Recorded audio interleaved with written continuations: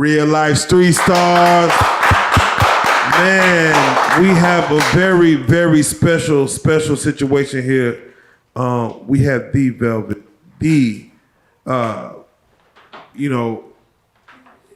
there's adjectives I want to throw out there, but what I want to do is I want to be able to say for what the world knows and what the world sees, you've been part of an overarching storyline, and you kind of been at let's say the center of it. And, it's funny how narratives get thrown out there and things get said. And as everything happens, you want to be able to speak your piece, and you have spoken your piece on your own platforms, but we want to be able to give you kind of this platform for this narrative for anyone who ever has something to say about, your involvement with carbonation, with Nature Boy, with Solar, and everything else. So let's do it like this. Let's start off with who Velvet is. Let's start with where you were born, who is your family, how you were raised, and I want to kind of lead up to what carbonation situation was for you and your interest in that. But let's start with your beginning. Where are you from? I'm originally from New Orleans, Louisiana. I'm currently 25. Actually, I'm 26. Just made 26 in February. Happy birthday. Thank you. That's new for me, right? Yeah. You're over a milestone now. You're like, I don't know what they consider 26, but you're at that point past 25. Exactly. Which I've, matured, over time. But living in New Orleans was pretty crazy, and it was not my vibe. The way that I grew up in my childhood, my mom and my dad's relationship was pretty toxic. So my grandmother, I have a lot of history and a lot of relation and memory from my grandmother raising me, which she always allowed me to go outside. She always let me go run into nature. I was always kind of like that child that was pulled from the bunch, because I've 4 sisters and 4 brothers. So I was. Were you a middle or? I was. So the girls were born first. I was the 3rd girl that was born, and then my little sister and then my brothers came. But I was always pulled from the bunch because I was named after my auntie, which was my dad's sister. She passed away when she was an infant, and my mom couldn't find any other name to give me but that name. So your real name is Velvet? My real name is Velvet Gabriella. I was named after my aunt. And so my grandmother took a special liking to me, not any favoritism, because she treated all of us the same. But because of that dynamic, I was like that child, that special child in a sense. So that's why I have that memory. And the way that my grandmother raised me, that's where I felt like I got all of the love that I needed as a child and the nurture. But when my family got split up after some time, my mom and my dad got split up after some time, I stopped seeing my grandma, which stopped that dynamic between me and my grandma to continue to flow. And because I was the oldest, after my mom and dad got a divorce, because I was the oldest, I became the mother of my younger siblings. Wow. So I was like taking care of them, sending them off to school, doing their hair at 11. I started at 11 years old. A lot of people don't know that from 11 years of age up until 17 years of age, I was a mother.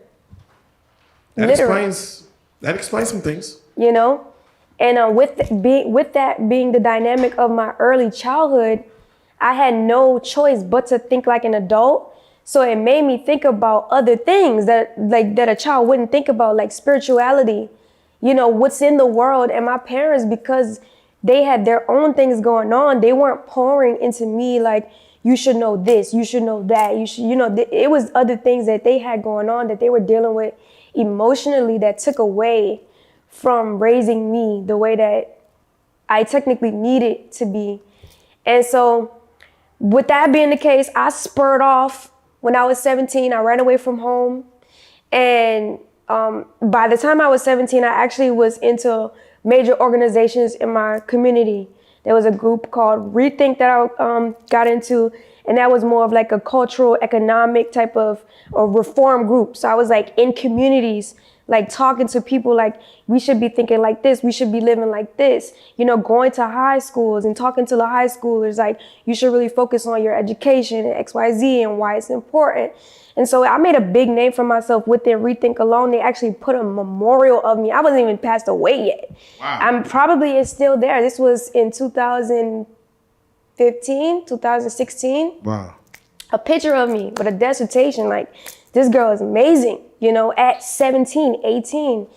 Following that, I joined an organization called Groundwork. That's global. That's like more of an agricultural type of organization where I actually went from different states in the United States because of this group to focus on economic development, you know, over the world. And so I was always into nature. I was always into agriculture. So by the time I decided to go to college, which I was like, in my mind, graduating high school, which I graduated alone, I graduated myself. My parents had no involvement with me graduating from high school because of the divorce, because of the dynamic, because of me running away. I pushed my family away. It was way too toxic for me. So when I thought about like what I wanted to do further my education after high school, I was completely over education because I'm like, these schools are not teaching me what I need to know. If you would have replaced this class with maybe agriculture or maybe with like me learning Spanish or something like that, you give me another opportunity, another avenue to learn through, maybe I could be better at school. But you know, I wasn't failing. I wasn't a failure. It was just that I felt like the schooling system wasn't giving me enough to work with, you know, to learn from. And so I was like, I don't know if college is healthy. I don't know if that's something that I want to do. And I've always heard stories of my friends and my other sisters and, you know, people that I knew saying that once they got into college and they chose a profession that they had to switch it and change it because once they started studying it, and how the schooling teaches it to you, they're uninterested. So I'm like, why would I go invest my time? And you know, these are my thoughts at a young, you know. So by that time, 17 years old in the 12th grade, my parents, runaway, I'm constantly talking to the counselors. From 9th grade to 12th grade, I was always in the counselor's office, talking to the counselors like, I'm sad, I'm depressed. Like, this is crazy, right? But by the time, you know, that situation happened, by the time I ran away, my school pulled in my parents for a parent-teacher conference to talk about my emotional distress. And because I was so much into nature, I didn't know that there was a program, like I didn't know that you can go to school for agriculture. Like I didn't know that. So I'm like, scratch school, I don't want to go to school. I just want to go live in nature. I want to go learn about nature. And my parents are looking at me like, yo, she's like, we don't know. Like, is she gonna be a bum? Like, this is what I experienced in the 12th grade, sitting at a parent-teacher conference. You know, my family's like, they don't even know that you can go to school for agriculture. You see what I'm saying? Right, so there's a right. dynamic that's like out of the loop. So my teachers are so concerned about me to the point where there was a pep rally. We had a pep rally, and all of the 12th graders had to like express where they wanted to go to school and say the commitment. And I told in front of everybody, the whole audience, I'm like, look, I'm not dedicated to any college, but I want to further my skills and my profession in agriculture. Right there, the same day, there was a Tuskegee alumni, and he actually gave me a scholarship to go to Tuskegee University. Right there, then in that day, they enrolled me in the college, got in a HBCU. And I pushed myself forward to go to school. My mom actually supported me and drove me to school. And that's when I started my agricultural education. And I was passing, flying colors. Math, not good at math. That's not a good subject for me. I'm not even gonna sit here and lie. So I was failing at math, and I was also failing at history because I knew that they were lying. I didn't know why, I didn't know how, Right. But I knew that they were lying and I couldn't retain it. And I'm the type of person, if I can't retain something, I'm not doing it. And I didn't know at the time that you could drop out, you could drop classes and pick up new classes. So I just dropped out completely. But this was upon my discovery of carbonation on Facebook, you know, all the children on internet. So while I'm in college, studying agriculture, I'm on Facebook, on the feed, looking at agricultural stuff. And this carbonation popped up. Yeah, what are you seeing? At the moment, it was of Nature Boy, and he was on the live with Yaya at the time, his wife at the time, and they were talking about living in tune with nature, being vegan, why it's important to, disconnect yourself from certain things. I didn't look at it as too extreme, because for me personally, that was something I was already doing without the influence of Nature Boy. So I was like, wow, so I clicked on his page, and that spurred me to, research a little bit. And that's when I came into contact with the group, and I saw there was like profiles of different people who were in that same circle or culture or tribe or whatever. And I started going look at everybody else's pages, and everybody else was like living it up in nature. Everybody was eating fruit. And not only were they people think that they were just living out there, but what I saw was when I started studying these people that was in that group, they were giving knowledge behind why they were eating the fruit that they were eating, why they were living in tune with nature the way that they were, why they were disconnecting from Babylon, as they would say. Like, they were giving the information of why, instead of just like posting it like, yeah, eating fruit is great, Right. So, and I'm an information-based person, so that was cool to me, but I was very young also, so I never thought to like do background checks and like go look at him, like his past, I wasn't living in the moment, And I'm already depressed with life. I'm like, bro, like this ain't even it. Like I'm in school, but I really don't want to be in school. I'm passing my classes, but it's draining to me, So at that particular moment, I'm like, wow, this would be nice. I never thought to like go out there or live with them, but I was like, it would be nice to live a life where I can actually see myself thrive and also become more knowledgeable about what it is that I actually want to do and pursue in my life. And so I got into contact with one of the members that were there that were connected to Nature Boy. You reached out, or? Yeah, I reached out to them. But me and Nature Boy had never had any type of interaction, at this point. And so it was a guy, because he was the only person that I saw there that I could potentially have a connection with, whether it was platonic or romantic. So when we started talking, I was like asking him about his life. I'm asking, and this is what you do on the internet. You reach out to people, you connect, right? So this is what I'm doing. And one thing led to another. And astrology is big. So he's telling me his signs and this and that. And it seems like we have a lot in common. So our relationship evolved into a romantic relationship. Even still, it's about 2 weeks in, me and this guy is talking. Still haven't talked to Nature Boy. Still haven't really know who the leader is. I don't even know that there is a leader. I didn't even know none of that. But the guy, he's like, you have to go through Nature Boy. You have to talk to him first to come through. And I didn't know what that meant. I'm like, what do you mean talk to him? I'm talking to you. Like, we're together. Like, what do you mean? And so, lo and behold, like underneath wraps, there was actually another member. It was the Yaya wife at the time. She actually, but I never made the correlation until I actually had to reach out to Nature Boy to get through to him to go or to come, right?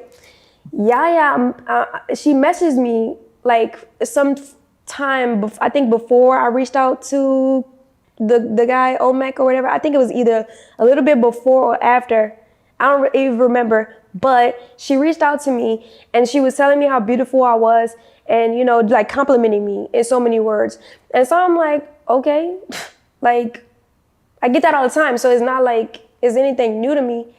But I guess that was her way of starting a conversation. But if we don't have nothing to talk about, I'm not gonna, fast forward. That was Nature Boy's incentive. He used her to message me to say like, I want you to be my wife. But her at the time, she never was into the wife dynamic. And throughout the story, you'll be able to get more just into the story of how it actually played out. But Yaya never was with it because of the emotional, verbal, and spiritual and physical abuse that he was doing behind closed doors at the time. So she never was like, I want you to be, she never did what he told her to do. She was just messaged me just to make it seem like she was trying. You see what I'm saying? Right. And so, yeah. And so Nature Boy, I guess, like after some time, I found out that it was some friction between him and Omek because Nature Boy wanted me to come, but he didn't want me to come because he wanted me to be with him, but I wanted to be with Omek. And it was like a dynamic that I had no idea of. And Omek didn't either. So Nature Boy was doing a lot of stuff behind closed doors that nobody was aware about. So eventually, because I was so persistent and consistent with the relationship that I had from jump, Nature Boy was like, all right, cool, she can come. So I get there, I go there, I drop out of college, I go there. Because I'm failing college at this point. Yeah, you're failing, and where are you going? Where are they at now? They are in Costa Rica. Costa Rica, okay. Yeah, and so I get there, and there's like we get to this restaurant. He takes us all out to eat, and there's this conversation about me being sure about what it is that I want. And if anybody knows Velvet, or rather get the time to get to know me, you will know that I know what I want. I might not have certain details because I'm still young and I'm figuring it out and I'm perfecting my ideas as I go, but I know what I want. So I'm having this conversation with him in front of the tribe, in front of Omek, and he's like, you sure you want to be with Omek? You sure? And I'm sitting there and I'm like, yeah. Who's asking that? Nature Boy. Okay. To me and Omek. He's asking me about Omek, like, are you sure you want to be with him? You sure you don't want to be with somebody else? You know, trying to like spin it like that. And I'm like, I said I wanted to be with Omek. I said I'm with Omek, and I'm currently with him. That's what it is. That's what it's going to be. All right, cool, blah, blah, blah. We get it. You know, fast forward. I was never close enough to Nature Boy to know that he was physically and emotionally, verbally, and spiritually abusing the women that he was around. I was always with the guys. I was a guy. I was in the field going get fruit and bringing it back to the home so that we can eat fruit. I was going to the waterfalls, harnessing water with the guys and bringing it back. And now me and these guys, our dynamic was so cool to the point where I could be shirtless, topless, and these guys wouldn't even like look at me wrong or me feel like they was trying. That's how cool the dynamic was, right? In this situation. Right. But it started to get really tricky and weird because Nature Boy was he was teaching us that we should do certain things like be topless, like be, you know, open to being in relation with other people if it doesn't work out with the relationship you were currently in. You know, there was always a massaging, like persuasive type of vibe going on when it came to that dynamic. So the relationship with me and Omek got really sticky because Nature Boy will pull both of us to the side and tell Omek one thing and tell me one thing. Like he'll tell Omek she doesn't really want to be with you, or she really likes me, or whatever the case may be, or you know, she did this or she did that, or try to twist something and manipulate something to try to make it seem like I didn't want to be with him, and he would do it vice versa. He would tell me like, Omek doesn't want to be with you. He doesn't care about you. It was like that at an all-time high. So this relationship with me and Omek lasted for a duration of 9 months. Oh, wow. I humbly and honorably got out of that relationship with Omek because at that juncture of me breaking up with him, I knew that it wasn't going to work out. And the last thing that I'm into is leading people on. So I broke up with him. You knew it was going to work out because of what? Because of the dynamic between him, Nature Boy, me. Omek was also on the verge of like unraveling his mind from the cult. So like while he was unraveling his mind, I was raveling in.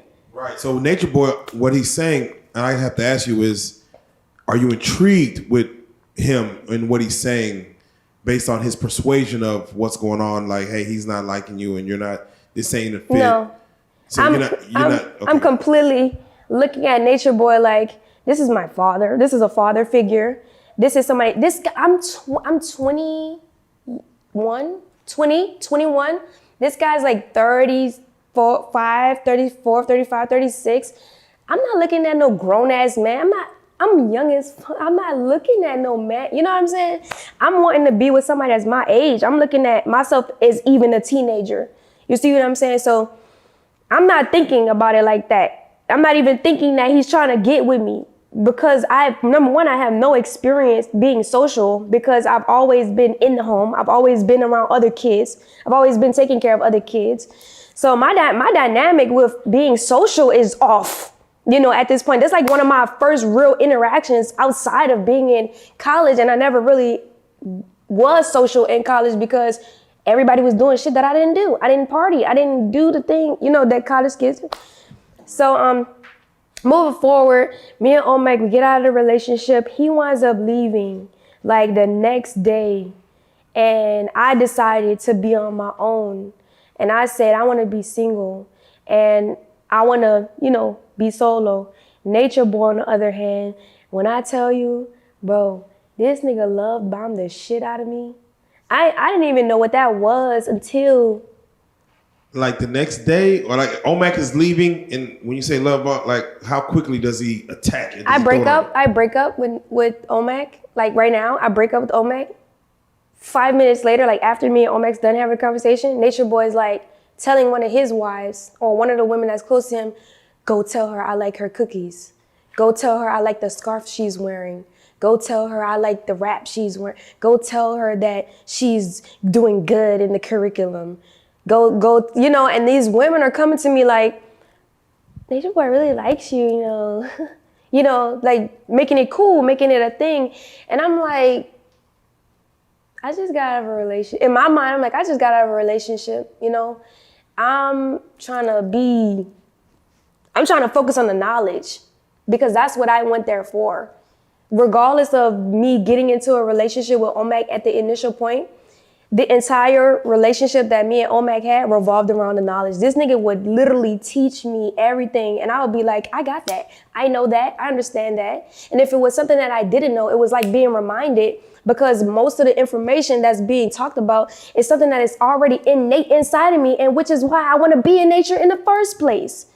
So with that being the case, moving forward and to fast forward just a little bit in the story, I wound up making the decision to be with Nature Boy because he's love bombing me so hard. I feel like I'm backed in a corner with like a guy being like, I love you. I want to be with you. I love you. I want to be. I'm like, okay, well, if you love me, all right, cool. Like, let's get together. You know what I'm saying? Yeah, let's do it. Love. That's the honest truth. You know what I'm saying? Like, let's do it.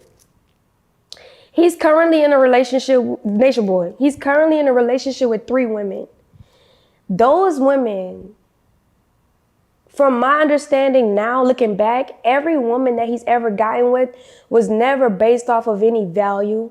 It was never based off of what that woman could have offered. It was never based off of having children with those women. It was strictly off of having sexual relations with them, just to sleep with them, just to experience them because of whatever fanatical fetish he has. Was it like a body, face, sexual tendencies? Like yes. What? Oh, okay. That's what I feel with Nature Boy. It had no substance. Any relationship he has ever gotten in had no substance. So when I got into that dynamic, I went into a polygamous relationship knowingly. Got into that dynamic, if you've ever watched me on my own blossom and grow without the drama, I'm a literal flower. I have so many skills and talents. I still have even unraveled within myself because of the drama, because of the chaos. So with that being the case, these women naturally felt intimidated because what I realized, and even within myself at some point in time, the reason why I was even able to be with Nature Boy was because of some type of low self-esteem that I had within myself, or trying to find love in all the wrong places, or, just not be confident within myself, to exactly know, and then on another spin to it as well, is because of my lack of experience in the world as well. So I tied both of those together, but I said that to say this: those women, from what I've experienced, they didn't have no self-esteem. That's the truth. I was the woman in these situations in every single instance, from the woman that I got into it with in the first place, in the beginning of our relationship, to the motherfucking end. I was the one to tell these women, you're good at this. You obviously are doing it. You're good at that. Be happy with that. Hone into that. That is your gift. That is your skill. Stop trying to be like me. Stop trying to be like her. This is what you do. And when you're a collective, when you're a community, when you're a family, you know your strengths and you know your weaknesses and you know your opponents, or not even opponents, but you know your family members, and you guys come together on your strengths and you guys work it out with your weaknesses. That's what you do. So I have to ask you, do you feel like Carbonation and Nature Boy, just in general, Carbonation, that they pulled in women who had those weaknesses or who had those insecurities or who were weaker in a sense? Do you feel like that was the overall goal of the women that you've seen that was within the nation? Yes. Yes, I do.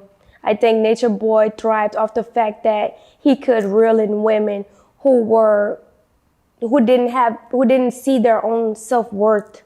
Because for a mind like his, those type of men with those personality characteristics, they target women who have come from broken families, who have daddy issues, who have mommy issues, who have childhood trauma, who, it's that's easy prey.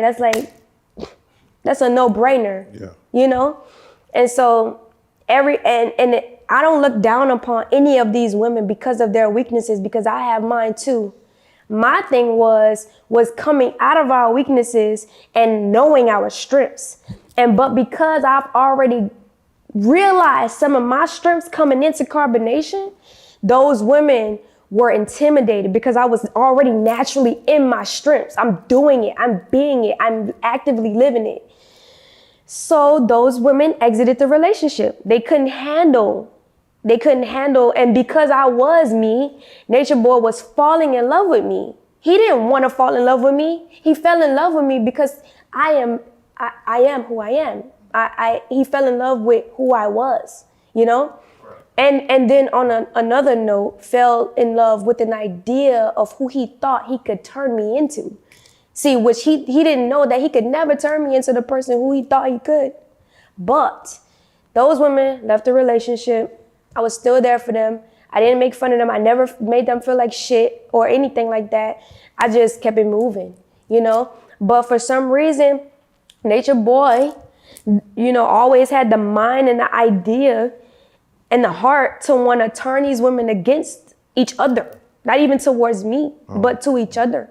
And so he would talk to each woman individually, have sex with them, and pour into them like great things, and then tell the next woman she ain't shit.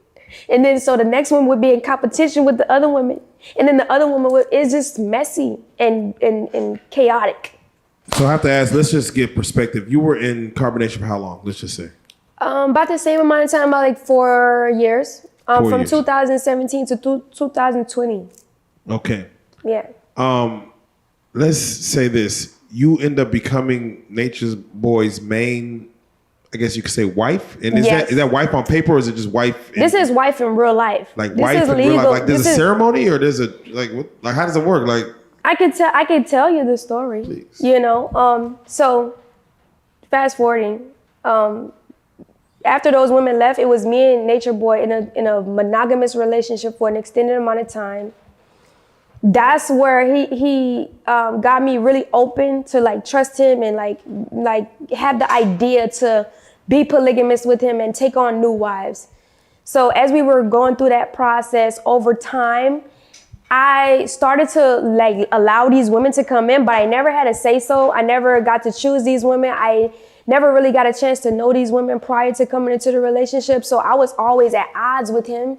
And so that turned really physically abusive. So because he didn't want me to leave and he didn't want me to like have my own things and be my own person, he would confiscate my passport, all my documentation, all my identification. He would take it. So over the years, fast forward in 2020, I believe that was 2020. Over the course of all these years, he had my documentation. And one day he came to me with my documentation confiscated all the way over there somewhere. I don't know where it is. Wow. He comes to me one day and he's like, "Hey, I'm gonna marry you." After 3 years of talking to me about why marriage isn't important, why we shouldn't get married, why it is, denouncing spirituality. And I'm like, you want to marry me? For real? Wow. And in my mind, I'm planning my escape. This is in 2020. April of 2020. I didn't successfully escape until November of 2020. COVID just hit, right? Yeah. Yeah. Wow. So he's telling me this, and I'm like, but wait, what about knowledge? I'm like, we can't get married. That goes against everything you just said. That goes against everything. So I'm trying to talk him out of his idea. He's like, no, because if I get into trouble, if I get into this or I get into that, you can get me out. You'll take the flag for whatever it is that I'm doing. I was like, in my mind, I'm like, oh my God, I gotta get away before this nigga marry me. It's a play versus. Yes. Oh wow. He said this to me, and then the next day he comes to me and he's like, we're just gonna make it a group thing. I'm gonna get them married. I'm gonna get them married. I'm gonna get them married. I'm gonna get them married. And I'm like, this is a total fucking disaster. Can I ask you a question? Mm-hmm. And I want to go back. You mentioned before the abuse, you got with Nature Boy. I have to ask you, when did the abuse start and what was that abuse early on? The abuse started when I was about 4 months pregnant. How far in the relationship were you pregnant? Like, I know you said 4 years overall, but how far were you into? I was about a year, maybe 2-3 months in in the actual situation. Like a year and 3 months. Yeah. In the actual situation. 9 months, you're no longer with right. The first situation. Now you're with Nature Boy, and that's it happening. So about a few months, within a year after being with Nature Boy, you're pregnant now. Yeah. And you're 3 months pregnant. And like if you could talk about the first instance where you felt like, what's going on? Well, at this point, when I realized, because at first I didn't realize it, because he was never physical. Like at first, when it first started, the abuse first started, he was never physical. He was always emotional and verbal. But I never looked at that as abuse because I come from that. I grew up with that. That became a normal thing in my mind. So one day we was living in Belize, and it was a situation where a woman came, the girl Kendra, Sheba, she came to Belize, and he wanted to be in a relationship with her, and I said no, and I was completely against it. She was a virgin at this time, and he wanted to take her virginity, and he told me that he wanted to do that, and I was like, you're not doing that, not on my watch. And he physically abused me right then and there, and this was about 3-4 months pregnant, and from that initial moment, it was all he wrote, rather. And that's when I started experiencing physical abuse from him. So, Bev, I have to ask you, what was your reaction to that physical abuse? Because sometimes in relationships, based on how you react is how things will continue or carry on. What was your initial reaction upon that initial situation? I was fighting his ass back. Like, we was fighting.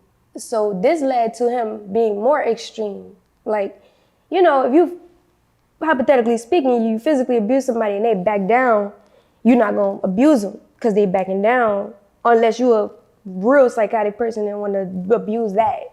But that wasn't the case. He physically abused me to a small degree. And I was like, you ain't gonna hit me, period. Like, so I'm fighting him. Like, we fighting. But now he's choking me out. Cause he need to get me to stop trying to fight him back. Now he's like trying to exile me from existence because I'm trying to fight him back. So in my mind, and at this juncture still has my documents confiscated all the way over there somewhere where I don't know.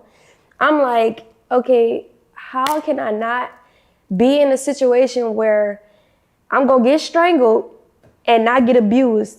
So it always turned into me doing what he wanted me to do, but I could never get with it. So it will always be physical and then ending in him choking me out and blacking out and then waking up and being like, I still don't have my documentation. I'm 5 months pregnant now. I'm 6 months pregnant now. I'm 7 months pregnant now. Still don't have my documentation. I'm 7 months pregnant now. I'm 8 months pregnant. I'm having a baby now. I still don't have my document. How the fuck I'm gonna get out of how I'm gonna leave? Still also while not wanting to do the things that he wanted me to do. So I'll just back down and be like, you know what? Fuck everybody. I don't even care. But my body is shutting down. I'm shutting down. So he's angry with me because I can't physically perform with him or be with him. So he's forcing me at this point with the women, without the women. And I'm sitting there like, I want to leave. So I'm going through this tug of war online because he's recording me, making it seem like to the world that I'm just crazy and I don't really know what I want. But he's got all my shit confiscated. We in the middle of nowhere in a foreign country. I'm pregnant. I have no communication with my family for almost 2 years at this point. You know? So I'm just like, this was in the beginning though. You know, after I had Eliana, that's when I started thinking about, I really want the father, you know, because I'm not thinking, as I'm having her, I'm not thinking that he's actually like crazy. I'm not thinking like this man would try to do anything to destroy me. I'm not thinking like that. I'm thinking that he's just coming from trauma just like me. And I have to give him grace. I have to love him through his pain. I have to love him through his trauma. And that was one of his big things too. Like, you have to stay by your black man's side. You can't leave him. You can't give up on him. You got to go through some things to, you know, love doesn't come easy. And I'm in one of those states and I'm like, I'm considering, you know, considering him, considering Ellie. So I'm putting myself on the back burner and taking on things that I shouldn't necessarily have to because I want him to be better. And I also want a future for my child that I technically never had as a child. I'm fighting for that. So I'll stay in a relationship. When I did have a chance to get my documentation, I did leave.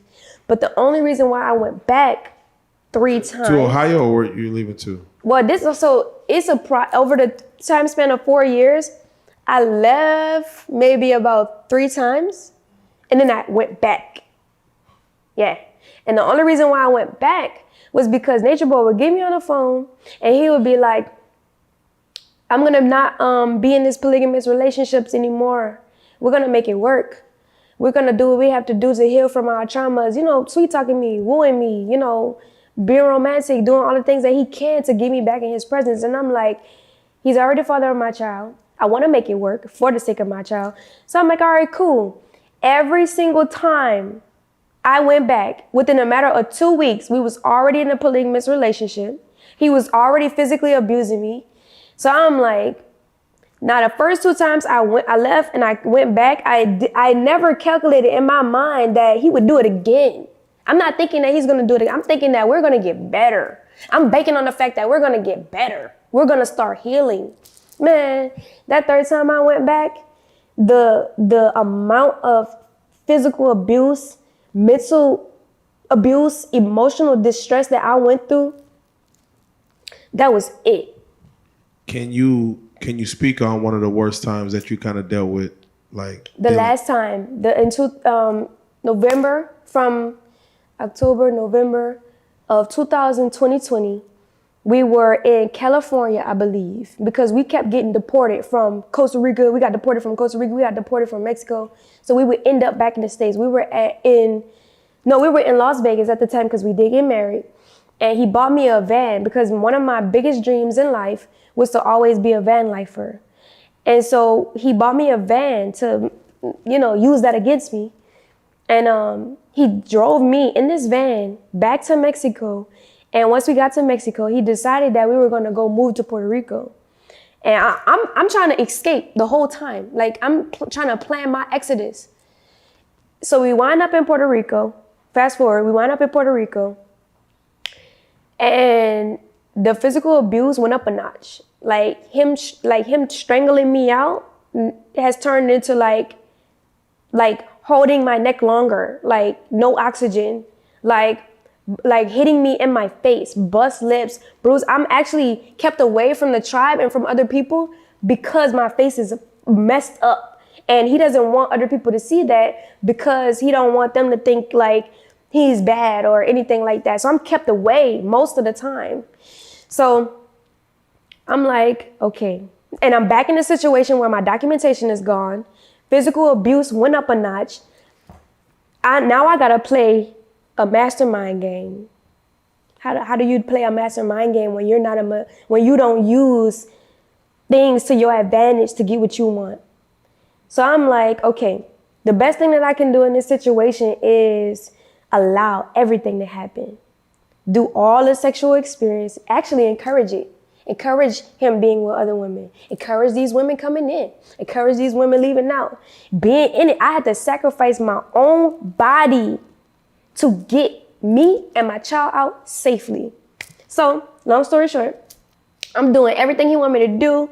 This man is doing and saying things I ain't never heard him say or do ever in the entire experience within a matter of 2 months. I was blown away. You know how much self-control I needed to have to be able to get my documents? So, long story short, when we traveled to Puerto Rico, we left the tribe. So he had to have my documentation in his presence. So I knew where it was. So every single moment, I'm tracking my documentation. I'm like, oh, it's right there. It's all right, cool. Yeah, no, you can hold it. I know, you got it. You know, making everything cool, kosher. You know, we in the house in Puerto Rico. I'm making plush pallets. I'm like, come on, Aya, come on, Malia, come on. Yeah, let's have a drink. Now he's encouraging smoking and drinking now at this point. So I'm like, one night he's like, let's smoke. I'm like, yes, let's do it. I'm getting everybody drunk. I'm rolling the blunts. Let's get high. I'm lighting them bitches, but I'm acting like I'm smoking. And I'm passing it to them. I'm like, y'all, yeah, I'm making the drinks. I'm popping them open. I'm like, y'all want another drink? Let's get it. Let's have fun. Got the music blasting. He is going crazy. He has a whole bottle of Hennessy. This nigga done damn near drunk the whole bottle of Hennessy. He on social media, on Instagram, going crazy. Like spit coming out his mouth. I'm like, yo, look at this man turn into a fucking demon in front of me. And all of the other women just as oblivious. And I'm like, every single moment that I got to sneak away, I'm packing my things. Let me take this shirt. Oh, he coming. All right, cool. Like, yeah, we having fun. Yeah. Go back in the back, sneak some more things. I'm actually creating a whole situation. He don't know that I already got my passports on lock stash, me and Ellie. Already got them, already done put them. I already done came up and scoped out everywhere. I'm actually got the women outside with me looking around. While they thinking I'm engaging, I'm looking around at my surroundings. Oh, I can escape right there. I can leave right there. Fast forward into the night, they all fall asleep. I'm like, man, they not even about to get up. Everybody about to be hungover. My body naturally gets up at like 6:37. So I get up, and you know how you hungover, and it is not really until about maybe 10 o'clock, 9:30, 10 o'clock in the morning when you in a hangover where you really start getting you really in a deep sleep and you start getting. So I go back to him like, right now it's not the time.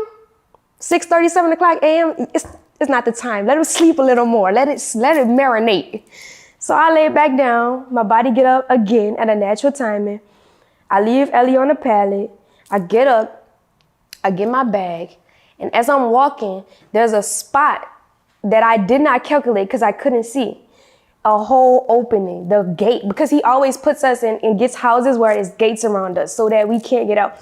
This whole side of the fence is smashed over. I put my bag on the other side of the fence, go upstairs, get Ellie off the pallet. I got my harness sitting on the stairs. I'm putting my harness on, walking. As I'm walking down the steps, putting my baby in the harness, harnessing her to my back, no shoes on my feet, one bag, couple snacks, maybe some crackers and some nuts with some water. Walking in the middle of nowhere, don't speak no Spanish. I'm gone. I'm like, fuck all y'all. I take the phone that he gave me, all that. Give me that. That's mine. I take a couple monies out his wallet and everything. I'm like, that's mine.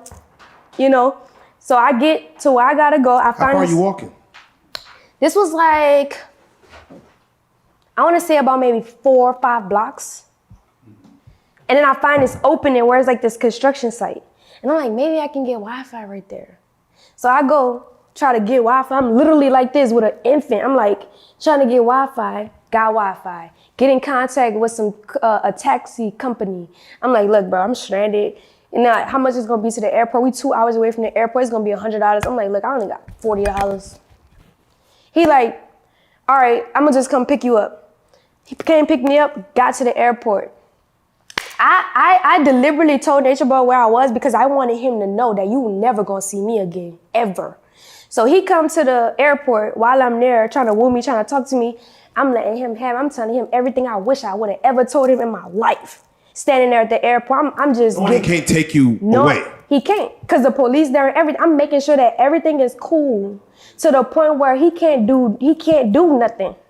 So the police wound up telling him to leave because he getting irate because I'm letting him have it. He wound up leaving. He like really can't believe that I said no. Like he really can't wrap his mind around it because I always go back and I always fall for his bullshit. Get on that plane. That was the last time he saw me. And I moved forward with protection orders. I have a trail. I have a paper trail still to this day. Court hearings coming up in the next 2 weeks. Divorce, all of that to this day. This net man can never be around me ever again or the child that we gave birth to, period, ever. So I have to ask you, from that moment to the moment of his arrest, how much time passes to where he's finally arrested, would you say? So if I escaped in November of 2020 and he got arrested in April of last year, that was 2022, then however long that is, November, couple months, no more than a year. Upon his arrest, where are you at? What's your status upon your exodus? And when you see his arrest, just give me your mindset as far as seeing this and kind of like your thought process on him finally getting arrested and kind of where you're at in life at this moment. I'm in Ohio. I lived in a DV shelter, a battered woman shelter, for about 9-10 months prior to getting my first apartment ever. But I'm in my own apartment at this time. Congrats. I remember not having really where was I? I was in my second apartment. I had my second, because I was like, it was so many opportunities for me. I was getting so much done. I was like being great and things like that. I was on my second apartment and I was in there and everybody just kept hitting me up like, he got arrested. I'm like, that's great. Now he can't fuck with me no more. Now he can't harass me no more. He was still reaching out to you in between? He was just harassing me through other people. He would have the cult members contact me in my inbox saying weird things. He would, people randomly who he knew would be harassing me, sending me death threats, sending me all kind of stuff. Bitch, you're a bad mom, like all kind of stuff. You name it, it was done to me from people that was affiliated with him. And so, yeah, I was like, great. As soon as I could, because the protection order was so hard for me to get, at that juncture of him being arrested, that was exactly what I needed. I took all of my evidence, all of my paperwork, everything that I needed, went to the courthouse in Ohio, presented it to the judge. I was granted a 5-year protection order right then and there. I have to ask you, you said your body wouldn't function after giving birth and stuff like that. While being married to him, do you feel you were raped or a rape victim while being with him? Yes, because of the fact that when I would tell him no, and I would be so adamant about it, like, for instance, this is a great example. It wasn't physically penetration, but it was oral, whatever. He put out 2 videos of me giving him head. In those particular videos, prior to that, both times, about 2 to 3 hours prior to that event happening, I'm literally arguing him down like, I don't want to do this. I'm not doing this. Because each instance, he's wanting me to give him head with another woman. And I'm like, bro, you are raggedy as fuck. Like, leave me alone. Like, how about you? I'm telling him, go get another woman. But he insists that it's me. Like, he wants it to be me. And I'm like, no. So he's verbally abusing me, physically abusing me, emotionally abusing me, spiritually, every type of abuse he's doing to me for 2 to 3 hours prior to him recording this video. So at some point, I'm like, I will never stop arguing with him. I have to do this because I will never stop arguing with him. So I'm like, fuck it, let me just get it over with so I can go on about my day. And also I'm still each instant, I'm simultaneously planning my escape also at the same time. Did it have it to a situation where I heard Nature Boy had situations where he was on OnlyFans, he was putting videos on Twitter, he was on Pornhub. Were you aware that he was putting these videos out online and like just like? I didn't know. Actually, even the videos that he would take of me, I didn't know that he was like he would literally go to recruit women. He would use these videos as like bait. And like these women would watch whatever it was that he sent to them, even if it was a naked picture of me. And I caught him doing it one day because he never really allowed me in his phone. And if he did allow me in his phone, he would always delete things. So at this particular instance, I caught him doing it. And I told him, I said, listen, don't do that. Don't send naked videos and pictures out of me. I'm not comfortable with that. And he's like, all right, I'm not going to do it, blah, blah, blah, blah, blah, blah. But just to fast forward and answer the question, no, I wasn't aware that he was doing these things. I didn't find out until somebody else told me that he was doing it. But I have never seen him put like a sex tape out of me. I don't know if it's out. Actually, I do. And even he lied about that. And that was back in Mexico. He leaked a sex tape of me and Sheba that he forced both of us to do. He forced me and Sheba to do that. Every sex, for me, I can't speak for these other women. For me, any sex tape that was leaked of me, he forced me to do, period. You know, but I didn't know that he was uploading it because he made it seem like other tribe members uploaded the video that was leaked of me. Now, the other two videos that he leaked of me, he deliberately did that after I escaped in November of 2020 because he was fucking mad because I was never coming back. And he had to tarnish and destroy me. Wow. Do you ever feel like you're going to be able to testify in this trial? Are you planning on testifying in this trial? Have they reached out to you to even consider it?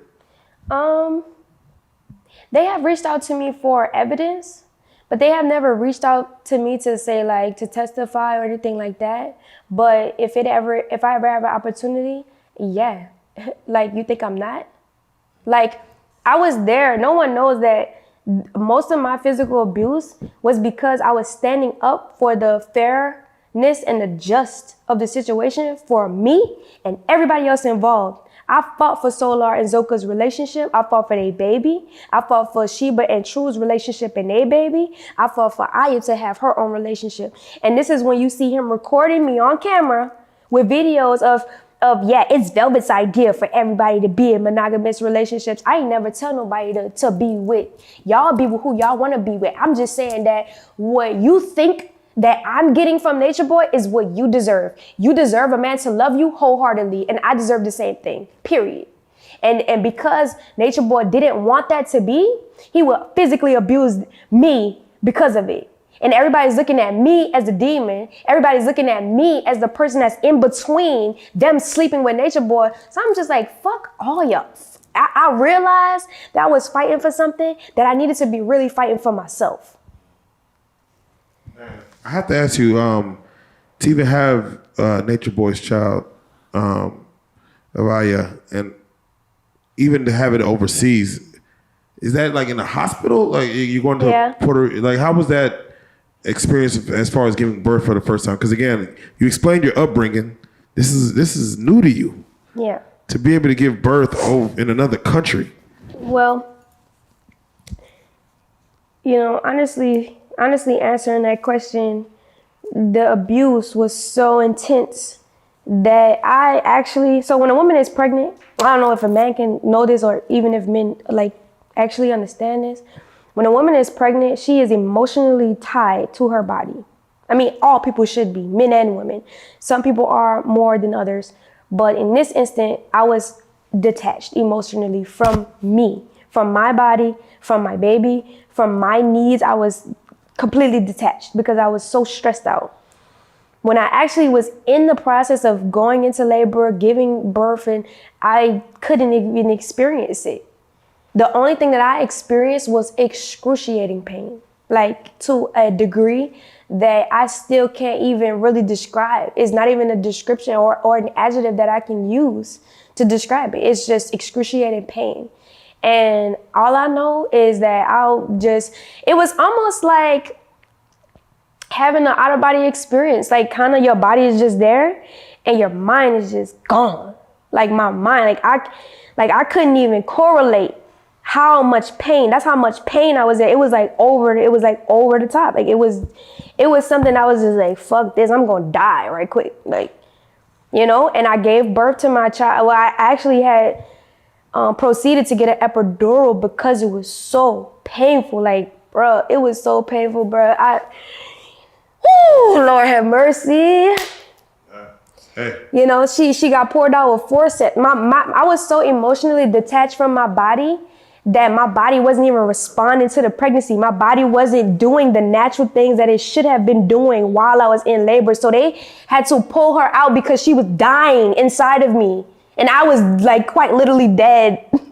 Like if they would have never gave me the epidural and pulled her out with forceps, me and her would not be here today.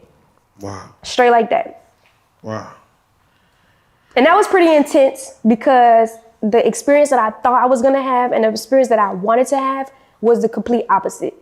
So that was pretty painful. Now that I'm able to process it, and now that I'm pregnant again, and I'm emotionally attached to myself, actually, I'm literally crying because I'm like, bruh, I couldn't even. This was not it, yeah.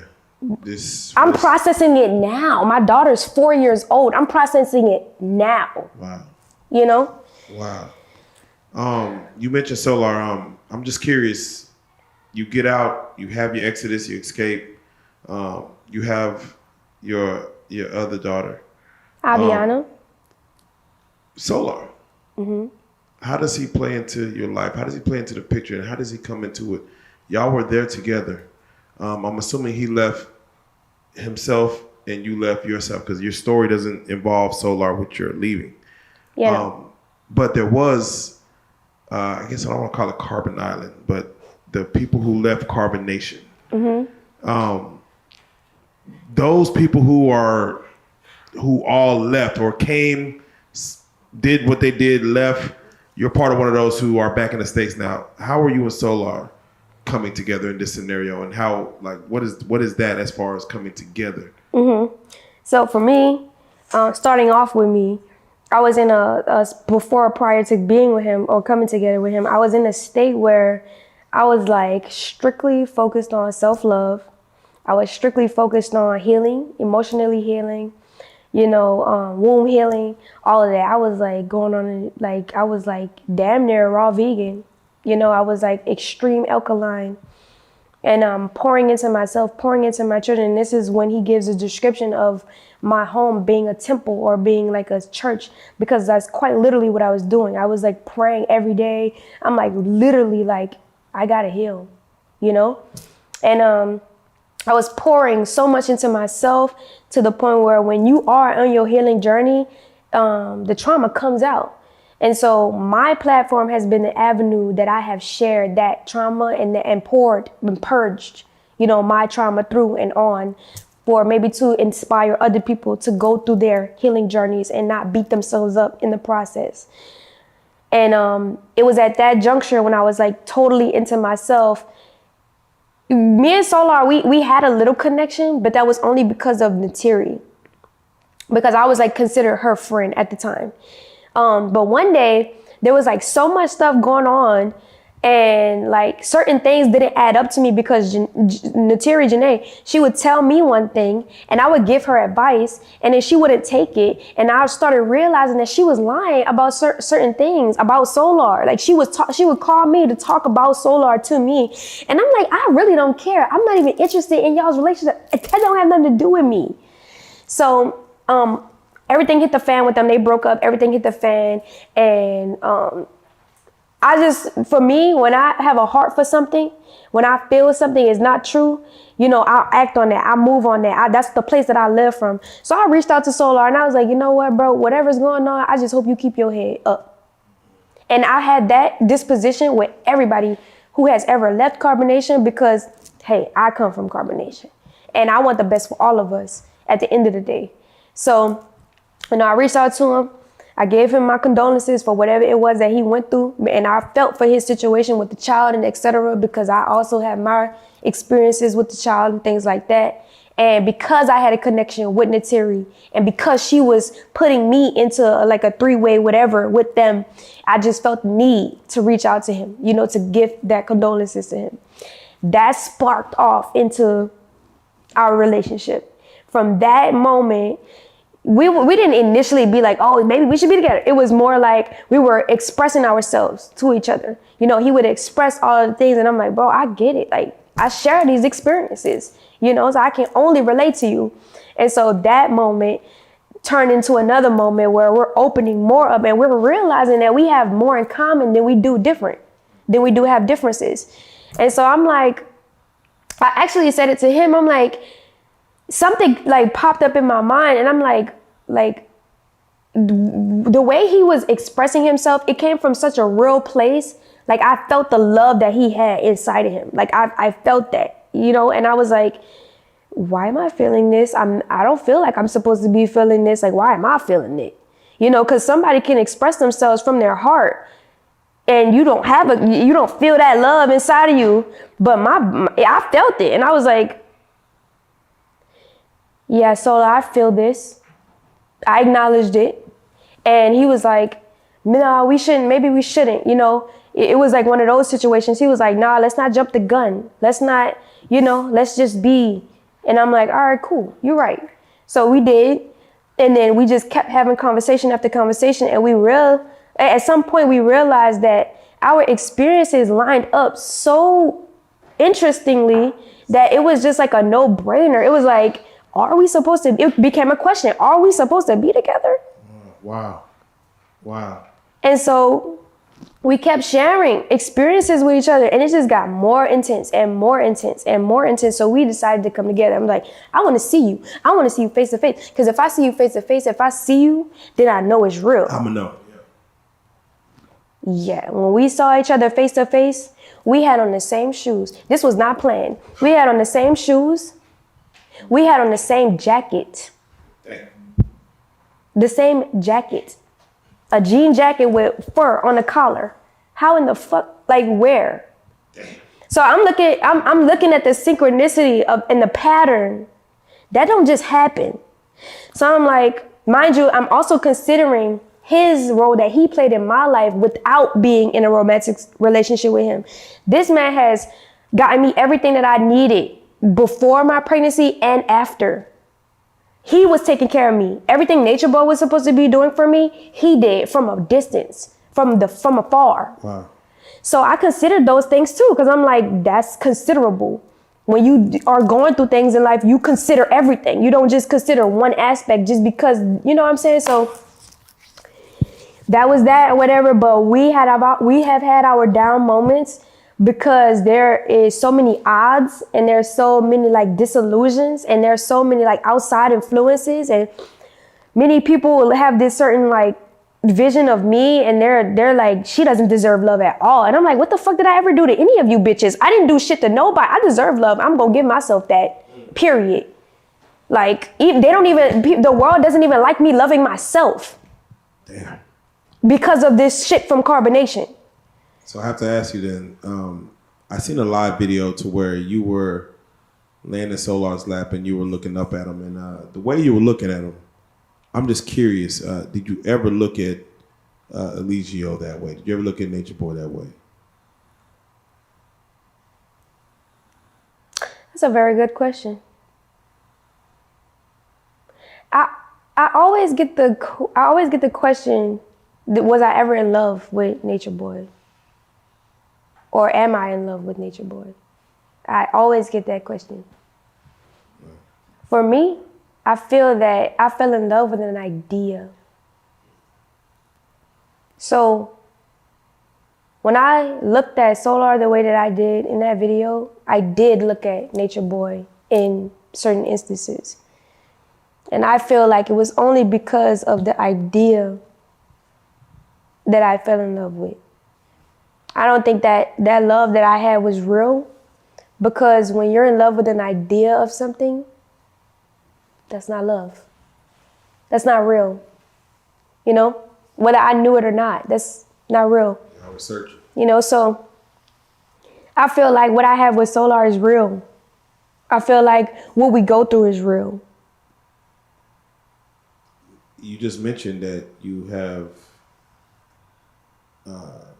you're now pregnant. You just said that, you know, and again, if no one caught, whether they seen this interview or Solar's interview prior to this, you are now expecting a third child. And Solar, and you are now how many weeks pregnant? 7. First and foremost, congratulations on just the journey that it takes to get to this point. Congratulations on the feeling and the euphoria of doing it the right way. You can't. Yeah, I'm crying. You can't pay for that. I'm like crying. Yeah, you can't. Like, Pay I don't for even that. know. You can't pay for that kind of joy. So definitely congratulations. Again, as we did interview Solar earlier, and we talked about the carbonation thing. We're just scratching the surface of what really went on throughout the whole thing, and to even have your story, there's many other stories to be told throughout that situation. But to even have you come here and be brave enough to be able to speak on the story, and again, speak so eloquently. You know, Velvet was a name that people would hear about, and then we would see you, but we don't understand the inner working. It's like an onion. You got to peel those layers back, and to be able to get these kind of layers, man, I'm just, dumbfounded about just everything that you had to do to go through it.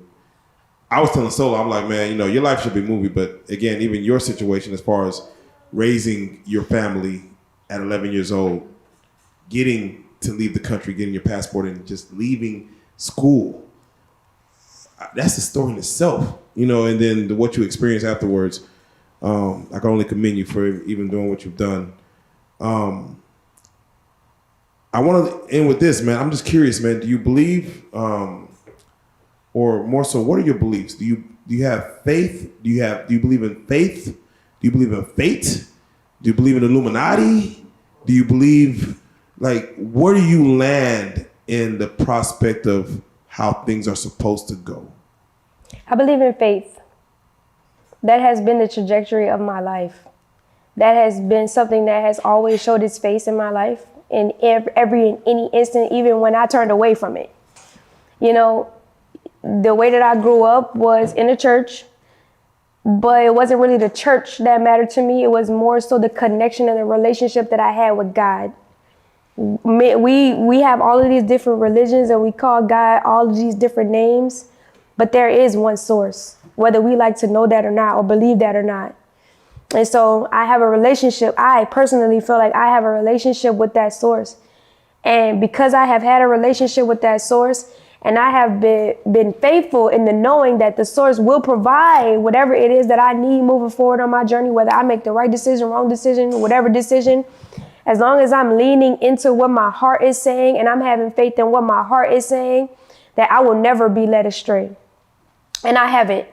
Even in instances where it seemed like, or it looked like I have always been led to greater things, better things, prosperous things. And I have literally saw God show up in my life. I have seen the Holy Trinity pop up in my life, and there is no denying that, period. No, that's real. And that's what I believe in. I have to ask you. And I believe in prayer. That's super important. No, hey, we are. We are.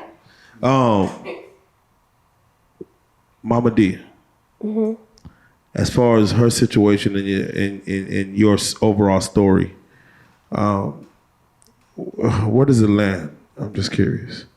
Mama Dia was the most beautiful person I ever met in my entire life. She was such a mother to me. When Mama Dia came into the picture, this was one of the moments where I was being physically abused at an all-time high. One of the most traumatic experiences. This was I think she was there at the time. I don't know if you guys heard the story where I cut my hair and stuff like that. At some point in carbonation, I cut my hair. It was real toxic. But she came in at a very intense time of me being physically abused. And like I said, I was always pulled away from the group because of the scarring and the everything like that. So I was in a tower. Mama Dia would come to me with towels. She would come to me with clean linen. She would come to me with my food. She would come to me to conversate with me. I had no idea that she was going through what she was going through. I had no idea she even had a heart condition. I never had a conversation with her to get to know her. I didn't even know half of the people that was there, or their backstories, or their lives, or where they came from, or their hometowns. You didn't want to know, or you just was put away from It that was just, I was just put away. And there was the relationship that me and Nature Boy had was so toxic that it revolved around the toxicity. Everybody revolved around the toxicity because I was always like, this ain't right. This is not right. And Nature Boy didn't want me to say that out loud. So he had to squash me. He had to shut me up in some kind of way, you know? So one day I get up after having a meeting. We had a meeting. And I saw Mama Dia, and mind you, I'm not making emotional connections with the people of the tribe because I'm not with none of it. I don't even want to be there. Right. So one day I get up, and one of the guys at the time, they're like, Nature Boy, you gotta come see this right now. And I get up, and I'm like, see what? I'm thinking it's normal. I'm thinking like, this shit is toxic as fuck. We see toxic shit all day, every day. Like, why we gotta... So I get up, lo and behold, it's Mama Dia in the tent. And I'm sitting there looking at her like, Nature Boy, what you gonna do? Like, I'm done. I don't even know what to say. I don't know what to do. I don't know. I'm just standing there like. Let's rewind it a little bit. There's a story or rumor that with Mama Dia that Nature Boy suggested or told her to stop taking her meds that would have been able to prolong her life. Are you aware of the scenario in which that possibly could have been a situation, or do you know any details in with that at all? I don't, because of the fact that all the relationships that Nature Boy had with women, I was not in the midst of. I was not talking to anyone. I was locked away. I wasn't on social media either, and I wasn't even looking through messages to see if my family was contacting me. I wasn't looking for nothing. I'm like just locked away. Day to day. You know? So the conversations that he would have with Mama Dia, that's what they would talk about. I don't know what they talking about, and I wouldn't care to find out because he probably trying to fuck her. That's just honest from my perspective, because every other woman, he's trying to fuck them. But what I do know is the fact that he encouraged no medication prescription vibe for any and everybody. But I didn't know Mama Dia had a heart condition. I didn't know that she was taking medication for it. And I didn't know that that was something that she needed to do. You know, she actually came to me one day and she told me something like she had some pains or something, but I didn't know what to do for her or what to tell her because I didn't know her history.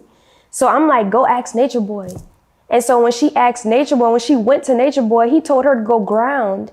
And she's like trying to confide in me. And I'm like, I don't know what you need. I can't give you what you need. Like, I literally don't know, you know? So then at that point, that's when the story came up about how she had the heart condition and stuff like that. But because Nature Boy was so gun-ho on not having medication, not even vitamins, he banned books at one point in time. We couldn't even bring books. Oh, damn. Fahrenheit 451. So she was telling us, we were in a meeting at this juncture. She was telling everybody about the heart condition because he had wanted her to bring it up so that everybody would know about it. She was telling everybody about it, but she kept saying as she was telling the story, but I don't need it. I always take it from now, here and then. I don't really take it that much. I've always lived with it. I take it every now and then, but that's not something that I need to depend on. She literally was saying how her family wanted her to take it and that she didn't want to. So she isolated herself from her family because her family was trying to force her to take the medication. So we are all thinking, probably even Nature Boy at this juncture, that she didn't need it because she's doing everything not to take it, like in a sense. And So when y'all go there and see her, and you look at Nature Boy and saying, "What are we gonna do now? What is he gonna do? Like what happens?" He didn't do anything. He completely passed the buck. Like he wanted to know what Solar was gonna do. He wanted to know what Key was gonna do. Were you there at the time? Yeah, natural. The guy he wanted to know what the other guys were gonna do about it. Wow. Because he didn't want to put his hand on it. He didn't want to have no type of affiliation with it. When nigga, you the cult member, you the cult leader. You know, so he told the other guys basically came up with ideas, and whoever had the best idea, that's what they did. Wow. So, but I have to ask you, was Nature Boy homosexual? Yes, I do believe that. Yes. Did you ever catch him in homosexual acts? Yes, I did. Like. One day, we were living in Belize again. And one day, he always like had this friend, but he like always downplayed the relationship to me with the friend. So I'm thinking of the guy friend is just a guy friend. I'm thinking he talking to his guy friend like guy friends. You know what I'm saying? Like on some homie shit. Right. Belize is a little different, but go ahead. This is where the incident took place, in Belize. And he's on the phone with the guy. He's on a video chat with the guy. And he walks out the tent away from me to talk to the guy. And usually he walks away from me to talk to people. And I never really thought of anything. I was pregnant at the time. I never thought of anything like that. Like he would be talking about whatever behind my back or whatever. So I just was like, okay, cool. Like you going to talk on the phone, whatever.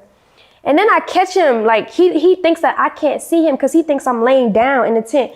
But something tells me to get up and look. So I'm looking and I'm looking and I watch him pull his thing out and put the phone camera on it. And I know he's on the phone with the guy. And I'm like, nobody else don't see this? So he comes back in the tent and I'm like, were you just showing that guy your penis? And he's like, oh no, that's my friend, da da da da da da. You know, really massaged it. And I'm like, okay, I let it go. He still has a relationship with this guy. So I'm like, this is getting weird. So now that I know that he has the relationship with the guy, he wants me to be a friend with the guy. So now I'm talking to the guy and I'm noticing that the guy is getting more flamboyant every single time I talk to him. This nigga started wearing foundation. This nigga got the motherfucking, I don't even wear that shit on my eyebrows. This nigga got the Jerry curl going on, the motherfucking gel. I'm like, about 2 years after, like me consistently having a relationship with the guy or whatever, Nature Boy stops talking to him out the blue. And I found out 2 years later that he stopped talking to the guy because the guy wanted to fly him out from wherever we were in the tropics to where he was to have sex with him or whatever for money. And this guy, the specific guy, used to send him money before Nature Boy got into the carbonation thing. This guy used to send him money for sexual behavior, for sexual acts. And he would just send him money from whenever he felt like it, and that would be the gateway to having sexual relationships with Nature Boy. Damn. You mentioned there was, no vitamins, no medication. The stories of STDs just running rampant throughout the carbonation situation. What is that in regards to where they say, hey, this is just, whatever's out here, there's no protection, everyone's just doing whatever, we all got whatever, and we're just going, whatever. That was one of my biggest concerns being there, whether there was a idea of STDs or not. I was always like, Nature Boy, you keep sleeping with these people, but you don't know what anyone has. You know what I got. You see what I'm saying? You know my history, but you don't know none of these people's history. So every time I would leave, I would get tested. And every time I've left, nothing came back except for the last time that I went. Or the last time I left. The last time I left carbonation, there was chlamydia in my system and trichomonas in my system. I don't know where that came from. I don't know how, like what. I don't know who he slept with, who had it. But at that juncture, that's when I knew that he had STDs and other people did.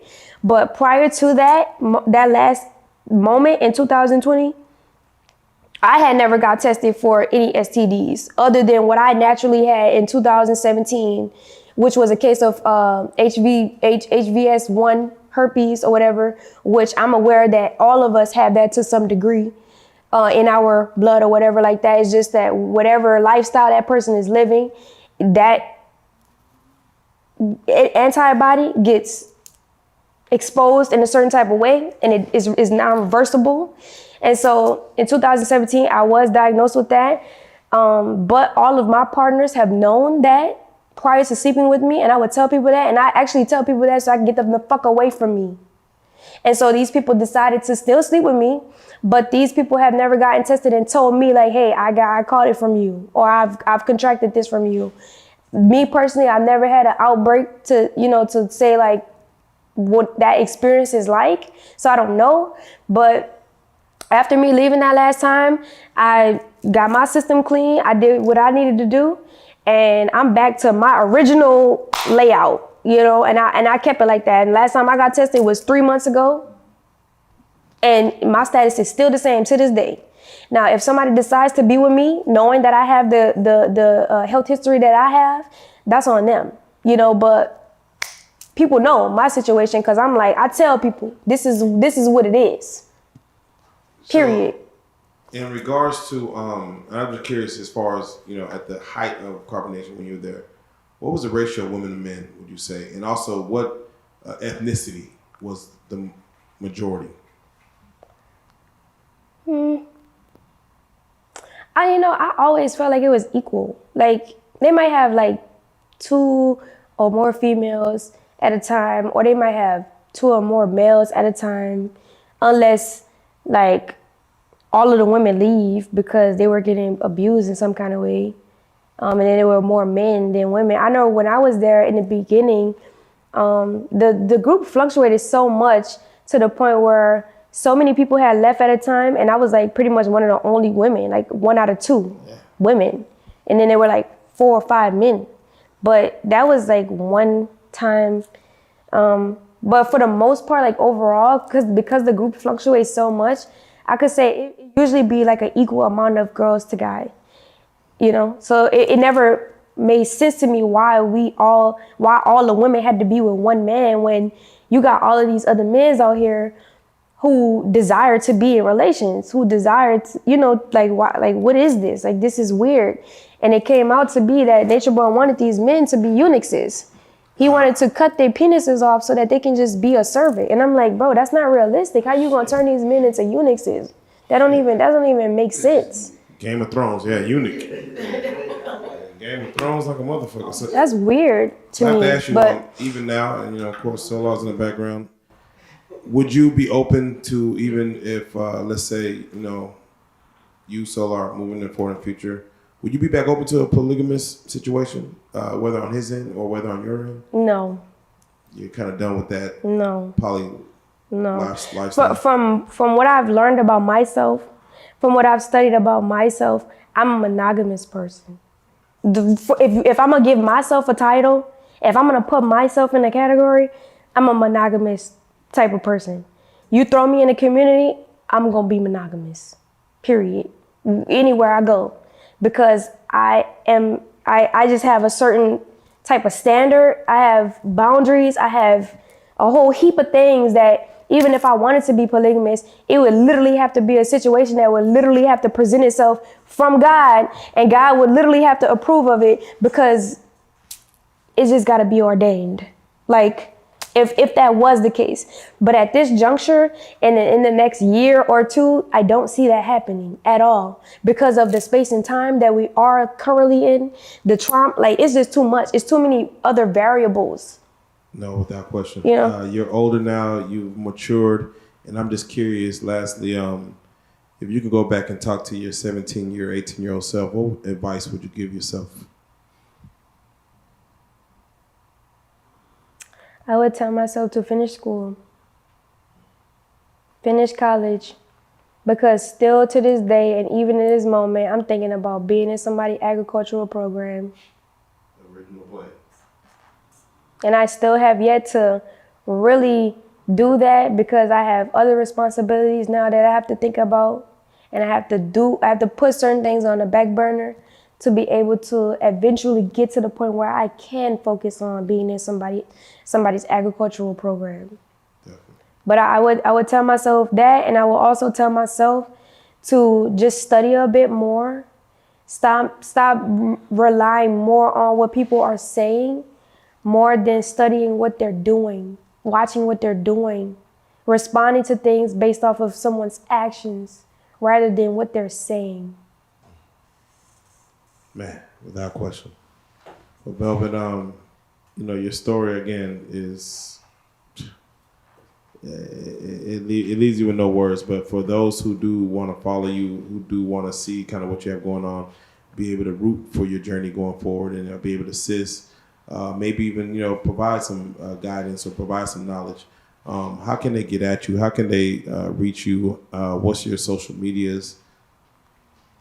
Well, my Instagram is one thing, but I really want to put my YouTube out there. Let's focus on that. Yeah, Creole.femininity. New Orleans is considered Creole, so that's why I got the Creole _femininity, Creole.femininity. But I will tell people just to be aware of scammers because people have made multiple YouTube channels of the same name, and femininity is spelled different, maybe 2 I's, 2 N's, but Creole is spelled correctly and femininity is spelled correctly for my platform. Just make sure you have that period in between Creole femininity. But that is where I put the most of my content on, where I speak from, where I unravel, where I purge, where I be a mother, where I'm tapping into my crafts, my YouTube. That's what Creole.femininity. Beautiful. And at this time, we normally ask any shout outs you want to give, man. Any people that you want to just kind of commend or give recognition to on your journey to this point? The first person is my dad. My dad is no longer here. He transitioned in September of last year. Condolences, definitely. I appreciate that. I'm still dealing with that to this day. I was pregnant at the time when I found out, so I wasn't able to process it as readily as I wanted to. Neither was I able to attend like his funeral ceremony and things like that. And my family kind of hates me in a sense, like some of my family, not all of them, but there's some real trauma behind me not attending, the ceremonies and being there with my family and stuff like that. But I feel like my dad was really rooting for the betterment of me and the entire situation. He went out his way to really like shake me and be like, yo, like, this is what's really going on. And I don't think if it was for my dad that I wouldn't have certain realizations that I do now. I wouldn't have tapped into my womanhood the way that I have now. And I just want to thank him, And I've said it to him when he was alive, but now it's just different that he's not here. But I also want to thank my mom as well, because my mom has instilled characteristics in me that's irreplaceable. Irreplaceable. Shout out mama. Irreplaceable. And I love my parents regardless. And that's how I felt when I was a child. Both of my parents, I love them. And of course, my other families, You took care of a lot of them. No. I'm sure they're happy and I'm sure they appreciate. Not to make it too cliche, but I do want to shout out Solar. And people be like, oh, you didn't. No, but he has really added value to my life, to the point where if we split up today, I would still be applying it to my life, like literally. And I can't say that about most of the people that I have come into contact with, and that's really hard for me to say because I don't want to trust nobody at this point. I don't want, because of what I've been through. But when it's real, it's real. When it's there, it's there. And when it's right, it's right. And this is what it is. Well said, enough said, man. I got to say it, man. To do what you just did, man, is very therapeutic. I'm glad you were able to kind of get some of this out and give it to the world. Again, I want them to digest it and understand who you are and the kind of mechanisms and how you work. But I got to say it. Thank you for coming to the couch, man. This carbonation thing, again, of course, is an overall arcing story. but to get your perspective on it, we really appreciate it. We have to say, man, you are a real life street star to even be here, and we do thank you. Thank you for having me.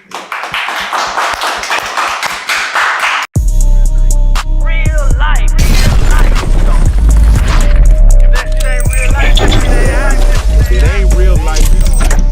Just ain't real. Real life street stars. You know what time it is.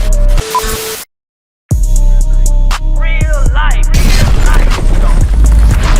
If that shit ain't real life, it ain't real life. Just ain't real. Real life street stars. You know what time it is. Real life street stars, man. We got a situation. Man, we got him in the building. Mr. Solar himself, god dang. Man, I have to say like this, man. You yourself have caused a lot of ruckus, man, on this couch alone.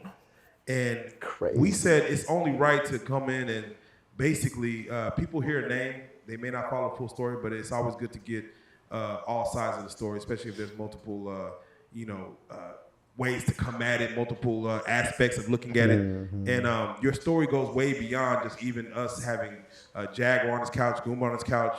It goes way beyond that. But, again, a lot of people on our platform have heard of your name based on us, doing the interview with Jaguar Wright. Correct. Who did a lot of views. Y'all, of course, eventually started doing business together, making music together. I want to unpack it like this because I want to address that first and foremost as far as even you and Jaguar's linking up, because me and you spoke prior off camera and I met you, through Jaguar and stuff like that. And your story was already interesting, but then shit hit the fan. So with that being said, first and foremost, man, Solar, your introduction to Jaguar Wright. Yeah. How did that come about? Like, I'm glad you asked that because that was my first thought. I'm like, if you think about it, like, there was a story for Jaguar to be interested in, which is how I met her.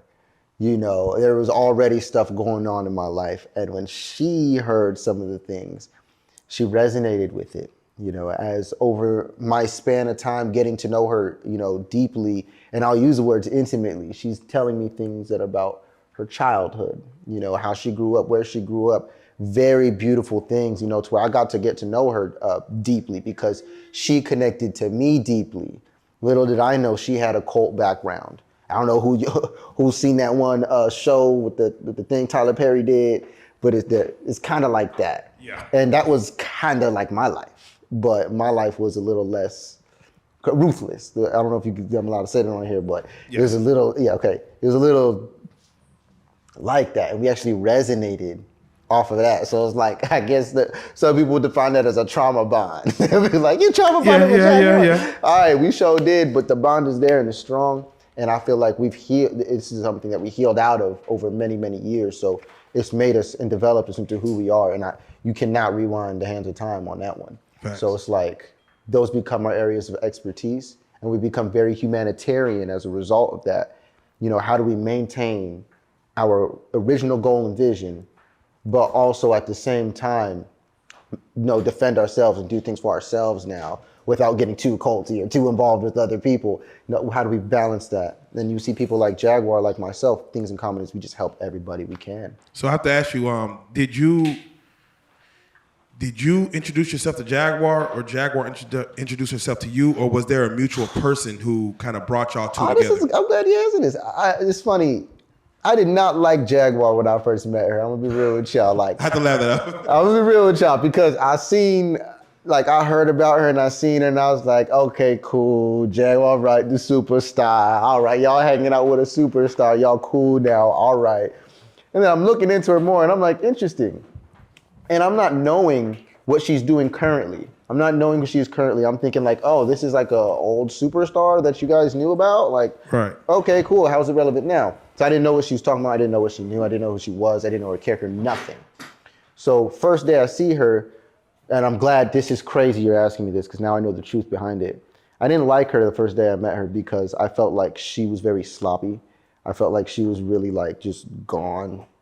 I felt like she was like dead in a sense. Like, and You gotta kind of emphasize. What do you mean? Yeah, like her energy was like, when you first met her, then. Yeah, and I was like, and I was up making music. I'm motivated. I'm trying to do this. I'm trying to do that. I just got out of a breakup with Velvet. Like, I'm like going through it. Like, if y'all don't know who that is, just who Velvet is alone is crazy, especially in my life. Yeah, we're gonna go through that. So yeah, I'm hurting at this point when I'm meeting her, and I'm doing the best I can to work out and be up and be good. And Jaguar comes in just, and I'm talking to Goomba. I'm talking to him, like being like, he cool, he up, he seemed all right, he got the tech going, he seems to be putting things together. I like him. So I actually ended up being cool with him. Me and him became very close. There you go. Day one. And then me and him, I became close to Jaguar, figuring out who she was more through him, realizing like, oh, she's like a superstar and you're running the tech for her. Oh, that's your dynamic. I'm used to that. I seen that in the cult. That was like us in the cult, but I see the dynamic quickly. So would you say that you woken her back up because again, y'all did music, as y'all met? I mean, y'all were. You got her. She doesn't do music a lot or often. You actually got her back to doing music. Would you feel like you kind of inspired her to get her back in that based on her energy being what you saw? I think that I'm a catalyst for sure. I think what inspired her though is the turmoil in her life that people don't know. While she's sitting here talking about Big L and Jay-Z and all those things, which like literally like it's facts. Just sit down and think about what she's talking about. If you ever sit down and really listen to Jaguar, it's like, and look at who she is, it's like, all right, bro, like that's too valid. Now I understand this. You can literally look at what she's talking about from the past and understand the present. So I really like her for that. What was the original question? Because okay, so go back to the original question. No, right now. Oh, just right now. Yeah. As far as, do you feel like you inspired her to do music because y'all made music together? I was a catalyst, but her pain and all that stuff behind the scenes that we're not seeing. While she's talking about all these people, she ain't talking about herself. Nobody ain't knowing what's going on with her. That's why I feel very proud to really speak on this, because I was able to witness her in person, and I know it's always been there. I was a catalyst, but she's been that artist. She's been wanting to do that.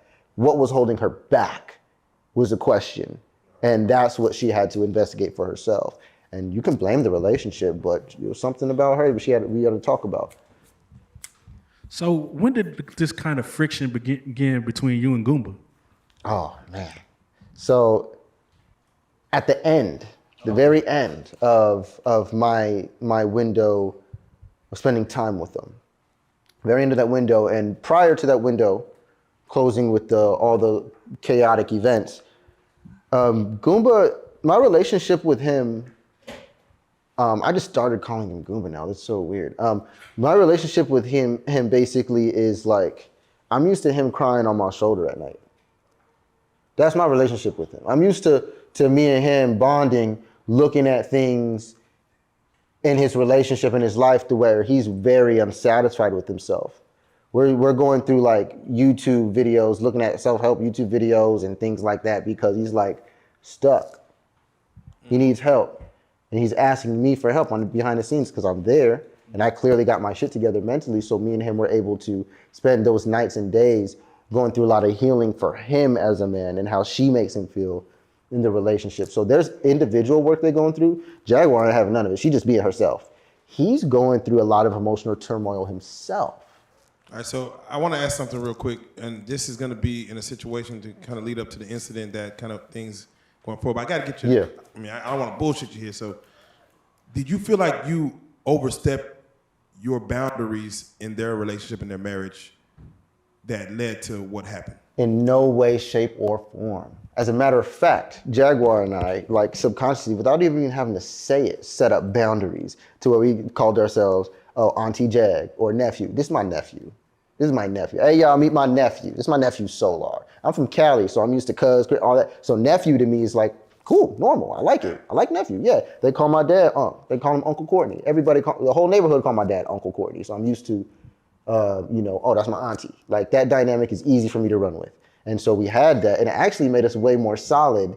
It's like, oh, we family immediately. So those terms and the ability to use those terms and be cool really made us close, And I don't think that was the issue that Goomba had. That wasn't the issue. what do you feel the issue was?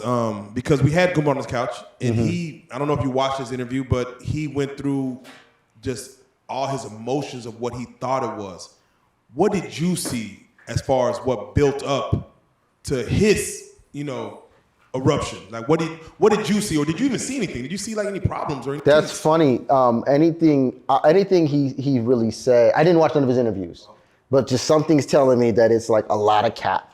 And I'm sure like it's not that big of a story, bro. Like unless your story was being like completely introspective on what you could have did and where you could have grown, like it ain't got no emotions are connected to me at all in this situation because it's not actually happening.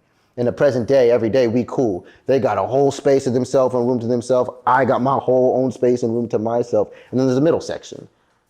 As we're traveling, like there's so much space. There's no room to even mistake things.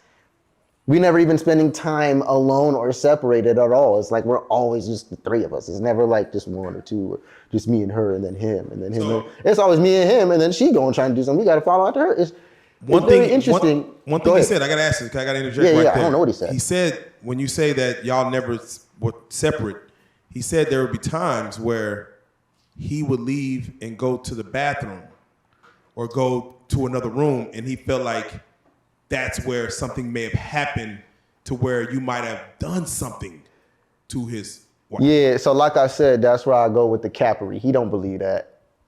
He don't believe that. There's cap, there's bullshit. And I mean, you could tell yourself a lie so many times to convince yourself of it, but we talking about a guy who's been in a straitjacket about 5 times now. And, I'm hearing what you're saying, and I don't want to go in the wrong correct direction, and I don't want to misconstrue anything. But it seems like you and Goomba had a better, more intimate relationship than you and Jaguar. God damn. You good. And not only that, it had to be that way because he's the one who's really going through stuff. Jaguar's tolerating this for years to her own detriment. And it's like I get leech vibes. So could it have been a more jealousy thing then? So what it was, because he told Jaguar this directly in the time frame. She let me know what happened behind the scenes, what they did talk about in that room when we had our separation. I'm over in my own world, like on the computer making music. I'm on live in the bathtub. I'm over here trying to get the girl who broke up with me back. It's all kind of different things I'm going through. I'm having a blast. I'm in Louisiana. The girl who I was in love with, at the time, and who just broke up with me from Louisiana, so it was really beautiful to talk about and be with. But me and Jag actually got close because I do feel like she felt I was helping Goomba out. It was nothing with her. She's good. I trust her. She's straight. I read her chart. She's good. She really don't need me for nothing. She don't need nobody. She really good. She sacrifices and martyrs herself though. And this is a commitment she made, and she's one of the most loyal people you'll ever meet. That's why she can wholeheartedly go at people, I believe, because her foundation on where she stands is complete loyalty and honesty, and I believe that. Jaguars, I don't believe she'll ever lie about me, nor has she ever. Her husband, on the other hand, is a trash can full of them. Not to be rude or anything, but I mean, people who treat their women like that, it's very hard to. Now, he kind of described you as a sort of mystic, like you have the abilities, hypnotizing and energy shifting, things of that nature. Are those your abilities? Do you claim that? Can you speak on that? What was he talking about? So this is one ability I got. Check this out. Check this out, right?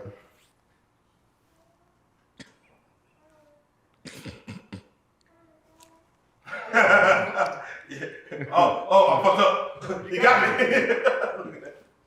That's one of my abilities. Right. And if that's mystical, that's crazy, the reason is because I've developed an extreme level of self-control and discipline in any situation to where, if I didn't handle things with a certain level of control and discipline, me and Jaguar and him could all be dead or in jail at this point, quite literally, from what we actually went through. So I don't know what he told everybody that had happened, and I'm sure he gave a certain story about it, but if I just say directly like what happened, it's hard for me to do because I don't want to put people in jail. I already been put in a position to press charges on him, and I chose not to. because I know he needs help. Right. He doesn't need to go to jail, and he doesn't need to be beaten or any of that. He needs help, period. And but how were you able to stay calm when in the, when a pistol becomes involved and Correct. the threatening of your life, or Correct. How does one able to stay calm in that type of? I don't, No, you good. That's a good question. I don't claim to be. I'm not a pacifist, so nigga try me like that, we going all the way there. Oh, you know what? And in my head, I remember in my head, I was in the back, because this day that built up to that, it's a new side of him we've never seen. And Jaguar's just like, it's the Sabbath, it's the Sabbath, it's the Sabbath. And I'm like not really knowing too much about that or what that is. I have to look that up. I'm looking that up in a car. You know what I'm saying? I'm like trying to figure out what she's saying. She's like, oh, the devil's here. She keeps trying to say the devil's here. And we're pulling over like every 3 or 4 seconds. And he's having an episode about something. And I mean, I'm telling you, I don't know who's ever drove from Dallas to Shreveport, but that's not a long trip. This was about 12 hours. Took us 12 hours to conquer that. And this is us trying to celebrate her first million views on Reallyfe, on Street Starz. Just trying to celebrate her first million views on this platform. We trying to get crawfish. And from this point on, I had maybe about 6 or 7 talks. From this point on, I had about 6 or 7 different talks with him at stops, to get the food and things like that. And she's so fed up and pissed off. She's just getting out, doing it herself, like sitting in the bar, getting a drink, treating herself, having a good time. I don't blame her. I'm sitting in the car like she's telling me, come on, nephew, let's go. Come on. And I'm like, I can't, because I got morals. I'm not gonna do that. So I'm like, it's cool, auntie, go ahead. I'll be right in. We're gonna celebrate in a minute. Me and Goomba gonna be right in. We about to celebrate with you.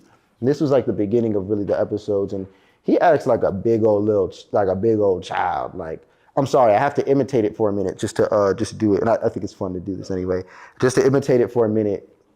It's like, oh man, we got our first million views. I want to get some crawfish. Let's try to get some crawfish.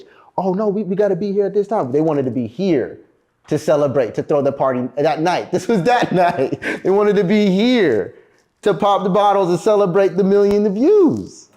And that's what we was going for. We wanted to be here. So we're like, oh, we got a schedule. We got to leave at this time. We're already kind of late. We already doing other stuff, and it's fine. So it's like, let's reroute. Let's get there. I think maybe ex-military or something kicked in. I don't know, but he just became so like robotic to where he wouldn't let us just get crawfish and a drink before we left. She wanted a green tea martini, a green tea something, and some crawfish and some beignets. That was it. And each time we stopped, I had a talk with him, and the episodes would be like this. He would be basically, let's stop right here. And then he'll be like, we don't have time for that. No, we can't do that. We don't have time for that. We gotta be here at this time. We gotta be there. And we're like, okay. I'm like, I get it. I'm like, okay, we said we had to do that. I get it. He's not been acting like this the whole time I've been with him. So there's a switch here. He's not been acting like this at all. I've been with a mature, grown dude who we doing tech together, doing self-help, emotions, real healing. I'm with a human right now. At this point, something switched, and I didn't know his condition until this point. Then I learned his condition, why he takes medication. I learned it at this point and why he takes his medication. Now I experience the other him at the end of our trip. And pretty much it's getting almost violent to the point to where there's times where the gun is out and all he's sitting there doing is just like modifying the lens and everything. And I remember I had a gun, I took it from him one time and I had it and I was using it and I was like, okay, cool. All right, because I know how to use guns. And I'm taking it apart. I'm like, okay. I'm like, bro, this is all the way off. This is like all the way off. How are you going to protect it? He's like, bro, yeah, I was going to fix it later on today. But he's sitting in a car every day just like twisting it and playing with it. So I'm knowing this is a menace. I'm knowing that this is a menace. This is his wife. This is his comfort. And he will not let it go. And it's just a threat that's public out there in the view that is just always there. And as he freaks out, where do you think his hands are going as he's freaking out and yelling? Every time. This is repeatedly. I've thought about do you know how many times I could have took it and did this and did that? I thought about so many times grabbing it, walking out the car, doing everything I need to do, be like, get the fuck out the car, nigga. Like, come at me, I'm busting your legs. Like, I've thought about, so because I'm protecting Jaguar, myself, I had to come up with these scenarios. I'm literally like in the car for hours, consoling the dude, learning as much about him, really trying to emotionally heal the shit so it don't turn into nothing. So it don't. Let me ask you a question. Yeah. So in the interview, he says that you started massaging Jaguar.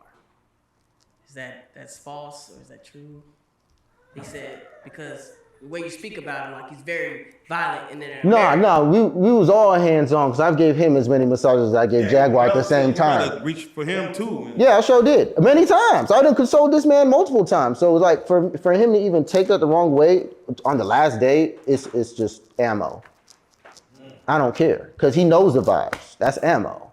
So now I'm helping him more than man. What? Yeah, I told them they need to get actual massages if you really want to get down to that. The way I'm seeing the actual triangle of it, of course, you're there helping him, and Jaguar is thankful that you're there helping him. Yeah. He's there wanting Jaguar, but she's more kind of focused on you. He ain't And I don't want to say got she's no focused on you, problem. but it seemed like it's trifecta that just the energy was all just going around. It's not. It's energy flowing, and then there's a brick. There's a block. There's somebody who chooses not to work on themselves or look at themselves for anything. Period. You got a mature adult, and a child is what you have. Mentally. This is Call of Duty turned real. He plays Call of Duty so much. He plays Call of Duty so much that he had to get the gun from the game. He's not even supposed to have a gun. So, this is a toy for a boy. Jaguar points it at him. He points at himself. There was that whole, So you're there seeing this and like toxic relationships. This was the end. Like at this point, we got out the car. I'm ready. I'm like done. I'm like this nigga can disappear at this point. Yeah. At this point, like because this was the last one where I felt like I'm gonna have to get physical. Someone's about to die. Yeah. Someone's about to die. Yeah, he just put one in the chamber, made sure we all knew about it, pointed it at her, pointed it at himself. I'll kill myself. You want me to kill myself? You want me to kill myself? And now he's pointing it at her. We're going like this, trying to give her the gun, saying, "Oh, shoot me. If you leave me, you might as well just kill me. You might as well just kill." Okay, so I know that he's not a bad guy. He's hurt. Now, at this point, it's like you hurt. You know, Goomba's not a bad guy. People don't know what Goomba has going on genealogy-wise. They don't know what he has going on societally. They don't know what has going on mentally, conditioning. I do. What he's battling, what he's fighting. I know. So even when it gets down to the worst of the worst, I'm still hugging him saying, "Hey, bro, I love you. You need help. You know you need help. Stop this. Go get help. Go get help." One question on Shreveport, how that ended was, he said that, and that wasn't Shreveport. That was after Shreveport. Yeah, after Shreveport. I was just on the way about. trying to get back in the situation. But I got to ask about Shreveport before we get to, the barbershop and stuff like that. And then we can go back in on the gun situation again. Yeah, that's where I'm at. So with the gun situation, my only thing is, for you, there are some times to where when you see a toxic relationship and you're, let's say, a third wheel on this road trip. Correct. Yeah.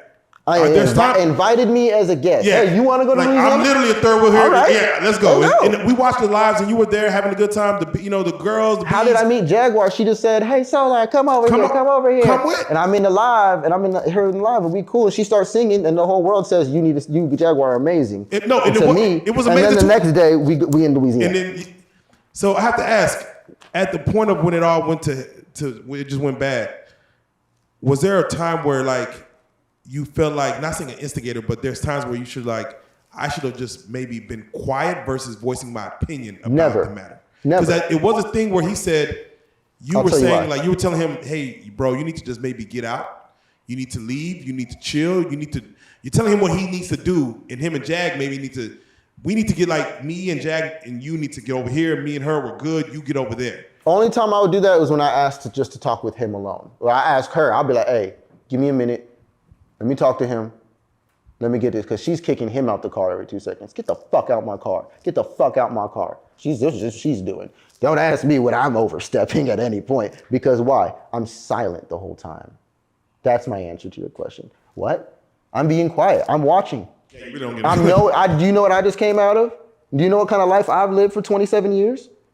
I don't even really care that much. This is already done.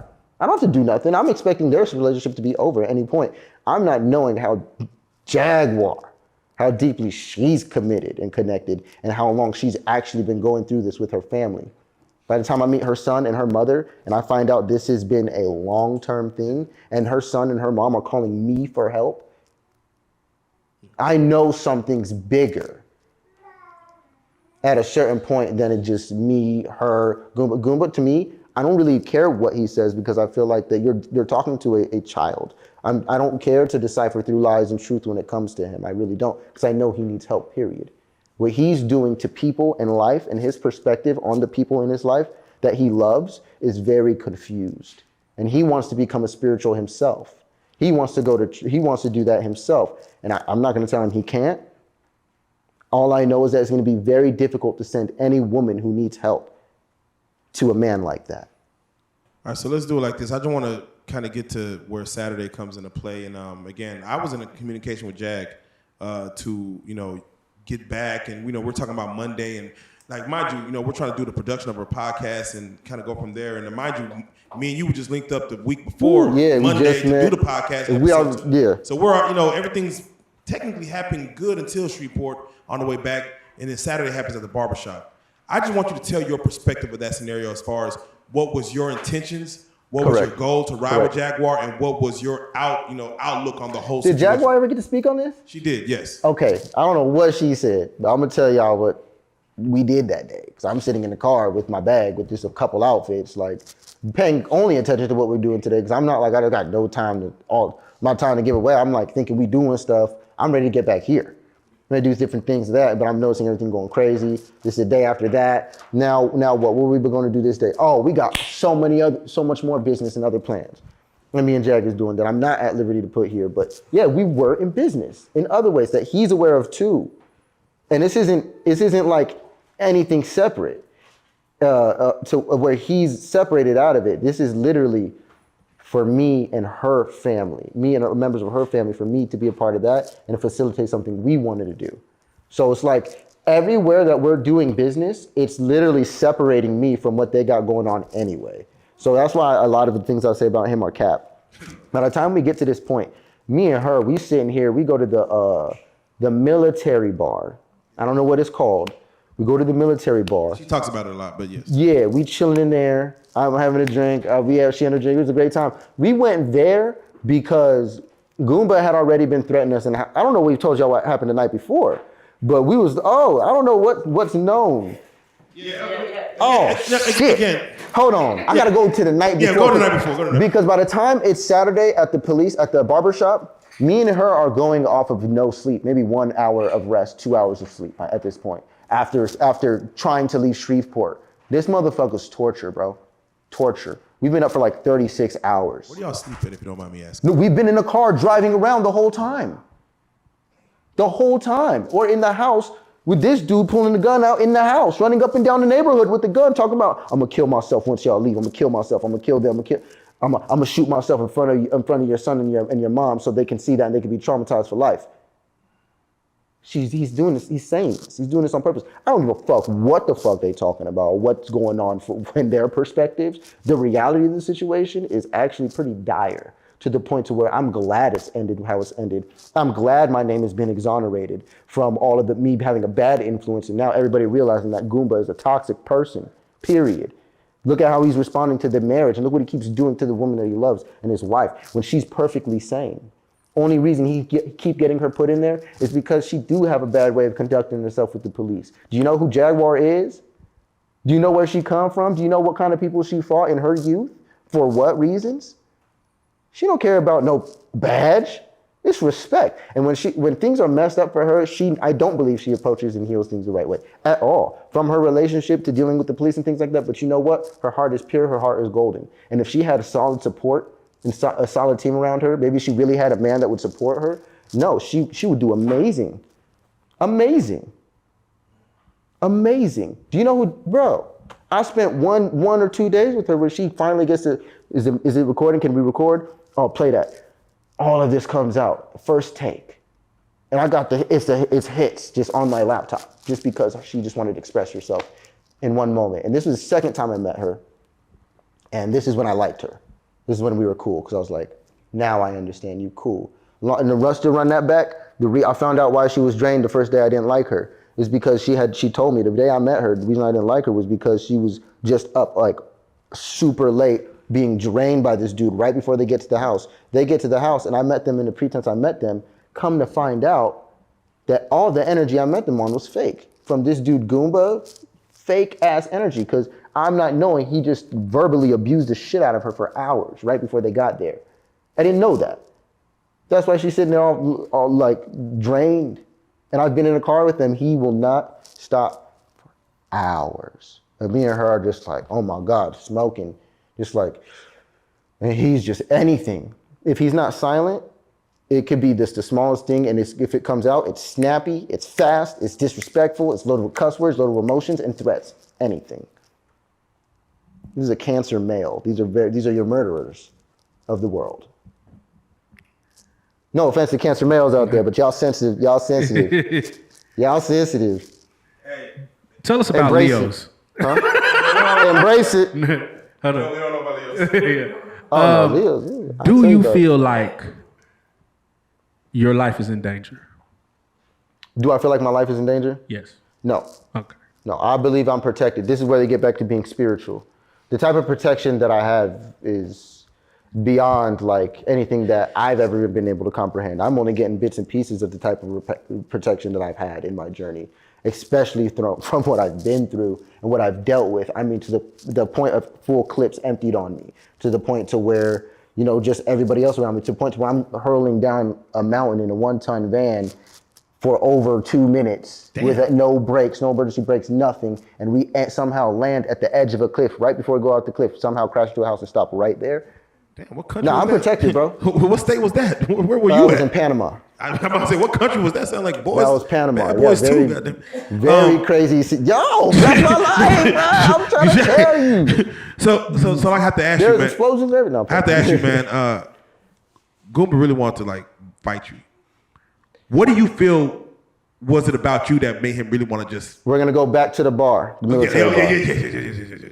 So back at the military bar, me and her are there after he's walking up and down in and out the house. We tired as hell. Walking up and down, she's trying to get a haircut. She really do want to get a haircut. We're really trying to plan to get a haircut because we want to all get together and go to an event. We want to go do something together. You know, just want to do something. And so we're trying to mend everything with him. Everything me and Jag are doing is me kicking it with Sam, getting to know Sam, her like getting certain things together so we can proceed like on our next expedition because we don't know what's gonna happen. Stop at the house, prepare everything. We're hoping like he's there. We know he's there. We're waiting to see him. He's mad, walking around with a gun, hoodie in, this, that, smoking everything and anything, like just saying, I actually have I recorded it on my phone just because it was so much negativity. He was so volatile there. I thought Seth was gonna fight any minute. I thought it was gonna be violence in the house any minute. So I actually recorded it on my phone, but I ended up deleting it later because I was going through my own thing. Like I want nothing to do with that stuff, like all kind of things like that. And it was under the guise of me and Sam just talking. I'm trying to keep Sam cool. Sam being Jag's husband. Jag's son. For those who don't know. Correct. Yeah, and he's a very sensitive mind. So as I'm talking with Sam, I'm trying to like get him into his passion and his flow. He's showing me his art. We're going into the art. We developing art plans while there. He is just saying the most evil things to his wife. And this is his mother. And her mother is right in the other room. And she's just like, now I know how she is because I talked to her. She's like, oh my God, we are not safe. We got to get out of here. If I'm not safe, Jag ain't safe. Sam ain't safe. Jag's mom ain't safe. There's a lot of people who ain't safe if I ain't safe because Goomba don't like me. I mean, look what he do to his wife. I'm not worried about that. I'm not worried about him. Whatever he got going on, he's his own worst enemy. He should really be, protecting himself from what he's done because the truth has a funny way of showing up regardless of who. So ultimately, I mean, the energy that he's put out is coming back to him in his life. And I don't want to put that on. I'm just saying like Jaguar about to come up and blow up like on some Job stuff. Like, oh, yeah. Look like she lost everything, but bro, no. Yeah, there's always a second or third, even a third coming.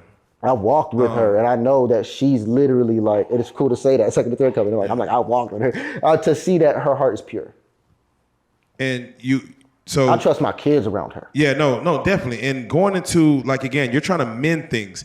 Even Saturday, it looks like you're trying to mend things still. It looks like it's we're going to mend calling things. him to meet up with us. We're calling him to meet up with us. He's blowing up the phone with all kind of threats and negativity, whatever. Even my phone. He would blow my phone up ridiculously, and I answer, and I'd be like, bro, it's cool. We're friends. Stop. Did you forget?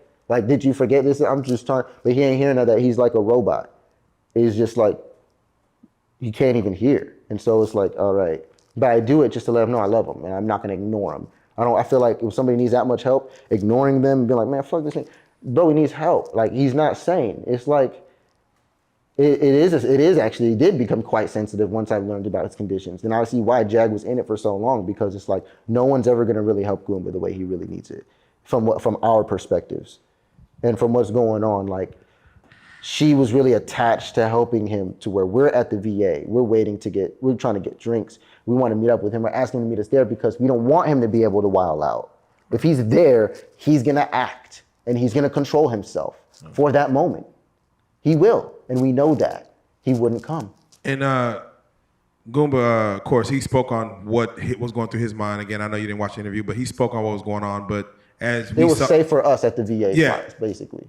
Is what we did that for. As y'all pull up, he was walking, of course, getting to the barbershop. This is after the gun in our face. Yeah, this is after all that. And we still fucking with this. And again, I will say this. Again, and just to speak to you and what we're seeing, because Jaguar goes live, everything is to mend things at that moment. And I just want to ask you this, because everybody can go watch and they've seen the video of what happened and kind of you pulling up and making sure the phone's recording and holding Jack's phone and just making sure that everyone's protected. And none of that was planned. What happened? Yeah, it doesn't look planned. It's like we're here. Yeah. Jack, you're there with her. Again, you're giving us the inside story, but again, we understand now why you're with her, because it is to mend things.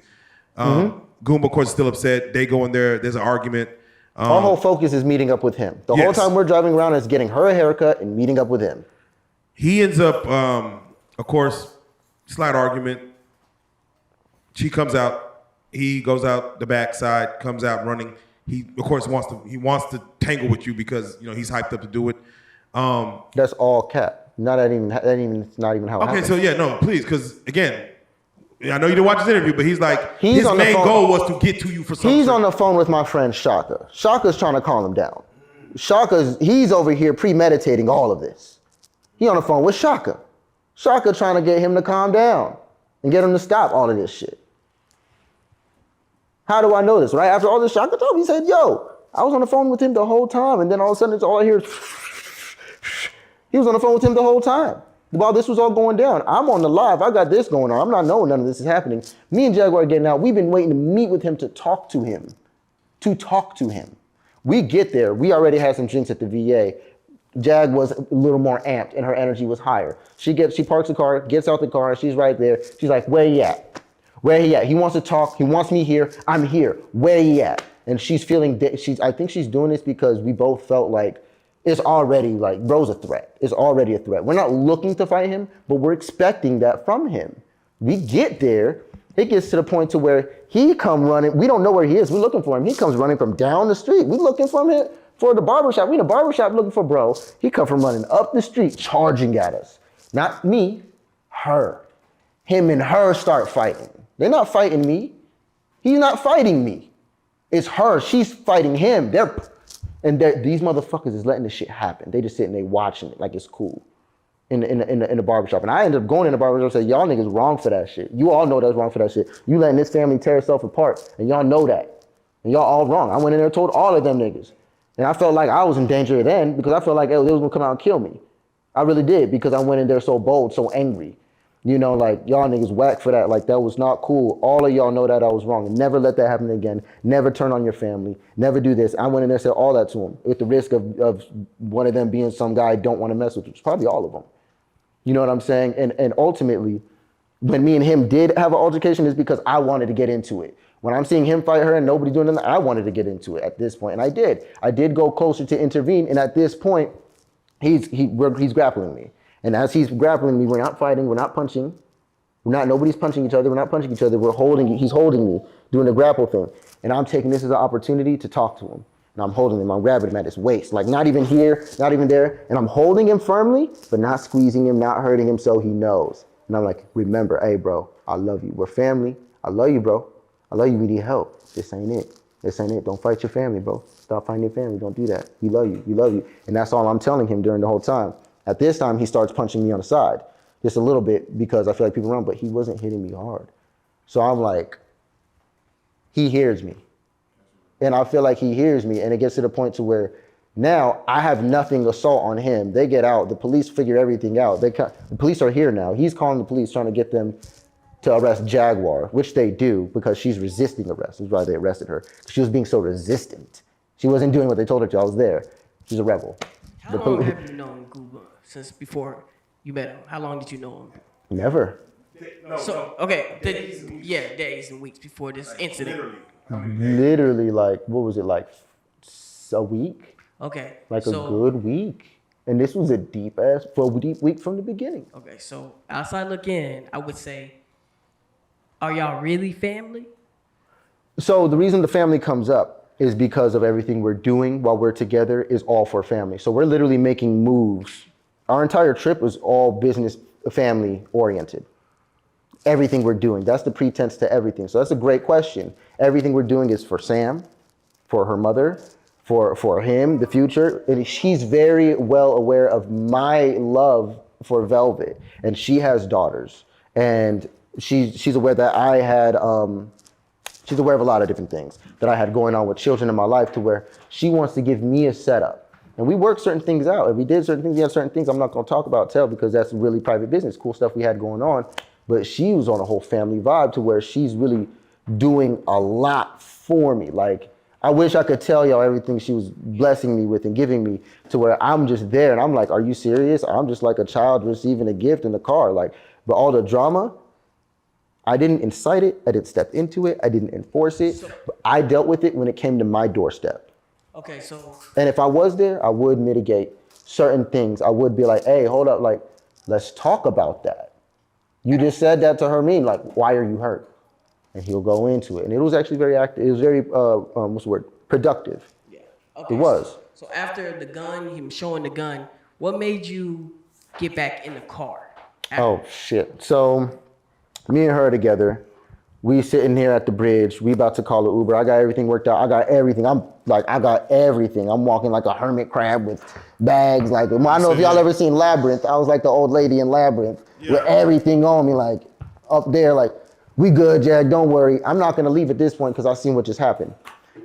She's telling me, we're done with that. We're not doing that no more. We're gonna find another way to move forward. She's no more, none of that. She said, last time I told him, that's the last time he pointed a gun at me. If he ever pointed a gun at me ever again, then it's over. And I told him that. And he just did it. He just did it again. And so it got to the point to where we're sitting there, we're waiting for a ride, but we're like so far from anything. It's gonna take like a minute for an Uber to pull up, like 30 minutes or something. We about to hitchhike. Damn near, we about to go out there with our thumbs up, real talk. Because there's a better chance. We're at the spot we're at, there's just nothing there. Right. And so we talk about it and we're like, he's in the car with that gun. He just left. He just threatened to kill himself multiple times. You seem sane. We're outside the car. We're like, bro, we both like are here. We're both present. Like, let's go help him out. Let's go home. Let's go home. We go back to the car. Hey, I go talk to him again, like, hey, it's cool. We love you. We just want to get home. We just want to go home, this and that, this and that. It's all cool. We can deal with everything there. We can get the medication when we get home. We can all be cool again, this and that. It's all good. We love you, bro. Boom. We put the stuff back in the car. We leave. Me and her under the pretense that we're doing this for him. We don't want him to hurt himself. And I'm at a point to where I don't give a fuck. And I'm at a point to where I hope I don't have to hurt him. And I'm thinking every 2 seconds as I see this gun, I'm like, it's too easy. And like, he's too easy to take it from. I ain't gonna cap. Like, it's always just there. He has it out all the time and he doesn't pay attention. He in the back again. The reason we got home was because we asked him when we got back in the car, if the condition was he sits in the back seat, Jaguar drives, I sit in the front seat. And we just do it like that. He went in the back seat and he accepted it. He went back there and he went to sleep. He got some rest. He was very stressed out. It was hours and hours and hours. He went to sleep. And he's sleeping the whole time. We get home.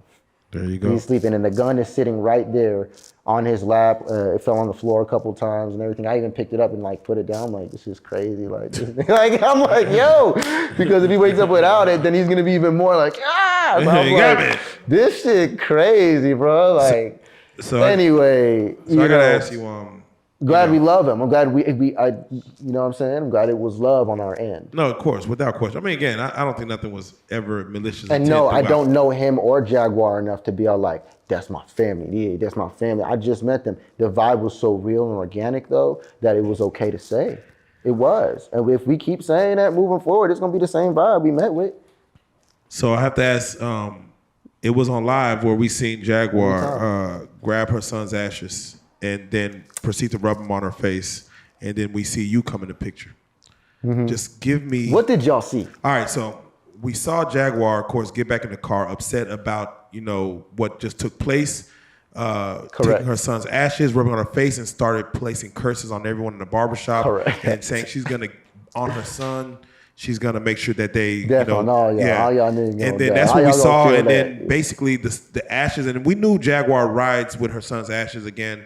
Her son, Giovanni, we knew this, right? Well, I didn't know this. No, let me say this. I personally knew that.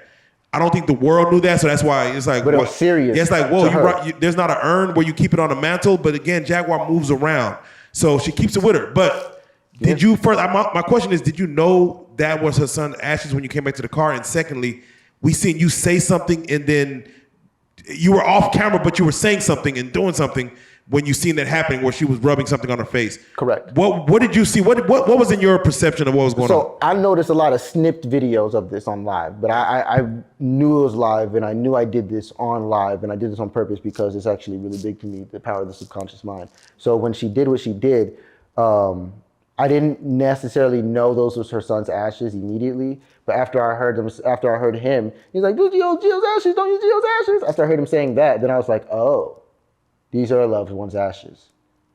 Okay, and she's grabbing them, she's rubbing her face. I'm going over to her like, this is after everything. I'm going over to her like, it's cool, like, let's go. Let's get out of here. Let's just leave. We're done with this. Let's go. Let's just go. And the police are coming. Where I'm aware all the police are coming. I'm like, let's get the fuck out of here. We've been drinking, this and that. It's not looking good. Let's get out of here. And so she has the ashes and she's ignoring me. She's seeing right past, she's seeing red, as they say.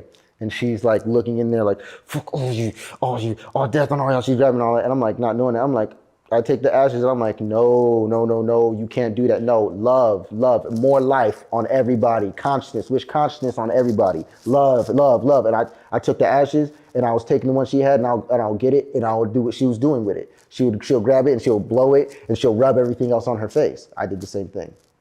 And so, but I did it in the name of love. And I felt like it was very important, very spiritual. And I feel like she appreciated that, like subconsciously, like whether anybody knows or anything like that. I don't think she'll ever, she's never had a problem with me since. She was like, hey, why did you do that? I was trying to curse and kill him. She ain't hit me with that. It was like, I wanted to put something back on that spirit, if that's what that was. If I'm not spiritual like that, but I feel like if you're gonna play with that shit, I'm gonna do it in a way to where it doesn't come back on us. Right. In me. You know what I'm saying? So yeah. That's what happened. That's what actually happened. No, definitely understandable. And of course, just to she did calm down. Bring Jag to a full circle. She ended up going to I guess you could call it mental hospital, mental institution. She stayed there for about a week. She got out. She brought Legina Holt down to Dallas.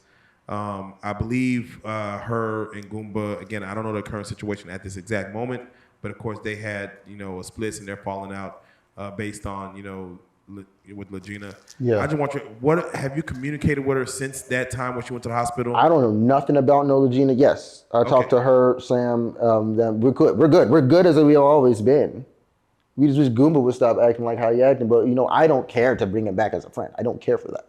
I don't care to bring him back into our lives. I'm not looking for that. You see what I'm saying? But we never had an issue. We've always accepted him and all the bullshit that came with him.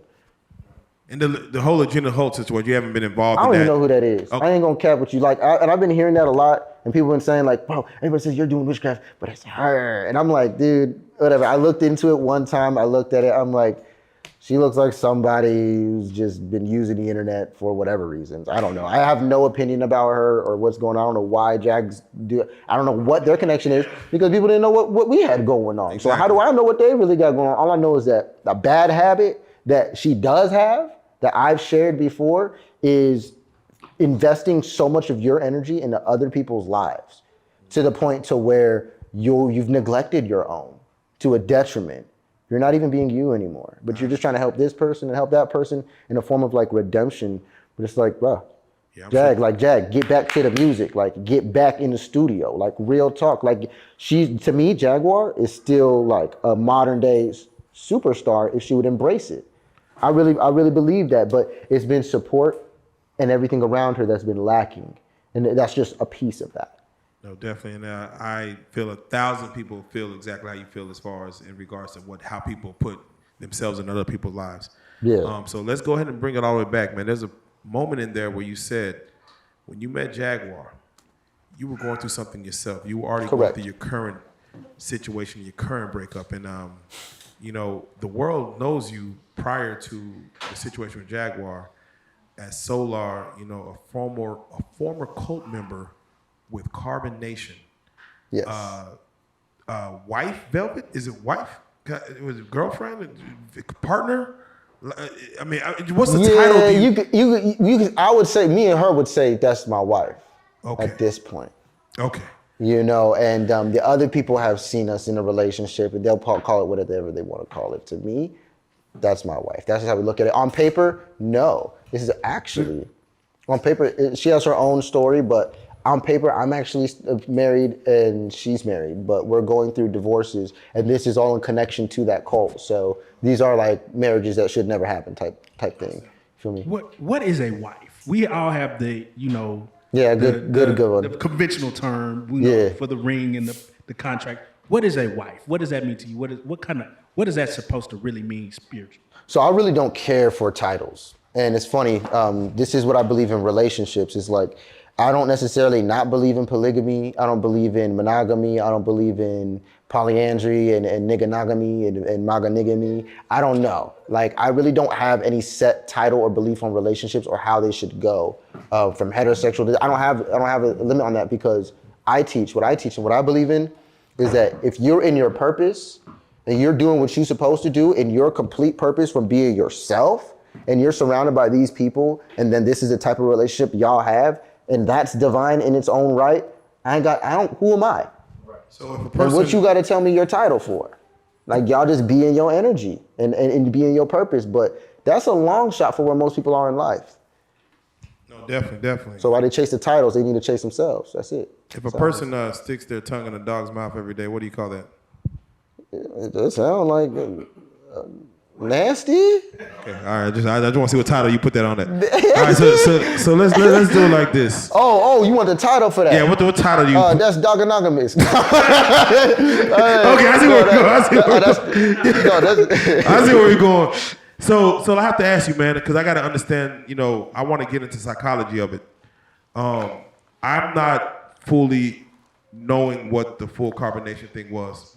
When I first met you, someone put me onto that, and then of course I seen you in videos that was part of that, and I was very new to this even existing, me personally. Correct. Yeah. Since then, we've seen more and known more. Jaguars brought it more in our life.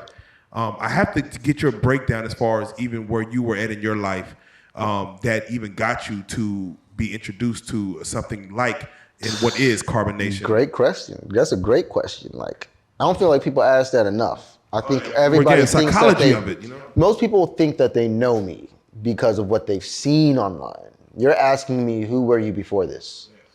And I don't feel like people ask it enough. And I think if I'm gonna put that in a nutshell, is that I've been very depressed as a child, many years of my life. I've moved every single year of my life.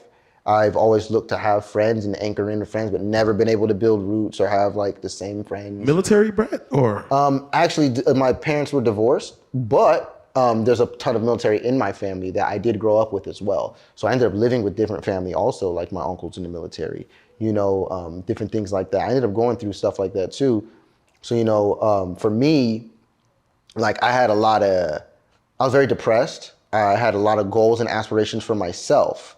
And I was so active. I was dancing. I was doing music. I was doing acting in this programs. I was in that program. I was at ROTC. I did water polo. I did football. I did everything. You see what I'm saying? Because I'm just like an active, like lively person. And I'm so deep in the community. And my friends, like outside of school, everybody's kicking it with me. Like when I would leave a city, they'd be like, bro, everybody stopped kicking it. You were the glue. Like the moment you left, like everybody stopped kicking it. Like nobody come outside no more, like stuff like that. And I'll be like, damn. And when I go places, I don't know that because my house is the hub. People can come through, whether my parents ever knew about it or not. My house was always the hub where after every Friday to Sunday, the people from all the different collectives and cliques, they can get together with me. And I've been like that with my whole life. So because of this, I've never had like a color. I've never had a culture. I've never had a class. I've never had any of those things because I'm cool with all of them. And I've lived with all of them. Like I've been in the dirt, you know what I'm saying? And I've been working with bankers, white people and stuff like that. I've done it all. Like I've done all of that. So me growing up as Jehovah's Witness and then transitioning through multiple religions, I pretty much always had questions. And I never stopped asking questions. And to the point to where I'm being called the devil. I'm being kicked out of houses, being called a demon. This is You've questioned God in the Bible? No. Well, what would happen is I'll be studying like something like electromagnetism, learning how lights work and something. And then somebody in the house would be one of those Bible thumpers who's like, doesn't really understand the Bible, but uses it for everything. And this is my own family. They had literally kicked me out of the house because I was studying electromagnetism, which is what light is. Yeah. And looking and researching Nikola Tesla. So I'm a devil now. I'm the demon. I know astrology. I understand how celestial energy works. I know how source code works. I go deep into all kind of metaphysics. To where I've asked so many questions. If I ever present these questions or ask the wrong people certain questions, in my youth, I would get a repercussion for that. I wouldn't get an answer. I would get a punishment. And do you look at life just more from a spiritual standpoint or a scientific standpoint? Well, I see spiritually and scientifically all the time. So like, even if I was to go into my own energies, my own astrological energies, I see things for what they are, and I see what's unseen. I hear everything you're saying, but I also like know everything you're not saying, like at one instance for me all the time. So as a child, you got to imagine how I am, like feeling everybody's vibes, how they really feel. It shut me down. It made me very depressed, regardless of what was being said over my entire childhood, to where actually when I had seen the dude Eligio online, who's a cult leader of, many names, but had carbonation at one point, many names. I had seen him. I'm like, he knows what I know. He's talking about life after death. He's talking about cells and biology. I love biology. So A pluses in school on that. You seen him online first? Yes, I seen a video of him, and it was like it was a video, and he was talking about life after death, and he was saying things nobody else says but me. So I'm like, fuck with bro. He's different, yes, and he's saying it proud. He's a black man with a shirt off in the mountains. And the biggest factor to me was I'm known as whoever seen Fight Club. Y'all seen Fight Club? Yeah. I'm thinking that's the route I have to take. I'm thinking I'm gonna have to turn. I'm learning about the world. I'm about to go this route. I'm asking questions. I'm like, man, we about to make some fertilizer. I'm about to figure something out because this is wrong. The system's wrong. But I seen him and I'm like, yo, I don't have to live in the system. I can literally go live in a tropical. Why didn't I ever think of that? And then I looked at how much it cost. And I'm like, why aren't we already doing this? It's cheap. I'm not knowing these things. I'm knowing only fear. I'm coming from San Diego, California. So I'm like, TJ, Mexico, mafia, you're dead. Mexico equals death. Mexico equals gangs, death, outlaw, never go there, especially if you're colored. And the truth is quite the opposite of that. Black people are worshipped in the Americas. It's very interesting to me what we were taught versus what the actuality is. And when I started learning this, I just shifted everything from like really being depressed and like kind of giving up on the world and to switching to like, hold on, there's hope. I can just go be happy over here. And I can just live in nature. And I'm thinking I'm gonna be butt naked in the jungles every day eating mangoes. That's literally what I'm thinking. Wanted? Yes. I did not want anything to do with the system. From where I was at this point, this was about what, 5 years ago? From where I was at, I had just started engineering and recording my own music. I just left interning for Mike Will. I was working in the PBM studio in Marietta, Georgia, and I was working with A+, 30 Rock, Ears, a number of people. They the ones who teach me how to make music. DJ Tukey, I would sit in there do sets while he practicing his sets. I'll be in there like listening, watching, and then dancing, turning up so he could see how the crowd would react. And I was having a blast, but I was working for free. All I did was keep the whole place clean. I had the keys, everything. I'm letting these niggas in and out. So first time when I meet Mike Will, it's a funny story. I'm glad you said this.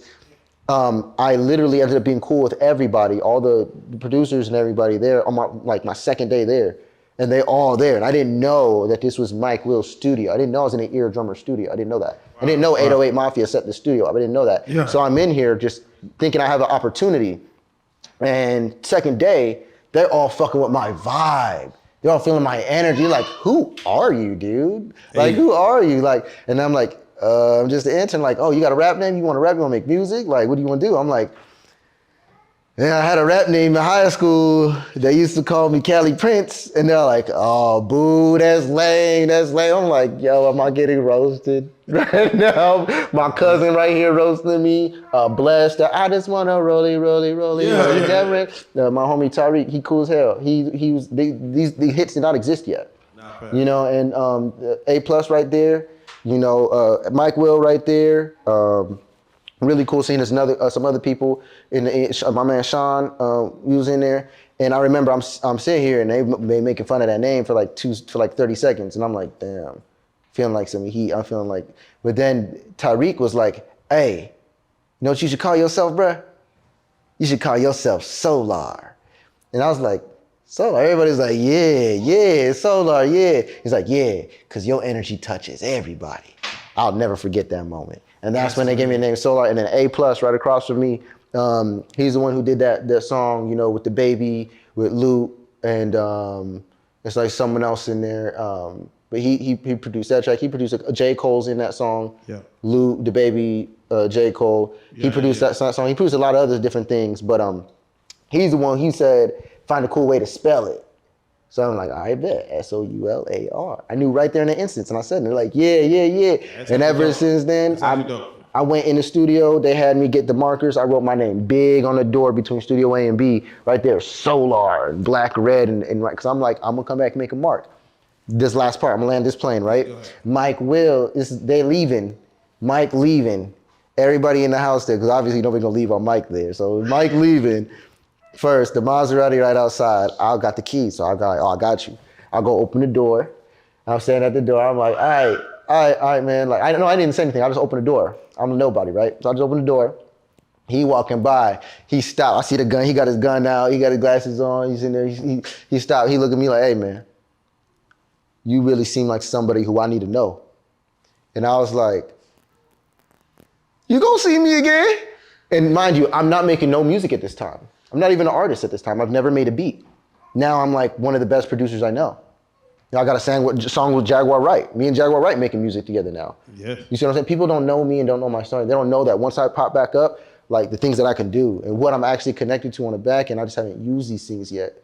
So like I chose to extinguish all of that and go extremist, and I threw all that in the trash and went to the jungle, bro. What the fuck, man? OD spiritual. Mind you, I had just got a $5 million contract with another guy working with a dude named Jackson Wayne, Korean dude, who coming out here to make some American music. I got a deal as a producer, and my passport came in at the same time, and I was like, fuck that money, that's the devil. If I take that money, I'm gonna die anyway. So it was the contract and the passport, and you seen an option between the two. And I was like, I'm getting out of this system. This is coming from years of depression. I don't care about the money. I've been rich. Most people want the life that you're about to see over here with those guys you're with.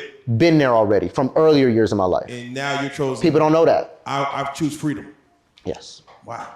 I've already been there. I've had all the money. I smoked 24K gold blunts every day. I done had trash bags full of weed by my feet with the newest systems and the newest laptops and everything. And I had all that already. I have my own spot, Vegas, all that stuff. Like I did all that already. It comes quick, it goes quick, and it doesn't mean anything. And I got most depressed when I had the most wealth.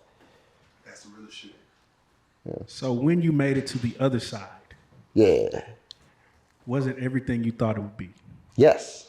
No. Scratch that. Fuck that. No. And this is why. When I got to the tropics, yes. You felt the vibe. I seen the area, all the energy, the food. Yeah, 100%. Even when I get there, I'm like, it looks good. It looks good. My disposition was that I just finished listening to this dude, Moose's album, on repeat for like 8 days. And this nigga's like, not that long, I'm exaggerating, but I'm listening. But for this trip of me going from the States to Mexico, I'm listening only to this album though, for real. And it's just like, I'm listening to it over and over and over again. And it's just like really good music. Like realistically, it's like a lot of it had really, really good messages in it. But by the time I get there and I meet the dude, and it's cool, the next day, the guy whose music I was listening to, he got a backpack on talking about, I'm about to leave. I'm like, hold up, I just got here off of your album. I brought my computer to make your music. And you wanna leave? I'm not understanding like that there's drama going on that I don't know about here. I'm thinking that these guys are angels. I'm thinking these guys are all like, just heaven sent. And I'm thinking by the time I get there, I'm with them guys. I'm with the elites. I'm with the people they know, the knowledge they talking about for real. Man, I get there, these people don't know, they don't know knowledge like that. Eligio knows knowledge, I know knowledge. I'm going there like, y'all lame, hold up. This is my first thing I said to him. I'm like, hold up. Y'all lame as hell, because I just finished listening to all your music and now you're about to leave? Hold on, man. Like, you guys don't know the knowledge. Y'all don't know what's really going on. I didn't fuck with him after that. And I was basically got up. The dude, the cult leader, he said, look, man, you're right, but they don't know you right now. They don't respect you right now. Save that for later. And I pretty much just sat down and I started to bite my tongue from there moving forward. But I was already not fucking with like the people because I felt like I thought they were gonna be these super righteous elite people and they ended up being regular people. And it made me like, I felt played in that sense, but I was okay with it. After a while, I was cool with it because he was still there and I was still there. We still gonna take off. And bigger than that, I actually didn't really care to even join their group. How that happened, it happened when I was already going to Mexico to be on my own with my own tribe. Right. They ended up inviting me in the process of me doing my own thing. And I went out of invitation. Paint the picture for me real quick. How many members were there of Carbonation at the time of your arrival? And also, what was Carbonation to you as you pulled up to it? I thought that Carbonation was actually gonna be like hella people. Because I'm not knowing the time zones. I'm not knowing they're in Costa Rica here, they're in Belize here, they're in Mexico here, and they're here. I ain't know that. I don't know where they be at. So I'm actually thinking from the past scene that it's hella guys. Like it's a bunch of guys. I'm about to have brothers. I'm about to have, friends. I'm not thinking about the women like that, or getting a bunch of girls. I'm really not. I'm like, I'm about to have brothers. I've always wished for brothers. I have one older sister, and I've always wished to have brothers. Never had a brother. So I'm like, I had stepbrothers, and ever since I knew it's like that brother, so I always want to have brothers again. And I'm okay with them not being my actual blood. So I'm thinking that it's gonna be this dude Azul's gonna be there, this guy Tron's gonna be there. I think all these guys are gonna be there. They're not there. I didn't know that. There's other people there who's there. I'm not doing the drama research. I'm just literally watching videos about knowledge and then just resonating on that, mastering astrology, teaching myself astrology. That's it.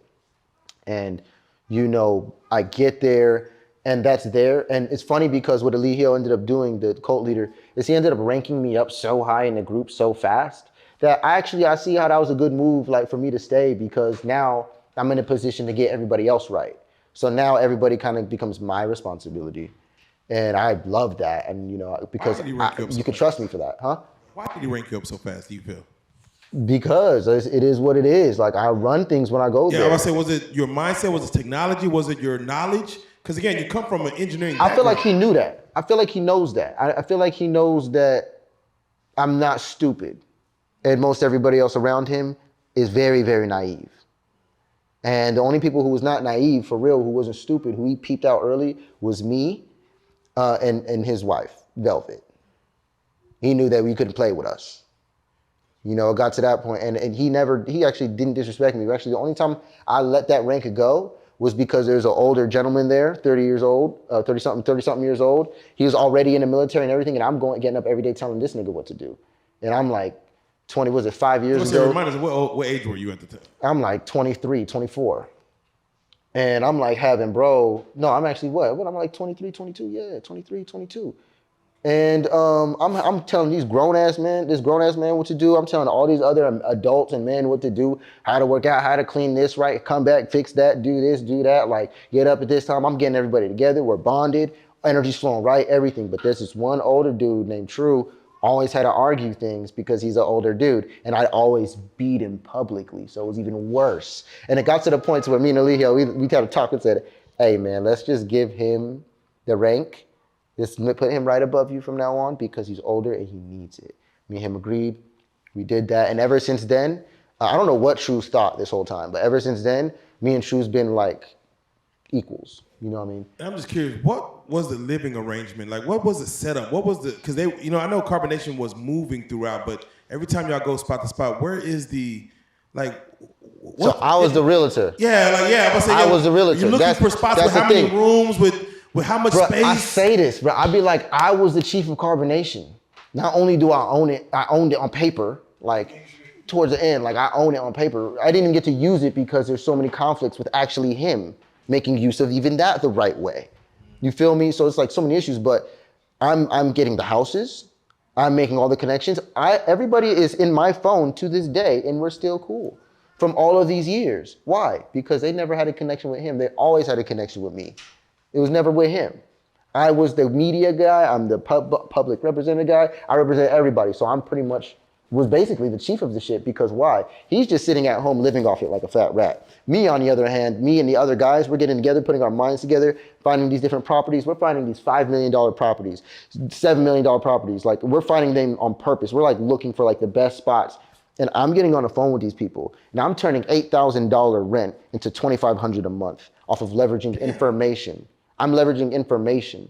I'm leveraging knowledge about crypto, the markets, the world, when you're gonna be getting this type of influx on this. We can Airbnb that, we could do this, we could do that. So I'm able to work things out. And I'm doing this Panama, multiple houses. I'm doing this in Mexico, multiple properties. We're gonna get a village in Mexico. I actually had just did that, did a nice trip on that. When I had go to Hawaii, we was doing Hawaii. We did Hawaii, Costa, what did we do?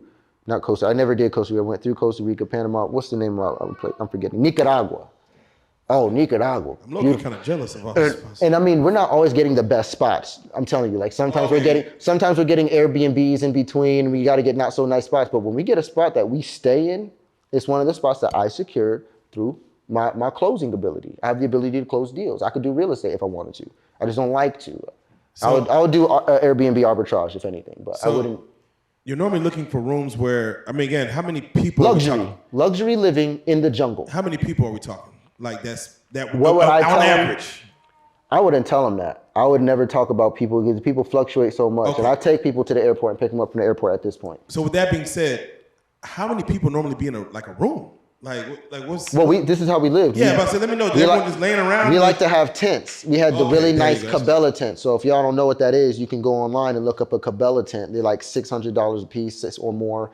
And we got these tents. We have these Yeti Goal Zero generators and solar panels. And so there's a lot of people who we actually would rather sleep outside, connected to the earth, because it's what we're teaching, indigenous things. And then when we're in the house, you know, there are certain people who have certain quarters, like pregnant women, or certain women, or he would have a room, or me, because I would be the A team, or one of the leaders, I would always have my own space, and I'd have my wives at different times. And so, you know, whenever I had my wife, I always get my own space, because I'm special. You know what I mean? Like, because I do so much, right? Like, oh, you got to get your own space, you know, type of vibe. And I got my tent, and I got the best tent, and I got the best space. So I'm being treated very well This in this all place. sounds very luxurious. It does, and it is. It was. Bro, if you know the type of money that was involved, it was actually a lot of money. People don't know how much money I generated with them as well. The plans we had, I had multiple $1 million plans with the group, but I wasn't able to execute majority of them because of Eligio's ego. It would be to the point to where we'd start projects, we start doing things, and then I'd get to the point to where it's like, all right, we're ready to go, and he would just shit on the whole thing because it was be like, but shouldn't we have faith in the source? And I'm like, yeah, they set all this up, but we got food stamps, we do this, we do that, we do this. All of a sudden, I can't run credit. All right. So, All of a sudden, I can't run Forex. I can't do crypto. Like he had me study this dude named Tay Sweat. I did it. I learned how to Forex trade. Fuck, like what you want me to do? Here I go. Yeah, I did this for years. Studied this stuff for years. These are all skills I have to this day that I've taken out of y'all don't know half the shit I fucking know. I ain't putting nothing out there that I do because I just want to do. No facts. You feel me? And there's a lot of things I learned there that I was doing there, like running an app called Bigo, social media app that we had. Yeah, we know Bigo. We was making some money on Bigo here and there, but then I'm like, okay, well, how do we get the highest check? How do we get the top checks? How do we do that? I figured it out. Now I was making us $26,000 a month. Yeah, we need that. Me, no, this wasn't the group. This wasn't the A team. This wasn't the tribe. This was me. I'm like, hey, send me another $800. They're like, what? Yeah, send me $800. I don't know, bro. Like, I don't know. I'm like, bro, just send me the shit. Like, 'cause I know what I'm doing. So I've invested like $1,600 on the Bigo. Ended up getting $26,000. Yeah. And I learned how to do it because number one, we was already getting a lot of fame and reputation. But what I found was a glitch. And what I really got to hook us up on there was I found a gift, and I'd go to certain panels, and it was like a super lucky gift. And I found out a pattern to always hit. And then I started doing it, and when I would put it on 999 lucky bag things, I'll click that thing, and it would give you like all of that, and it'll give you all of it back for you for free, and then it'll stack more on top of it. Oh shit. And I used to just hit that, boom, all of a sudden it say 1.1 million beans on a thing after me just spamming these gifts, doing them the right way. Checks. Do it during the PKs, waiting for the PKs. Checks. So I'm smart as fuck. And I basically turned this shit up. Guess what this nigga did with it? Jet skis, food, airplanes. It's all gone within a month. Airbnbs, this and that. So here's what Getting locked up, missing. Here's what we're about to do. Hold on. Hold on. So They're super lucky gifts if you know about them. was he a fake pastor? Yes. Was he? Okay. Yes, because I found out after I started teaching him, then I started realizing something was wrong. But I didn't really, actually, I take that back. I didn't realize something was wrong. I felt like I was being a great asset. I'm teaching him something he doesn't know, but it's not because he's not who he is. I still believe he's the Messiah, he's the dude, he's this, he's that. But at the same time, I'm like, not really, because I'm like thinking that's also me. And then I'm also like, but that's all of us. Everybody's a Messiah. And I'm always going through that barrel every day. I wake up and every day I'm there. I'm like, yeah, he's the higher self, but it's because I choose to say that because I'm really the source and it's really like this. If I'm using the knowledge we're teaching, then what we're doing is wrong. And so it is hypocritical. So fake pastor immediately, bad chess player. So let's do it like this, because I'm gonna ask you some questions, and I just want you to either to confirm if they're true, dispel if they're false, and just really all the rumors that go around carbonation. So let's go and go through them. Let's do it. I gotta do it. Sheesh. First and foremost, they say that carbonation was just basically using everyone's PPP money, tuition funds. You talk to the money guy right now. Yeah, just using the money that everyone was basically able to collect via their social security numbers, whatever things they're able to collect from the government, and it was funneled into the carbonation in which it was then used to do whatever the hell, let's just say, nature. I'm aware of all the rumors. Yeah, go ahead. Yeah, let's start with that. I wish we got them loans. I was aware of them and I seen them. They didn't come through. What we actually ended up going off of was something completely different. What we ended up going off of was something completely different. We didn't necessarily have to use those loans. We were aware of them. We were looking into them. And actually, me and somebody else advised that we didn't really keep moving forward with them because there's a lot of things you'd have to set up. If we did apply for a couple, but they were all done legit with the people who actually owned businesses before they came. So once those didn't work out, we kind of let that go. And then our next expedition was very costly and pricey as well. We ended up letting that go altogether, making money in different ways. Most of our money came from military checks. So we always had thousands. We always had money. Veterans? You know? I mean, people part of the military? Yeah. And people different come in and out would be part of the military. Sometimes The one guy was just always there, and he was always donating his check and making that more. So we floated on that. You'd be surprised, out of all the money we made, we pretty much could survive off of like $3,000 a month, quite literally, with all the other stuff that we had going on. So it was a lot of wasted time, a lot of wasted money, a lot of wasted energy, ultimately. Because we had a lot of money, we had a lot of opportunities, a lot of gifts, a lot of skills, a lot of talents in that building. And just like none of it was used. And I was actually thinking about it today.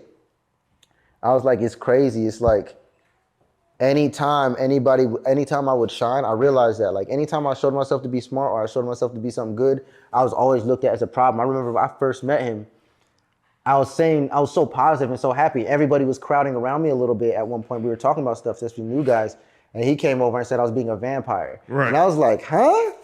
I ain't never heard that in my life. I'm being a vampire. I'm getting insecure. I'm like, maybe I am? Oh shit. Let me stop. Like, what am I doing to do that? Like, oh no. And then I realized that it's like anytime you pull attention off of him, you are automatically an enemy. And I didn't realize how ego-driven the whole group was. So prior to all of this stuff, you know, I'm thinking this is based on knowledge, truth, everybody being independent, everybody being themselves, you know, having that free will still. I'm not thinking we sacrificing all of that. So let me ask you this, and based on the money and the way it was spent, and knowing, and I'm gonna say Nature Boy because that's, Go ahead, I'll call him Eligio. Yeah, so with Nature, do you feel like overall he was moving more so not in spirituality, but more so just in, what would you call it? What's one? More of a superficial way. Yes. Or more, what's the word? Carnal. Out of a more carnal mind. What it is was that things changed. It was one way and then it changed to another way. I believe at one point in time, he really wanted all that shit to happen. The good stuff, the positive things, you know, the spiritual things. I think at one point he really did want that, and I think a piece of him always wanted that and was connected to that. But ultimately, you're talking to somebody who's been doing people wrong their whole life. Like this is a character that I'm not considering. This is a mentality, this is a knowledge, this is a frequency that we're talking about that's true for all of us. Whether or not we live a life in alignment with that is different. However, I'm not realizing that this dude has a character. I'm naive to this. You know, this is a young, what he would call a young nigga blunder, right? I didn't pay attention to the fact that the person who I'm dealing with is not a good person. If I had did a background check, I would have never been there. And you're 23 at this time. How old is Nature Boy? 30, 40 something, almost 40, I think. 37, yeah. So who was actually there to learn and who was just there to kind of frolic? Ooh, that's a good question. I would say the only people that was really there would be myself, Velvet. I had another guy on there, a Tron. He was Tron there. I say him because I can actually go there intellectually with him, so I can't take that away from him. He goes by Who Canoom now. And sheesh, I think that's it. I think everybody else there went there for some other reason other than building what we believe we was gonna build, what I went there for. And I could tell you what I went there for. I didn't go there to do no Fight Club stuff. I didn't go there to destroy. I didn't go there to just run and hide and just eat the man. Yeah, I think you explained that exactly. was a big thing I wanted to do. Yeah. But that's not why I went there. The reason why I really went there and stayed there for so many years was because after me going there and realizing what we had and realizing the potential, this is after like me being there, you know what I'm saying? I'm like, yo, I really fucks with this. Everybody makes music right here. This right here, I see this every day. The whole setup like this, I'm used to this. This is regular with studios. Every day I'm waking up to a studio. Every day we're waking up doing healthy things. The group and the tribe was very healthy, very brotherly, very cordial, very cool. And I'm like, yo, this should happen on a grand scale. Like people should really like focus on their art and their craft and building their purpose and let money come to them how it's supposed to be. And, you know, just everybody being themselves rather than thinking they have to do this or thinking they have to do that. I'd rather these people know about their options. And so I've always been big on that in sovereignty in all dimensions. I want people to be able to be themselves in every way. When they think they're being themselves and they really not, because they living out a program that they was instilled with, whether they're aware of that or not, I want people to be aware of it at least and have a choice to do that bullshit to themselves. So I'd rather have them have that choice. So another thing that they said, and I want you to speak on it, is Yeah. carbonation is a sex cult. Good one. All right, so this is a funny one to me. And actually, and I reel it back, I would say carbonation was a satanic cult. And there's a reason, a Luciferic cult, if you will. And there's a reason why I would say that versus that, because you'll see a lot of the sects connected to things like that. And I've actually had to look into it after the whole cult thing to really realize, like, what are these different speculations? What are these different cults out there? How do these things work? And I started learning that this was like a coven, if you will. It was something more like that, revolving around Eligio, and really like, it turned into that. And didn't start that way, which is weird, you know? And I say it's satanic for these reasons. The goals and the beliefs are predicated upon nature destroying and killing pretty much everybody. This world, Babylon blowing up, destroying itself, war coming, all of that, generations being screwed over, everybody, the jails being opened, everybody's being killed, all kind of different things. The belief system of carbonation is predicated pretty much upon that happening, and us, the chosen ones, being in a nature environment, doing what we're supposed to do, but now we're the chosen ones, and nature will protect us and kill everybody else, and then we'll repopulate the earth. That was the belief system that he actually did have from the beginning to the end. But you see how you can play with that so many ways in between, where you start building that world that's not there yet, here, now, today. You start treating people certain ways. It's, you know, non-human, like, and it's fucked up. But this is a Luciferic mindset where it's, fuck y'all, I'm God. I know you're different pieces of me as God, but I'm still God and I don't have to care about you. So it's very Luciferic in the behavior and how we all behaved. I personally learned, I'm the opposite of that, which is what I call a Christic viewpoint, which is not saying that everybody's gonna die, everybody's gonna get wiped away. I actually believe that any point in time, any given point in time, from any video, any message, anything from anyone, everybody can level up. Everybody can advance. Everybody can grow. We can collectively, consciously make better decisions. Like we're collectively, consciously making these decisions, those can get better. And I believe in that. And I believe in the constant ascension rather than the cataclysm of man. And I believe that can happen at any point. And I can't expect 99% of the world to do it if I'm gonna be the 1% that won't. So a Christic viewpoint forces me to be the example of what I wanna see in this world, quite literally. So that's my viewpoint, and that's how I live, and that's how I was there, but the motive wasn't that. And I found myself arguing towards my last year there, like all the time, always arguing with Eligio. You're like, that's not the knowledge, bro. Well spoken. And real quick, I just want to ask, how many years were you part of it? 4. 4 years. So 4.5, yeah. 4.5. To build on it technically, as you answered, sex cult, there are questions. The sex part was just like, it's happening, but it's being abused. So let me ask you this. Like it's happening on a normal level, like anybody else having sex in their life, but it is being abused because of the incentives behind it. Especially the women getting the influence and the idea that if he chooses them, they're special, number one. And if they swallow his sperm and are able to get his sperm, well, then they're even more special. And if they can get pregnant, oh, well, then they're even more special. They're chosen. Okay. So and the women who are more closer to him obviously will get treated better. I heard that where he had, and again, speak on it if what the details is, that if women will swallow his sperm or be able to take. No, his explanation of it would be everybody. Yeah, everybody. It'd even be all right, so children, before you say that, before we go there, to swallow his sperm or to be able to take his sperm in the rectile, area. Exactly. He does that with all the women too. Yeah, so that is where you find enlightenment or whatever the fuck.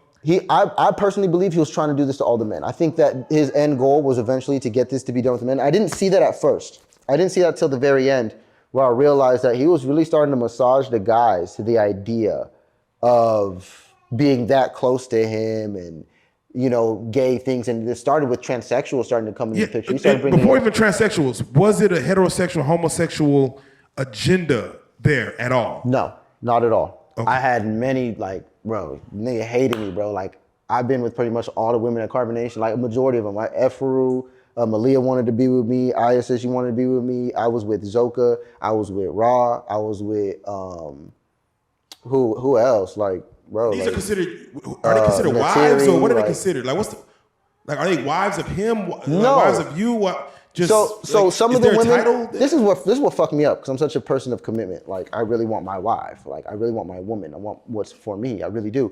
So these women are coming in. The ones that are coming for me, I'm really thinking like this could be it. If it's not it, I let them go. I'm not gonna hold on to it. It's like a quick speed date. Sometimes I'm in the tropics and you're in the States. And you trying to come out here and fuck with me after all this time we've been talking, and it's a lot of people are gravitated towards me. So I actually felt bad kind of about some of them who came like, I ain't gonna cap, like F was okay. Sorry, y'all shouldn't have came, my fault. Hey, whoops, so shit. But I feel like, dealing with those women, they also came for the wrong reasons. If they came to be with me, and this is true, if they came to be with me, or if they came just to under whatever pretense to be there and just maybe be with him, or just go out there and experience everybody. There's a number of women who would come there and pretty much just say they want to be with this person and then go over to this person. So I'm gonna tell you from my perspective, the women there that were there, they were the ones doing this. The men, Eligio, we were not necessarily telling them what to do. The worst thing he did was play with their minds, and to them, always all the women have a channel to him, and he can be with all the women at any given time. And if they're single, you're not allowed to be single. So if the guy doesn't hold on to their girl and they happen to be single, he's immediately in the DMs. He's immediately there, or they have to go to where he is. So a lot of the women would use the relationships as getaways as well. It even gets to the point to where women, I believe some of them would say they want to do that just to get away from him too. There's other things where like for example, Malia, his current big wife right now, right? She would say that she wanted to be with me and they'd be like, why? She's like, I don't know. It's just something special about him. It's just something about him. It could have been one or two things. That could have been true. She really could have felt like my authenticity, or it could have been the fact that she was trying to get away. She was really trying to get away. And this is right after we picked her up from the Greyhound because she just ran away. And so majority of the women who are there today ran away multiple times. They've all been beaten multiple times. Whether they'll ever say anything about it or not, or why they're still there, I don't know. I don't know where they're at right now. And what they call Stockholm syndrome. That's the realest, scariest condition I've ever seen on a woman. You've seen Stockholm syndrome in person. Bro, there's people still dealing with it that I know personally from this whole situation. I'm so glad and honored that I was raised well to be able to step out of this and be like, what the fuck? And as it was going wrong, to be the guy there saying, what the fuck? And I've noticed and I stayed way longer than I had to out of the hopes that things would get better. I ain't gonna cap. I really wanted Eligio to get better. I really did spend many years with him. I didn't want these things to go down the way they went down, to where I'm correcting him on knowledge on the back end often, but usually me and him will be quiet about it. I'll be like, don't put this out, don't talk about this live, that's wrong. That's not how the hypothalamus works. The pituitary works. I'm over here teaching him things about the brain. I'm like, he's like, oh shit, we can't say that. I'm like, no, that's wrong. And we would usually be quiet about these things, and it's between me and him, but it started to trend. And I started to realize how fake and how much abuse what he did know, or his experience over the naive minds, was clear and evident. And now I'm starting to feel like a hero for the people, amongst the people, against the current leader. Like rebellion from inside. Yeah, it felt like that. Yeah. Now, the one thing I remember going viral is him speaking about making love in front of children.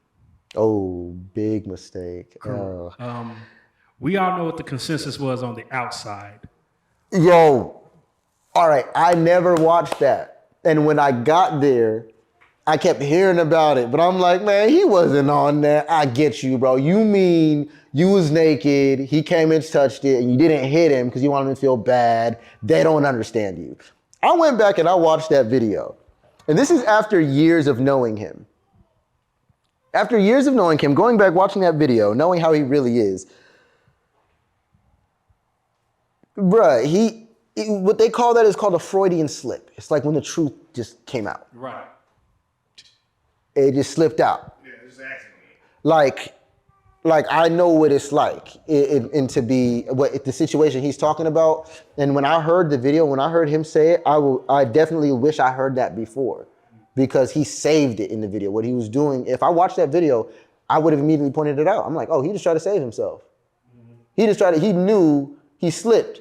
And he just, everything he said after that was like trying to ignore it, but trying to save it at the same time. And I'm into psychology deeply. I love psychology, you know? And so I'm watching, I'm like, bro, He had a hold on, I might have to reevaluate this, because after years of him seeing all the things he's done sexually and learning his past, his true past, he's over 10 years in the sex industry, bro. Do you know what the sex industry is? And you said you spent over a decade in the sex industry right before doing this. Do you know what kind of beliefs, thoughts, ideas, practices you've already done to get to this point of now being a spiritual guru? Without question. Bro, you've touched men, women, you've touched this, you've touched that, he's done everything. This is 10 years. You're 2, 3, 4 years in any given thing you've done so much within it. 10 years in the sex industry, starting off dancing for men. So it already starts off a little. I'm not knowing this. You know. And as I'm learning it on the front and on the war front when I'm there, the home front, right? When I'm learning it there, I'm just like, it's not what we think. It's not what we think, man. Oh, no, that makes sense. Yeah, You it's went not through really it that. too. Oh, you were Benefit of the doubt. struggling. Yeah, you were struggling, man. Now I see where you at, though. Dude, don't regret nothing. Look where you at today. Yeah. What you did got you hit. Yeah, fuck that. So that's how the vibe is there the whole time. But now I'm looking back, I'm like, bro, I had no self-value, self-worth. I had no, what's the word? Self-esteem. No self-esteem. I was really like, reading astrology, reading all the powerful things about myself, but then like looking at my reality and not seeing that, but seeing how it could be that, and then just like, nah, that's not me. And then just living like that there for years. That was probably my biggest, thing I dealt with was, identity. Yeah. Really trying to figure out like, who am I? Am I this leader? Am I this? Am I that? What am I doing anymore? Like at this point, don't even know myself. Like, And that's what I want to kind of, hinge on is when I go through and watch, a video and I pull up carbonation and let's say I see a video where you're in it. Mm-hmm. Just give me the mindset and the psychology behind it. Mm-hmm. I see a man in Nature Boy, and I see a following of women and men. Mm-hmm. A community. A community. It's a big community too. Yeah, a big community. It's not mind you. Sometimes everyone's not there. I just see like the video might not be they might be elsewhere, but right. I see a video of a lot of people in a room. If it's women, I see him technically. And this is what I pulled up. So I'm not 5 years invested or anything like that. I just pull up certain clip notes, I guess you could say. Right. I see where he's basically degrading women, basically being what you could consider like a pimp to women. A gorilla pimp. A gorilla pimp. And then also I see him doing the same thing to men, to where degrading men, have him Correct. doing things that technically a man, let's say in the States, would not do to another man, or not do Correct. around another man, or not be submitted or subjected Do to certain for things. another person. And to me, and again, there's a recording of it. So there's a cell phone or something on to show this is what I'm doing to them. Give me the psychology behind why even yourself would be saying, I will be here and I'm gonna submit myself to this. I'm glad you're saying this. Now, this is one of the, I have to say this, one of the biggest things that made me stay in carbonation, really love carbonation, was I have a lot of Aquarius energy in my being. And because of that, community is huge. I really don't care how much people know at any given time. I really don't. My biggest thing is making sure everybody's being respected as the same thing. That's the only thing that I'm God, you're God, he's God. That's all I really care to use that for, is to make sure that we, minus that ego, we're equal.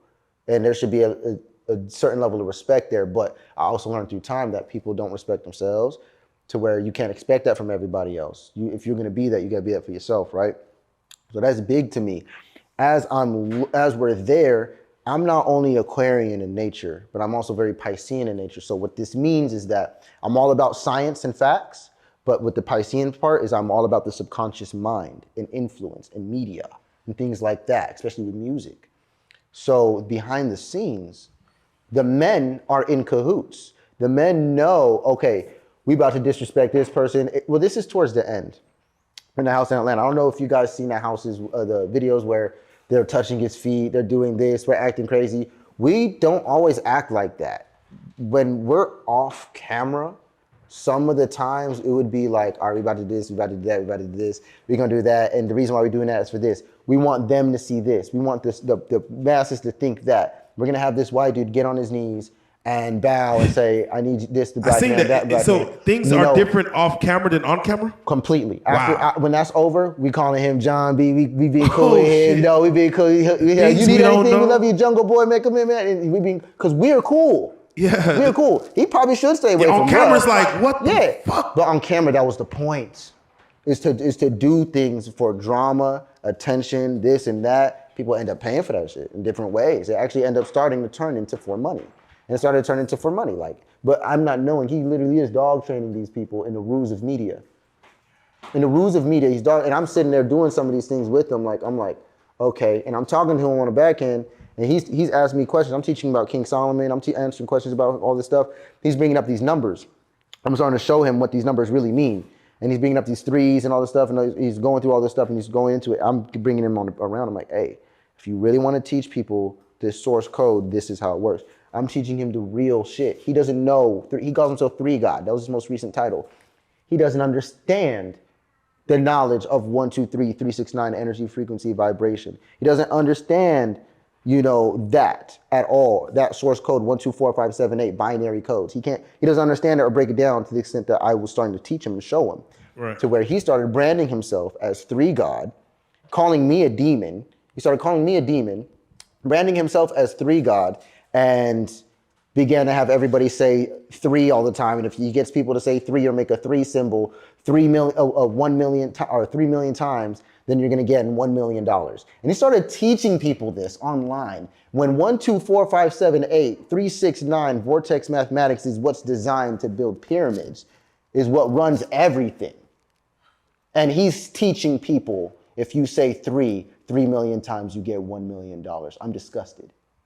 I'm fighting him every night at this point, every night.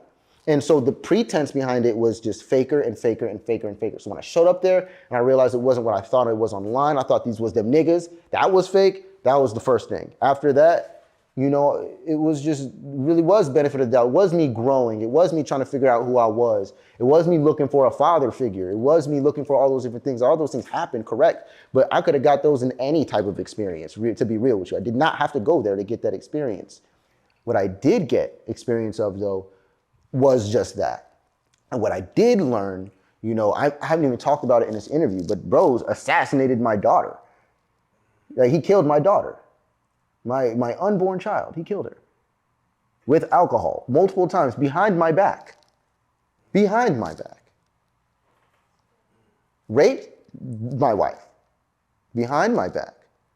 Gave her alcohol, killed her behind. I find out all of this stuff. We still forgive this nigga, bro. We still rock with this nigga. Me and the wife, me and the girl, her name was Zoka, me and Jay, we kept coming up with plans and plans and plans to not get him put in jail. We kept coming up with lies and lies and lies to tell the world so that everybody could just get on with themselves and not let this turn into something massive, because if the truth got out, it would. So we lied to the world and said, the umbilical cord choked my child during labor. Wow. But the truth is, when she gave birth to the child who was dead, they looked at the placenta and the placenta was poisoned for some time. Wow. The placenta's been poisoned. Yeah, the child, she made it all the way to this point. She just barely died. She had just barely died right during labor. And they said that she just didn't have enough strength. There wasn't enough oxygen in there, and there was too many things going on with the placenta where it was dying. It was, already. Without question. And so, yeah. Go ahead. He actually called. I told him what happened. He started to blame me for it. I said you fucking something. I said something to him like I would have never said to him, and I hung up on him. And I said, sorry, there's no service, Zoga. There's no service. Me and her just stayed there for like a day, 2 days.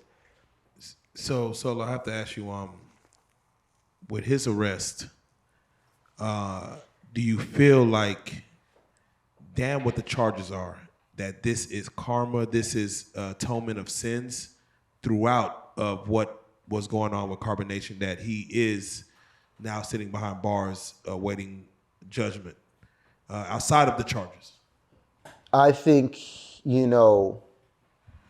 karma's an interesting thing, dharma's an interesting thing, but they only plague you and they only haunt you because they sit in your heart. There's nothing in the universe that's keeping tally of you. So it's there. And it's sitting there in his heart. And the reason why he's in jail is because it won't get out. And he won't let it out. So it doesn't matter what he did. Eventually, he was going to end up there. He actually started manifesting jail heavily towards the end. He just kept preparing to go to jail for like the past 7 months. It's almost like he manifested it. Is that why y'all were like moving? No. Moving around towards the end? That's not why. It could have been there in his head, like getting caught up for just certain things. Like, because he should be in jail 5,000 times over, bro. If you want to be real. And with what the girl got him on rape right now, which is, I looked deep into this shit. It's rape in a number of ways, from fraud rape to a number of things, to actual like imprisonment, like to inebriation, to beating you, and then getting you to say yes, like crazy shit. Like, bro was literally a rapist by multiple definitions of rape. I had to look into this afterwards, like to see if this girl was lying or not. I wanted to really know, like, is it though? I looked into it. It's more than that. It's worse than that. And if I look at that, he's been doing that for years. And she, the girl who got him locked up, got the small end of it. And she's pregnant with my child too. Or not too, yeah. She's pregnant with my child right now. And because me and her, we thought we had something genuine over the years as well. But it wasn't that at all. The truth is, like, she came in on some obsession type of thing with me. She been had a relationship with this dude multiple times. Before she ever knew me, she had a relationship with Eligio. She had a relationship with Velvet, who was Eligio's wife. Me and her, on the other hand, I had a wife named Zoka. She came in while I had a relationship already trying to be with me the whole time for years and years and years.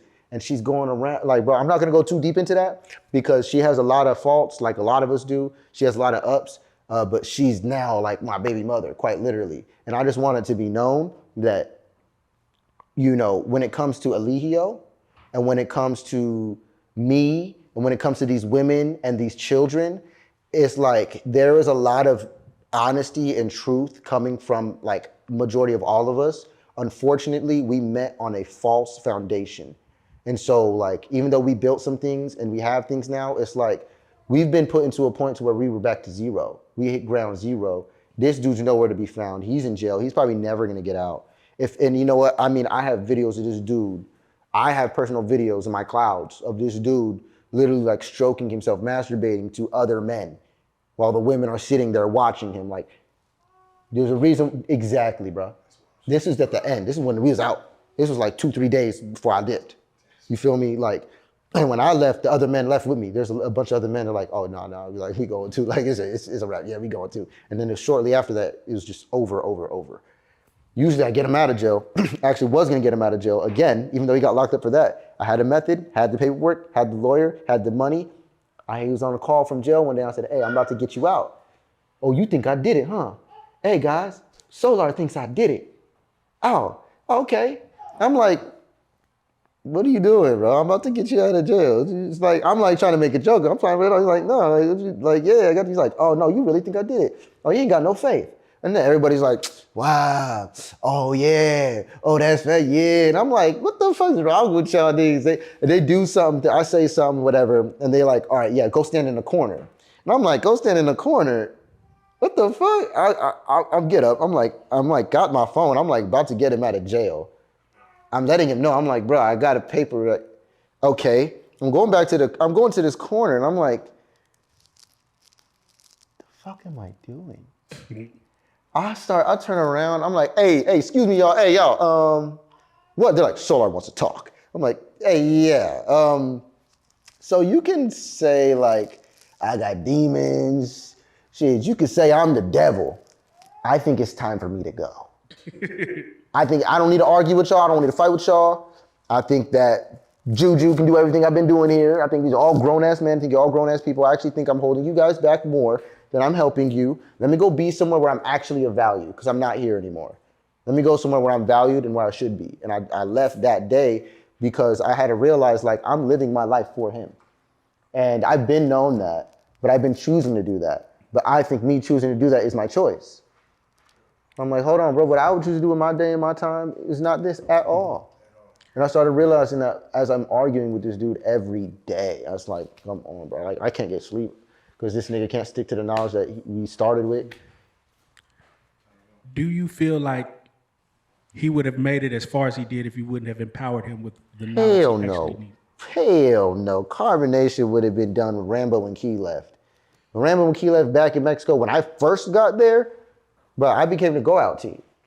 I'm light-skinned and this. They picked the right one. They picked the right one. I'm over here learning a whole new language. The whole neighborhood.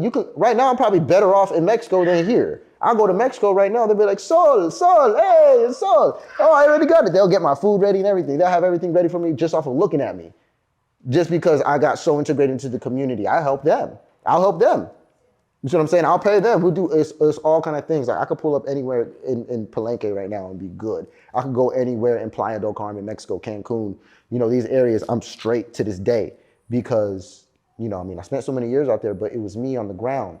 It was me doing everything. I got all the fruit guys' numbers. I got all the vendors' numbers. I got all the people who do everything. Like I can literally put together my whole own businesses out in Mexico based on the people who I know there from living my life and sustaining 20 plus people consistently in multi-million properties.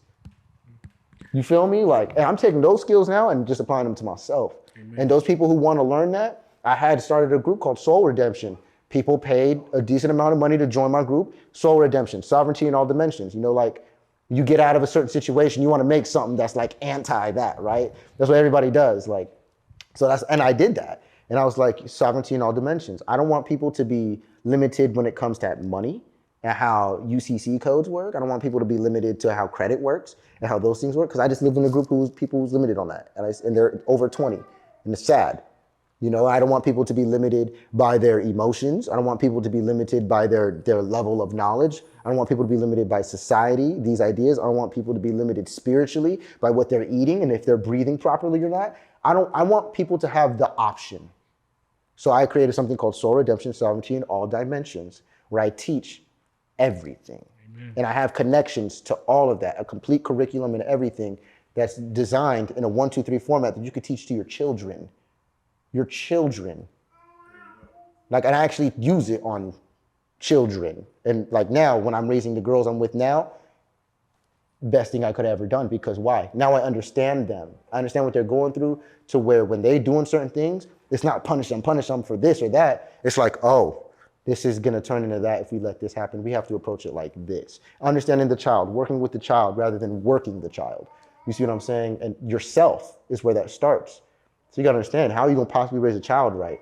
You gotta understand your parents probably didn't raise you right, accustomed to who you are. They probably raised you based on who they thought you need to be or who they were. And that ain't nothing else they could have did.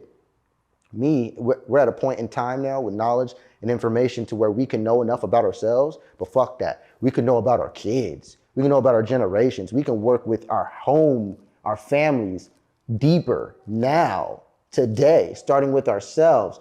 Changing the world's gonna be hard. I just spent 4.5 years trying to do that. I'm not about to spend any more time doing that. Changing yourself is in your power right now, completely. And that's just where I'm at with that, you know. When you left, I know you spoke on going there searching for something. Mm-hmm. When you left, did that depression come back, or did the lack of brotherhood or things of that nature, or were you better as a person? Were you more whole when you left? The depression left when I found myself smiling for the first time on photo. And that was when I was surrounded with the tribe. And that was one of the first times I ever really smiled on photo. Like, smiled. Like, Oh, man. Like, never did that. I had brothers. I had sisters. You know, I had a family, and that right there, we made a video every day. I had never made videos. I never talked. Nobody ever wants to hear me. Everybody shut up. I know so much shit that no one ever wants to go there. So I find a group who wants to do that. I'm OD into it. Not only that, but deeper than that, I'm like, I feel like when I boil it down, I wouldn't change a single thing that did happen, of course, because I am a spiritual person. I feel like If I wasn't choosing that and I wasn't doing that, I would have left earlier. I wouldn't care about most of these people. But going through that, all of the bullshit in between, and then getting out of that showed me that I am who I believe I am. I am this good-natured person. I am this good-hearted person. Look at all the shit you went through, and you still forgiving Eligio? You still answered the phone for him? You still making sure that his seed, his daughter, is getting the best life she could possibly ever get when he killed mine? She right there. Look at her, she's doing great. I've been with her since before she was out of the womb. I've been with her since she was 1. She's my goddaughter. His daughter's my goddaughter. And I've been raising her way more than he ever has. Because I'm actually here for what's real. So the generations are everything to me. I'm not going around just trying to get people pregnant or having sex with anybody. I've actually had sex only with the women who was my wife. They would leave me and go fuck him and then ask to come back and be with me. And I would forgive them. So do you feel like another community could be created if done properly? Do you feel like that is something you would want to create or have your hand in ever again? 100%. And I think it's already there. I believe that the community, this is the conscious community. You want to know the conscious community? The people online already doing it. Go look them up. They're online already doing it. They already got the songs. They already making the food. They already got their page. They already launched their business. It's like, go support that. Go be you. Go do what you're supposed to do and work with who you're supposed to work with. I can't work with the whole spiritual community, but I can work with all the artists. I can work with the herbalists. I can work with I can work with everybody in the spiritual community. But that's just because I'm a mind when I work. I don't really work physically. I connect things and connect pieces. You know, I manifest things. I work off the phone in general with everything. So, and I have my crafts. I have my arts. I have what I do. So that's going to dictate who I'm around all the time. You know what I'm saying? I think it's going to happen at a high scale, especially with the content of my music. Like I put healthy message. You can listen to my song 20 years from now and it's still healthy. You can let all of your kids listen to my music and it's healthy for them. You can't feel bad. You feel me? So like, I'm really proud of that, to have cultivated that. When it comes to community, it's already there. It's already being built. I think that people need to be more focused on developing themselves.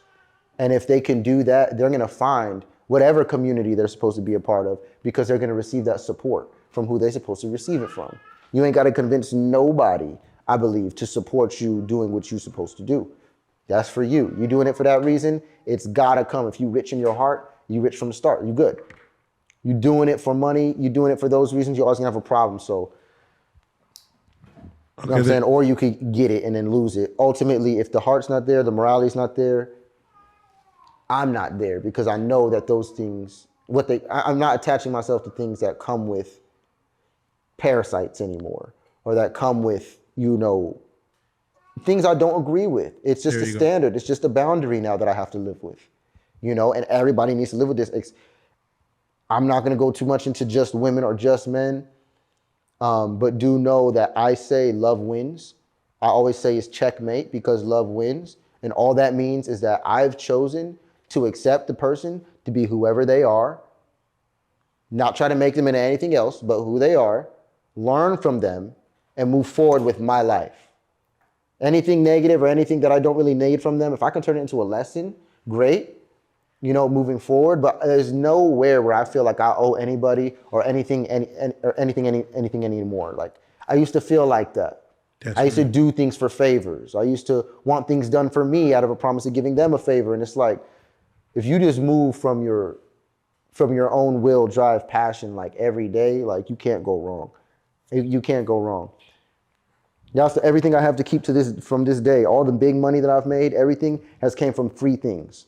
I made over $500,000 since I left Carbonation, and all of that has came from things I did 8 years prior from the goodness of my heart. Extinguished, like you spending my last $1,000 type of thing, turned into that times how much, you know what I'm saying? So that's my life, and that's just how I've lived, and I'll continue to teach that because I've seen it. But I don't know how you gonna do it. Like, who are you? What you got to offer? Like, even if I read your astrology, that's just gonna tell you the energy that you have. You still have to tell me who you are. You still have to tell me how you're gonna use it, why you're gonna use it, and for what reasons. I don't know that, and you don't even have to tell me that. But if you come to me for that type of guidance, all I could do is tell you what the energy is. I could never tell you who you are, what you're supposed to be. You know what I mean? That's what everybody is here to figure out for themselves. And then to achieve that and embody that is another thing. You're going to find yourself accepting who you already are. You're going to find yourself stop trying to be all these different things you don't need to be. But when you go hard on being you, you still find discipline. You still find doing things you don't want to do, but at least you're doing it to get better at what you do love to do. So me personally, I'll push myself to work out. It don't feel good to work out, but when I do work out, I thank myself like a million times when I'm done.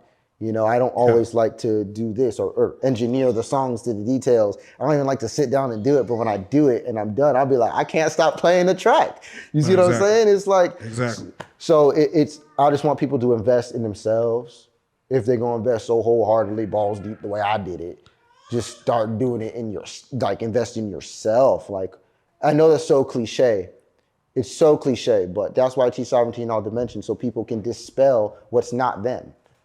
That's the biggest problem is when we don't know, you know, when we're not being ourselves. I've seen that. So I'm going to do it like this, Solar. Again, man, so well spoken. I want you to tell me as far as, you know, you mentioned Velvet. Yeah. She is here with you. Yes. If you don't mind, I want you to speak on her, but if you don't mind, can I bring her into frame and have her sit down next to you and have you speak on the essence of what Velvet is? I thought you never asked. Okay, I mean, seriously. Can I get you and definitely bring everyone. Bring everyone. Yeah, bring the girl. Bring everyone, because it's all good. Yeah, I want you to be able to have a conversation in which you know, this story that you just told, of course, always comes full circle, and there's always more story to tell.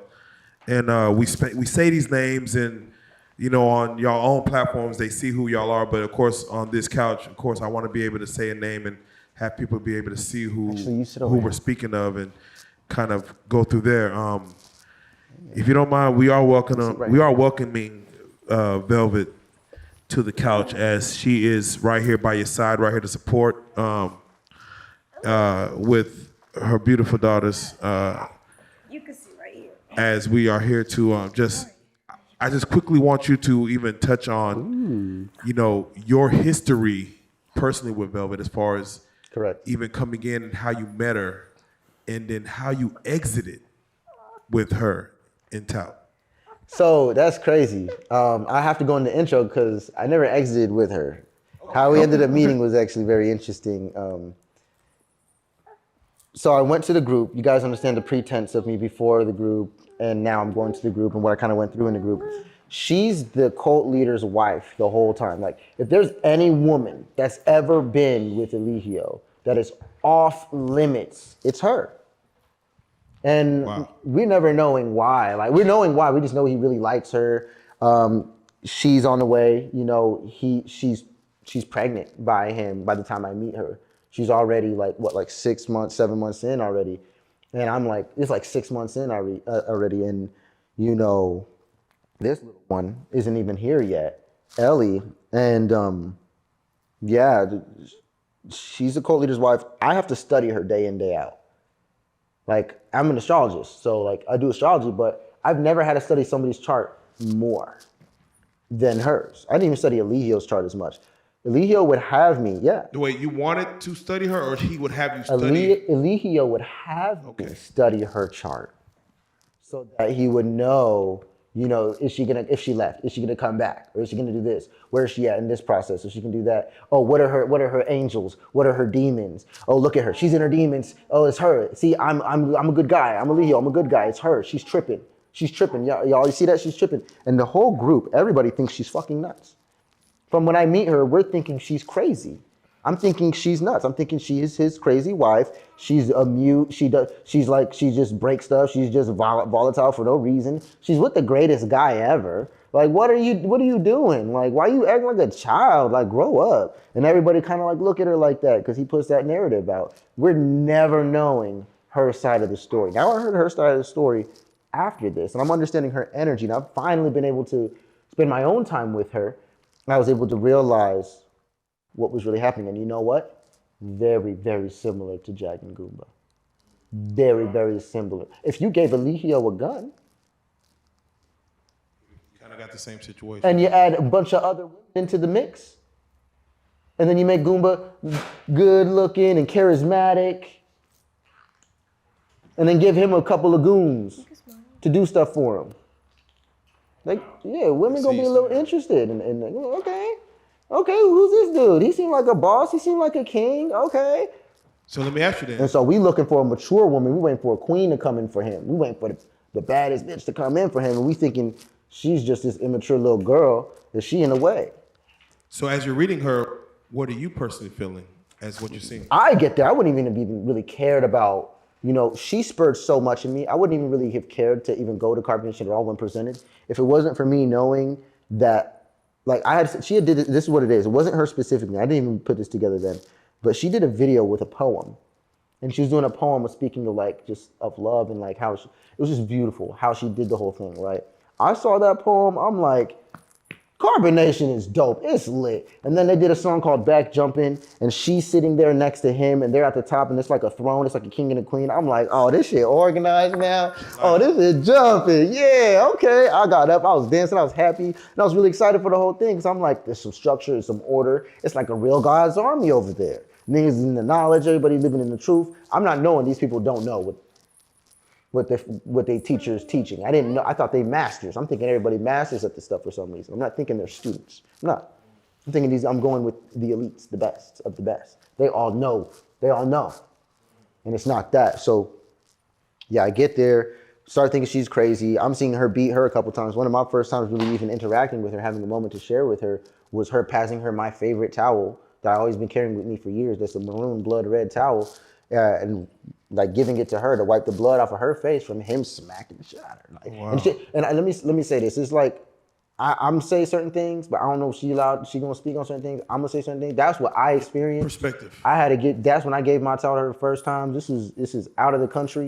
You know what I'm saying? We in the middle of the road. There's no police around.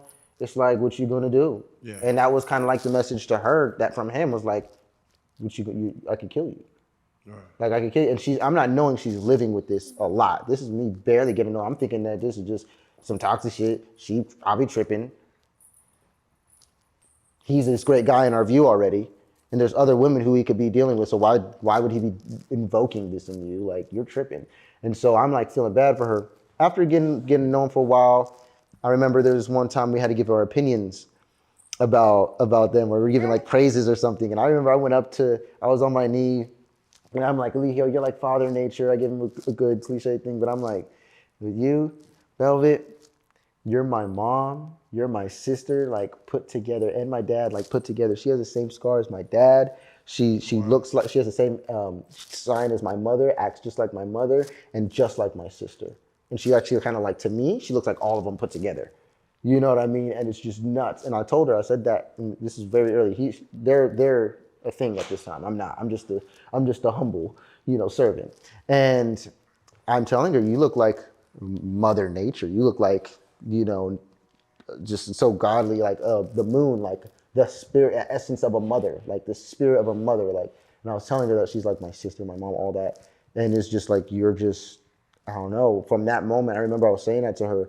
I had a very deep reverence and respect for her that was, you could almost say, was delusional from where I was at, but that's what I had for her. And she was always just this special object to me for all these years.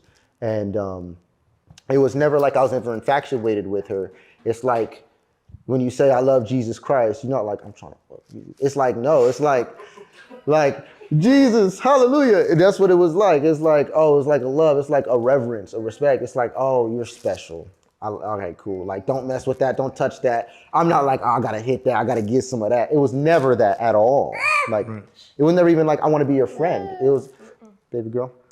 It was always just like respect. Well, they say most men are attracted to those women who are like their mother. I'm attracted to. And women are attracted to men who are like their father.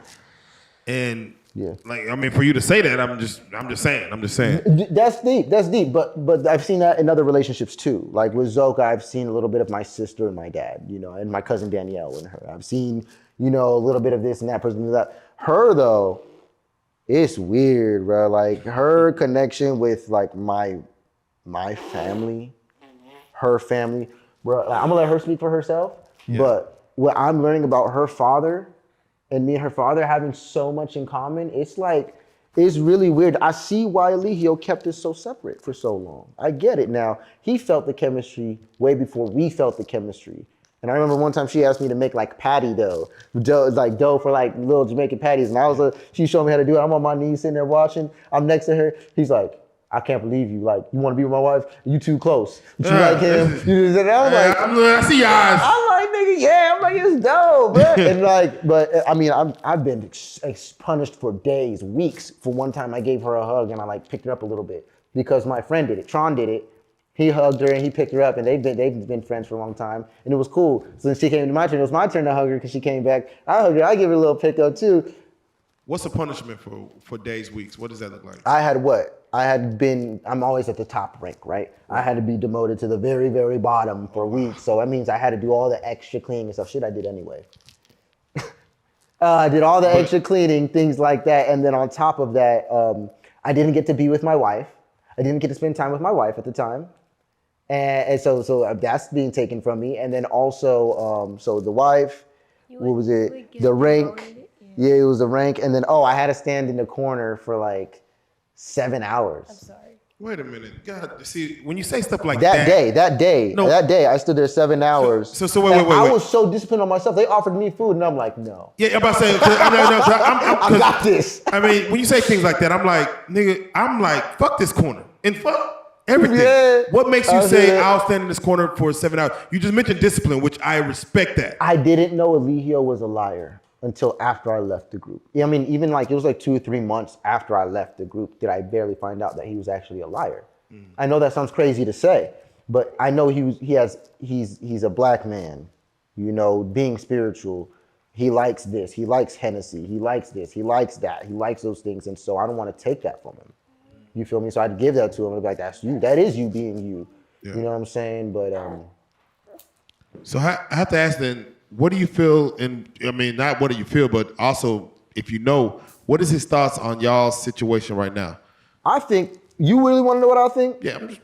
I think he knows what time it is. I think he's very grateful. I think he knows that there is no better outcome for Ellie. Okay. I'm her so godfather. He's thinking not of her. I've been carrying her around since she was out the womb, walking. She talking about what's that? I'm teaching her everything. Like, I've made sure I be going out in the streets looking for medicine for her and outside of the country so she could breathe at night. I'm doing all kind of crazy things to make sure this little girl is having the best possible life. And it's not even like I'm looking at it like I'm gonna get with Velvet and we go to go. I'm like, no, it's just respect. That's the chief's wife. Her daughter needs help. Come on, like this is what we stand for. Why wouldn't I give everything for that? And I did. And I stayed around in many situations where I shouldn't to be there for everybody else. So I'm the guy who will take the lashings for the group, for everybody else, while they trying to make an example out of me and still like push through that and still do more and above and beyond. That's my energy. So it's like that being used against me, it looks really bad. I'm not gonna lie to you, brother. The way y'all sitting there in the aura and the way y'all are set up right now, I know he's not happy. There's no happiness in that boy. Yo, I think for when her, he sees this, for her. Hey, listen, yeah. I'm glad you said like that. For her, she's happy, but to see you next to Velvet, rubbing that shoulder, looking in her eyes and sweet nothings. What man wants to see another? What man wants to see a better man taking care of his child? Sheesh. No man. How are you over there taking care of the child that I didn't want to take care of? You know what? You said what? Go ahead. Men should be responsible then. Yeah. If that's the case, then they should be responsible. And if they're not going to be responsible, then they should go in the corner. They should go put themselves in the corner. That part. His turn in the corner. Goddamn. With that being said, as of right now, as of your exit from carbonation, Velvet's exit from carbonation, and we're gonna speak to Velvet, but I just want to know, as far as how are y'all doing right now? Because we watch y'all online. We seen after the whole Jaguar situation, she herself was investing in y'all's relationship. She was investing in the kids and the babies, and then we seen y'all kind of had a little situation that might have took things left. But yeah, y'all are here right now, united as United Front. How are y'all doing right now, just again as a unit? So like I was saying about the Jaguar thing and Goomba, it's like they had an issue. He had an issue with the fact that she was so obsessed with our relationship, making sure I was taken care of. I'm really hurting. She's knowing that.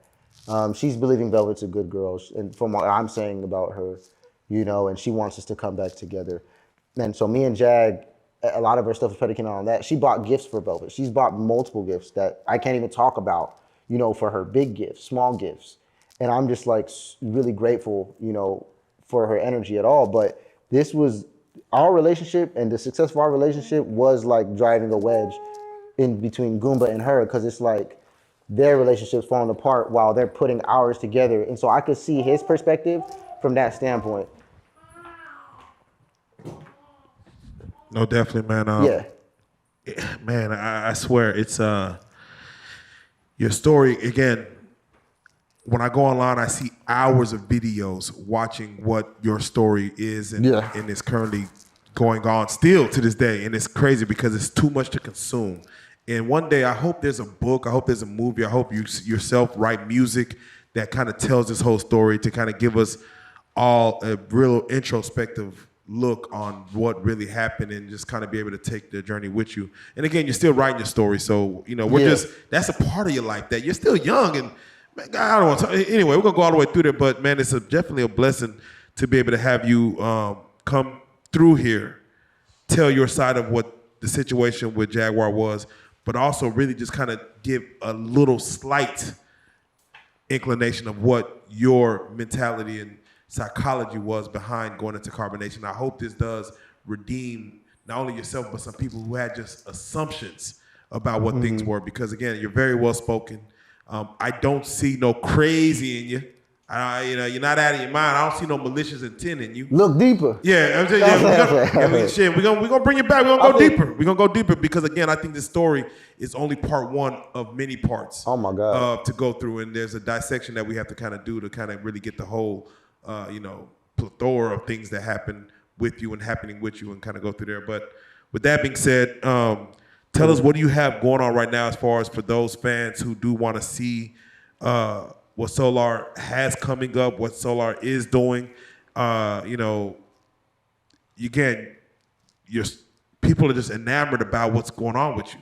Yeah. How can they be in tune on a daily, whether weekly, monthly, on what you have going on, and what do you have coming up for people who are in tune with you that they can kind of tap in with? Great questions. Really, I've done so much. I've offered so much. I'm at the point to where I just want to be myself. There's 3 things I want to do in a day. I want to write my book, which I got a couple books on the way. They'll be done when they're done, and then we'll know about those.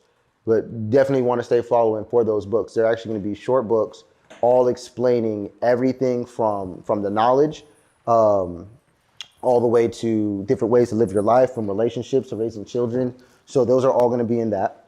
Music is the other thing I want to do in my day. That's it. And other than that, I really just want to like do Forex trading and stuff like that. I love that stuff. That's what I'm pretty much doing with myself. People want to connect to me. I would recommend they do it on YouTube. I'm actually have different events coming up. So there's just 3 things I'm gonna say. My IG is where I be at. So I'll be on King Love Solar, king.love, spelled with the 3, .solar, S-O-U-L-A-R, like the story, right? That's my IG. And then I want to put everything to YouTube. I want to start streaming. Our story's been so big. People have been making so much money off of us. I'm at the point to where I'm like, there's millions and millions and millions and millions and millions of views being generated with our names being thrown around, and I haven't seen a penny for it. So it's like, what do we do? Well, I just want to keep living my life, being myself. What I'm going to be doing with my wife, my beautiful wife, my children, and then the other news that we want to reveal. You want to do that? Your heart's pounding. I have a lot to say. Okay, yeah. Long story short, expect music. Expect a ton of music from both of us. Expect the books. Expect all the books. I want to be streaming, and I want to just, this is what we're going to be doing. I don't know how relevant this is with time, but I got an event this whole next month coming up. I got events I'm going to be doing in Jacksonville, Florida. Y'all going to want to come out to Jacksonville, Florida. You're going to be able to meet me, her, kids. We're going to be able to do yoga. We're going to do art shows. I'm going to be performing all my music live. It's a number of things. It's at a place called B and Sun studio. So look up B and Son, Jacksonville, Florida. I'll be putting it all over my page. So get my IG because all the information is gonna be on there. Go ahead and Everybody in Dallas, everybody in Philly. I got the Philly ID. Dallas, I still love Philadelphia. I don't know how good the group is gonna be going now, man, but Dallas definitely loves you, man. Dallas definitely loves you. Dallas and Philly go crazy for me, bro. They love me. For everything I've done with Jag, they see it clear. They love me. Dallas and Philly, my numbers are going crazy because of Dallas and Philly. That's it. Everybody from there is showing me mad support and love. And it's like, I just want people to know, even outside, before that, after that, this coming month, mid-March into April, mid-April, we'll be out in Jacksonville, Florida. We have this beautiful environment. We're going to be doing all kind of things. You definitely want to pull up for that. Go ahead and give them the social medias as far as if they're not following you already, how to follow you.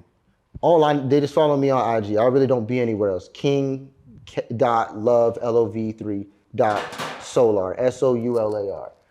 That's me. And I'm very easy to get in contact with. You can get my phone number from anywhere.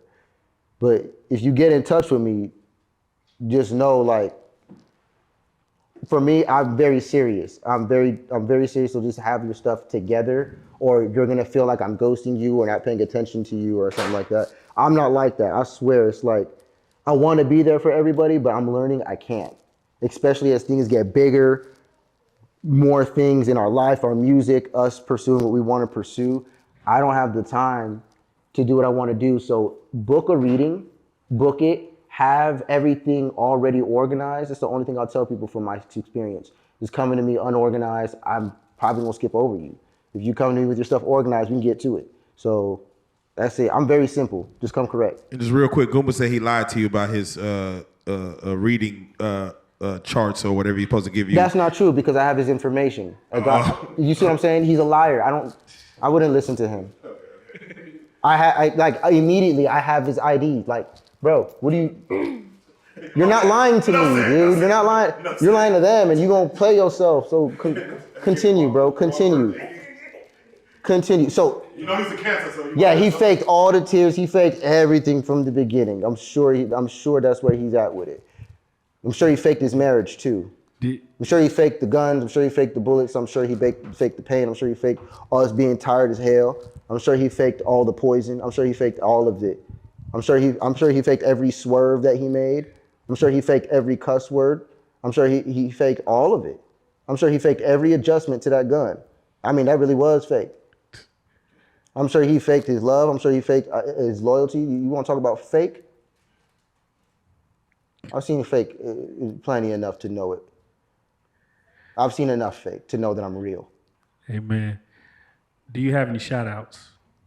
Yeah, shout out to my parents. Bro, I was raised very well. Shout out to my mom, who's like never stops holding it down. Like, shout out to my mom, real talk. Shout out to Ear Drummer. Shout out to my cousin O'Dane.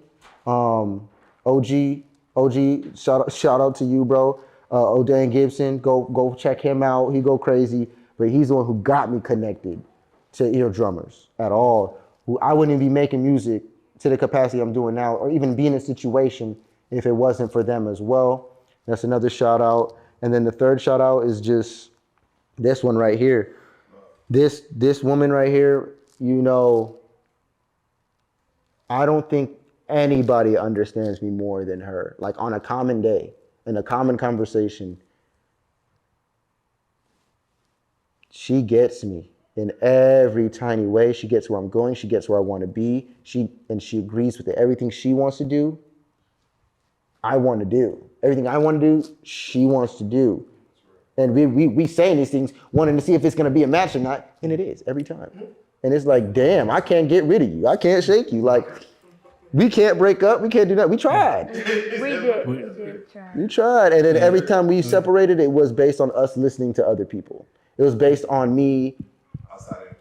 Outside influences. When it's me and her, it's like just, that's why when we keep coming together, we're like, can we please just focus on us and what we need to do? Because we could tear up this whole game. Like, I can't wait till y'all come back so we can find out if she feel the same way.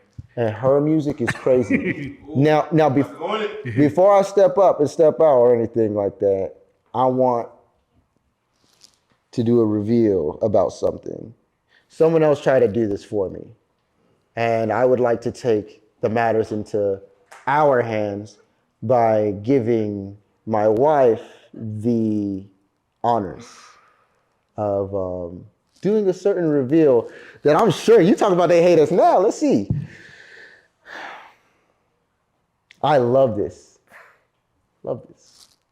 It's touchy for me because of the situation and where I've come from, how I grew up, what I've experienced. But what I do know is that I don't regret anything in this moment or moving forward or what I've done in the past. So we are 7 weeks pregnant. Clap up. Hey, Yes. blessings. We gotta be able to celebrate more life. Oh my God. We got to celebrate I'm more happy. life. I'm happy about it personally because I feel like the first 2 pregnancies that I had was robbed from me in a sense, and I feel like this pregnancy I get to experience it in a way that I never have before, and it's healing me and it's healing things that I went through as a child, regardless of the he say she say. I just am grateful for the connection and the bond that is here, what he's has already done for the children that I do have, and so I see it to work. I feel it to work, and so it is working. Here's what I know for sure. Pregnancy is a beautiful thing, and it's supposed to be fun. When the mother of my child was pregnant, I had a blast. What makes it not fun is when people are selfish and when people only care about themselves. So I know y'all are gonna have a blast. A father is a person who helps you make the baby, but a daddy is a person who pours into your children. He looks like a daddy. So I want to congratulate you both. Amen. Gratitude. People wonder why I allow Eliana to call you daddy. Say, we can't wait to see you. Man, you know what? And as a mother, watching her mother, I couldn't have picked a better mother. Amen. I ain't gonna cap and then that's kind of painful and kind of mean to say because there's another woman pregnant right now by me months in. Yeah. But the way it happened was righteous. And let me say this last thing for her, and not for her, for all of us, is that this is just the truth. You know, when me and her were together, we loved each other. We knew what it was from the beginning. We were just very authentic. It was like we've known each other for years already. So when we finally came together on this time, it was like, where have we been this whole time? You know, we're together. It's all love. It's all good. Her house. I go to her house. I'm in my house in Mexico. I leave my house to go to Ohio to go be with her and go spend time, get them out of there. We're gonna go to the tropics all together, right? I go there, and her house is so pristine. It's like a church. It's like you walk into a church, but this is Ohio. This is the hood. This is not, no, it's crackheads walking up and down the block, but her house is like a church. It's like a sanctuary. Beautiful, the energy, everything, even her. The girls, everything. And so I'm like very amazed with it. I get the text. She sends me a text, Janae, also who's Nateri and Carbonation. She sends me the text. And she's like, oh, we broke up. She left me like 50 times. She left me again. I'm not even a guy to take people back like that, for real. I only started doing that in the cult. And then after that, I'm just like, because if you can't show me commitment, I'm done with you. Like, I'm done with you. Like, I'm a Taurus Venus. Like, you ain't got commitment. I am not feeling you. Like, long term, it's just not going to be it if I can't trust you. So with her, she done left multiple times. That's the one button you don't press with me. And she pressed it multiple times, and I accepted her every single time. And, you know, what's crazy is that, you know, how she treated me, I was never really happy in that relationship. A number of different things I had to be obvious, like I had to be clear about. And then this relationship exposed like crazy too. And it's like, I thought I loved this woman, but no, she's obsessed with me. And I had a certain obsession with her and certain things too at certain times. She has a child, a beautiful child. This is a child of love. This is a beautiful child. This is all, yes, this is all good. She's cool too, like as far as I'm concerned, but as time has progressed, Velvet's response to finding out that she was pregnant when we were together was, this is beautiful. I love you. This is another you. This is more of you. I don't know how it's going to work. I don't know what we're going to do, but hey. Let me tell you. Congratulations. Congratulations. Let me That's tell what she you. said to me. Like, I look at things as in, like you said, 3. There's a holy trinity here. I'm How gonna put many it times on you. have you seen that? I'm gonna put it on you. There's a many holy years? trinity happening right here. So hey, we're gonna leave it at that. Let the comments go crazy. Let y'all speak on what y'all speak on. Hey, let love don't think exist, so. man. We love what's going on here, man. I gotta say it, man. Velvet Solar right here. There's a unity here, man. Congratulations, first and foremost. Appreciate that. Thank you for coming through. Y'all, all 3 are some real life street stars. Hey, man. Here we Real are. talk, real talk. Here we are. This is real life street stars. Blessings, You hear that? blessings, blessings. Yeah. Yes. Real life. If that shit ain't real life, it ain't real life. Just ain't real life street stars. Know what time it is. What's up? You rocking with Shaka Zulu right here on the Reallyfe Street Stars. Y'all tune in, stay locked in with us. We on. Real life. If that shit ain't real life, it ain't real life. Just ain't real life street stars. Know what time it is. Boom, boom, boom. Let's go. Let's go. We happening? got it back in the building. Real life street star. We got a situation, man. We got What's the man happening? himself, man. Shaka Zulu in this mug, man. The biggest. Hey, and I see you got even the goddamn fur on you, like you killed a lion, a rabbit, or I had to go a get me cougar some or something. rabbit. I couldn't find the goddamn King Joffrey Jara shit. You know, Yeah, he came for out with the real. head. So I had to go get me some rabbit. But we I'm about to good. say, it look like jaguar fur, but I don't know how. Oh, nah, you know. I just fucking with you. I'm going to dye it black for the video, though. Man, welcome to the couch, man. It's crazy, man, because you know, it's funny. We had a situation where we talked with Jaguar, right, and she mentioned some people through what is called carbonation, in which we had no idea what it was. She always talked about the babies, and we like, you know, who it was. So meeting with Monica Genesis, I was able to meet Solar, talk with Solar, get a little bit of background story, and we invited him on the couch. As you probably noticed, we had a conversation with us, as far as on the Street Star side, we didn't have a lot of knowledge. As far as what carbonation was, we had like surface level knowledge. Right. But we felt it may be a dope story. So we got Solar's story. He brought, I don't want to say his wife, but what he called his wife, which is actually Eligio's wife, Nature Boy's actual wife. That's deep. She came in and she spoke. Yeah, she spoke on her end.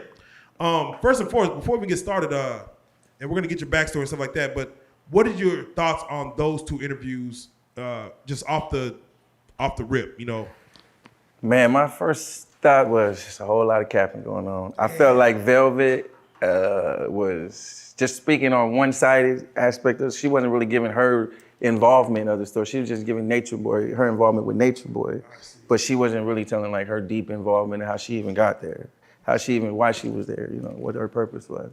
You know, so I felt like she should have went in depth and more in that. As well as Solar, too. I felt like Solar always capping. So I feel like he should have just kept it real. I don't think he kept it real about none of that. Like, he brought her out as his wife, all that. Like, man, stop it. You got a wife already. She got a husband already. Let's keep her gangster. Let's keep What's her the real. most cap shit you heard on the interview? On that interview? yeah, either out of one of the 2. Man, it was so much. So full of, It was so full of much. capital. No, for real. I would have to say she acted like she didn't want to be there. The part where she acted like she didn't want to be there and she was being forced to be there. Yeah, I throughout. felt like all that shit was cap because I felt like when I was there, she had plenty of days that she could have just been like, I'm out. And nothing would have stopped her because that was with everybody. Everybody had a day where they could have just been like, nigga, I'm out of here. And there was She may nobody seem like it like was hold. She may seem like it was Jurassic Park or something. Even if 10 they had foot your high fence. paperwork, nigga, you can go get another birth certificate. You can go. If it's that serious, nigga, like if it's that bad, I'm going to get another one. Not They gonna make lie. copies of them things. Like, her escape story was though something for the movies though. Like, you know, from what she told us, it was like a harrowing escape. maybe in her mind though, that might have happened in her mind. You know, we wasn't there. We can't visualize or feelize what somebody else went through. You know what I'm saying? So That's true. maybe in her mind it was like that. But in my mind, when I was watching it, I had the popcorn. Like, So was there anything that they nigga, said? like, nigga, go ahead. What was the realest shit that they said in there? That The actually really was shit was that they went over there fucking with Nature Boy. They went over there fucking with a nigga who had a mission. Yeah, that happened. That happened. Goddamn. That happened. That happened. All right, well, let's get your backstory, man, real quick, man. First of all, even your name, Shaka Zulu, man. You know, I have Nigerian, in my blood. So it's like when I hear Shaka Zulu, I go back to the old TV show, goddamn Right. the miniseries. Man, and so of course the guy Shaka Zulu himself. So that's exactly where I got my name from. That's my real name, Shaka. Oh, dope. So yeah, Everything. So I was named after Shaka Zulu, and my brother's name is Zaire Kinsasha, and then my other brother's name is Elijah Salim. So we all got African names. We were named by Africans. Our parents didn't even name us. Have you ever seen the miniseries that came out? Man, I seen all of it. Bro, the miniseries, the old ones, like I got the cassettes. Yeah. I got the 20s cassette. Yeah, Underrated, man. Underrated. How hard was it growing up with the name Shaka? Man, African booty scratcher. Oh man, I was like the old school, like Blackston is getting it now. We back then, he wasn't even in America probably. So we took it on for all the African niggas. I hated that name, bro. I hated it. So I went by my middle name, Calvin. I was like Calvin.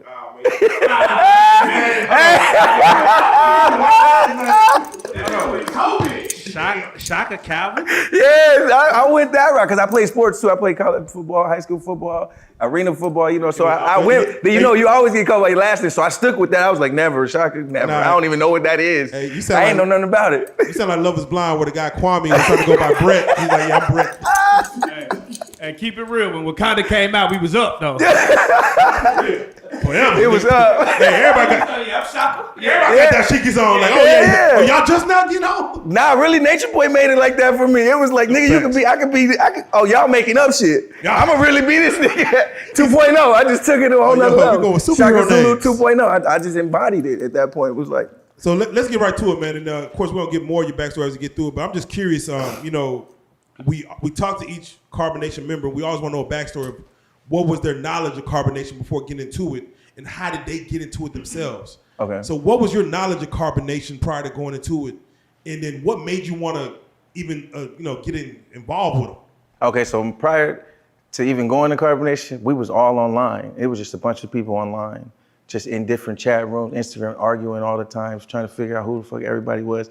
And Nature Boy had his little group, but I had Tribes. It was Tribe Echo at the time. It was a bunch of us, so we was always at it with them, like with the knowledge, or who got the best knowledge, or who got the best people, who got the best rap, who got everything. So it was always competition with us, with me and Nature Boy and his whole camp. So it was like, let's come together on some shit at this point at some time. Like, nigga, when we gonna keep playing the games, let's come together and make something big, and let's do something real major, like, cause we got the attention of the people. What did y'all call yourselves? Like a group?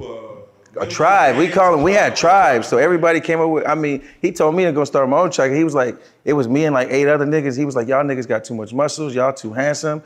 Like, I'm gonna have to wrap all the women up like a mummy. He's like, I'm insecure. He told us that in this app called House Party. We all used to link up on House Party, and we blew House Party up. Then we went from House Party to Bigo. And we all on Bigo now, and we turned up on Bigo. Everybody, I'm getting 5 bands a month on Bigo, 6 bands. Oh, damn. A month on Bigo. Everybody, I'm the only nigga eating like that though. I'm trying to put Solar, Velvet, all them, like, I can get y'all 10 bands to come to Bigo right now. They all turned me down and went over there and did it for free. I was like, what the fuck? These niggas don't want no bread. All right, so throughout our conversation, we're gonna be talking about money. Oh, we're yeah. also gonna be talking about like sex too, you know what I'm saying? Okay. So, and we might go in and out of like conversations like that, but I'm curious, these house parties that you was going to, and it was just tribes and y'all was linking up, was like a lot of fucking going on or something? No, because really it was like mostly an app. The app was called House Party. Okay, the app was called House Party. We meet up on the app. But no, we did. There was some parties. Okay. There was some Yeah, shit. we linked up. Yeah, I linked up a few times with him. Like, hey, nigga, I just come through because he treated me like little bro. I came over there like, nigga, like, I don't want nobody. I can't live with nobody. I got my own shit. Where you from at this time? I'm from LA. All right, so you in LA at this time? I'm in LA, but I'm all over. I'm everywhere because I'm real life street star. I'm really in the streets. You actually in the streets? Yeah. I'm really in that shit. What was your hustle at first? What were you? My main hustle. I used to, man, Man, say, listen, if I tell you I have to kill you. Okay, so now I can talk about it because I don't do that shit no more. So it's cool. I can talk. I was in the trapping. I was trapping weed. We was trapping coke. We was trapping everything. We was in the scraping. Rob. I was part of Colton City Crips, Altadena Block Crips. Oh yeah. Shit, yeah. I ran with everybody. We hang out with Nick. We was on tour with everybody. I was with Razcast, all them. So you kicked I was with Nick? Razcast, all them. I grew up with all them. Tidra Moses. Everybody lived on my street. So you Scrap came over. I know Scrap all them. I knew them. I didn't hang out with all them before. Me and Scrap had the same birthday parties.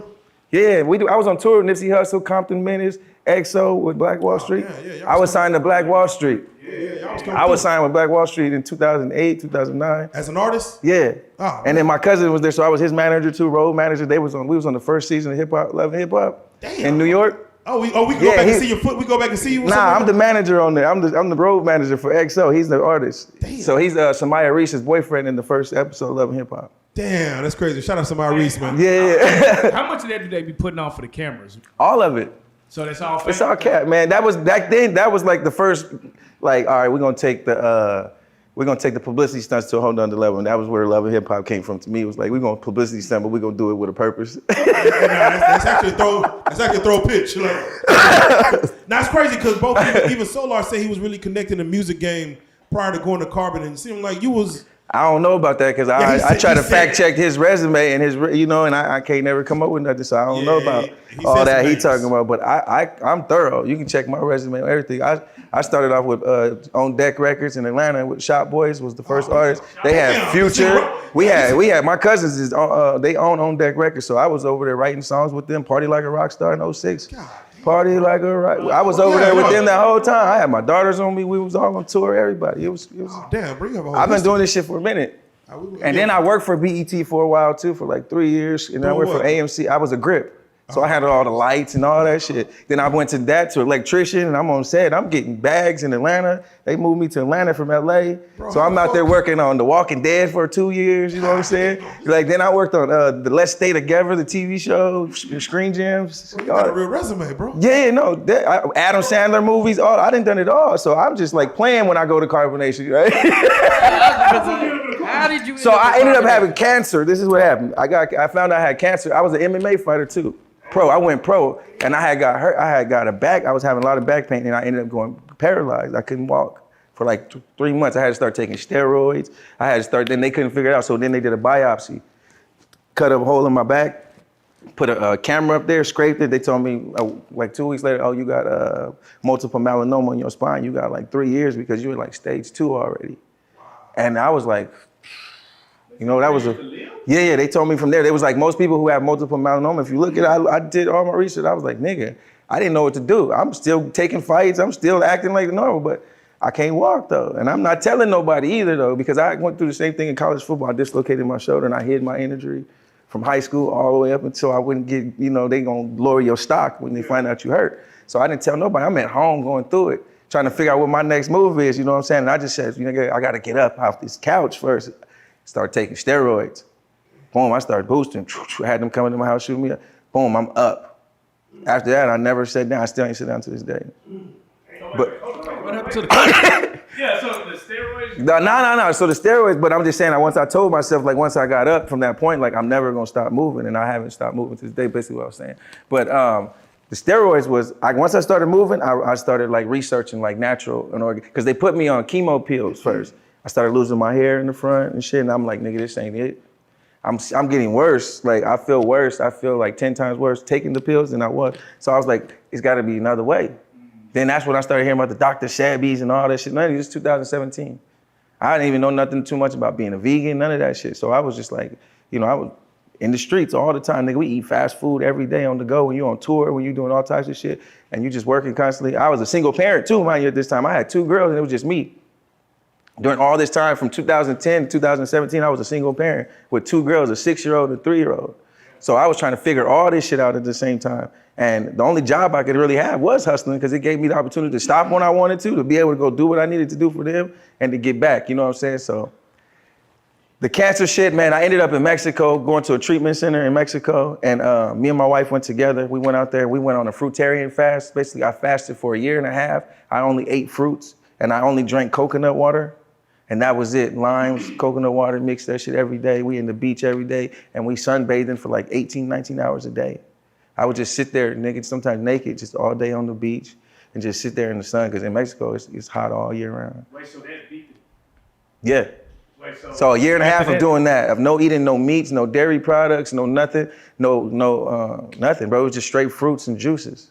That was it. Oh, shit. Just fruit. I was eating only fruits, no vegetables, nothing, just straight fruits, mangoes, coconut water, the coconut jelly every day was breakfast, you know what I'm saying? maybe I might go get some beans and rice. After the first year, I started going to the beans and rice. Yeah. But before that, the whole year, straight fruits and vegetables. My wife was on. I ended up being I started off like 180. I got down to like 130, 131. Dang. I was really skinny. I got pictures and everything. It was crazy. But I never really told my family or none of that. I just kind of I met my wife on the journey, and we just kind of stayed on the journey. And so then when I was in Mexico, I ran into Nature Boy at the store. Me and my wife was there. I was getting her wraps. She could wear the wrap. We had the store, and I'm like, damn, they look like them niggas right there. And so I yelled at him like, "Aye!" It was a nigga named Rambo that was there at the time. And he looked and he was like, "Yo!" He threw up his hand. I'm like, we all been talking on the internet, but we never met before until this point. So while I'm out here healing and doing my thing, I run into these niggas. So then they take me to the van. They like, look, everybody in the car, Nature Boy, Velvet, all. And I'm like, damn, on TV, they look healthier than the motherfucker. But when I ran, they was frail, skinny. I'm like, nigga. He's like, y'all want to come kick? I'm like, nope. And then my nigga was like, yeah, I'm hungry. I'm like, nigga, no, you ain't. Nigga, what you talking about? Nigga, we out here eating. Nigga, go. He was like, man, look, y'all come over here. Because the lady had gave me an acre of land out there. And she just had us helping with her farm. And she was like, y'all can do whatever you want. I mean, it had pineapple on it. It had sour sap. It had papaya. It had everything growing on it. So it was just like, and we had our tents and shit. We had them big ass Cabela tents back then. Them motherfuckers was like houses. You can put, it was like 8 people could fit in one of them bitches. And it's just me and my wife. And it was a bunch of us though. It was like 5 other people. Boomy, his wife, and another girl. My wife was pregnant at the time, and Boomy's wife was pregnant when we went too on this journey. So we out in Mexico just thugging it. I think I might have took $500 with me too. I didn't know when I was gonna come back and when I wasn't gonna come. I just took $500 with me, and I was supporting other niggas with that $500 too. $500 go far in Mexico, nigga. That $500 lasted me about 4 months. No, for real. And the part we was into is really poor, so it was like, nigga, the money go along with $20 is 400 pesos, nigga. Over there, you good. Get you a hotel for 2-3 nights for 5, nigga. You ball out there. So I ended up getting a house and everything out there though. Opened up the vegan restaurant out there. I still got all that to this day. Wow. But yeah, the cancer, I beat the cancer just being in the sun and just eating and just changing up my diet and my mindset. How did the fruit feel like all day? Like eating that Man, it was horrible at first, bro, because it was like, I was so used to being around people, but that's why I had to leave the United States. And I had to go somewhere where I'm not around people, going around the same people, had the same mindset, eating the same, because everybody like, you crazy, you need to eat meat. And I'm like, bro, you tripping. I didn't already ate meat for 20 years, bro. I'm not about to keep eating meat and telling me I'm gonna get the same result. No, I'm gonna try something different. I'm gonna wash myself clean, at least get a fresh start. So I did that, then I did urine therapy too. Urine therapy is when you basically drink your own urine. You drink your own urine, and basically I cycled it. So basically every time I had to pee, I just get a cup and I'm just. Wait. Hey, no, it's the noise for me. But real quick. Wait, did you know about urine therapy? Yes. I did my research. So you researched urine therapy? Yeah, and I had somebody show me who was doing it already. I went in Mexico, and they showed me what exactly. What does it do? It's supposed to help with the resetting of your body. So I did it. I was desperate. You know what I'm saying? I was willing to try anything except chemicals. Anything that was more natural and organic. I'm like. Were you prepared to die? No, I wasn't. I felt like I had so much more to do. Okay. I felt like I had so much more to accomplish. So I felt like, nigga, I'm about to get it all done as fast as I can. Man, I ain't gonna lie, because it sounds like when we think about when you think about what you did, you're prepared to die if you don't go get chemotherapy. Like, if this don't work, then I'm gonna die anyway. But you wanted to live on my own terms. On your own terms. Yeah, I wanted to be able to be like, I faced this myself without having to just go get some help from somebody that don't even know me. I feel like doctors don't know me, don't spend enough time with me to know all the things I'm going through. So how can they actually tell me in a 30-minute synopsis of how I'm functioning when I didn't been spending time like 30 years fucking this body up? You see what I'm saying? So I had to put all that in perspective in like days. But when they told you had 3 years to live, what was the first thing that came to your mind? Like, it's over. Nigga, it's over. I broke down. Bro, I was going through mental. I was like, I'm about to just end it, bro. Like, I was about to just go pull the trigger. Was there anything that you were doing to your body that you felt, hey, this is probably why I got cancer? I played sports my whole life, so I felt like the gods is against me right now, to be real.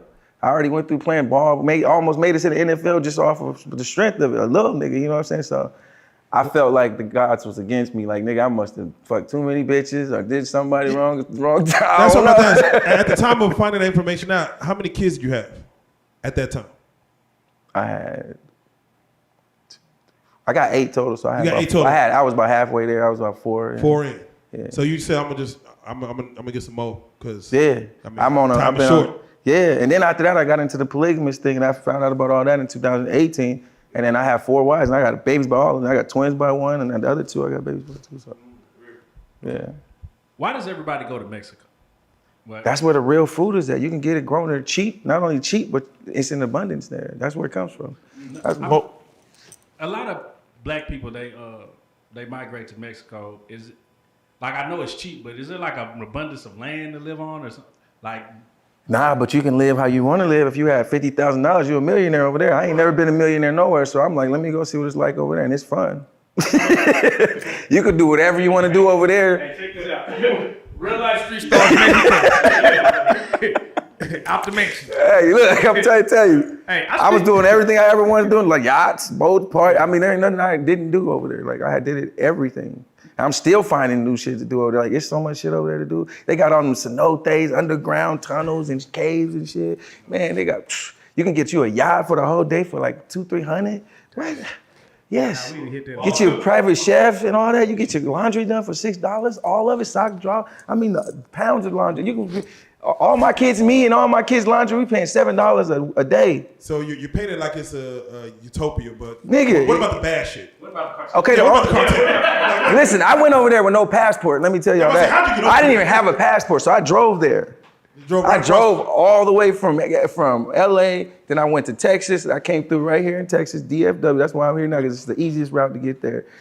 If anything go bad, I'm out of here. First thing I do, because I think about it like this. Everybody else got a home they can go to. The Japanese go to Japan. Chinese go to China. The Africans, where the African Americans gonna go if shit get bad for us? We stuck. We the only niggas stuck here. I can't be that. I can't have that. Like, my movie don't stop with we can't. Yeah. We gonna go to jail, or we gonna do this. We gonna do this, and no, I don't think like my operation is. If shit get bad here, I gotta have somewhere to go too, because everybody got somewhere to go. So I created my own place to go. I'm like, fuck it, I'm gonna go to the closest and the safest place right now. I did my research. It was Mexico, and my dollar go a long way there. You talking about sometimes $20 to 1. Send me somewhere else. I'm going to Philippines, it's 53 to 1. I'm going over there next, then I'm going to Thailand, it's like 38. Yeah, I'm there. Listen, I'm there. And I'm opening up shit there though, because listen, in my shop in Mexico, I pay $250 a month, but I average about $7,000 to $9,000 a month. Do the math. In pesos or US? In US dollars. But I get paid in pesos. I do my numbers in pesos. So I had to learn how to do business in Mexico without speaking the language. I had to learn the language. I had to get up with lawyers who spoke English and Spanish. And then I linked up with some Nigerians, the Nukulos. And we opened up Nukulo House Coffee first before I even opened up my shit. I opened up that with them, and it was a barbershop / massage place, coffee shop. And then we had co-working spaces where we rented out booths for the people who wanted this. And we had it all in one. We had the biggest spot in Mexico right by the beach. We like walking distance from the beach. And then my Zulu's vegan spot is like a block from there. And so I was into taking over shit. I'm like, nigga, we need ownership of everything. If we could come here and own shit, why not be here? We can't do this for a fraction of that price in America. That's crazy, bro. For a fraction of that price in America. Yeah, so I'm like, nigga, I just created the dope game all over again for myself, and I'm having fun all over again now, because I'm able to set up legal trap houses everywhere now. Well, how do you avoid dealing with like the cartel? My lawyers. Right. I got it with people who knew and understood business out there, and I seen how the Jamaicans was doing business there. I seen how the Brazilians is doing business, the Armenians is doing business. I said, we got to do business here too. So I linked up with all the black owners, and I had business when I took them out to eat. Me and my partners, we were just taking everybody out to eat and doing business, and we were getting 10% over here on Friday nights, 10% of their total sales over here on Friday nights, because we would just send our people to the events. All the black expats that come in there, I linked up with all of them because I'm a vegan chef too, so I'm already networking with them. I created a show called 2 Chefs, 1 Kitchen in Cancun with an Asian lady. And me and her doing $350 a night just for the tourists coming in. We get booking all their events, all their shit, and feeding them. It was a movie. So, do you have any Latino children? Not yet, no. I had a girlfriend though that's Mexican. My wife let me have a Mexican girlfriend. That's fire. Did you start thinking like a Mexican, like being What? over there for so long? Hell yeah, I started thinking like, we gotta get the money from America. We gotta bring it over here. And I'm teaching them niggas that shit. They like, we know. Whenever tourists come in, you saw tourists as a lick. Like, ooh. Hell yeah, Ooh, hell that's a yeah. lick. Nigga, I was on everything. I used my car too. I was shuttling niggas back and forth to the airport. $50 a shuttle. Man, that's balling. Oh, so you was rooting for Garcia last night? Nigga, yes. Yes. I'm all that. I'm out there trying to get, I'm like, nigga, America ain't letting us do it. They letting us do it. I'm here. This is what I came, I thought that's what the whole carbonation movement was about. That's why I went there and fuck with them niggas. Cause I'm like, these niggas is out here saying, fuck the system, let's get this bag. And then they wasn't really on no bag though. I'm like out there, I'm like, nigga, I'm not about to keep giving y'all niggas the bag. God damn. Man, nah, they transportation system is they don't even charge. They just charge you by people. No matter where you gotta go. Yeah, no, it's about it's about 10 cents to get across town, and you just jump from bus to bus. 10 cents, 10 cents, 10 cents, 10 cents, 10 cents. Because when I went to Cancun, it was like it's $5, $60. Yeah, $60. they did. Yeah. Wait. So does Mexico have like strip clubs out there? Yes. So wait. They got everything. We got Home Depot. They got Sam's Club. They got Costco. They got it all. Do they treat the same like make it rain pesos? Like, do they make it? No, they do, yeah, with the pesos, but they got the dollar peso. They got the bill pesos. They got a $500 bill, $100 bill, $20 bill, $50 bill. Yeah, we gotta go to Mexico. Yeah. And then Let me get this right. the banking thing, like you gotta make sure you got your banking right though, because you can't open no accounts over there though. That's the only thing. So everything I do with cash. Like even when I do the Uber Eats, I set it up to where the drivers pay me first. And then they take the food and get the money from the people. So I get paid before they even see the food or anything. So the cartel's not extorting niggas out there, basically. No, the cartel is the government. Oh, shit. What the fuck you mean? When you gotta sign all these papers and they can shut you down whenever they get ready, that's the cartel. Cause they know the young niggas gonna come up and nobody nothing telling you gotta pay yours. What? Like they stopped making guns when they got theirs? Like, nah, nigga, we'd be all out in here. So I come prepared. I'm gonna call the police, I'm gonna tell authorities. They say you start like, Yeah. You gonna tell who? See, the police is the you gonna tell cartel. us? There you go. The police is the cartel there. Cause they can stop, if you got weed on you, they gonna extort you for everything in your pockets. Damn. They gonna take your jewelry, they gonna come for it all. They gonna be like, give me that now. Or she going to jail. I'd be like, nigga, let's go. I done been to jail out there too. I done got out, paid my way out of jail, everything. I done done it all out there. I'm telling you, they done took my whip, everything. They ain't got accidents. I done got paid for accidents and my car's registered in California. I called my insurance. Hey, we got hit in Mexico. Niggas, run me the bag, same day. Same day. Nigga. Same day I got my car fixed, same day. Oh man, that just opens up Pandora's box as far as Mexico. But we gotta ask, so you jump in the van. Yeah, I jump in the van. With Nature Boy, Velvet. The whole crew. The we go, crew. they take us to the house, man, and it's... How was that? Because you already knew kind of what they were online and, you finally ran into them. And now you... I had a talk with him before we went in the gate. I had a talk with him. I said, bro, I'm not into, I'm just here visiting. He already said it, this is just a visit. Like, I'm not trying to join nothing. I ain't trying to be a part of nothing. Before we walked the door, he was like, bet, we're going to be bros. You're going to be like my little bro, and you can come here and do whatever. What year was this? Around what year was this? 18, 2018. It's 2018, so I get there and he treat me like bro. He like, nigga, you need something, you need, because at that time they was banned up. Right. They had bands, so they didn't really need nobody money at that time. He had 300,000, then they got another 50 from Tron. Tron get a trust fund check every 3 or 4 years. Trust fund? About what? He get it for the rest of his life though. And he about to get one this month. He's still getting that money. No, he is. Oh, he about to get 35,000 or 50,000 or something like that this month. Deposited every guy. Yeah. I fucks with Tron, my nigga. Shout out to Tron. Hit me when you get it. So wait. So all right. So you're with your wife. Yes. But you know what this is, where Nature Boy. And my wife we just found out she was pregnant the first time, the day we left to go to Mexico too. Oh, well, damn, that's dope. With Baby Shaka. That was when Baby Shaka, we found out the day we left, damn, we pregnant, what we gonna do? Were you living polygamous at the time? No, I didn't even know nothing about it. I still didn't know nothing about it at this time. Okay. But Nature Boy was already on that, I'm assuming. Yeah, he was. So does he look at you, but also look at your wife? Hey. Nah. I was the only person that ever came with a person with him, with a spouse with him. I came with my wife. Everybody else met there. Met there. They met there and they became that there. So what was the rules of carbonation then? What was the rules as far as even in that world? Hey, we're all gonna share each other. Nah, it was mostly you're supposed to respect your brother. It was the code was you don't look at your brother's girl nigga, you don't take on your brother. You're supposed to be your brother's keeper, basically. I am my brother's keeper.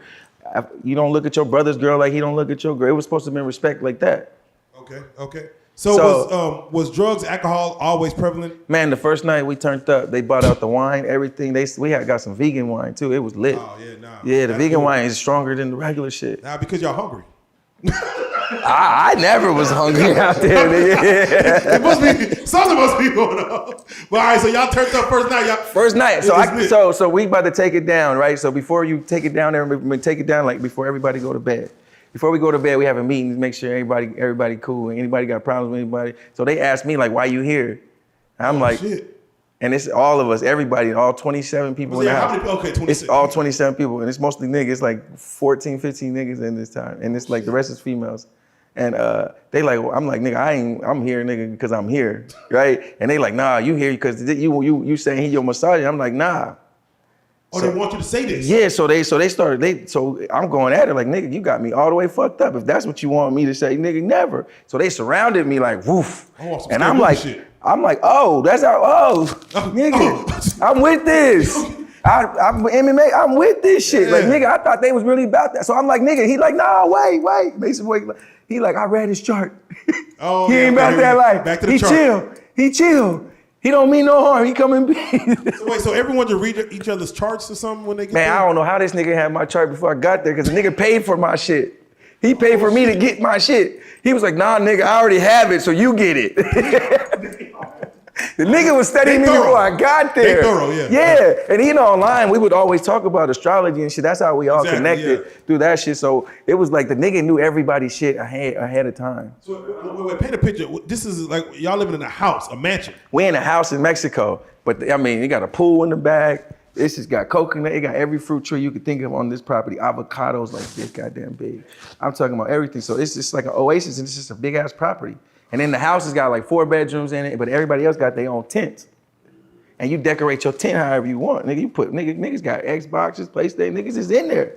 Nature Boy's tent was the flyest shit. You know, that nigga had 5 women in that motherfucker, decorated that motherfucker. And he was connected motherfucking tent, so he had like, nigga, that nigga had him a whole shit. The nigga shit was plush to the motherfucker. Made you want to be there longer, you know what I'm saying? The nigga painted the perfect picture, you know? This is it, nigga, we here having it, goddamn it. But yeah. What exactly is a chart? Okay, so it's your birth chart. Basically, it gives you your sun, your moon, your Mercury. It gives you every placement of how you came in from the day you're born to now. And it tells you basically like how the stars was aligned when you came into this astral plane. Do you really think he had the ability to read that chart and understand you as a person? To an extent, yeah, to an extent, definitely. Because if you read the chart, you can learn a lot about yourself. So if you read it, if you utilize that, it can become a tool for you to understand every energy that you come in contact with and how they operate on a basic level. So it's a cheat code for me. Because every time I see a female now, I'm like, what's her sun so sign? what you're saying what's is her moon? In a relationship, even people who don't believe in charts or don't know about the chart, you suggest that people who get with other couples, they should find out about that chart. Do at least do a compatibility chart to see how you guys are compatible and how you guys are going to function when y'all connect to each other. At least do that, because then you get to see the dynamics of how y'all going to have to work, the work y'all going to have to put in, because a relationship is work. You got to put that work in. Without the work, nigga, it's just, nigga, you just playing. Why were there so many men? I mean, it's hard for females to just drop everything they got to go, to go into a whole nother country, to leave everything, their families, all that. Even though those ones did, that's what only, like, I respect them females to a certain degree because they was willing to do all that to see if that shit was real or not. So that's another reason why I respected all of them on that level. Like, nigga, they was like me. Like, nigga, if they something was going on in their life and their situation to where they was like, fuck everything I got going on, I'm about to go see what this is about. The reason I asked is because I'm almost positive that a couple of those men had like children they raised or jobs or people that they would I'm sure they did. But it's a lot easier when you ain't got access to that kid to just walk away. A lot of them didn't have access to their kids probably. Do you feel like when you see like 14 men there, do you feel like they're there to get enlightenment or they're there for the poontang? I don't think none of them really was sexually active like that. None of those men like that. I think they was all young-minded still, and they were still trying to find themselves.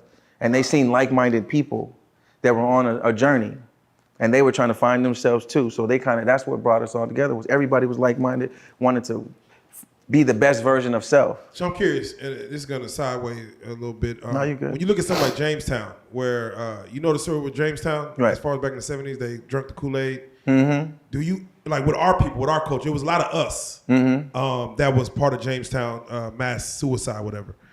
Do you feel like black people be looking for answers in just wrong places because we just don't have knowledge of self?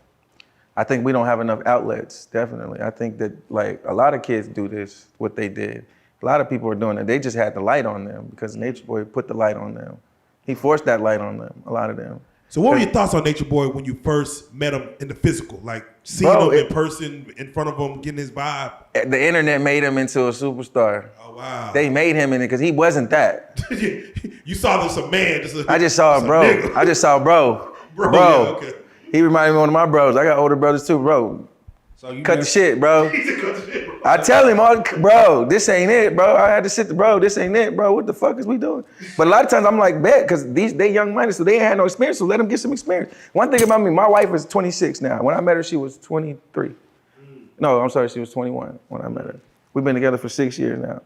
So, but when I had to learn not to get in her way of her experiences. So I had to learn, like, even though I went through shit, that don't mean that she don't need to go through it in order for her to get the lessons that she needs to get to, or to even be on my level. She got to go through that, so I got to get out the way.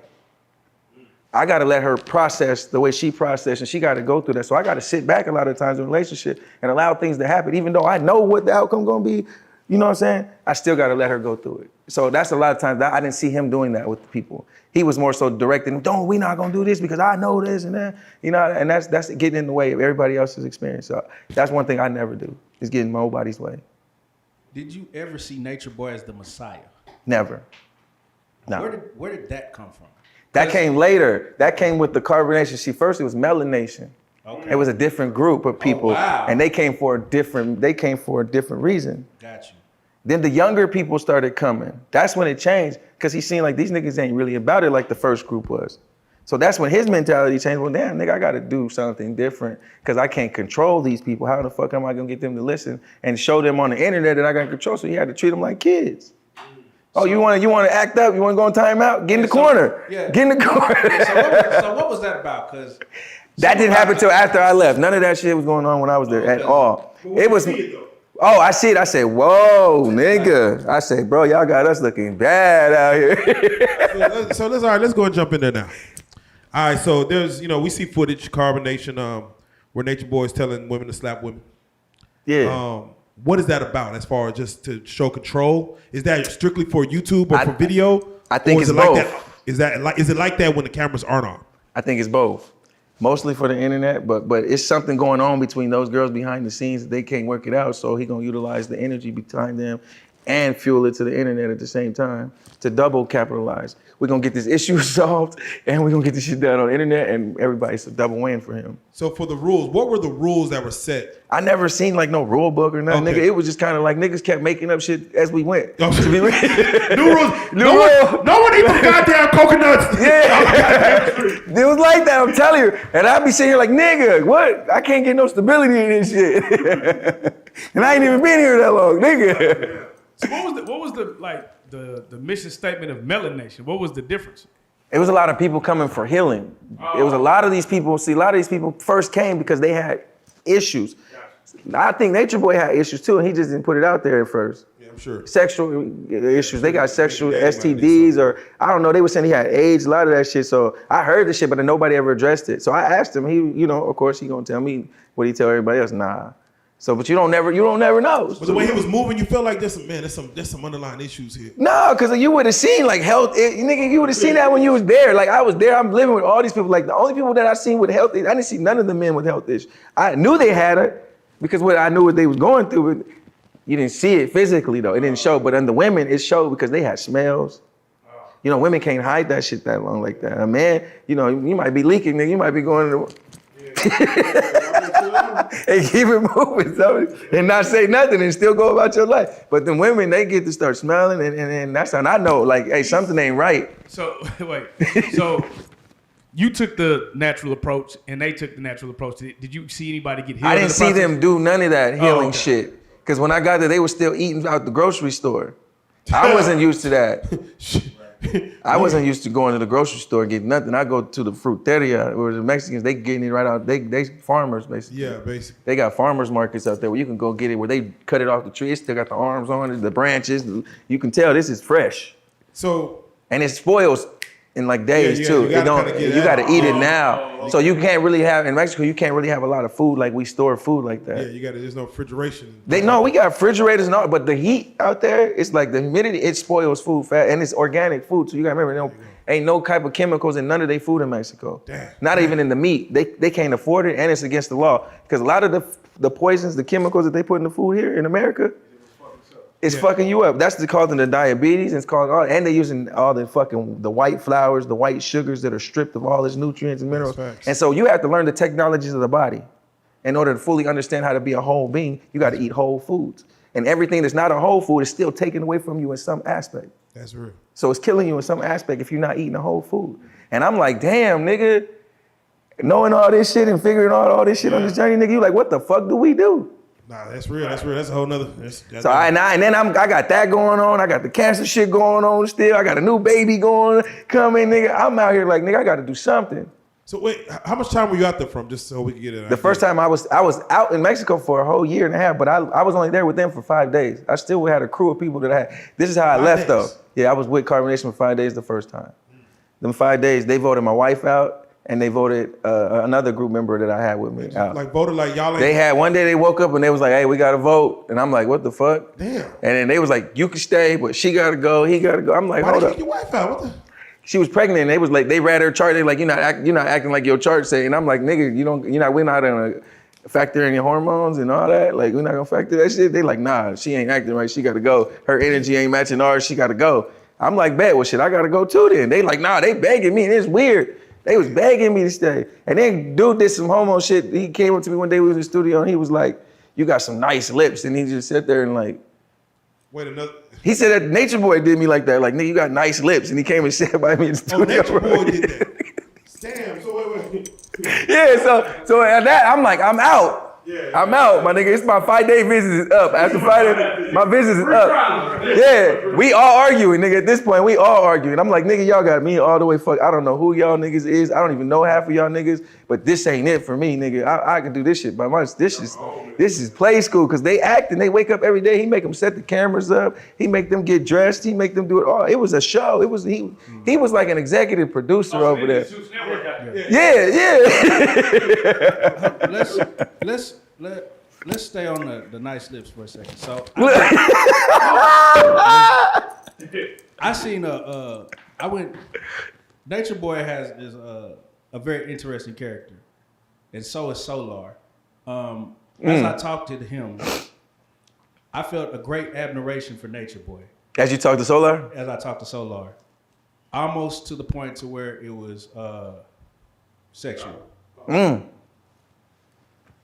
Had they interacted in that realm, do you know of? Or was that what was going on? Was that part of the... No, hell no, that was not part of that. I never seen no homosexual shit going on. I seen the females and all that shit getting passed around. I never seen none of that shit, but they did have that video out though that dropped with Marcellus, and I seen that shit, because niggas said that shit. That's the dude, that's the tranny that was in the video. Or no, they, or it, I don't know the pronouns, so if I get it wrong, my bad, y'all. The transsexual. There you go. Transgender. There's an actual video now. There was on OnlyFans. You had to go pay like $5. Somebody paid it and screen recorded it and sent it to me.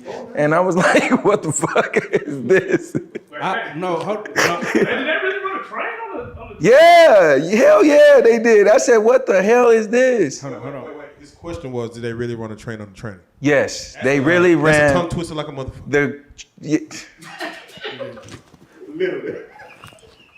So, bro, I don't know. I said, what the fuck kind of shit is this? So, I also seen a lot of videos of them, multiple men. They were actually just having relations with porn stars, like on Pornhub. Who, them? Yeah. You seen them? Yeah, it was like. I didn't see that shit. It was like 5. Nigga, y'all just open Pandora's box. I'm like, yeah. No, it was like 5. Because I just heard some shit about one of my homies that was in my tribe that went over there with us. And they was like, nigga, his girl hit me.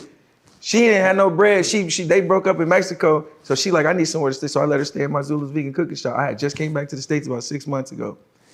This nigga named Boomy and his wife, they break up. He go to the States, she stay in Mexico. She's sleeping on the floor in my shop, her and her 2 kids, and she pregnant with his 3rd kid. She like, nigga, this nigga, I left Carbonation because I seen this nigga riding Nature Boy's dick. I said, whoa. Then she was trying to tell me like, yeah, he was trying to talk me into having anal sex and shit. And I'm like, I've been taking care of this nigga for like 4 years. This nigga live with me in North Carolina everywhere I go, every travel. I always make sure that nigga, so I didn't even know this, but he did turn on me though when he went there. That nigga was all Nature Boy gun ho, and that nigga was out there bowing down at my nigga feet, giving him his shit and shit. I'm like, bro, I come in the room like, bro, what the fuck is we doing? You know, I'm like, is this what we got to, nigga? No, this was in LA now. We in LA at this time. This is when they got kicked out of Hawaii when this shit is going down. When they go ahead. So real quick, the transgender, they have a name, Marcellus? Marcellus, yeah. Marcellus. This was a person that had already been there. No, this is just some shit that they just sprouted up on the internet one day. You know, they just pop up on some, gotcha. Because the video that I saw, it literally said, porn star has sex with carbonation. And like 4 dudes walked in. And it was on the wall. That wasn't no girl. That's the same video we talking about. Yeah, I seen Solar, I seen Musa, I seen Jax, and then I seen Nature Boy. Cause I seen Nature Boy was hitting the nigga in the face. I said, all right, I'm good. Damn. So wait. So was this from your perspective a normal thing? No, hell no. This is wild to me. I mean, like running a group sex. No, this is wild to me. So like after everyone go to sleep, it's not like, hey, y'all come to my tent. Well, okay, so peg it like this. It's like sometimes all the couples be in one room. So when you got a bunch of couples around, of course niggas is fucking. Yeah. I've seen all them fucking, everybody in the fucking, we all coupled up. But it ain't no group shit like everybody niggas just a free for all. Hell no, it was respect your codes. Yeah, basically some regular swing shit. Nigga, it was like being in summer camp with the homies. I'm gonna be real. Yeah. Nigga, it was like being in a school, like a Christian camp or something. Like I felt like I was in one of them again. So what were your thoughts when you see a video like that to where Bro, I was flabbergasted. I was like, this shit getting out of hand. Damn. This shit wild. I'm like, nigga, I would have never. Do you think there's wilder shit that has not been seen that happened? No. Hell no. They would have put it out, nigga. It don't, nigga. That's like being in the boule, nigga. You just entered the boule, nigga. You in the Illuminati. That's enough. Nah, so also there's a videotape of like Velvet out there as well. And one of the other, I guess, wives or whatever. So there's a lot of videos of Velvet. Yeah, I don't know. Velvet liked the videos. Oh, okay. So yeah, my question is, as far as you said it was there was a production team, like cameras. Everybody had a position. That's the one thing I liked about it. It was structured and organized to the T. That's why they have so many videos out to this day that are still circulating, because so that was his thing. His whole mission was to put enough information on the internet so he could never be erased. And once you understand the algorithm, that shit never comes off the internet, then you're gonna flood it. I get it. And then you got 20 people putting out content at one time. You fucking the algorithms up every single day. So I thought it was for money. Like it wasn't about like money. OnlyFans, it was about being the black messiah. And every time you look up Nature Boy, you see the black messiah. Nigga, it was about that for him. Damn. Okay. But then he fucked his face card up. And so that when I came there, it was like pass the baton. Yeah. Let a new face do it. It ain't this old tarnished. And let's, you know what I'm saying? That's how it was for me. Like a business move. Like, nigga, let's take it and let's fuck everybody head up again on a whole different way. Though. So I'm curious. I had mentioned rules earlier. Like you said, rules will change every day. But there still is punishment. You mentioned going into a corner. Like he started doing that shit, yeah. So what was some other punishments that maybe not you didn't see, you didn't witness, but maybe you saw online on a video? Like what were some things? Cause I seen like. Okay, so when I was there, I seen niggas, he just had started the corner shit. Like get in the corner, telling niggas to get in the corner. He told the females, I ain't get in the corner. He made her stand in the corner for like 2 hours one day. I said, so it was females and dudes. Yeah, it wasn't just, no, it was whoever was having a problem, he could control them, nigga, he gonna figure out a way to discipline you. So y'all would walk by and see a person in the corner just like, yeah, damn. Nigga, that nigga fucked up. Nigga, or he'd be like, that nigga ain't eating because that nigga out of line. That nigga. So without food. Because niggas be doing goofy shit and niggas, like, there's certain order, like, you're supposed to eat. If a nigga get out of line and go eat before the women or something, nigga, he like, how do I discipline a grown-ass man? That's true.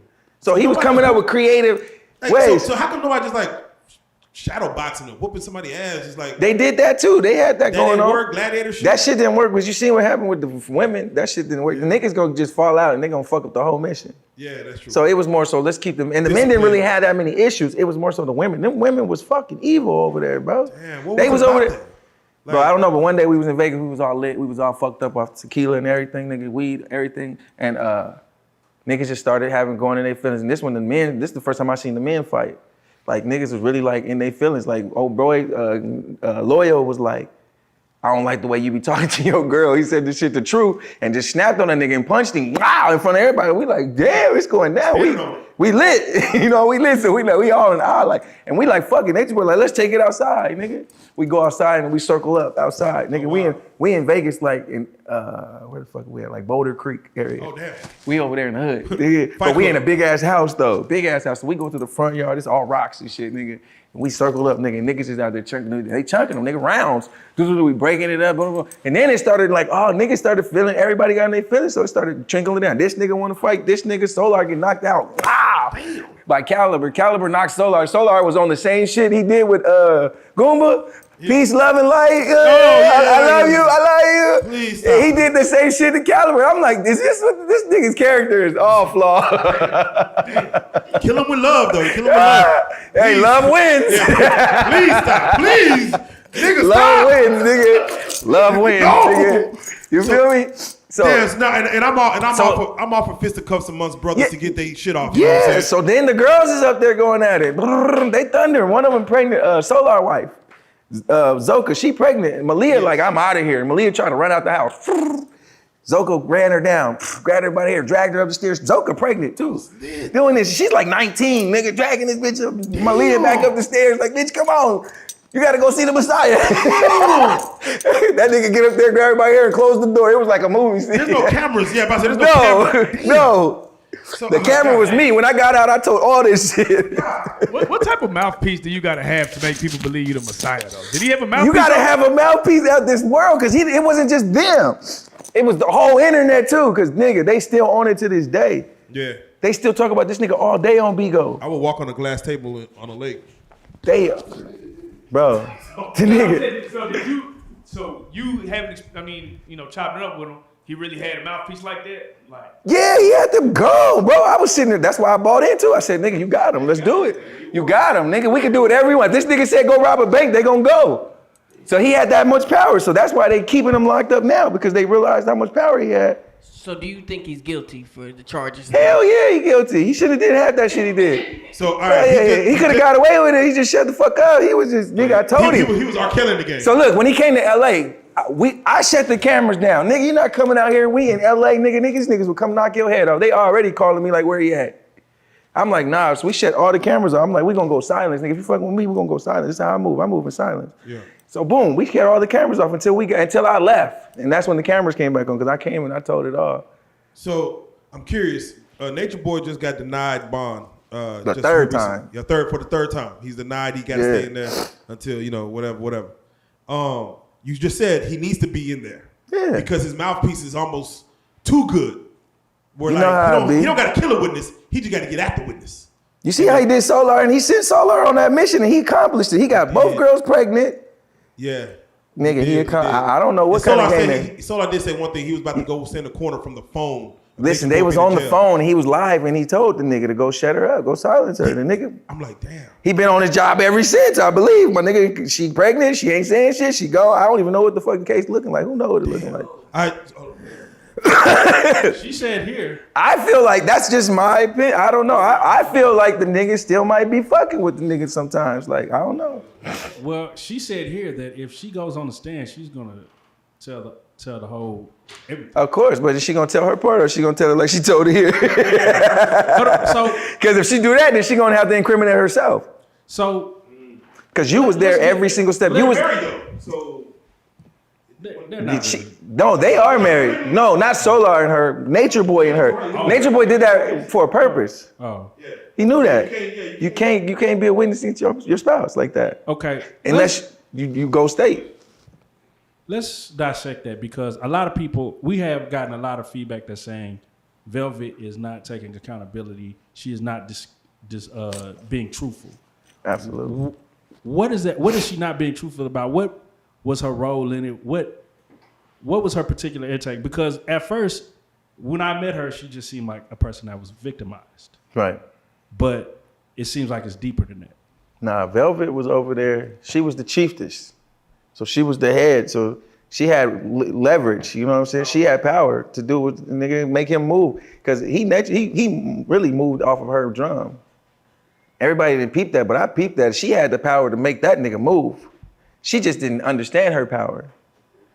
And I was trying to tell her, like, look, like, nigga, you got the power to turn all this shit around and make this shit right, but you don't want to. So she didn't want to because she didn't know how. It wasn't in her, but he wanted to put her in that light because he seen she was younger, she was coachable. When they're young and they're very impressionable and you got all that power, you got everybody to move like that, nigga, what woman don't want to be around that type of nigga? When you got other niggas rubbing your feet at the, nigga. Right. But I don't know how you go from that to a solar though. I don't know how you do that. Yeah. Do you feel like their union is genuine? Who's, her and Solar's? Yes. No, fuck no. I feel like it's some animosity behind the scene type shit. Like both of them got. I feel like Solar fucking her because Nature Boy fucking his bitch, and I feel like she fucking him because Nature Boy fucking his bitch. Hey, so let's talk about it then, man. You know, his charges were like for rape, false imprisonment, a couple other ones, man. Velvet did tell a story of a young lady coming and him want to like break her, take her virginity and stuff like that. Sheba. Yeah. So do you feel like women were having to give it up against their will? Like Velvet said, she would sometimes not want to do it, and he'll make her do it, or either get her drunk enough, or. Oh hell yeah, he definitely would get her drunk. I witnessed that. He told me like, nigga. I'm like, nigga, why are we getting so fucked up? He like, nigga, cause Velvet got to go to sleep. The whole purpose of getting drunk was to get Velvet fucked up so she passed out so my nigga could go and be the savage. Damn. So one night we in Vegas, he goes savage. We like the same night all the fights are going. This was a long motherfucking night. Sound like a long night. This was up, nigga. You had to bring your lunch to this shit. God. Nigga, it was long. I'm talking about, nigga, to tell a story, it takes like 3 days to tell the story, my nigga. Yeah. It was so much shit. So this nigga get Velvet drunk. He sent me to the store, go get some more tequila. We go to the store. I'm on the go out team. So I'm on the finance team. I know all the business, all of them, because I brought a lot of money to the table. Yes. 30,000 plus. And then everybody ate. We found ways, you know what I'm saying? Yeah. So we go, we get the tequila, we come back, Velvet lit, passed out. This nigga goes on the rampage. He got 3 of them up there necking him. He's going through the whole house like, nigga, who's next? Send them up. Send them up. My niggas in there got a sex demon. My nigga goes ham. He goes ham. When that nigga get lit, he done. You can't stop him, man. I'm like, nigga, that's how I knew. This nigga is not him. It wasn't just that, but that was another red flag. Like, nigga, you have no self-control when you get lit.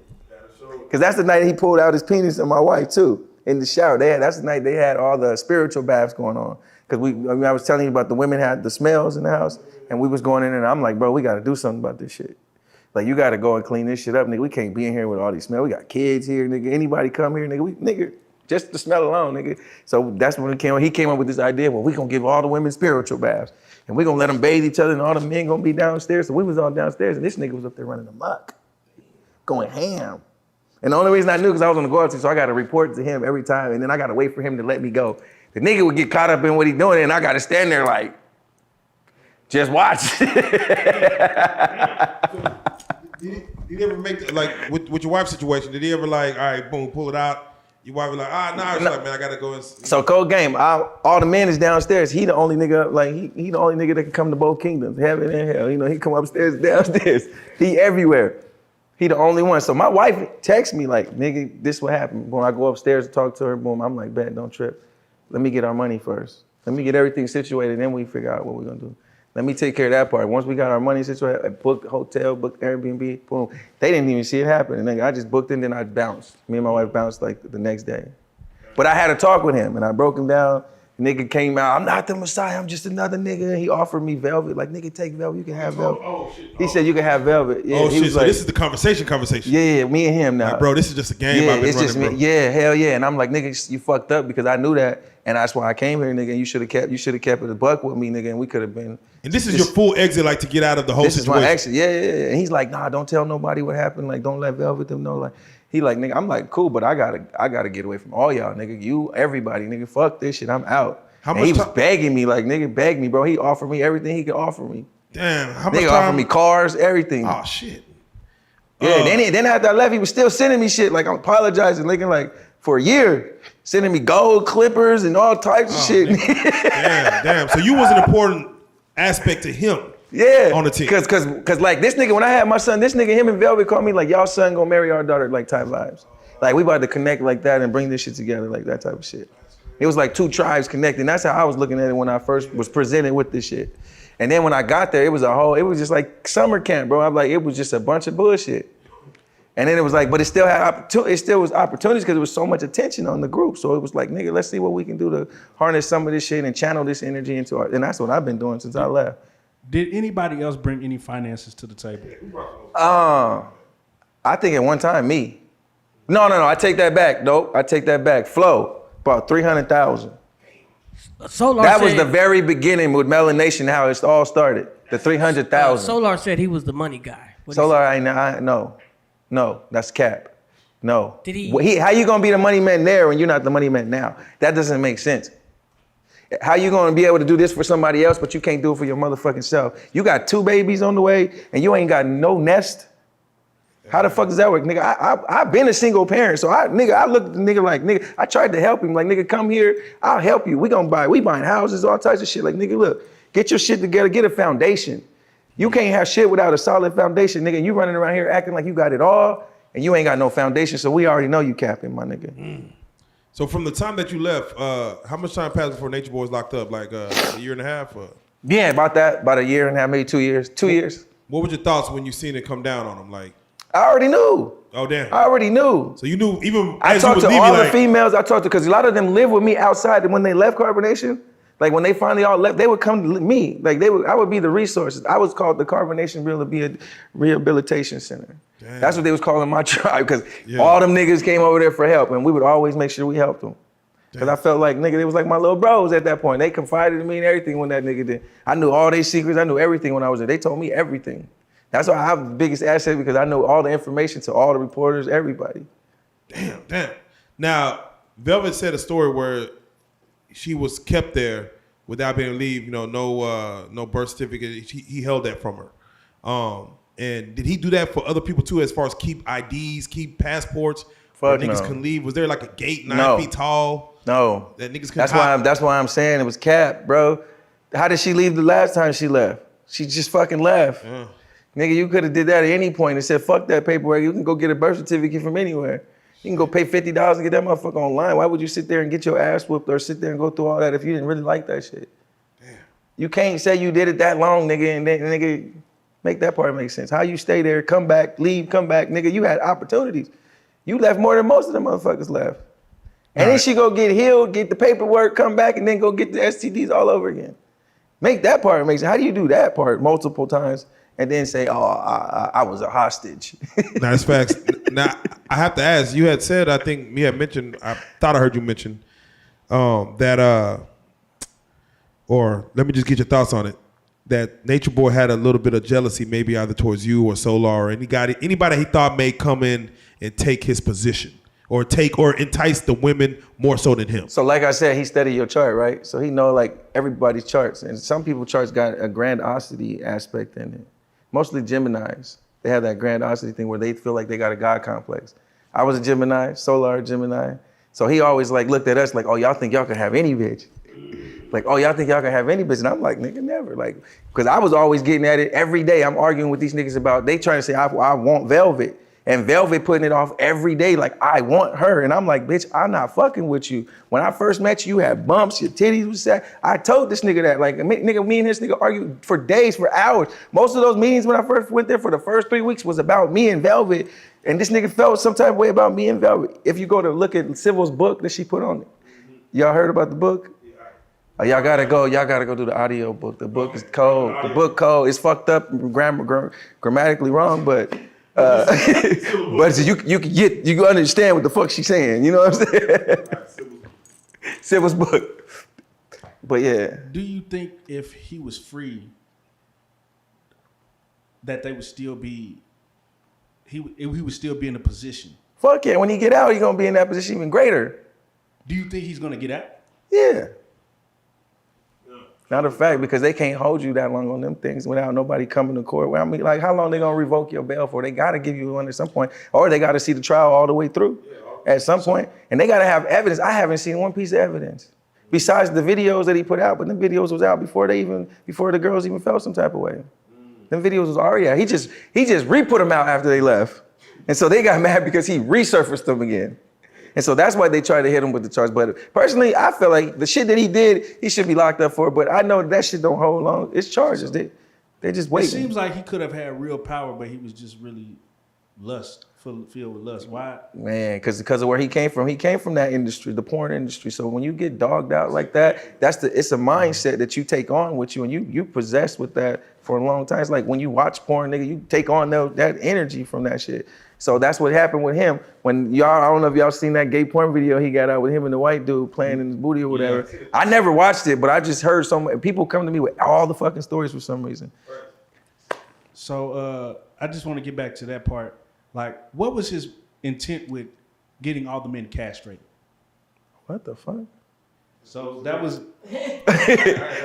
Look, I heard that shit, but I don't know. He ain't ever run that by me, nigga. Cause nigga, I would have been like, nigga, you got me all the way fucked up.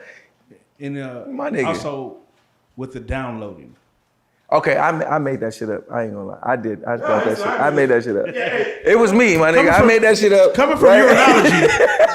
Coming from your analogy, and I can see that. I was trying to prove a point when I said it. And they took the internet would take shit and run with it. I was saying like the niggas was that deep involved that they would literally drink off, because they was literally eating off the nigga spoon. Like them niggas was literally rushing like and I'm like, nigga, why is y'all eating off this nigga spoon, bro? They wanted his DNA. They really wanted to take on. So I'm like, these niggas was that thirsty that they would drink this nigga shit. Cause he said it one day playing. And I just said it like, damn, this nigga really had that in his mind though. Like he thought that. So I put it out there in an interview, and then everybody ran with that shit. Okay. They taking downloads. I ain't never seen that shit. No, I just said that shit, bro. Do you think that the men or women would do that? If he would have, the women was doing it for sure. The women didn't have a choice. They ain't had a choice. Now I think some of them niggas probably would have. Hell yeah. Yep. I believe Solar would have been one of them niggas too. Yep. Okay. Yep. So I seen a situation in Hawaii where they got put off the flight because everyone was stinking or something. No. That was either Costa Rica. Yeah, Costa Rica. Honda. It was Costa a flight that they were supposed to get on, and everybody's like, nah, we can't let you on this flight. Everybody's stinking. Yeah. So you said that was probably real because the smells were that. Oh no, that shit was real for sure. Because I went over there too. Nigga, they really was about that no bathing shit. Yeah, so no bathing, don't take baths. And it was not even like no bathing. It was no bathing in water that had fluoride in it. Okay. So that was the purpose of that. So it was because in the United States, all our water has fluoride in it, which is a chemical, which causes eczema, which causes all types of shit, all types of skin diseases. So so over there, they got limited amount of water. You got to buy your water, and you got to have it brought in. They dump it into your basically like a what's that shit in the hole in the ground? Like a well. Like a well, kind of like a yeah. So you got to pay for it to get dumped. So we was spending hella bread on water. So it was like, don't use so much water. Yeah. It was like they was taking whole baths, bird baths and shit, So that's what it was. And it's like, you do that for a while, nigga. After a while, that scent get on you. That shit, it become a part of you. You said carbonation people came to live with you, right? Yeah, absolutely. Did Velvet ever come live with you? Yeah, Velvet was living with me while she was here during the interview. What? She was living with us. How did that work? Did she ever? Okay, so this is how she got to us. She called Monica and my wife, Azine, and she said that Solar had put her out in the middle of the night, and he was cussing her out, arguing, tripping on her, and she needed to get away. She didn't have nowhere else to go. Her friend was supposed to take her in. Her friend never showed up, so she called us back and was like, what do we do? And Monica then was like, DJ Genesis and Monica, same person, they was like, we're going to go ahead and bring her here. So they brought her here. She was cool. She was like, she wanted to do everything when she first got there. Then about a week into it, 2 weeks into it, she found out she was pregnant. She brought me the test, and I'm like, why the fuck you bring me this test? She handed it to me. Why did she bring you the test? She brought it to me. I was wondering the same thing. I'm like, nigga, don't you take that Solar? Shit, man. I ain't touch it. Shit. So and we're gonna get to that because Jaguar comes in the story as well. Yeah. So you and Genesis are actually trying to help those leaving carbonation. How many people would you say y'all helped, either living with or just reaching out and, giving them the All of them except the ones that are there.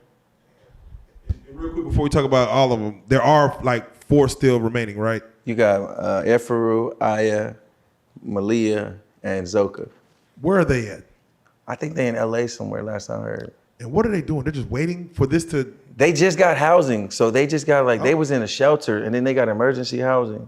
Okay. Last I heard, somebody told me they got emergency housing and they just got their place. So they got a little spot and they just waiting on him to get out to the return so they can all kumbaya. Yes. You know what I'm saying? They ready to turn him because he just dropped the book. I don't know if y'all seen him drop the book and they promoted that motherfucker. They had a commercial for it. He dropped the 3 God book. Yeah, the nigga got content still kicking like every day. It's new content being dropped. I don't know who the fuck is dropping the machine behind it, but nigga, it's being resurfaced. All the old shit is being resurfaced every single fucking day. It's nonstop.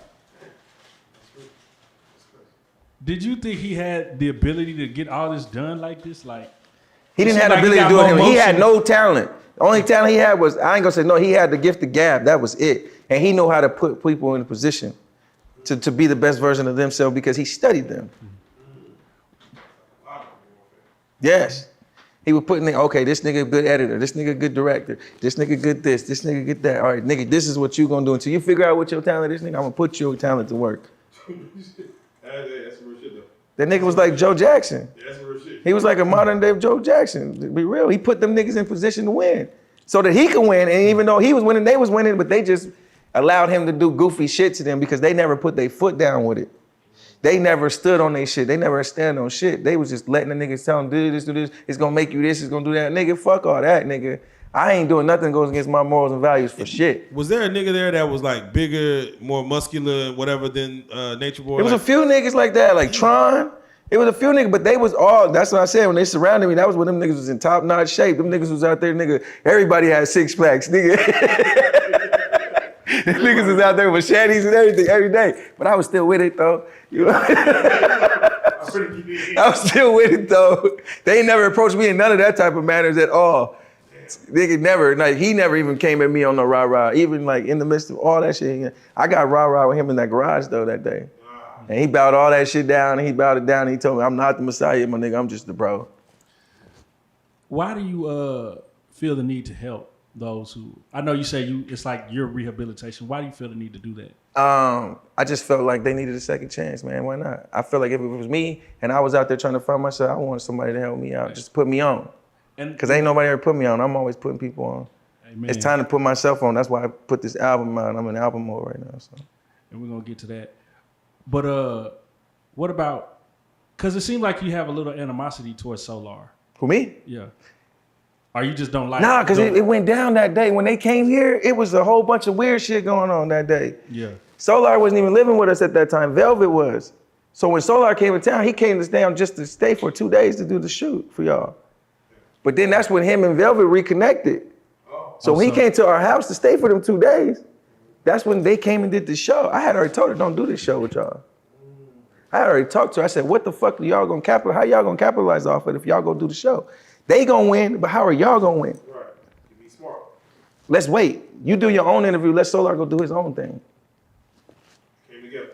You gonna come together. I said, oh shit. Monica come like, they going together? I said, well, fuck it. I left them at the house. They didn't even have a way to get here. They had to figure it out like on the fly.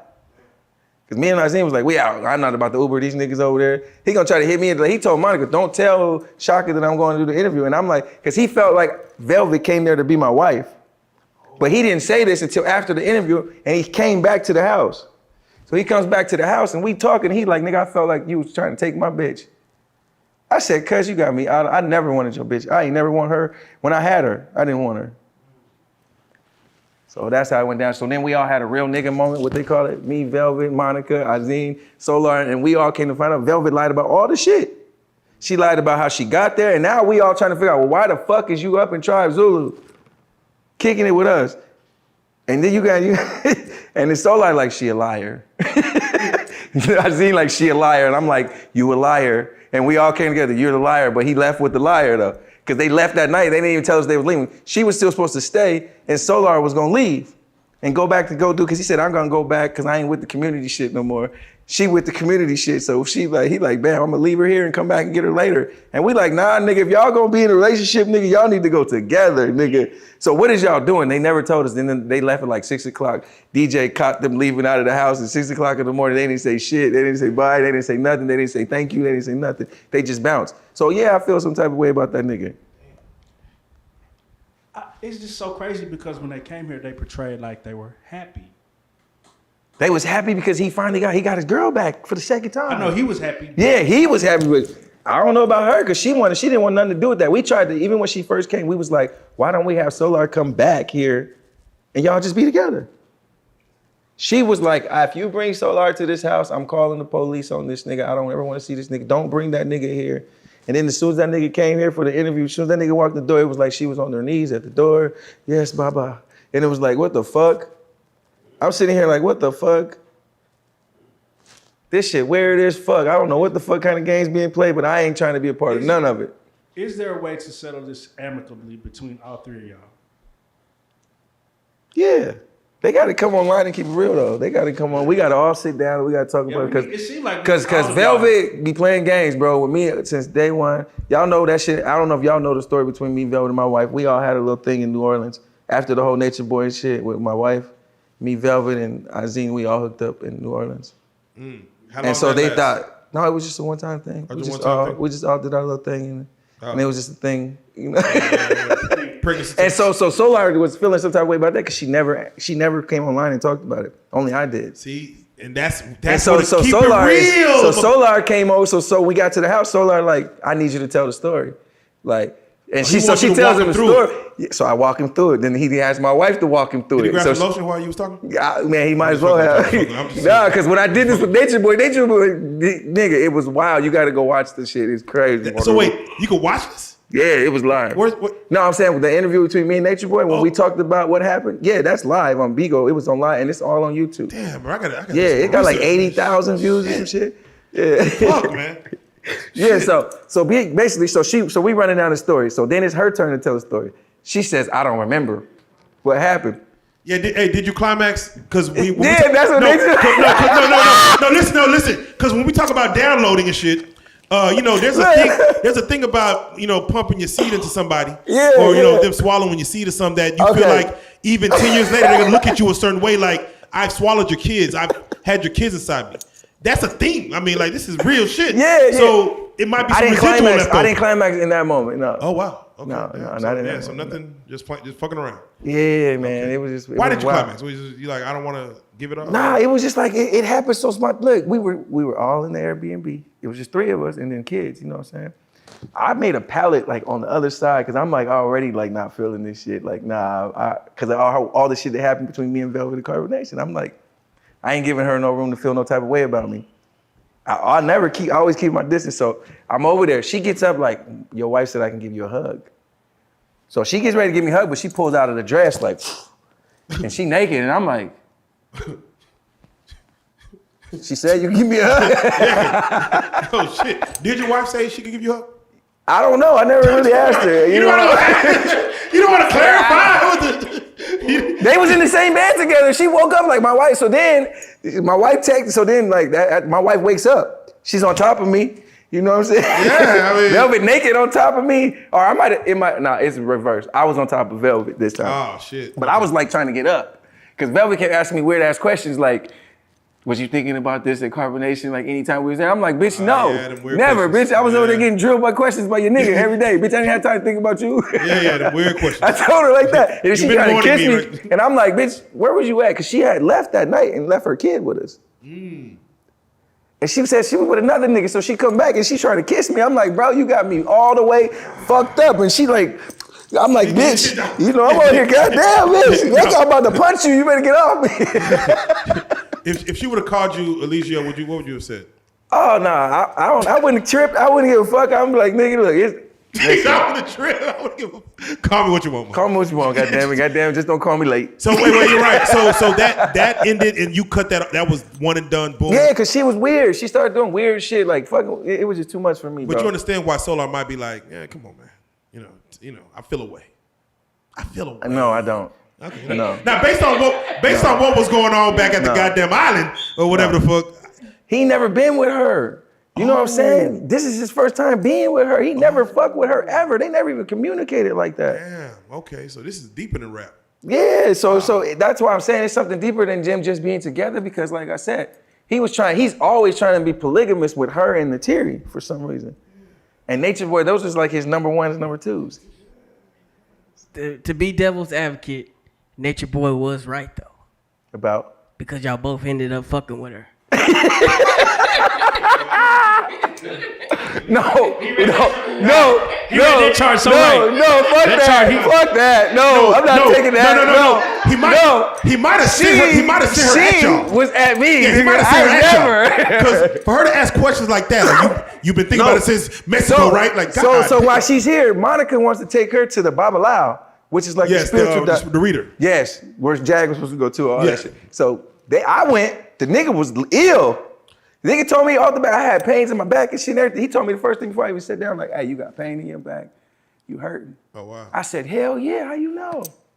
Wow. That's when I sat down. I said, let's do this shit. This shit You got saw good. you got me. You had me at hello. But before that, I went to I said, did you tell this nigga anything about me? Before we get I had to go to Monica, like, hold up. What's the jewel? Hold up, what's the jewel? Give me the rub. Give me the rub. Is this nigga about to hit us with a bill? For like a cup of meal or something? Like, what the fuck?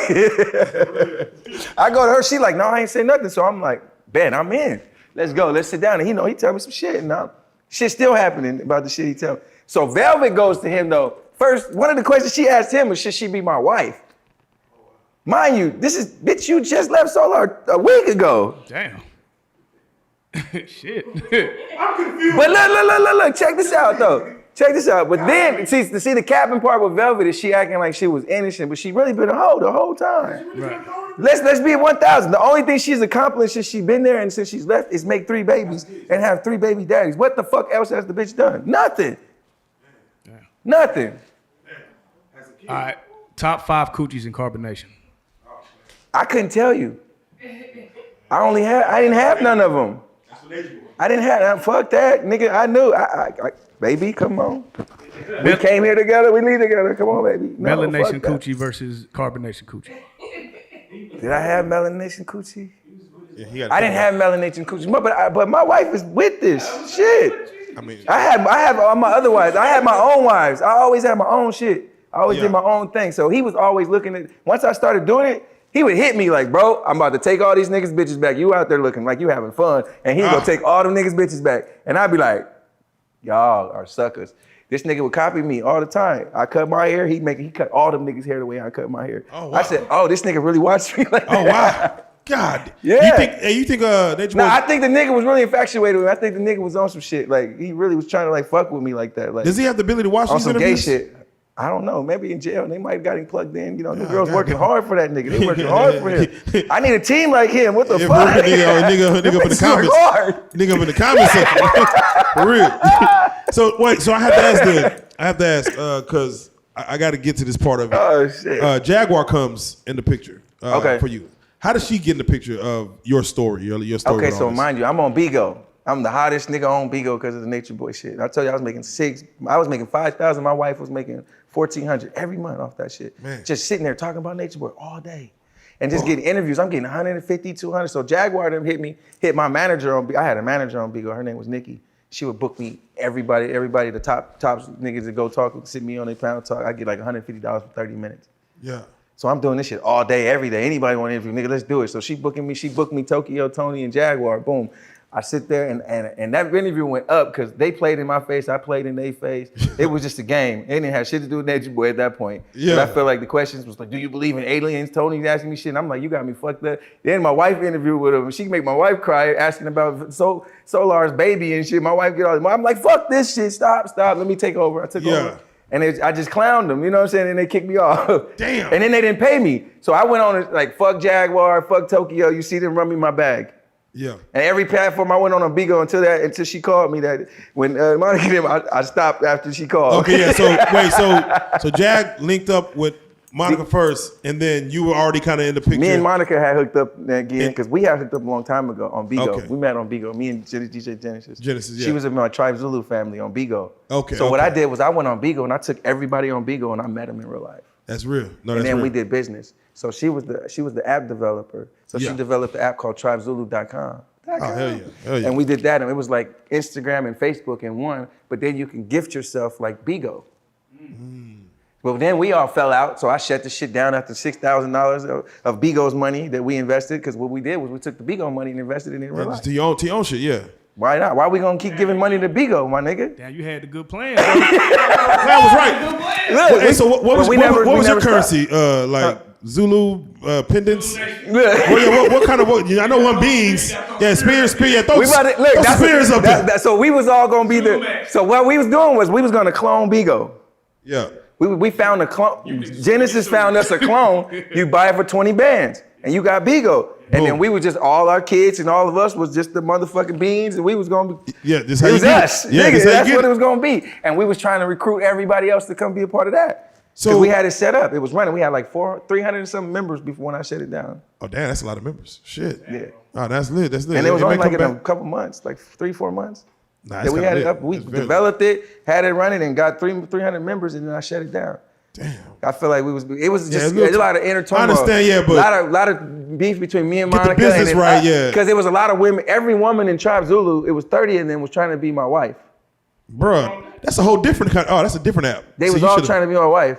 No, Bigo though. This is on I know. I'm Bigo. saying you could have switched that to a whole I different. did. That's what I'm saying. I did. I'm still doing it to this day. When you got 30, when you No, okay, yeah. It was a few. I mean, but it was like 30 though. Yeah. It was all of them, and that's how I was getting that bag because they were just running it up. I'm doing auctions every day, all types of shit. But yeah. I mean, when you got 30 women trying to be your wife, like, did you ever just be like, man, I'm gonna just make an OnlyFans, like a Tribe Nation OnlyFans? Man, you know what? That shit wasn't pimp really 'em out. popping like that then. Oh, okay. But if it was, Oh yeah, I be thinking about it. You know, so it's still an option. The Nation OnlyFans is But now that's why we started our own TV on the Roku shit. We got ZuluVision.tv now going on the Roku, Amazon, all that. You know, No, we're gonna go all the way through the promo shit. I gotta ask you, meeting Jaguar when you linked up with Genesis and getting to meet her after the first conversation and where my money. Yeah. How was meeting her in person? How was the It was person? dope as fuck. She came in open arms. I thought it was gonna be some beef type of vibes, but it wasn't. She came and she just showed love. She was singing to us. Man, it was live. Y'all got some music together. Did y'all get some music? Yeah. Dope. Yeah, Because we Jaguar, got- people keep asking her to get back into a music bag. But that's what he's talented as fuck. she got skills, bro, and she go in there doing it effortlessly. She does it effortlessly, bro. Like she goes in there, she can knock out a song in 5 minutes if she wanted to. Damn it. So y'all got music. Yeah, shit. we just had fun. We wasn't even really trying to do music. We was just vibing, and then she just like, let's do something. Damn. And it's dope when she does it versus me having to approach it. Because sometimes she be trying to grouping me out. And I had to check her a lot. Like, nigga, don't tell me to go look you up on Google and you right here. Like, Right, yeah, you right here. So I'm curious. You know what I'm saying? What were your thoughts of Goomba when you first met him? And when go ahead. I got a my question. first thoughts on Goomba. Goomba was cool. Me and Goomba vibe more than I vibe with her at first. That same thing Solar said. Yeah, me and him vibe with her because that was Solar's first time meeting her. Like a couple days after I mean, he came to our house and then we all introduced him to Jag. Yeah. So within like a couple days of him, that's when they went on that road trip. They only had known each other for like 3 days, 2 days. So who do you believe in that road trip story? I was there, part of all that shit. I was on all the phones with Jag, with Solar, and Goomba. Yeah. I was me and Genesis. Me and Genesis in Detroit with Junior, with RJ Jr. and them. I'm trying to be a member of Slum Village at this point. We all trying to put the Slum Village package together. Yeah, exactly. And we in Detroit, so we getting blown up in the meeting. And it's Goomba. Come get your nigga, bro. Come. So I'm like, so I go outside during the meeting. I'm talking to Goomba, talking to Solar, talking to Jag. I'm balancing all 3 of them conversations at once. And she telling me her side, he telling. So my thing is like, y'all just go away from Gerald, go do y'all own thing. And then when it's time for the event, y'all come back together. But give them some space. As soon as that happened, they was at the barbershop. They pulled up. We all on the phone. I'm like, bro, what the fuck? So wait. So the story that's in the car, just based on all when you hear it all, who do you feel was in the wrong, Solar or Goomba? Both Jag? of them, Solar and Goomba. Solar in the wrong because he getting into married people shit.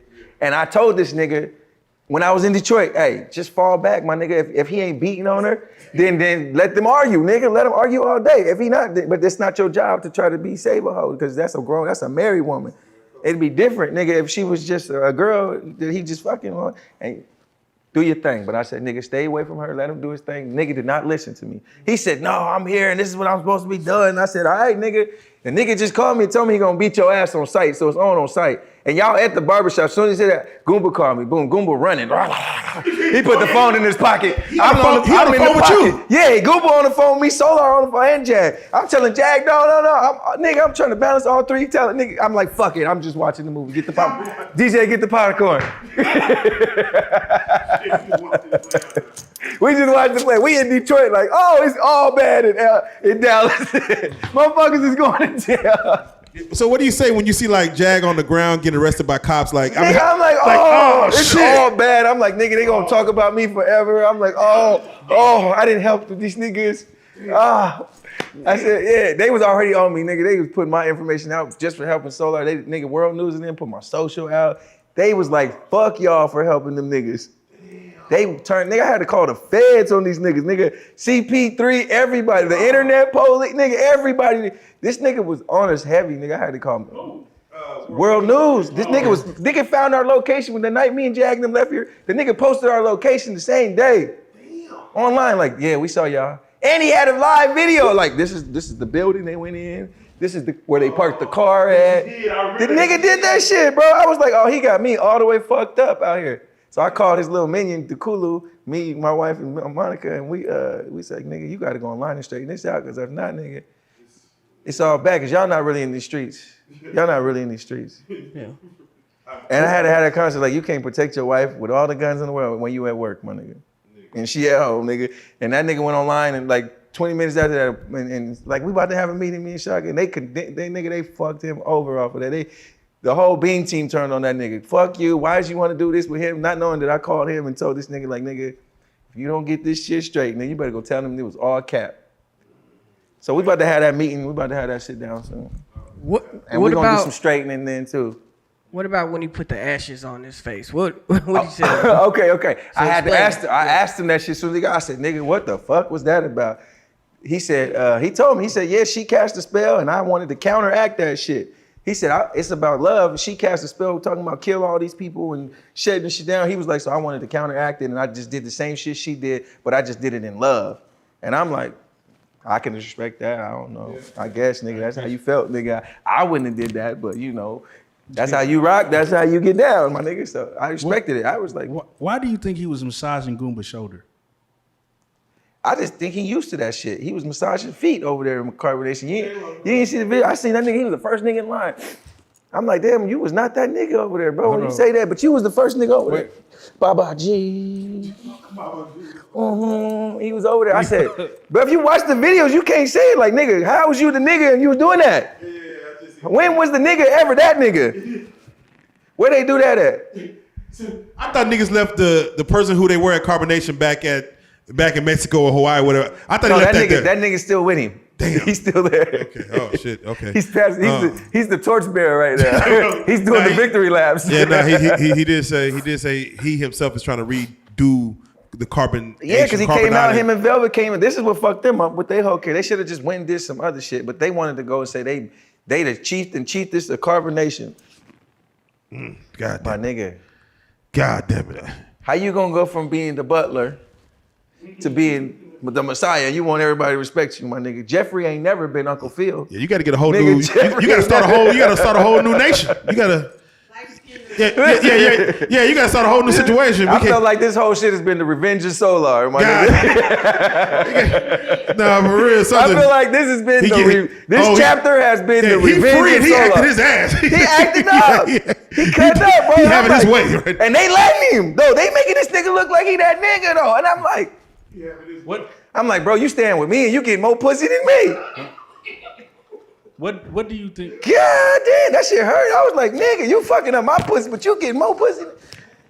Something ain't right, bro. Something ain't right. What do you think is gonna be the repercussion when Nature Boy gets out? Oh, Nature Boy gonna turn up on that nigga wife. Oh, he gonna have all types of fun with Zoka when he get done with that. Boy, he gonna turn her ass inside out. He gonna stretch that motherfucker to the back. He gonna have her on. Nigga, if it was me, boy, it'd be revenge of me. Look, I returned the favor. The revenge will be televised. Hell yeah, this nigga is just a nigga. So you don't think that so you think they're gonna all go back to Nature Boy? I no, hell no. I think that's over. I know Nature Boy got the ability to grab anybody at this point off the internet. Hey, bitch, you wanna come over here and be with me? I got you.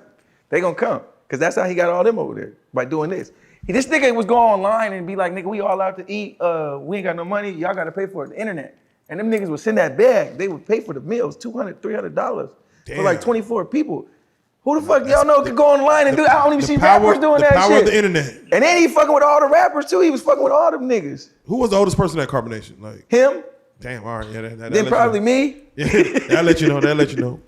But a lot of them didn't have no experience, no life experience. So they all still young minded, even though they're in their 20s and stuff. Some of them. Yeah. They never had no real life experiences. Yeah, I can see. To actually have something to like be like, all right, I can trump what you say because I didn't done that shit and they had a different experience. They just going off of his experiences and what he went through.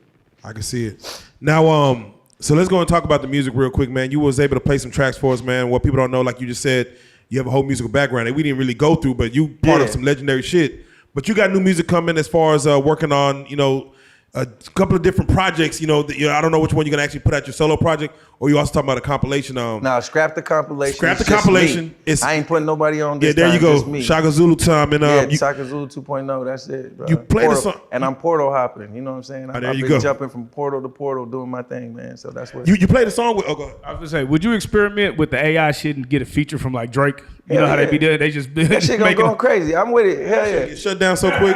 Nah, they with it. Like, where'd it go? This video is no longer available. That'd be I make that shit work. a body nigga, jerk. I been got a double and shot the video. Nigga, I'm with the shits, with all this shit. I know this shit is smoke and mirrors. Now you got a track with Jaguar, right, man, that you was able to play for us, man. That motherfucker sounded hard, bro. Like, you got Jaguar in the bag. Right now as we speak on this current interview, she's incarcerated. What are your plans for that song? What do you like when she gets out? Do you plan on doing like a first day out with her and like? Oh, you already know we're gonna T Grizzly this my first day out. Okay. The video, everything, free Jag until Jag is free. Yes, there you go, man. For real, we gonna turn up first day out so she get out. I'm gonna be the first nigga to pull up on her. I'm pulling up with a bag. I'm taking her shopping and we getting a bag. Yes, I'm dropping on her head and we gonna go crazy. So I don't give a fuck what she do after that. No, right. He said, "Yeah, we gonna work this project. We gonna work this project." So tell us about the project itself. As far as do you have any other features like who's producers? Just tell us about. I'm working on some features right now. I really didn't want to go the feature route because I really just wanted to showcase myself finally. But I'm gonna have a couple hitters on there. Definitely. Yeah. Outside of the music and Zulu 2.0, what else are you working on? As far as are you writing a book? Are you? I got a cookbook out right now on Amazon. It's called Zulu's Vegan Cooking. You can go cop that on Amazon, just under Zulu's Vegan Cooking. And I sold under 600 and something copies already. Oh, damn, dope, man. So, that's real. That's real. $15 a copy, and it's just an ebook. So I got that going. Me and Monica, the reason why I actually came to Dallas was because we started Refund Slayer, which is our own tax company. That's real. And so we started doing our own taxes. Then we like, oh shit, we can make a bag off it. Then we've been making a bag off of that shit. Yeah, man. The tax, man, it's one of the, man, next to drugs, I fucks with taxes. Yes. You know what I'm saying? Talk about it. And businesses, you know what I'm saying? Just having something where you can get $200-$300 a day every single day, 30 days out of the week, you balling. Yes, People don't understand that small, you take something small, $100 a day, you making $3,000 a month. Yeah, facts. $200 a day, $6,000 a month. $300 a day if you got a product where you can make $300, and that ain't even hard. My whole objective was sell 30 items at $15. Uber Eats was getting 5, and I was getting 10. Boom. So I'm like, I still get my $10 even in Mexico. Yeah, and a lot of people was like, why your price is so high in Mexico? Nigga, because nigga, it's my price. Yeah, you might need to make another book called How to Get Rich, How to Get Out the Mud.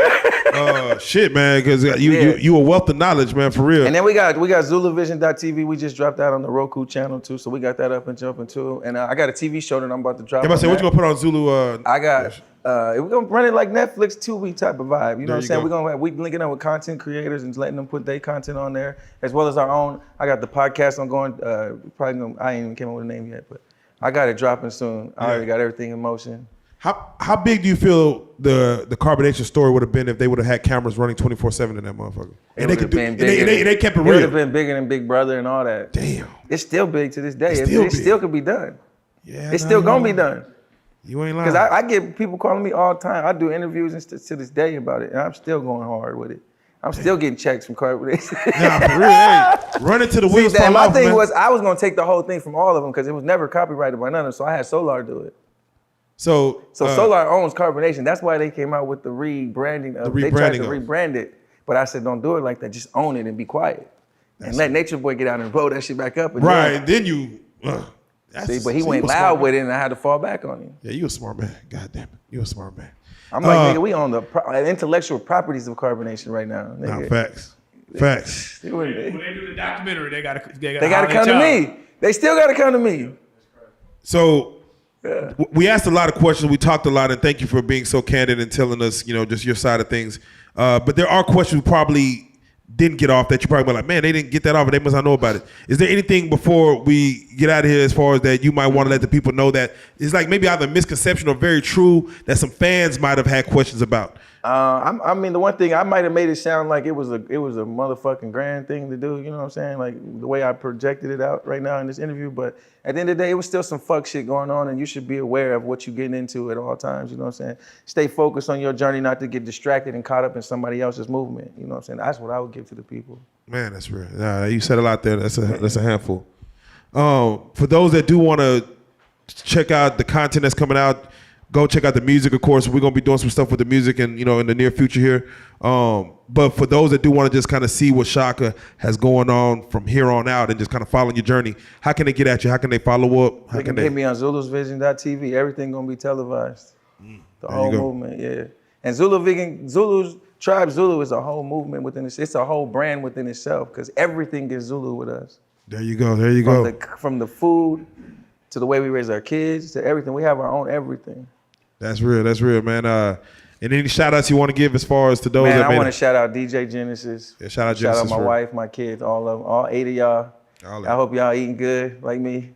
What's the oldest and what's the youngest? Now, my oldest daughter, she's 20. She'll be 20 in October. And then my youngest is 8 months. Okay, yeah. Spread them out, man. There you go. Legacy. Legacy. Man, well, you got to say it, man. Damn it.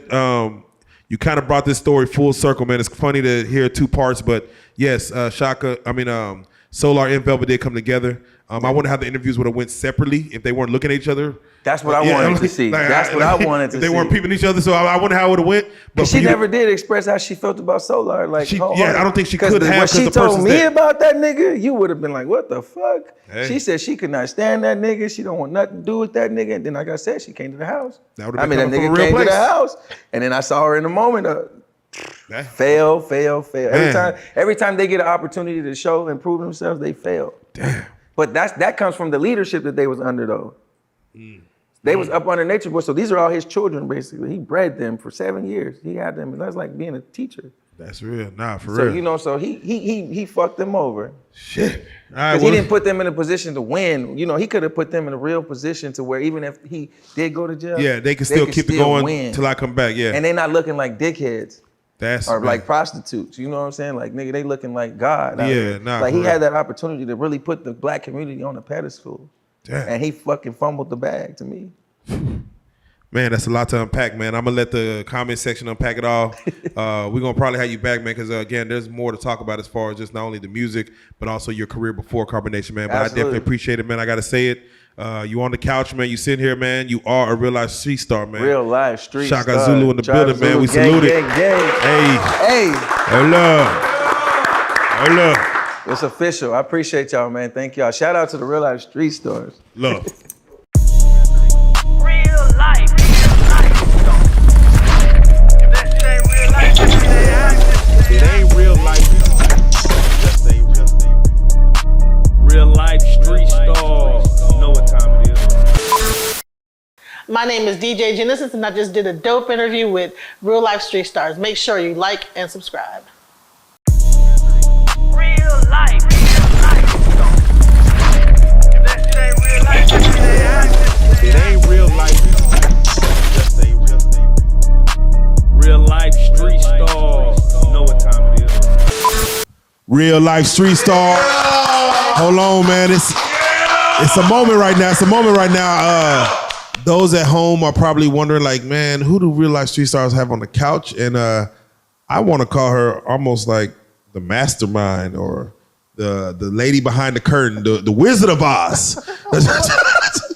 We got DJ Genesis in the building, straight from Detroit, down in Texas. For those that may want to, try to understand, of course, we also celebrate 50 years of hip hop. So we'll talk about that. But 50 years of hip hop going down right now.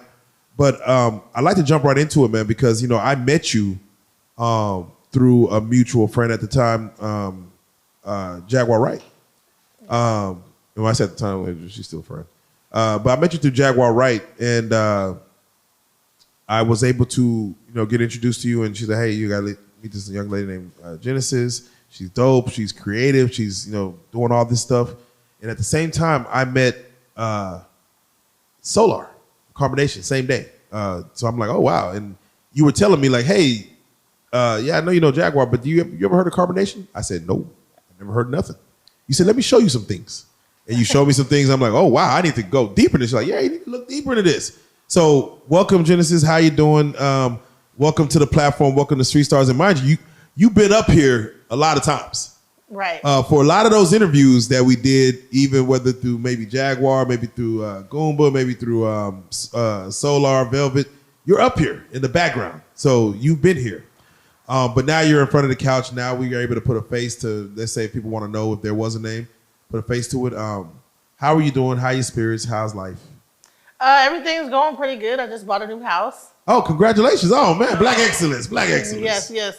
Yeah, so I'm a landlord, and for my first property, and I just bought a new house. Congratulations. That's a lot of people don't make how important that is just in ownership in this thing we call America, this project we call America.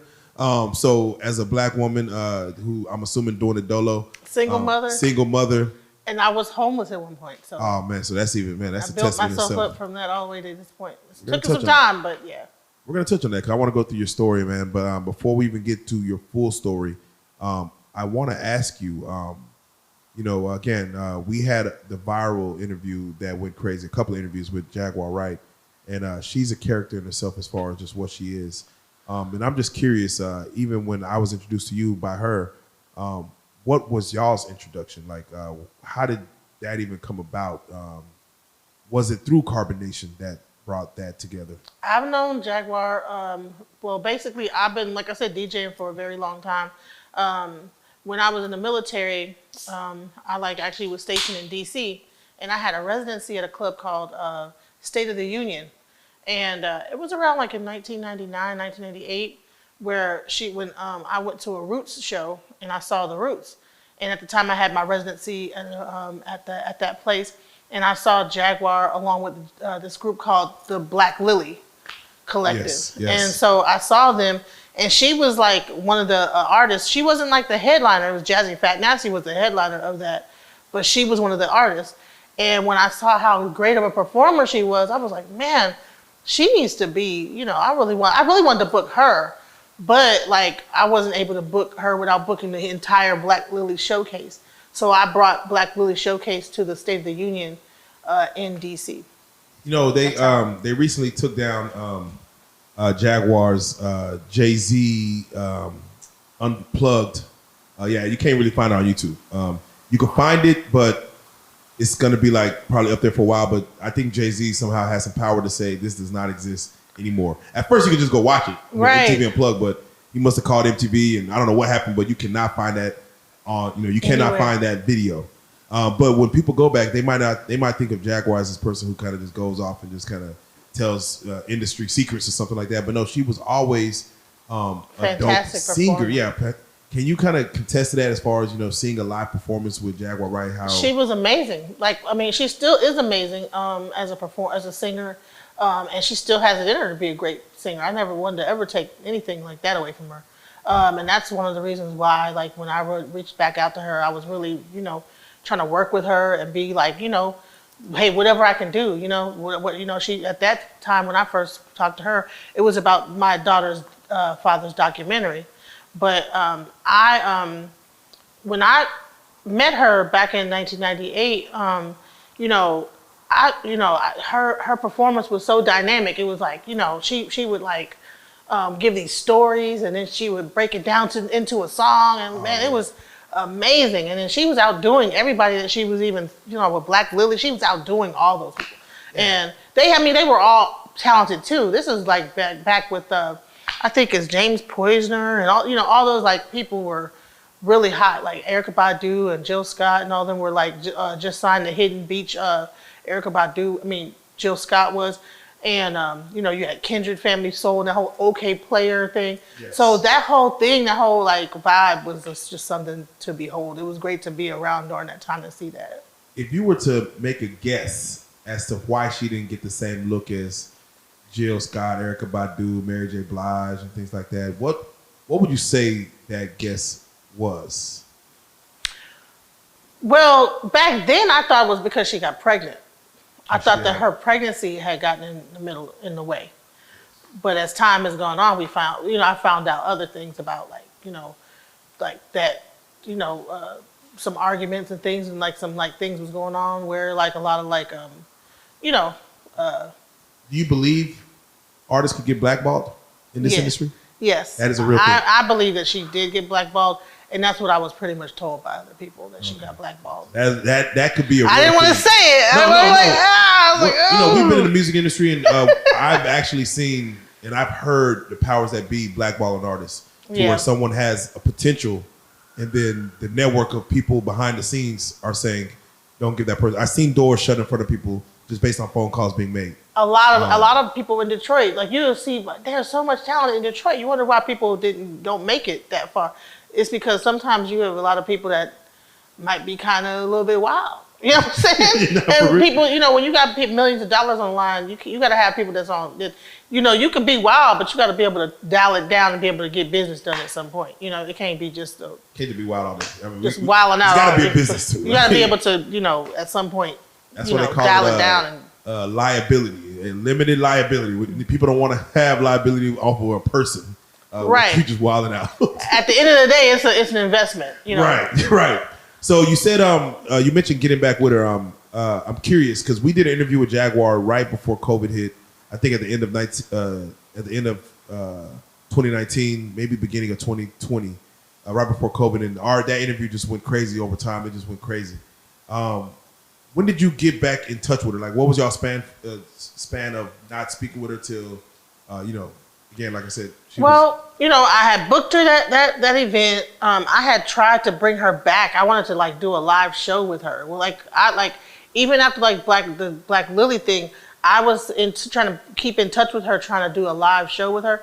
But something happened where she wasn't allowed to do that. So then, I kind of lost touch with her. I became a DJ. I started being more traveling as a DJ on my own right, going around the world and traveling as a DJ, going to Africa and different countries on tour. So then, because I had my own DJ tour after that, I put the first female DJ tour together. Oh, even dope, bro. So I was doing that, and then I ended up from me doing that, this guy that owned a record label asked me to come because I was in DC. Yeah. I moved from DC to Detroit because I was in the military. I was in DC, stationed in DC. Did all that stuff in DC, and then based on me doing it, they asked me to come to Detroit to help this label out. Yeah. And so I actually was DJing parties, throwing parties, and I ended up running into Tight by 10. And then me and him saw her again at an urban organic event that my friend Drake Pfeiffer does. He was the one bringing all the neo soul into Detroit. Around what year was this? 2005 or 6. Okay. 20 years. 2006. Okay. While back. Yeah. But I think before that, in 2003, I think I saw her at the African World Fest. And then, so you're moving around the scene. Yeah, so it's as time, I'm seeing her here and there at the time going, hey, we reunite, hey, what's up, girl? And then, so I'm so when I got with Titus, or by 10, when I got with him, I was like, oh, okay, when we went to go see her, he was happy to see her and everything like that. I was happy to see her. We, it was great, it was cool. So, and then reunited, what's up, remember, So to fast forward up until, let's say, her, recently, again, I think she was, how I met you, I came to your house and I was able to meet you. I seemed she was already over there. Gerald was already, in her life, and y'all were on a level. Well, no, like so how I ran back into her Yeah, was go that ahead. we were putting together the documentary.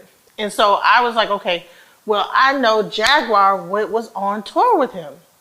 So I need, because Shaka, who was staying at me, because we was doing some business Shaka. together, he was staying, him and his family was staying at the time. And he was like encouraging me to put together a documentary for Batin, right? Yes. Because he's passed away, but may he rest in peace. And he's also my child's father, my daughter's father. So he was like, to bring back his legacy, you should do a documentary. I said, well, it would be good. You already been on Bigo with Jaguar. We should get in touch with Jaguar. Oh, so that was a Bigo. Shaka was already on Bigo with her. Yeah, because she and Tokyo Tony had gotten into like the whole Nature Boy thing. You know what I'm saying? Okay. And they were trying to take down Nature Boy. Out. Yeah. And then so I guess that's when they interviewed with Shaka, and then that was the first time that she had met King World.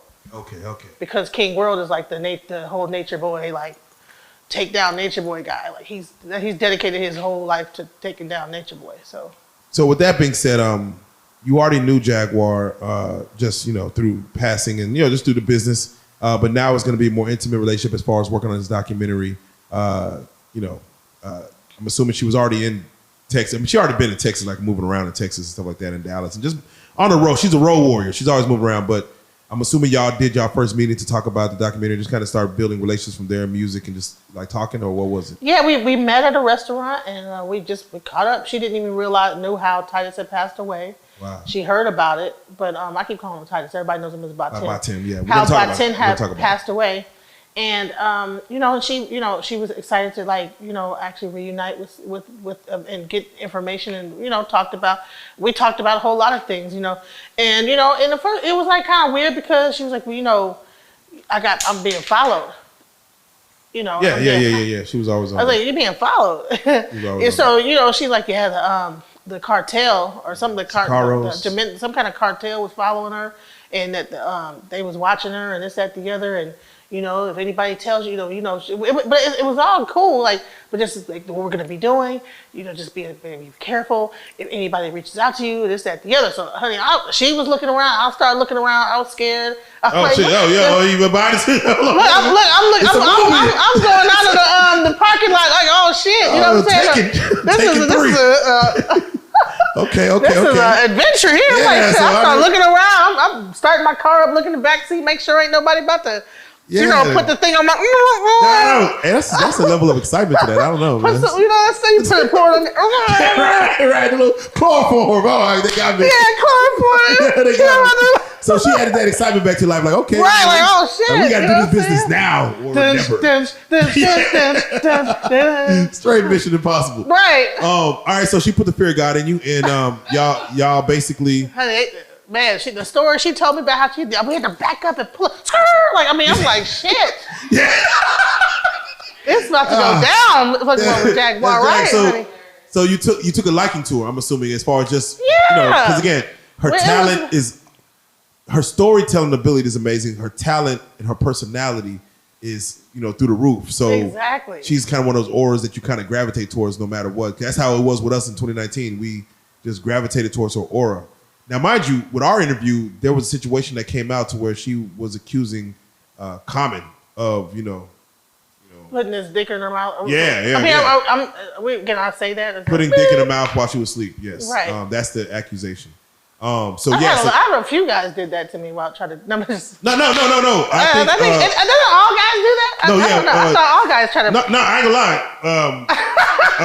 Men probably all guys try to put their dick in your mouth. I'm gonna take advantage of her if I don't know, man. I don't know how it works, but I would say if somebody is saying, "Hey, I've been with this person before," I'm gonna just put my dick in their mouth while they're asleep. I think it'd be kind of dangerous. Like, what if you wake? What if she bites down? Like, what if she's having a nightmare? You mean like somebody's wife? No, I'm saying like, why would a guy you put your dick in the mouth and that person's asleep? That's kind of dangerous. I think they might like the sensation of a good bite. I don't know. I don't know. Yeah. I mean, who knows? Like who knows? Wake up. I know. I woke up fighting.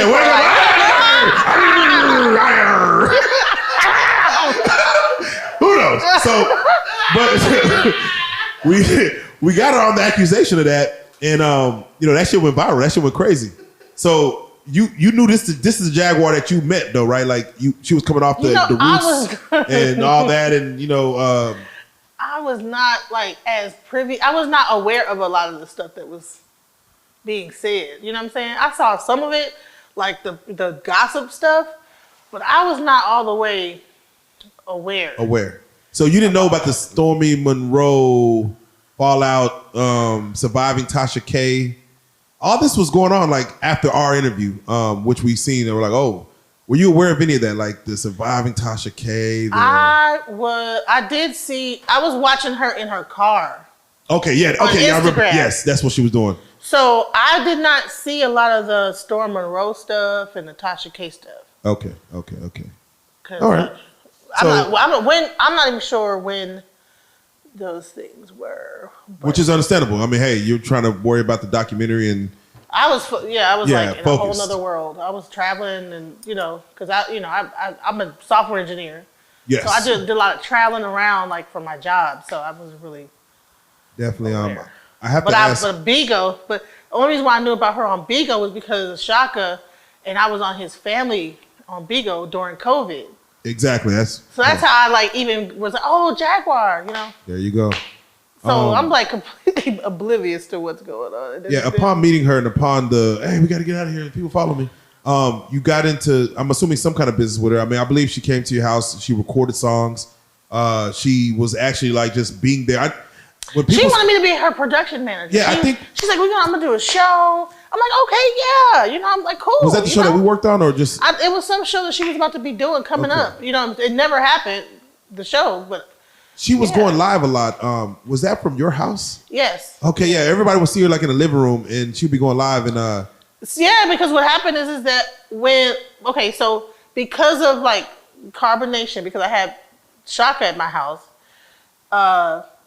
that like started a whole thing with King World, because King World is like the carbonation track down. Yeah, he's a. He tracked down wherever they going. I know where you're at. He's Carmen Sandy. And he's finding out where they at, and anything going on with them, he knows what's the eyeball. He is the heartbeat of anything with anybody in carbonation. He knows. He's gonna know. You think he's just infatuated with carbonation, like he wants to be there or something? I don't know. I think that there used to be a whole group called the Takedown, the Foot on the Neck Squad, and it was like a whole group of people that all they did was track down Nature Boy. Like everywhere he went, they look at a tree and be like, okay, that tree is a ficus from the Aurelius Greek, they break down, okay, that's only in Dallas, Texas, so he has to be there. Man. They be like, oh, that building right there, that's the lobby of the such and such. They would be able to like find out, like he would be in the middle of Costa Rica somewhere, and all he would have in his background would be like trees, and they'd be like, oh, that tree right there, that's the such and such tree. Somehow they would find out where he was. I don't know how they were doing it. Where in the world is Nature Boy San Diego? Find him. Yeah. Gotta find him. Gotta catch him all. If you actually see, so then they started doing that with other members of Carbonation, like find out where they are in Ohio and wherever they are. Like, sounds like a good game though. It sounds like a fun game of hide and seek and exploration. If I was bored, it was the game when they started to dox my address because they found out where I was. Yeah, man, your address is famous now. My old address. Your old address is famous. I moved. I'm like, no, I gotta get the hell out of this. What the hell? Everybody put that thing out there. Dude. So I have to ask that for Jag, address has just been out there. Like I'm telling you. So for Jag, as you know, she's recording live in your house and she's going live in y'all. I guess y'all are doing business. Shaka's there. Tell me, there's a time where things were really popping, like as far as the goals and dreams were being made. Again, I came over your house and and met you and stuff, and like to me, that's a time where things are like we're about to start doing some things. Yeah, we're about to do it. We start talking about documentary after that and things like. So we're getting introduced to you're getting introduced to Jaguar's network. Gerald, he's there too. Goomba. We were sitting next to each other working on it. I'm trying to tell him how to fix the website up to make it. People started contacting me about Philadelphia, about, this ain't working. I'm like hitting them up. Oh, okay, well, this is not working. When the site went down momentarily, I'm like, okay, hey, Joe, your site's down. You gotta like that, whatever. So I started like almost being like their tech support for a second. You know what I'm saying? So I'll say this. Jaguar came in, gave us a great interview. And then next thing you know, she was, the numbers start going a little crazy. And I I understand when people are on the internet, they kind of watch and see what their numbers do and see what reaction they have. And the Jaguar's always been big on going to the comments and reacting to the comments and things like that. And I see she started creating, just not saying new ideas, but she wanted to create more content. So she saw a situation where she's like, hey, there's a young lady by the name of Legina Gold that we got to get. She told me, Joker, we got to go get her. That happened after Solar. Was that after Solar? Yeah. Yes, you're right. That was after Solar. Yeah, which is understandable because again, because that whole thing went down, and that whole Solar thing was crazy because she had just met Solar. Yes. So tell me this. And yeah, I'm sorry, I don't want to jump to the Legina, Oh, but we're going to get to that. Okay, and thank you for reminding me because yes, I met Solar at your house, and you told me, hey, you should know this guy. He's in a thing called Carbonation. And look into it. So I looked into it. I said, whoa, we need this story. Right. What the hell? Yeah. But before we could get that story, Solar is in the house with Goomba and Jaguar and yourself, I'm assuming. Yeah, they were working on music. That's how they did Working that on Welcome music. to the Circus. Welcome to the Circus, what it's going to be called, or what it's called. And did you see their relationship building? Like they started making that music, and it was like, they were really vibing. And then me and Shaka were on our way to Detroit to do some stuff with Slum, to talk about some things like the documentary. Y'all got to dodge. Y'all weren't even there for all the shits. We didn't get. We was on the phone. Throughout the whole thing. It was like y'all Gerald was present. calling us. Tell that motherfucker to get away from my wife. So, he better get away from my wife. Gerald we were on the phone like, oh my god. Gerald made some accusations. He's like, man, we would be there in the house.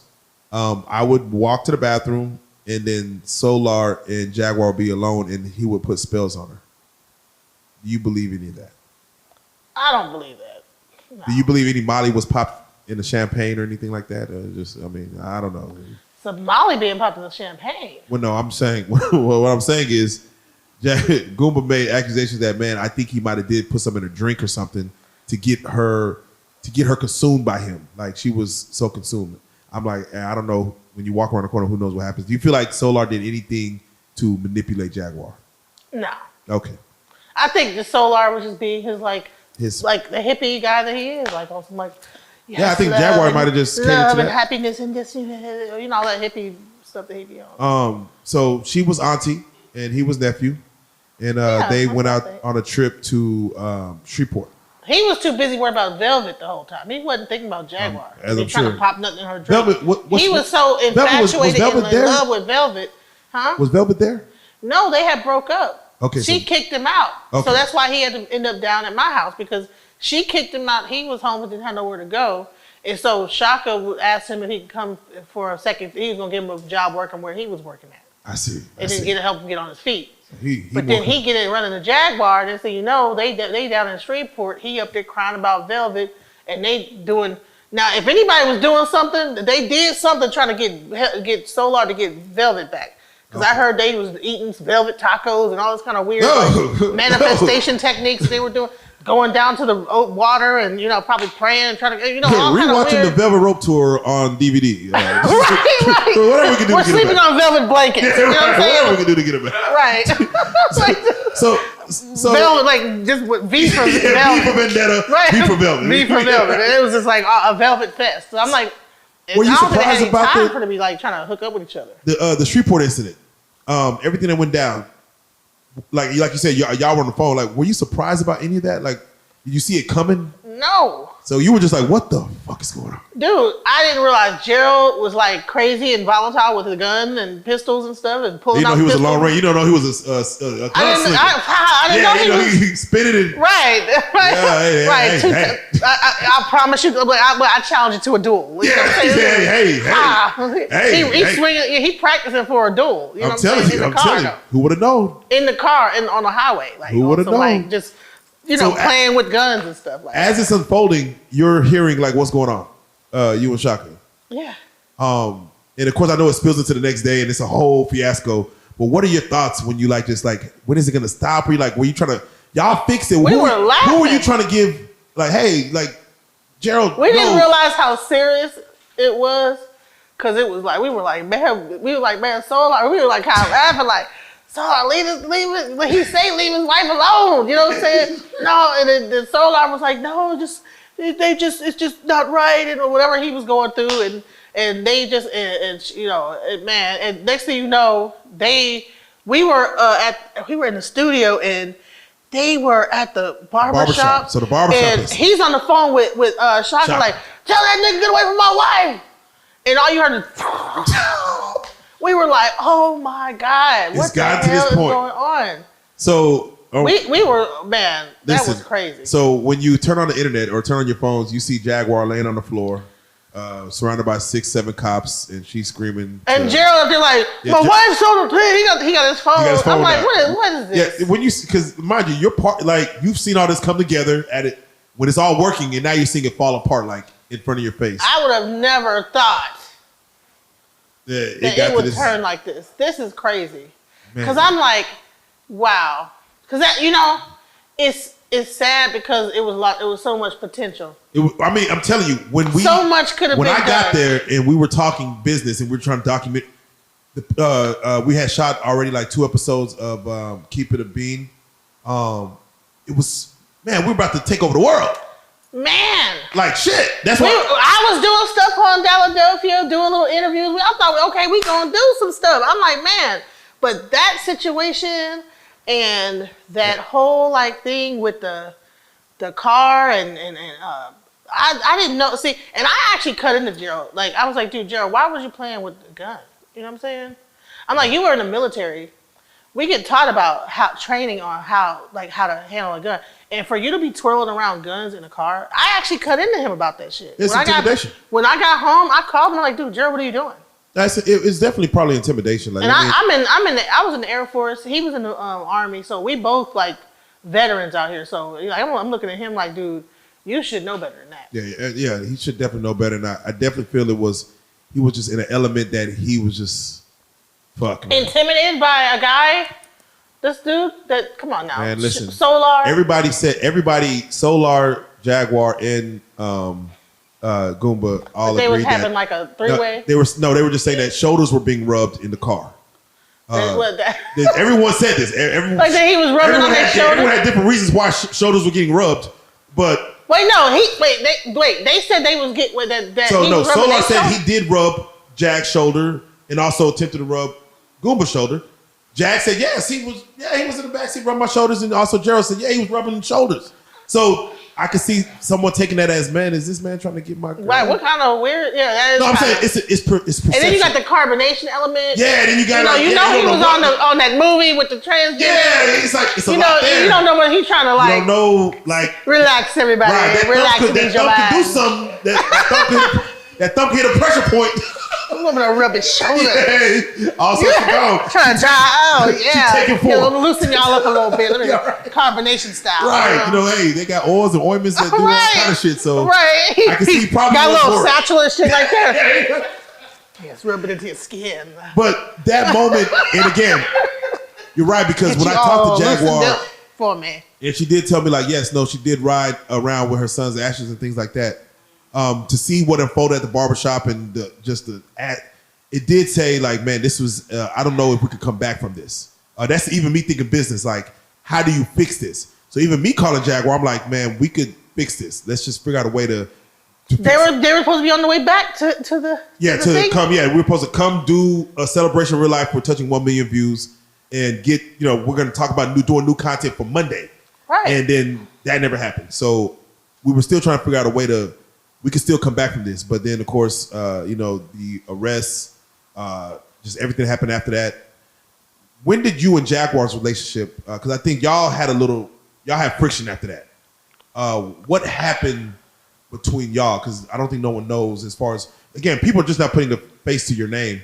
But whenever they hear about the Mesquite address and things like that, you're the person who was, your house was where everything was going on at. I think she was leaving your house to go to the barbershop. I don't even know. It was all in the area. She did. Yeah. They did. They were leaving your house to go to the barbershop to find Gerald and shit. So where did y'all's situation kind of start going like a little left? When Legina came. Okay, so we'll go to Legina. All right, so let's do this. Yeah.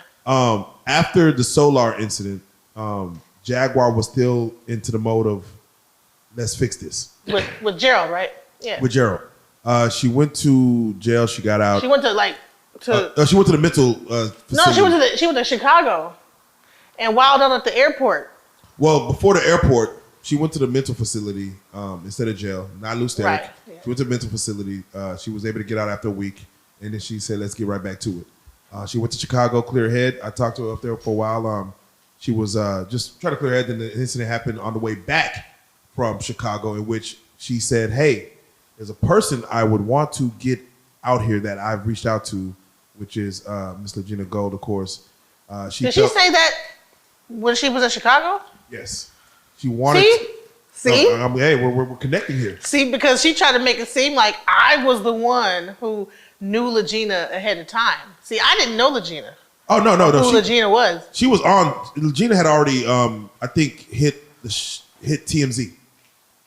It was right at that time. She was on TMZ. Legina Yes. was on TMZ. She was. Legina's right here. That's why I'm looking. I'm like, what? She was on TMZ. The only reason that we even, when Jaguar said who Legina was, we only knew it, and we said we agreed to do the interview because of TMZ. Like TMZ reported it. So I was like, I don't know if she probably didn't even know that. I know. Yeah, so I didn't even know. So that. when Jaguar said, I got to get her here to Texas quick. So honestly, I don't know if Jaguar was doing it to help Legina or she just saw it as content. Like, we got to get her she saw it as content. Okay, yeah, we got to get on the show. Admitted. I think she admitted it. She's like, we got to get on the show. We got to get on. She's like, I want to get her on my show, but also I want to have y'all interview her as well. And at the time, we told her we're probably not going to interview. We don't know the story. We don't know the story. And then it hit, it was on TMZ, and we're like, oh, okay. If TMZ reported it, I guess we should talk about it. So she brought down, introduced us to Legina. We did our interview. And then, again, from that moment on, I want to touch on this because there was a way to get Legina down here that Jaguar, she called us. She called Reallyfe and was like, I need y'all to go get her. And I'm like, we're not about to go get her. She's like, is there a way for y'all to, you have any connects that can get, I think Legina was in, was it Detroit? She's in Detroit. Detroit. Like, is there any connects you got? I'm like, man, I could probably make a couple of phone calls, but I doubt we have those connects. So I believe you might have came into She texted me that night, hey, you got somebody, because Legina's in trouble. She got to get out of there ASAP. So I'm like, oh man. Did she say why ASAP? Why she have to get out of there ASAP? No. And then the next day, it was like, like on some it's almost like it's making it seem like somebody was about like tracking her down, or she had to get out like the mafia. Like yeah, she brought the mafia again. The mafia. Time was coming. Right. They're coming to get her. The way that she made it seem like it sounded like people were outside watching her door for her to come out the house and was going to gun her down, type of thing, or chloroform. You know what I'm saying? Yeah. I think, and I can't remember because I think we did send some money to help. Yeah, I had a friend of mine come and with a gun. It was also snowing, by the way. It was the middle of winter, snowing. Wow. It had just snowed. Like, it was a snowstorm, I think, that had hit before, like a few days before that. So it was like full blown Detroit midwinter, cold with snow, etc. going on. Okay, so. And my friend, in 10 minutes of me calling, drove over there and had her, because I'm thinking that somebody's really about to get this before. Yeah, it's time. And I'm like telling her, well, tell her to run to the truck. Oh, wow. It's like that. Like, I'm like, he got a strap. He ready to fight. He's looking around. We're thinking that this is like a just once again, we on Mission Impossible. Yeah, it's like that's what's been said. That's the theme that's been said. Like, listen, get in there, get out. No, if you see somebody, hurry up, get in the car. All right. Pull off the car, going downtown, looking back and forth. Someone's pulling up. Listen, we thought that. Listen, we in our mind, this thing was some serious. So the friend gets her and gets on the road. And heads down to the Greyhound station. Okay. Now, mind you, I don't even realize they didn't even have a Greyhound ticket yet. Yeah, I'm sure. So I had my friend sitting there for hours while they raised the money on Sean Davy Way and King Payne's platform to raise the money. Oh wow! to get a $250 Greyhound ticket. God damn. Things you don't know. Okay. So they get her down here, and she comes to your house? Or? No, she goes to Jaguar. Okay, so she goes straight She to takes Jaguar. the Greyhound. Jaguar picks her up, and that was the last I had heard from for a while. Okay. I believe she came like really the next day, and we knocked the interview out. Of course, y'all could go look at that interview if need be. And then, of course, I believe Jaguar had more plans as far as to do just, the show, to keep it being podcast with her. But as I was asking, you said it, where did it kind of go weird for you and Jag? So when she went to the police station and got arrested again,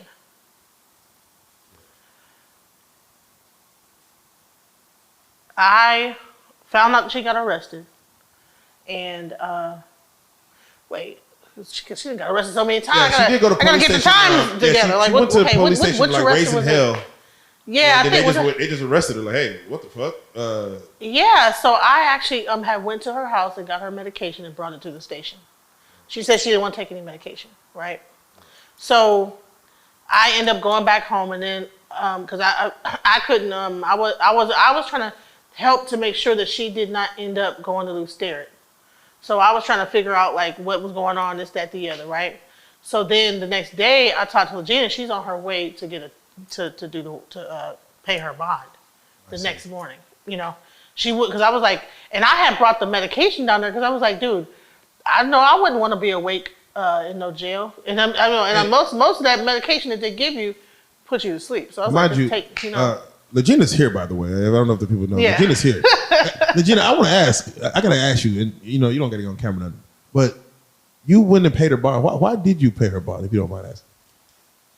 Because she went out her way to get me out of Detroit, but it turns out it was Genesis the whole time. Her connections, but I felt bad for her. She looked out for me, and that was my first time bailing anybody out, so I didn't know how. That was your first time going through the process of bailing somebody out. How much was the bail? How much? I think it was $150. I didn't have to pay the full amount, so. It was $150. Our bail was $1,500. $1,500. 10% Sure, of that like in Texas. $150, yeah. $150. And I was like I had to put my address, but both of my you addresses. got to put your home where you stay. Because she couldn't use her house. Why couldn't she use her home address? They just needed like three references. Oh, 3 references, right. So I gave my address, another one of my addresses, and then she had the home address. So she was bonded to like 3 different places, 2 different places of mine that I had, and then that one. Yeah. So as far as she's bonded out, she must have felt you did something wrong, or no. Yeah, but say because why? She came to my house right after she got out of jail. Oh, did y'all had some words? We got into it because I was telling her, because when she was in jail, now it was a whole thing that went down with her mom and make sure that they had no groceries and everything like that. And Tokyo Tony got involved and they helped out to make sure her mom and them ate and stuff like that, So Genesis was the one that was helping like me get a Jag out since day one. So she been telling me things about Genesis behind her back. So she already been had a problem with her. Can't do that, man. That's that's the person who helped get you. So you had allegiances to 2 people that you didn't know, and now you're like kind of okay. Yeah. So when Gina went to go bail Jaguar out, I had her come to my house because I was like, well, it's a lot going on, you know what I'm saying? So she came to my house and, I had her like, okay, by the way, I'm a Santero. Okay. Yes. I'm a priest, right? Yeah, in the Lukumi religion. And I was in my year in white. So anybody normally that comes around me has to, especially when you have a lot of like negativity. So I was like, there's a lot of negativity going on. So maybe we should I had her go take a spiritual bath. You know what I'm saying? And I put her in some white clothes. And when Jag got out the next day, I had her. She was drunk, drinking and stuff online, and was talking to people online. I said, Jag, get off of there, talking like that, and just come over to my house. She came to my house. She stayed outside for a second, fell asleep. Then she came inside. The next day, I was trying to get her to go see the Babalao. The reason why I was trying to do that is because the governess had put out a thing. This lady named the governess. She was a person that actually predicted Mo3's death. Yes. And I think she was like a spiritual advisor for Mo3 or something. I remember that. Yeah, I know who you're talking about. And at some point, she was also working with Jaguar Wright. I'm not sure what happened between them, but the governess had put out a warning to Jaguar that she needed Legina to send her back to Detroit, this, that, the other, with Goomba, or or this, that, the other. You know what I'm saying? And the next day she's in jail, right? So I'm like, girl, you need to go see the Babalawo, because that lady put a spell on, a hex on you and stuff. And she's a witch or something. I'm not sure whether she's a witch or she's practicing voodoo or what she practices. But I'm like, whatever she's putting on you, it's very ironic that the day that you and Tokyo Tony get to talking about that and what she did, the next day you're in jail you go up to the police station and you end up in jail. Very ironic. The next day.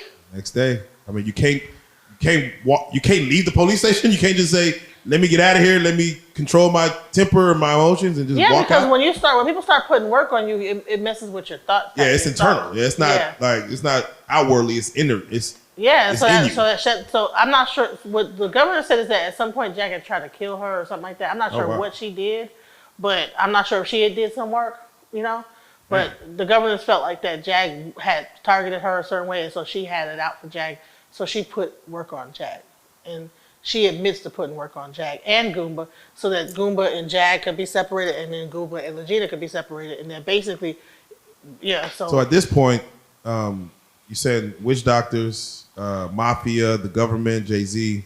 There's a lot of people. It's a lot of people against Jaguar. Like at this time, man. So I'm like, you need to go see a Babalawo, because so a Babalawo in Ifa religion, okay, let's get into that, is basically, you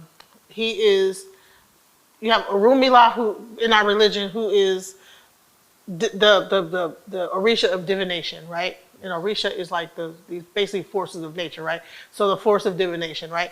And what happens is that what we believe is that when you come on this earth, you were given a destiny, and you have a specific, like, you were told everything that was going to happen in your life, but when you came on this earth, you forgot. So what divination does is help you remember and to keep you on path and tell you whether you're on path or off path.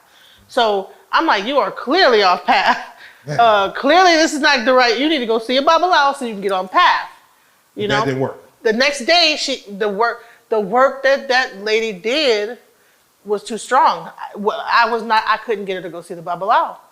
Okay, so wait, y'all had an argument. So we had a full argument, and I'm in my year in white, so I'm still a new priest. I'm like a baby in the religion, right? Yes. Like it's almost like if you get born again and you're supposed to be you just now starting to learn about, it's the same thing in the art, but we have a whole year in white where we're like restricted to, certain things. You have to wear white all the time. Long story. So I'm not even allowed to argue or anything, but she got me out of character because she started going off because she was trying to teach Legina how to sing, and I'm trying to get her to see the Babalawo. And I'm like, dude, your priorities, like, you can teach her how to sing anytime. You got work being done on you, you're getting put in jail. You need to go see a Babalawo to find out what work she has done and what you need to do to get it off of you. But she was not down. She was not trying to hear it. So she just stormed out and saying, F no, you? She cussed me out and you like a fool. Look at you. Look at everybody. We're live right now, Genesis. We're live. Oh, you were live at the time. She was live teaching Legina how to sing. And the argument was going on live. The Babalawo is 75 years old. We gotta respect his time. If he says he's gonna do something, we gotta be there on time, right? Yes. We're live. Oh man. I'm teaching her how to sing. She's learning how to sing. I'm like, dude, who gives a fuck about her singing when you got all this witchcraft and shit being done to you, and you're going crazy, going to a police station and going to jail, and you got something put on you that I found out now is supposed to help her, make her spiral. Unless she probably could get it removed. I don't know, but yeah, she got something put on her that's gonna have her spiraling down, and she don't even realize it. I'm trying to get it off of her, but I'm the enemy. I'm the bad guy. Does that make it harder when the argument is live? Because again, when you put things on the internet for the world to consume, it's hard to take back something that was said privately. Do you think that kind of really messed it up? Just because it was on the internet that she was saying these things or just having words about you and with you? Honey, I didn't even care. I was seeing red at that point, you know, because I'm like, dude, she was yelling at me in my own house. You know what I'm saying? I'm trying to like not argue with her because I'm not supposed to argue during my year in white. I'm supposed to keep a, you know, docile. I gotta stay iwapale. Keep you know all this. Keep calm, right? Yes. And not get. She's trying you. She pushing it. Honey, you know what I'm saying? And I have look, my head Orisha is Oya, and Oya is like a fiery. I'm a very fiery person. I don't like will go off. I'm a Gemini. I will flip out. You know what I'm saying? And I had to control all that. I'm like, dude, you know, I had to leave my own house. Came back. She was still there. But and then she still said some old bullshit to me. And I'm like, okay, Jag. Okay, so I'm assuming she ends up leaving, and the Jaguar goes off to do her own thing. I think they go to Arizona. Music. They made some music, made another song. You know, with she made some song with Shaka and them. Yes, she did. And it was pretty good. You know what I'm saying? I'm glad that I was able to step away for that magic to happen. Okay, this is before she went to Arizona for a little while in the car situation.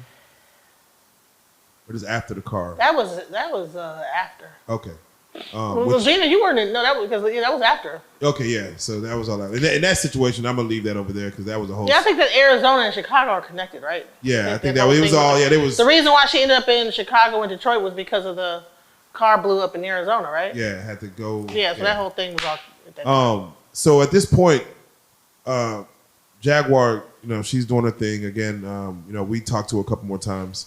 And I just have to ask you because she does end up getting, going to jail in Louisiana as far as moving around while she was, I think she was in a hotel pool or something, and they ended up coming to grab her and taking her away. And that was when I think her and her husband was really on the outs. They was really going back and forth and kind of just going back and forth, and it was like really just kind of getting crazy. Did you have any thoughts or any play into like what was going on then? Were you just like kind of removed from it all? Like, hey, I'm still over here. Jaguar, good luck over there. Basically, and we were cool. We was all right. We was distance though. It was like we cool, but we cool here. We on cool. we cool. Yeah. So she doing her thing. I'm doing my thing. So Gina still kept in touch with me. And I guess she started to feel uncomfortable with what was going on with the whole street. Because Gina was moving around with Jack. Yeah. And I think Jack wanted Gina to go to Shreveport with her. Yes. And Gina didn't feel comfortable with going to Shreveport. Yeah. She didn't want to stay, and she didn't like Shreveport. I mean, actually, Gina, you can explain to your own self. Gina, I'm bringing you back on for a quick second. How was your time in Shreveport moving around with Jack? Man, it was intense. It was intense because I was around when Goomba was around, so I seen their relationship. Me and her was, starting to get into each other, so I just didn't appreciate it, and I felt like it was because her enemies was my enemies at that point, and all that paranoia stuff. I was intense. I was tired of it and her drama, so I reached out to Genesis, and I'm like, yo, can I come stay with you? Because I feel like me and Jaguar, we're gonna argue, and I don't want it to get to that point, but I know myself, so I might just nut up on her. So I'm like, I gotta go. So it just got more weird with her, like how she treated Goomba. She was trying to talk to me crazy, and I had to talk to her crazy, and all that.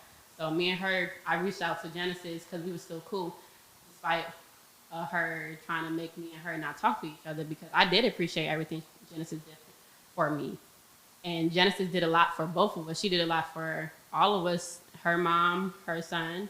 She did a lot for us. And I'm like, she's a friend to me. So no matter what you say about her, she was a friend to me. So I'm like, so she said I can. So I was still in Shreveport. So I end up we got into it that same day. I feel like she was trying to do some weird work on me. Because Jack at that point was dealing with candles, right? Yeah, she wanted me to pick up something from her room because she ended up having get in a different room. And then she was like, I want you to go get it. I'm like, I'm not about to stop what I'm doing to go get it. So her son ended up getting it, getting the candle. And then he was like, if you know what, if my son get hurt because of you and da-da-da-da. And I'm like, what? What are you talking about? Right, so get hurt from touching the candle? Right, but I think we was in New Orleans, so she probably had work done somewhere. And I'm like, from all your dramas, I'm like, yeah, you probably did something. So She was taking nude baths with the candles. I seen her mom like busting and she got angry with her. Was that going on? So she ended up like, you remember the alarm that kept happening? She kept lighting them incense, and it was messing with our sleep, and then it was just a lot going on. And I feel like she would have us go outside somewhere in there, like some water, some side of the road somewhere, and just look at people going live. Like, I'm like, I can't do this. Like, I can't watch you look at other people talk about you and your relationship and stuff like that. Like, so it was just getting weirder and weirder. So I'm like, nah, she getting kind of crazy. So your goal was, of course, to just get back to something more normal for you. Genesis, I'm assuming she reached out to you and said, "Could I come?" Yeah. And you said, "Go ahead and come." Sure. And as you see, she's still here, very sane, very very normal. Right. So you reached out, and it's very hard when people don't have someone to reach out to or don't know who to reach out to and just get a yes. Like, can I get? I know there's people right now just in crazy situations. Like, I have no one to call and go to, and you're being there, which going to take us to the next part of this, which I want to talk about. Kind of the way you brought in people of even carbonation. But before we get there, Jaguar did actually have an extended stay in Louisiana and then come back to Lusteric, and then she got out, and of course she's now out in the world. Have y'all had any contact since? In regards, is there anything that have y'all try to do anything? No, she's mad because I was the one who called the police to get her arrested. So basically, what happened is that my name was on the bond. She began to say something when Legina decided she did not want to stay with her no more, and she came back to town. Now, meanwhile, she dropped her mom and her son off at my house and said, "I'm going to get my husband." I didn't know whether she was going to get him back or going to go get him back. Now, they're apart from each other. I thought he was at his mom's house, but come to find out, I guess her husband. She went to a lake, and I guess the husband was at the lake, met her at the lake, but I didn't know that. So the mom is sick. She's tired because they've been driving on the road all day long. She wants to go home. We're calling her. She's like not answering the phone, nothing like that. I don't know what's going on. So I end up having to bring her mom and her son to her house out there. And we didn't know whether the lights were off or anything like that because they were supposed to get evicted. They knew they was going to get evicted, right? Yeah, they had some time for it. They had like a small amount of time to like get it together and get out of there and move wherever they was going to move to. So Legina decided, well, I'm going to stay with you. I'm not going to go to the house with them. So I dropped her mom and her son off. Legina decided to come with me back to my house. Jaguar comes back to get her mom and everybody like that. Now, imagine, I didn't even know she was coming back because she made all of them take all their clothes and everything and unpack them. So I don't know whether she was going to come back and unpack and stay at my house. I don't know what's going on. Right. It might have been that they was going to, they were unpacking. The communication wasn't because there. They probably were getting evicted. They probably didn't know, and they probably need to stay at my house. Yeah, but nobody was telling me Yeah. nothing. I wouldn't have turned them away. That's your mom. Right. I'm sure she didn't want to have to stay there, but it's. Who knows? Most of my friends know that I'm the one that, if anything happens, that they can come and. You know what I'm saying? That's unfortunately the person that I tend to be. You know what I'm saying? Oh, okay, I'm going through it. Let me call Monica. So she knew that. So that's probably what she probably was thinking.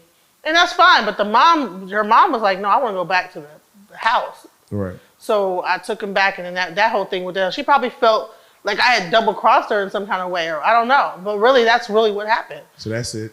And then, but she began to, at that point, start to badmouth my child's father, say that I was there and I killed my child's father. She told him, so we never was friends, and this, that, the other. I don't know why you put yourself on my, bond. We was never, just talking shit. She talking I started seeing the shit. hashtags with your name coming out. I'm like, yeah, oh wow. She started talking shit about me, like on thing, and just being a bitch. And I'm like, dude, what? Like, I don't know who you think I am. Right. So did you throw your So hands you think up you're at gonna say that point? all this shit about me and I'm not gonna do nothing? Like, I mean, you gonna, I'll just talk about me. People think I'm a pushover. You got me fucked up. Like, dude, you don't get to say all that shit on what? So like, take my name up off this shit. Right. How do I remove my name up off this bond? Right. They said that she had to be arrested. I said, okay. So they thought. So she's sitting at pool. They thought it was King World. That, King World and them was followed. They had knew the where location. they had her they find location. people. Yeah, they Carmen Sandiego. Exactly. They find people, and they was online talking about her whereabouts, and I contacted King World. Hey, you know what I'm saying? Where's she at? Yeah. And I found out, said, okay, well, this is where she is. Remove my goddamn name off of this shit. Because Okay. you don't get to talk shit about me, and I'm the reason why you're even. I'm like a witness on some shit. Yeah. I'm sending money to bread to your moms. I'm the one helping out. But I'm not your friend, or we not friends. So what the fuck is that? Now she done did the same thing to other people. People done got her out again, and she done tried to set them up or something stupid. I don't even know if it's true or not, but but you've been removed from the situation. I'm off. I'm out. Her mom, I think, went back up north. Her son went to stay back with God her dad. bless. I think she's moved on, and God bless her. You haven't had no contact with her since. No. Okay, well, anyway, with that being said, definitely God bless them all. God bless the situation. I hate, again, we were at such a high, and then all of a sudden, So much could have been done. So much could have been done, and then the Shreveport incident, just kind of things just went so left, and I hate that. I do too, because I don't like to fail Right. at anything I do. We You know only what I'm got so saying? much time in this world. Like, put time into something that just fails. You wanted to actually, because the whole documentary was really the thing. Yeah. And then she ended up talking shit about my daughter in the documentary, and I mean, like, really? Oh man.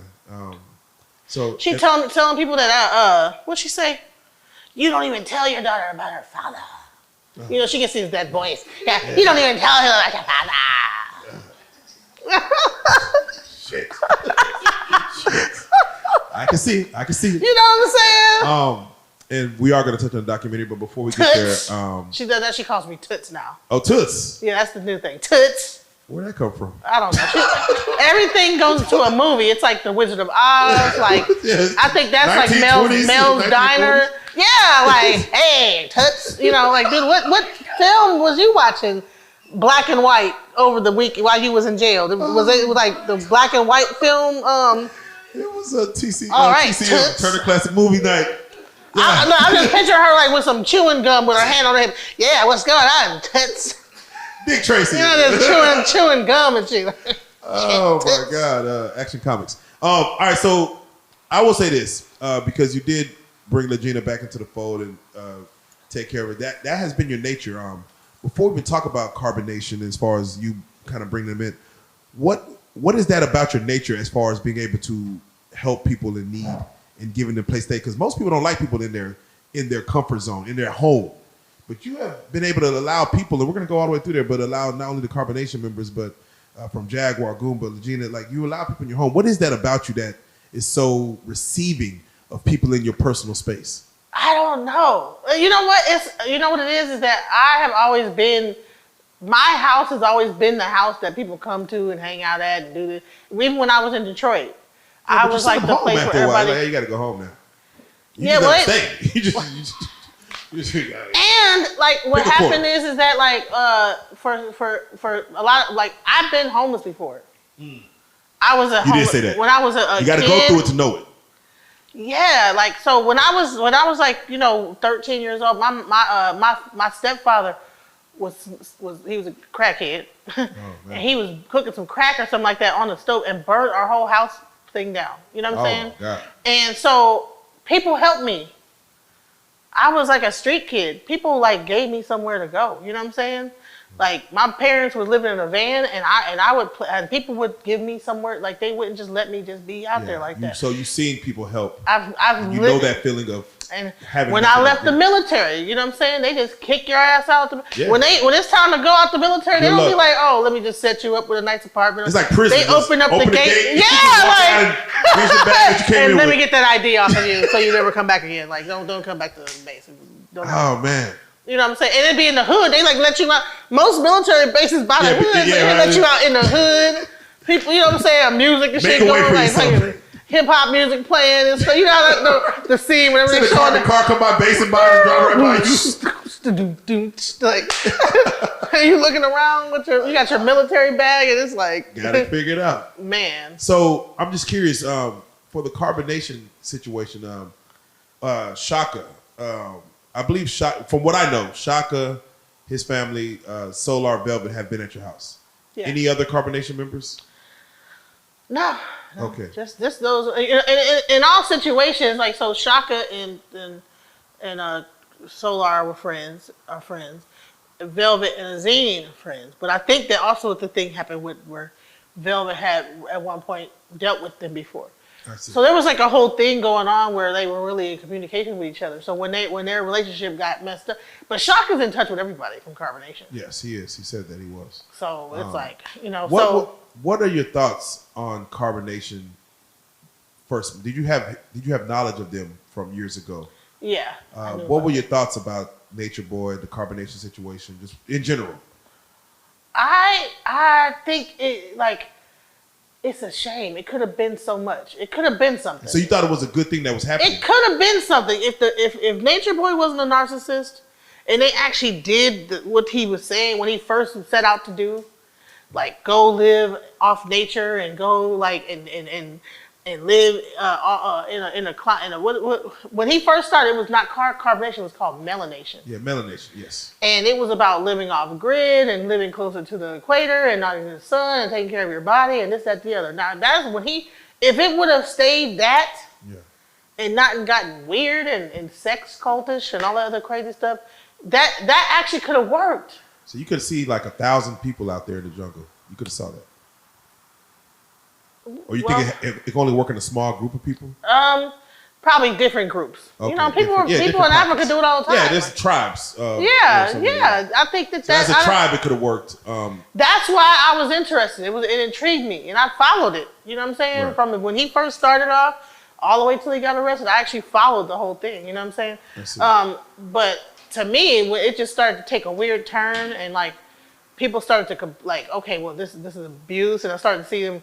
They couldn't get on the plane because their underarms was stinking and all kind of weird stuff. And all, just kind of, it got like more dramatic and really crazy. Then he telling everybody to poop on the tree. And I actually had called him, like he said they would make them say, you have to give your what did he say? Give it to the earth, give it back to the earth and you find a tree. Instead of going to the bathroom, you go to find a tree and poop on it.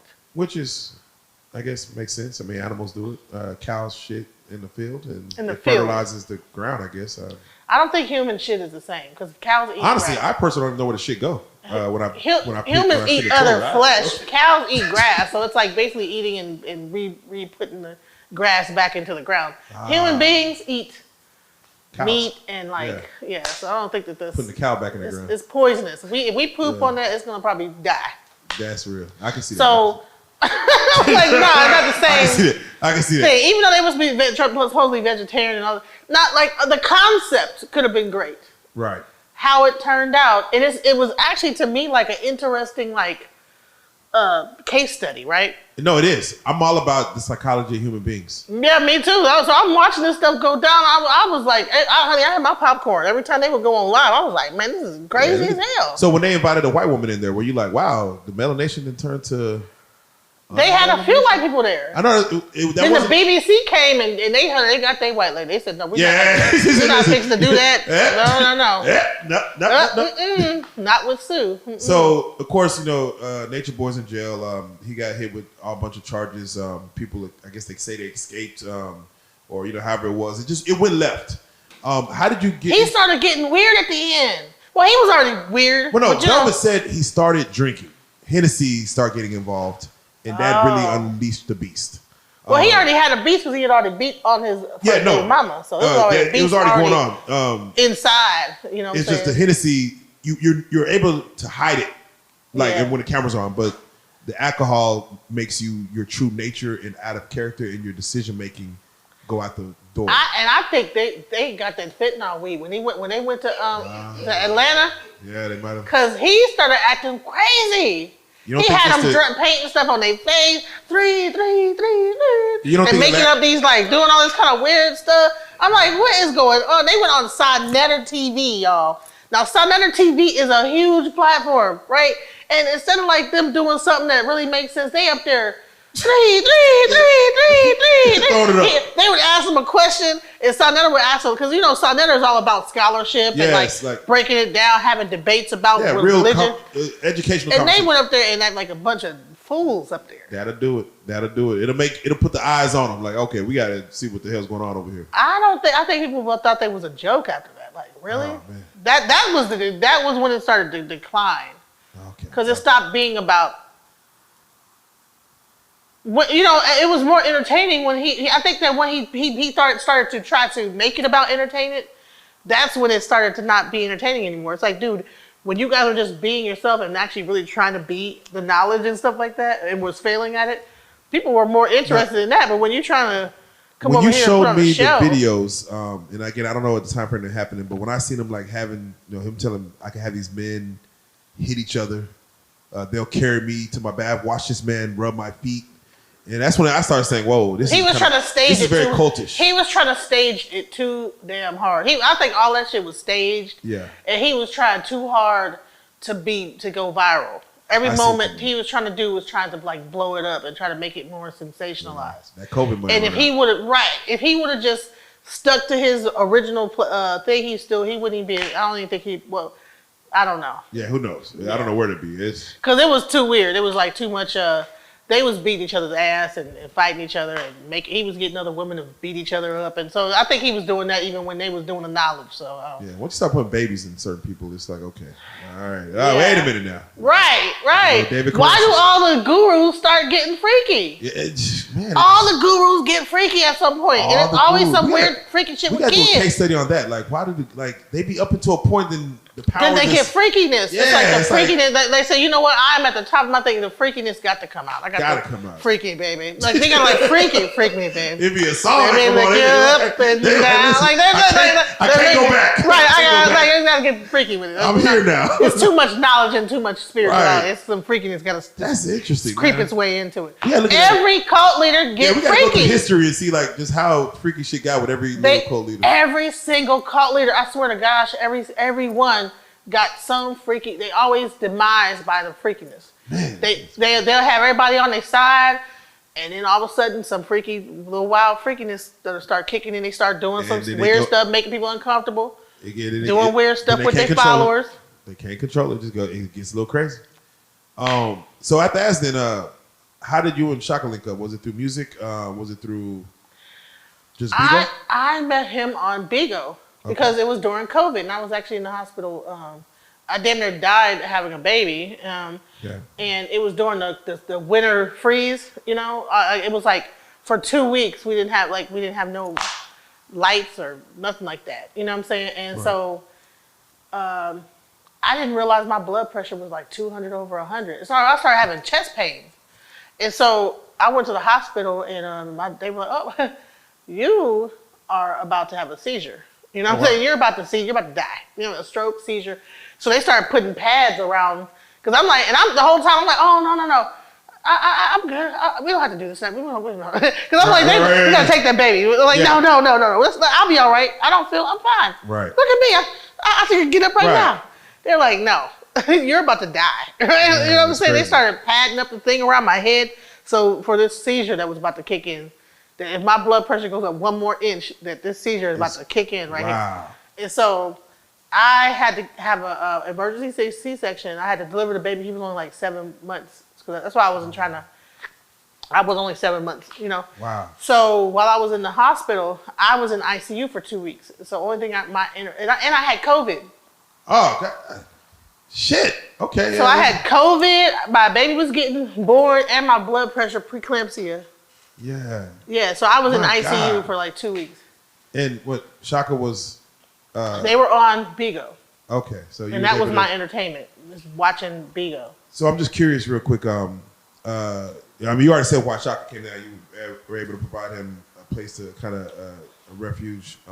You have mentioned that Solar and Velvet both did an interview up here the same day. You told him not to do the interview. You said, "Hey, y'all shouldn't do this interview." Yeah. I'm curious, why not? Why didn't you want them to do that interview? Because one, it wasn't. First of all, they didn't have any reason. No, go ahead. They didn't have any reason to do the interview. You know what I'm saying? Yeah. Like, first of all, they weren't selling nothing. There was nothing really to be. There's nothing that they built. Like I feel like if you're gonna be putting yourself out there, you need to have like something, a reason that you're doing it. You know what I'm saying? On top of that, I felt like it was too premature. You know what I'm saying? They had just broken up, and they wasn't even. The only reason why he found out that she was pregnant, and so they were still like on the outs. And we're still trying to prepare their relationship. Did they stay at your house at any point in time? For 2 days, they stayed at my house. Were they getting freaky in your house? Or did you hear it? I don't know. Oh, yeah. I wouldn't doubt it. I know. He was like, I can't wait till she get here. Oh, man. Find a corner.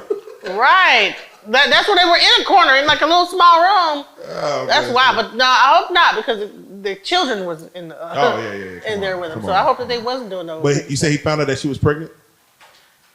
Yeah, and so everything was actually going good. I thought I had put her in touch with her mother and all kind of stuff. Well, no, I didn't put her in touch with her mother. She was in touch with her mother.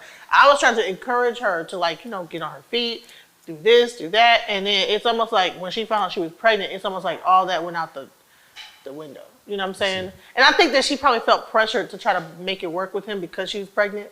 I see. And that's an easy thing because I've been through that before. You got to want to. And plus, again, when they did the interview, he looked like he was wanting to really be there for her kids with Nature Boy's daughter. It looked like he wanted to be there. Like, hey, this is the new family. But I understand what you say about prematurely. It was too premature. It's like you guys just got into it. You know what I'm saying? And there was a whole thing that happened the night. Like before. So, to me, I was like, maybe that's not a good idea to be jumping on no platform. Y'all don't have no real... nothing to push, nothing to... what it's reason? Not stable. What's the reason? Yeah, You're married, so is she. Yeah, you got to be in the way. That's already what are y'all doing? You know what I'm saying? Then, get a divorce first. Yeah. Okay? Well, how about that? And then be together for a little bit of time. Then if y'all want to come back, the platform's still going to be here. Hey, man. Then y'all do it. Okay, well, let me introduce our children, and we've been together for a year. We both got divorced. Now you got something to talk about. And then here's our platform. It's been up, and we've been doing this, doing that. Here's our website. Now you got something to talk about. But the whole thing was just all happening in chaos. So to me, to go on a platform when you're in the middle of chaos is just not. It doesn't. It's like, what are you doing? And then 2 weeks later, you've broken up, and y'all hate each other, and now you got this thing out here where you guys looking like you guys are a big old happy family in love with each other. But you can already see on her face, if you actually watch the interview, her facial expressions didn't look happy. It looked sad and it was exuding like uncomfortableness and all type of things I was seeing when I watched that video. Man. Well, again, I wish the best for them. I do want to give you an opportunity to discuss. Again, we talked about doing a documentary for Batim. Can you discuss for those people who may be at home and not know who your child's father was, and just as far as the overall thing you're gonna push and what you're gonna do, and kind of everything that you were trying to put forward there? Can you let the people know who even Batim was as far as the world who may not know? So Batim was a part of a group called Slum Village. And if you ever heard of Slum Village was it was a 3-person group with Jay Dilla, Batim, and T3. And you had Elzai who joined the group when Jay Dilla passed away. Jay Dilla was a really well-known producer who was known for work with Tribe Called Quest, Erykah Badu, a bunch of different artists, like even Janet Jackson. He made the song, the beat to Got Till It's Gone. Cause you don't know what you got. Oh yeah. Oh, he did the beat for that. Whoa. He's done a lot of great stuff, like with Far Side. Yeah. He did beats for them. So Jay Dilla is a really prolific producer, and his I think that he should have been got his flowers. Definitely. Well, he's getting his flowers now. I think Questlove is doing a documentary about him, and so we saw that Questlove was going to do a documentary on him, and so we were like, we should do a documentary on Batim. Now, Batim was one of the original members of Slum Village, and he was actually a really well-known MC who could rap in Hebrew, rap in Hebrew and different languages and stuff like that.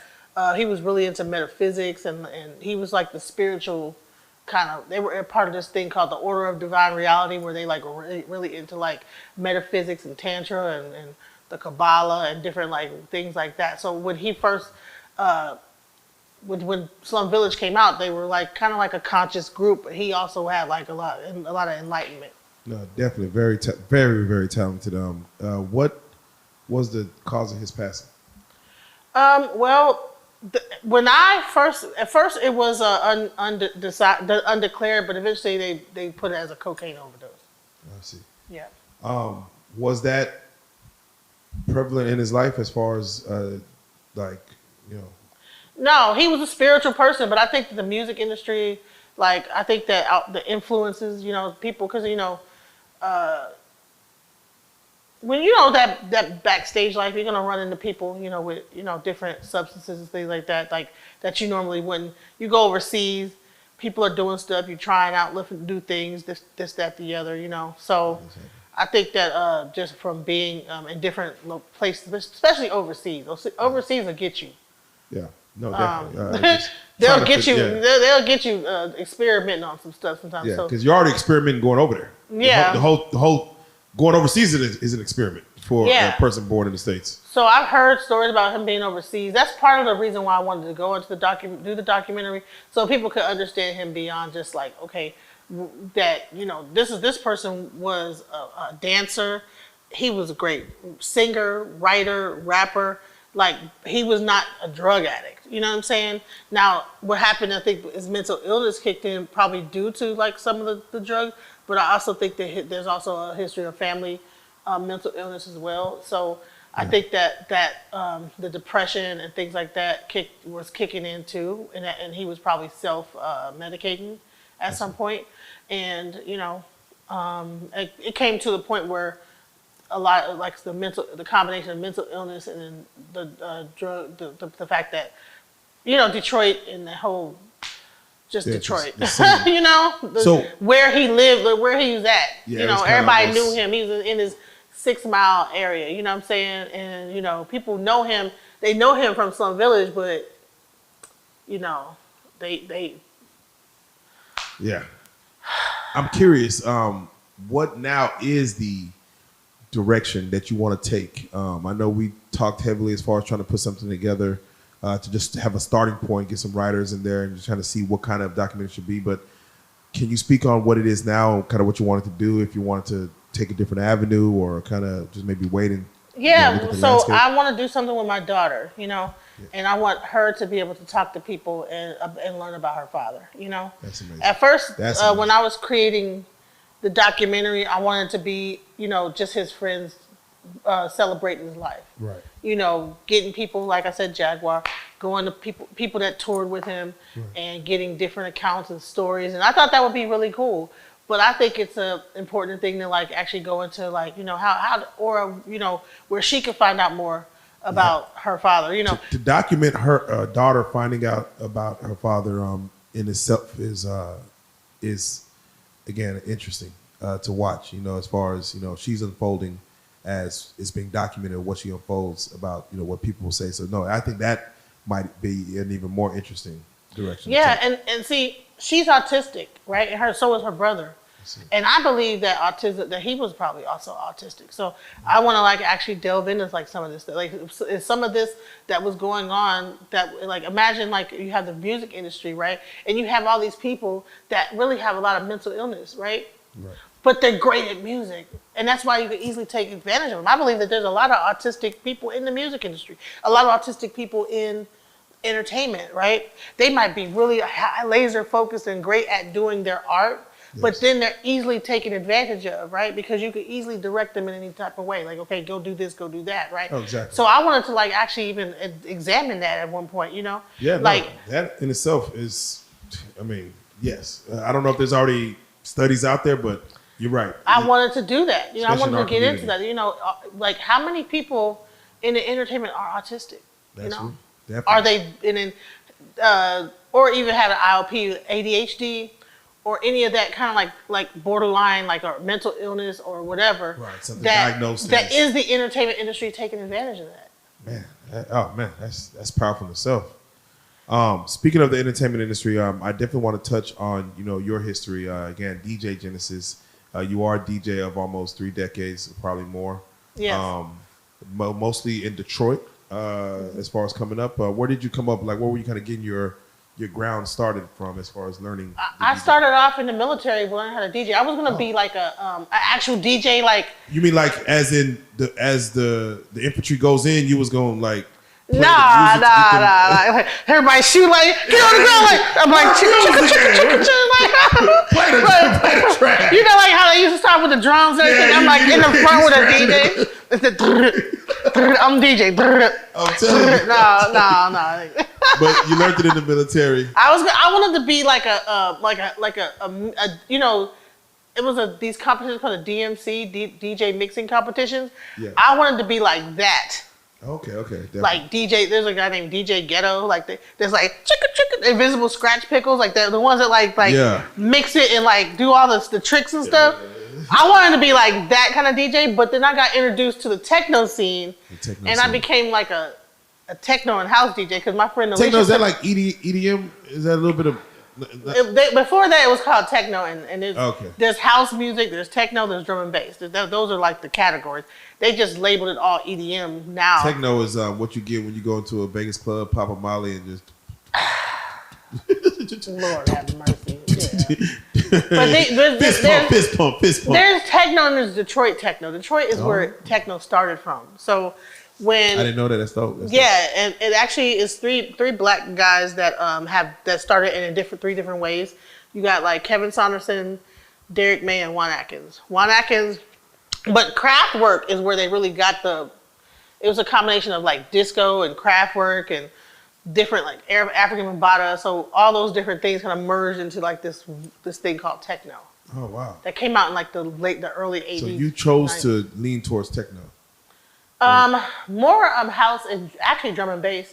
Okay. And then what happened is the more I began to DJ and get into be from Detroit and being a part of Underground Resistance, I would kind of mix the techno with the house and the neo soul and R&B type of stuff. And that was able to take you on tour, as you had you and a bunch, like you said, a bunch of women DJs. It paid the bills being a DJ, or is that just something you did on the side?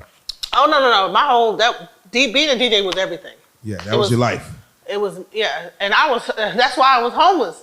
Yeah, that's what you got. Because they don't make no damn money. Right. I was like one of them struggling artists. You know what I'm saying? Trying to make it. Trying to make some music and putting out my music overseas, getting screwed over, people not paying me, putting out my little record, ain't nobody giving me no money. But I would have a hit record, but it then wouldn't make no money off it. But it's actually cool because I got to travel the world. I got to see Belgium, South Africa, Manchester, England.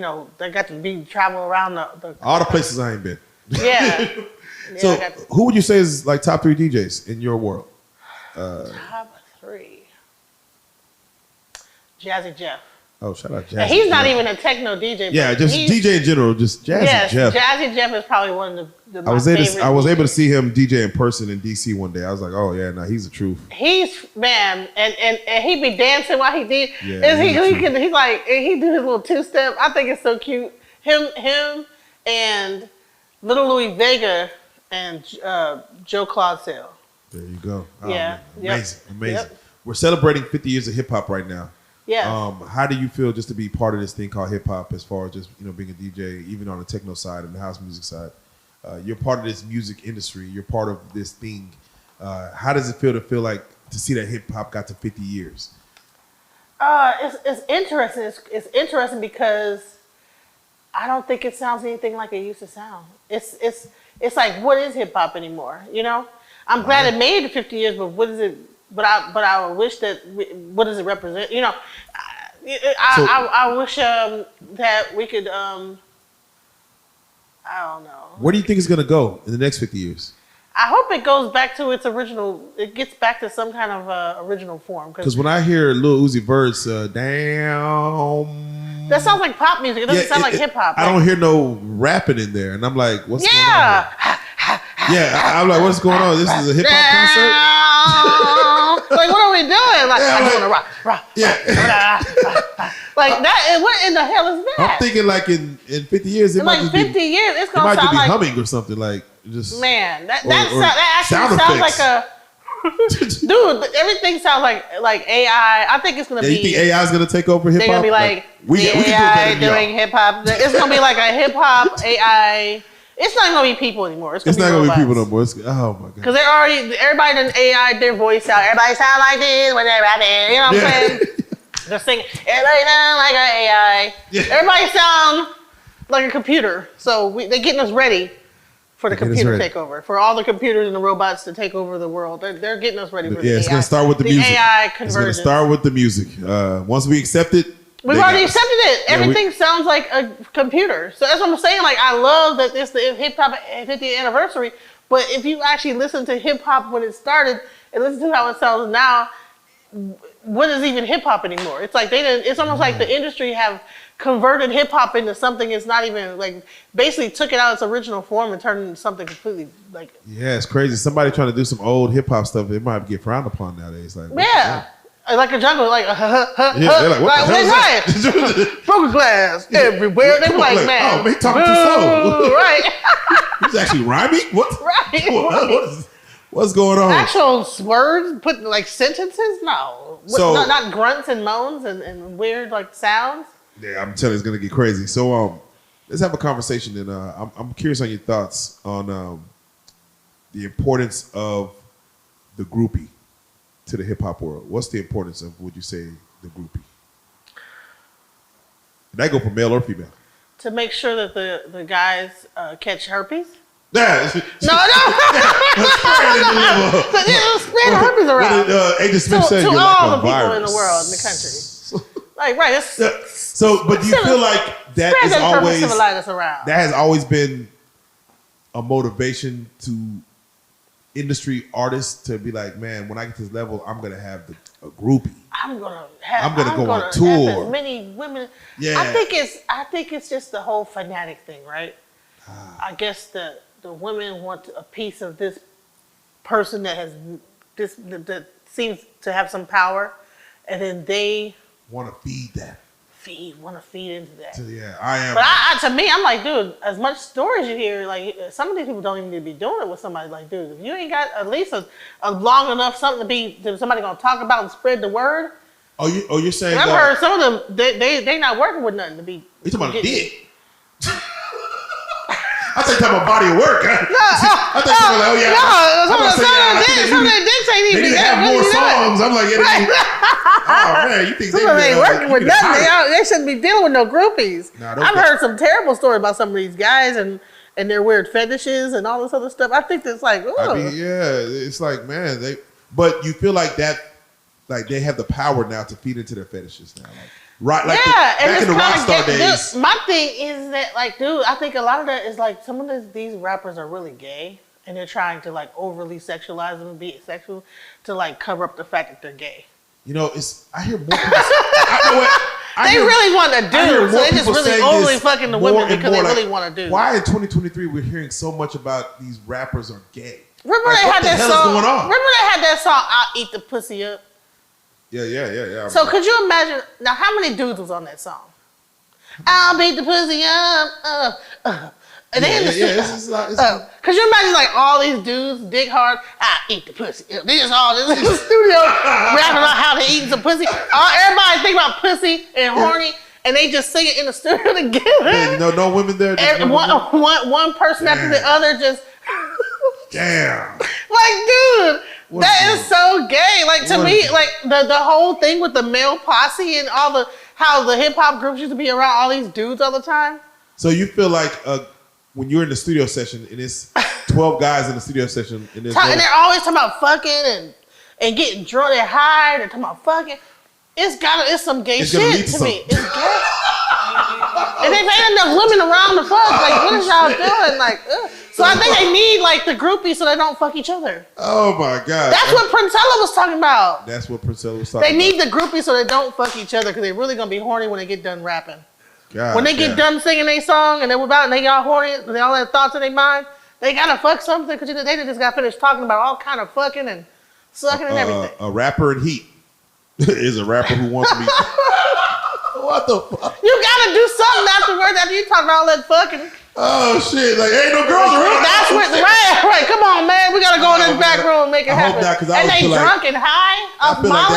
I feel like that's the Illuminati. The more that they start doing these drugs like Molly and all that stuff like that, the more gay they're gonna get because that Molly opens you up more to like be open minded. So what? Rock stars were on that shit back then, like the rock stars. And them rock stars was bisexual. Yeah, nah, for real, they were looking like women. Right. They were walking around with long hair and what they say? What's that one song? She do look like a lady. Right, do look like a lady. Work for right. that. Do look like a lady. And he was singing that real passionate, like do look like a lady. We let that slide. Right. We singing it to it. Do look like a we in the club. Do look like a lady. Oh shit, it's horrible, man. God, we need to of course. Man. Jesus is on the main line. Jesus on the main line. Shit. Dude, okay. I'm trying to tell you, man. Listen, I think it's an agenda.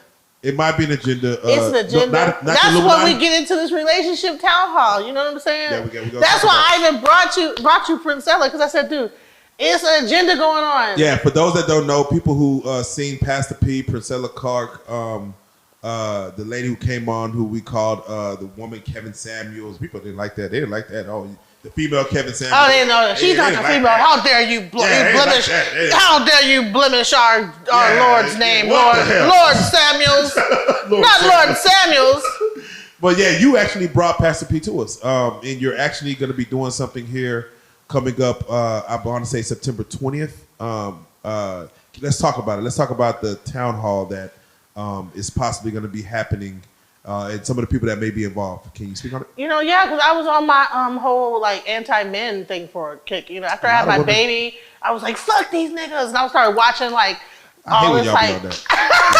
Y'all take that into like women take that into like even in the drive-through how they give you your food like here. Yeah, nigga. Look, these niggas. Right. What you want on your sandwich, nigga? Right. So you were on that mode. Isn't it already on the McDonald's menu? Like, isn't already part of what you want? What you want? Mustard on your Huh? Is that it? Like every other order. Is that it? Like, no, it's not it. Right. I've been watching Princella Clark. Right. The Queen Maker. So you put on your fucking dress and you want to do a town hall. I said, you know what? Well, what happened is that when I started with Princella, I wanted to bring her. I was like, dude, I want her to interview with Charleston White because I saw her doing and talking about. So we did the interview with Charleston White. Y'all go watch Pastor P, Charleston White. What I think it's called. There was a name for it, a conversation or meeting of the mind. Meeting of the Minds. It was When Two Worlds Collide. When Two Worlds Collide. So that's part one. So what happened is that during part one, Charleston says, you know what? We need to bring this. We need to make a town hall about it. We need to bring this.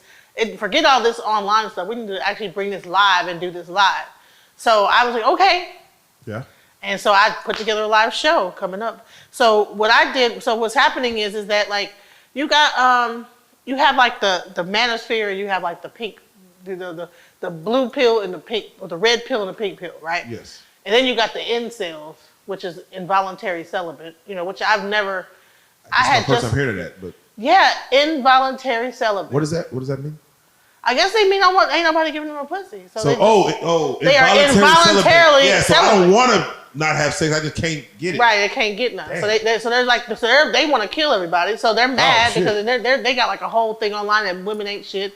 So I was like, dude, I'm so tired of like watching all this stuff online where everybody's saying women ain't shit, women saying that men ain't shit. Everybody's just against each other, right? So I'm like, ain't no resolve happening here, right? And that's why I said, okay, well, why don't we bring this together, put something together, and like try to actually reach a resolve. A lot of like these live shows are doing like having discussions, but it's more of a like comedic thing, I'm like, dude, we need to have a real conversation. So I have like we got Princella Clark. Of course, she's the queen maker. You guys seen her. We have Tanya TKO. She's also, she's a part of her. She has like her relationship expert and like a self-love expert. Then we have Anton Daniels.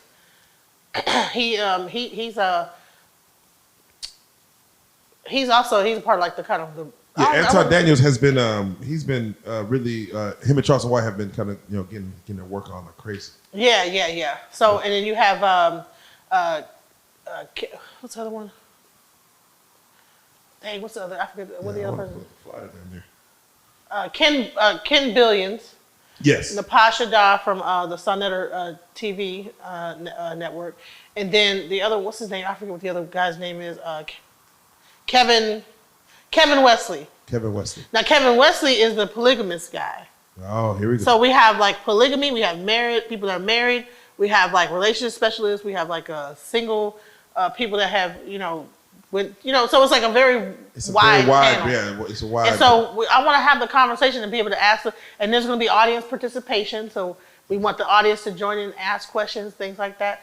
And we want to bring it. What we're hoping to do is be able to bring this to different cities. Okay, so this is going to be a live show.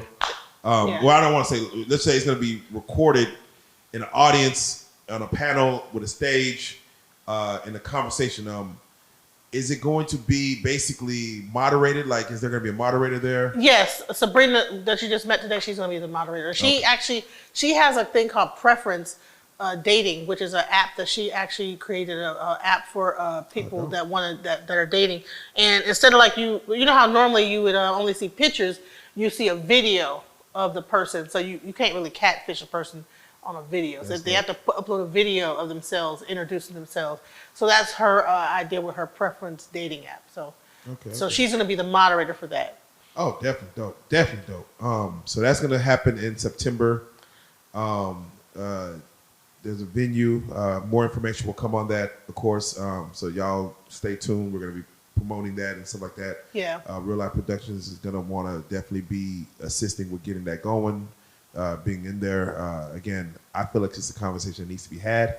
You're telling me about situations that I didn't even, involuntary celibate, incest. yeah. Oh, celibate. I'm sorry. Which is crazy to me, involuntary. So they actually came up with that, like that's a title. There's a title for everything. God damn it. So that's cool. We're excited to see that, man. That's going to be very dope. And again, we're going to, put more information out there as we get it. With that being said, man, I definitely thank you for coming in and sitting down with us, man. It's crazy because the whole Jaguar situation recently and carbonation and things like that, it was all because, you were in the background pulling strings, even with Priscilla Clark. And thank you for even looking at us as a platform to have these conversations and, delve deeper into the psychosis and psychology of what, make people think and what make people move. So I thank you. Right. For doing that. Thank you for even coming on, because most people want to be in the background and I'm gonna call stay you, in the background, right? You call me forth. forth. Right. For those that do want to, you had a podcast yourself, I believe, or you had a page on YouTube at DJ Genesis Detroit, yes. at and then DJ Genesis GENESIS Detroit, and also Zulu Vision is a partnership between Shaka Zulu, and I'm like the creator, background, the developer of that site, as well as another site I'm going to be doing in the future called Alchemizing Energy. So I have that. So you're a jack of many trades. Yeah, like I'm a software engineer. Yes. And self-taught. So yeah, I'm so I do a lot of different things. Yeah, no, definitely. Again, like you said, you gave Goomba some game. So definitely dope. So for those that want to, of course, follow the channel, as you stated, give the name one more time, and also give your personal Instagram or whatever other platform. It's the same on all platforms. At DJ Genesis Detroit on Instagram, TikTok, YouTube, Twitter. It's all the same. At DJ Genesis Detroit. But the main ones I look at is Instagram and YouTube. I can't figure out how to look at my messages on TikTok. So. Now, it's definitely dope. Any shout outs you want to give as far as Yeah, I want to give a shout out to the Zulu family. Yes. I want to give a shout out to my family back in Ohio. Shout out family. I want to give a shout out to the Slum Village, Yes. RJ Rice Slum Village, Lola Ellis, Michael Ellis, the Glover family. I want to give a shout out to Auntie 313. I want to give a shout out to Keyway for Keyway to the Kids. All the panel members that are going to be a part of this this town hall. Tanya TKO, Ken Brisbane, the Queen Maker, Kevin Wesley, and Napasha Dow. I want to just thank everybody and everybody that supported me through this time. So No, definitely. Again, you're just a ball of fun, breath of fresh air. I think we're gonna try to create some, more content with you. I don't know what it'll be or how to be, but I definitely love the energy that you bring. We need more like you, and again, for you to even help out all the things you've done behind the scenes, which most people will shy away from. You stepped up and did, and you didn't want to take credit for it. People didn't know these things. I hate that you get blamed for anything negative outside of that, but we need more people like you. Like I said, we will try to do some more with you, create some more content. Y'all, this won't be the last time y'all will see DJ Genesis on the platform. Yeah, definitely. She's been around in the background, and we'll try to get her more in the foreground if y'all want. So with that being said, we got to say it. It's the best part. DJ Genesis, you are a real life street star. Thank you. We got to salute it. Real life. If that shit ain't real life, it ain't real life. Just ain't real. Real life street stars. You know what time it is.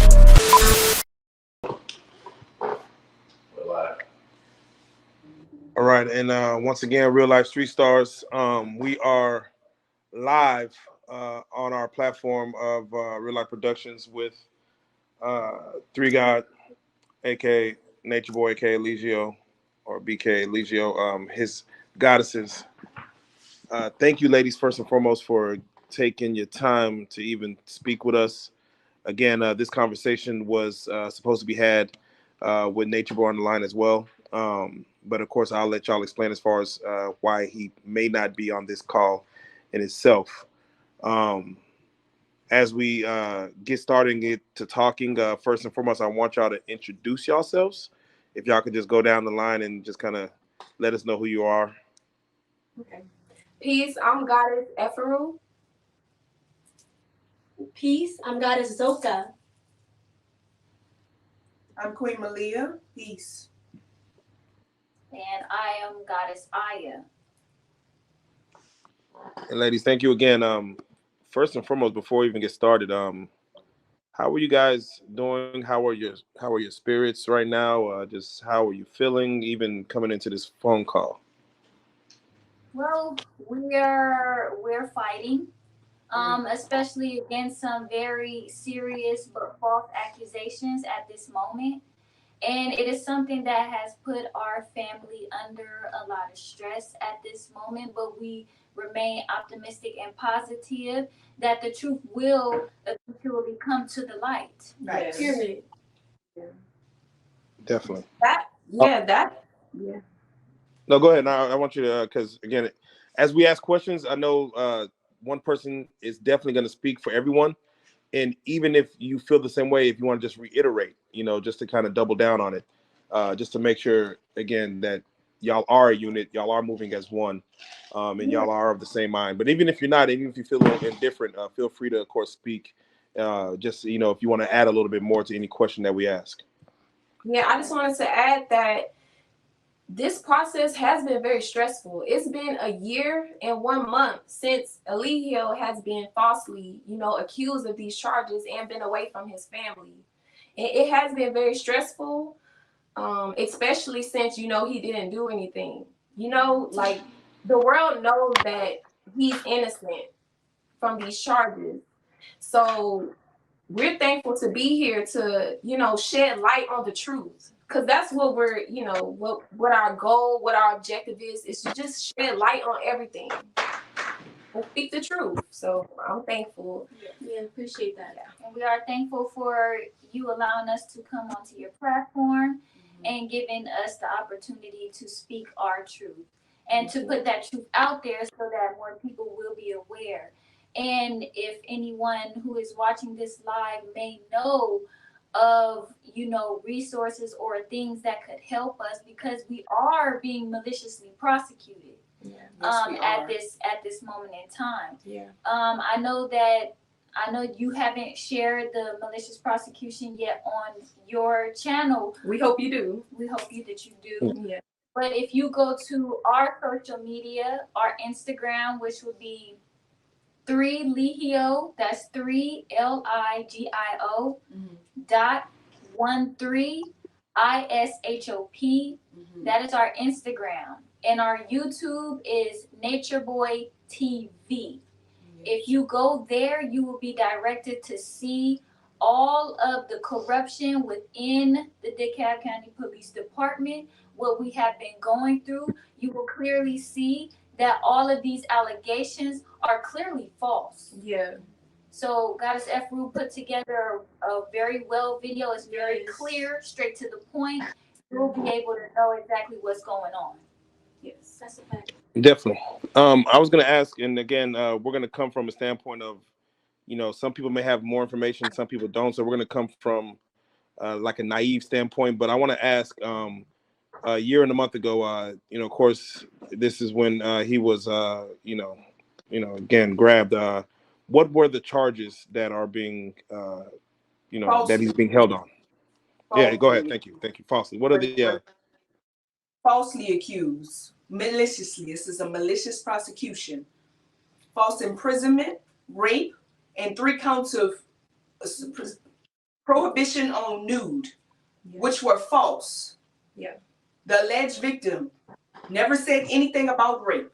She was coerced by Chantel Coleman, also known as the T. This is her real name. She put her name out there as Alice Castor, but that's not her name. Her name is Chantel Coleman, the T, who coerced her to say rape, which she never said rape. In every single video, if you watched it, she said, "We made love." Yeah. We made love. Yeah. This is a malicious prosecution. The detectives are involved. The prosecutor is involved. Detective Gregory Moore, Detective Panosium, Monica Panosium, and what is the prosecutor? Tabitha are all included in this malicious prosecution. And we're still, in this moment, fighting.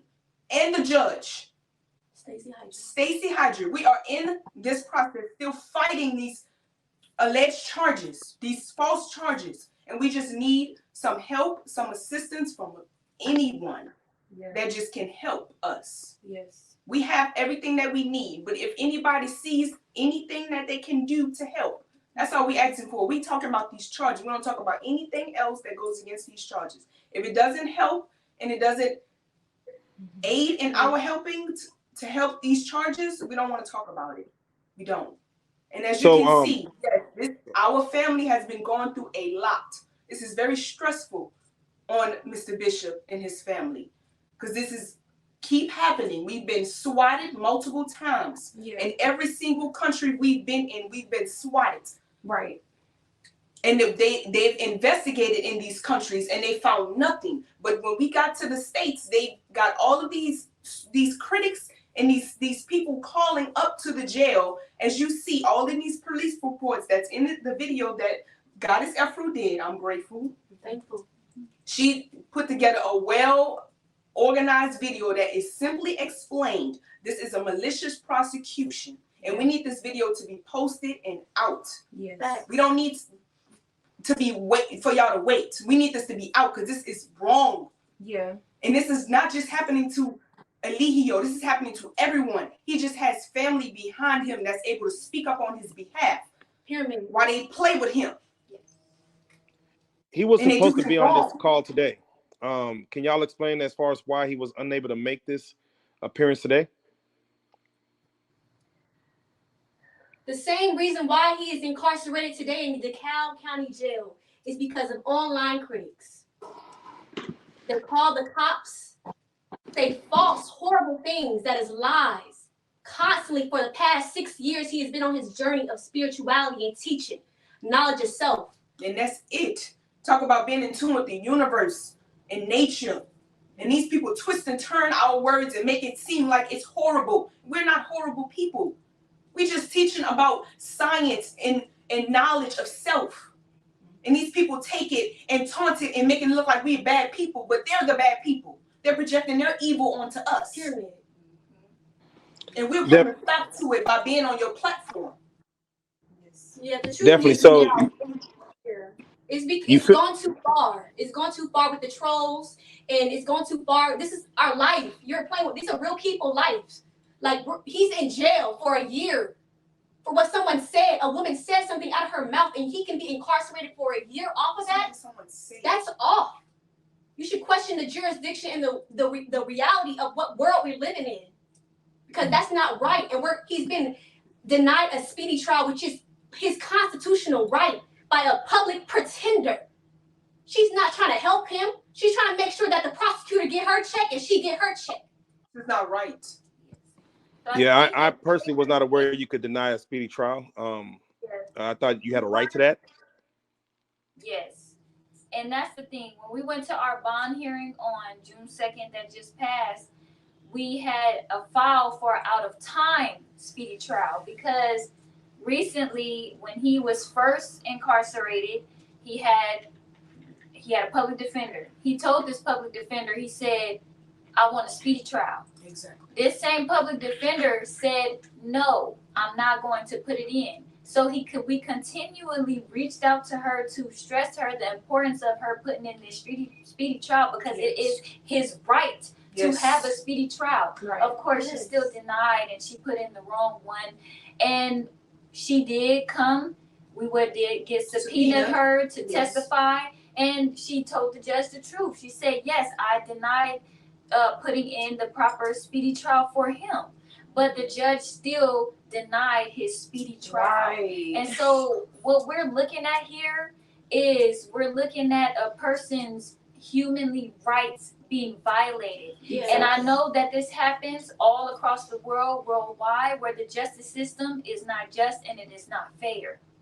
Right. If you could be incarcerated for a year for just because someone said something or someone said that you did something without properly investigating, that's something wrong with that. Yeah. And for you to be held and denied certain privileges that are human rights, that's not right. It's not. And it's not right at all. And we are here to stand up for his right and the rights of others who are victims to this justice system. Yeah. Now you mentioned he had a public defender, so he still has a public defender at this point? Right now, he doesn't have a public defender. He's represented by his attorney, which has done a very good job at helping us get to where we are now. Yes. So she's helped us a lot, tremendously. Has anyone come out to question you guys, or you ladies, I'm sorry, in regards to this scenario? No. No. The night that they took us into questioning to their headquarters, we were all detained. They never asked us anything about this case. Never. Only questions about nothing else but me and Mr. Bishop's relationship. That's it. Yeah. They never asked us anything about the case. No.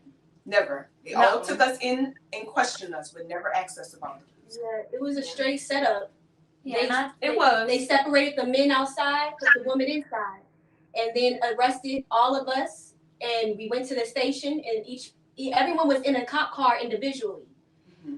Everyone was set in a separate room individually.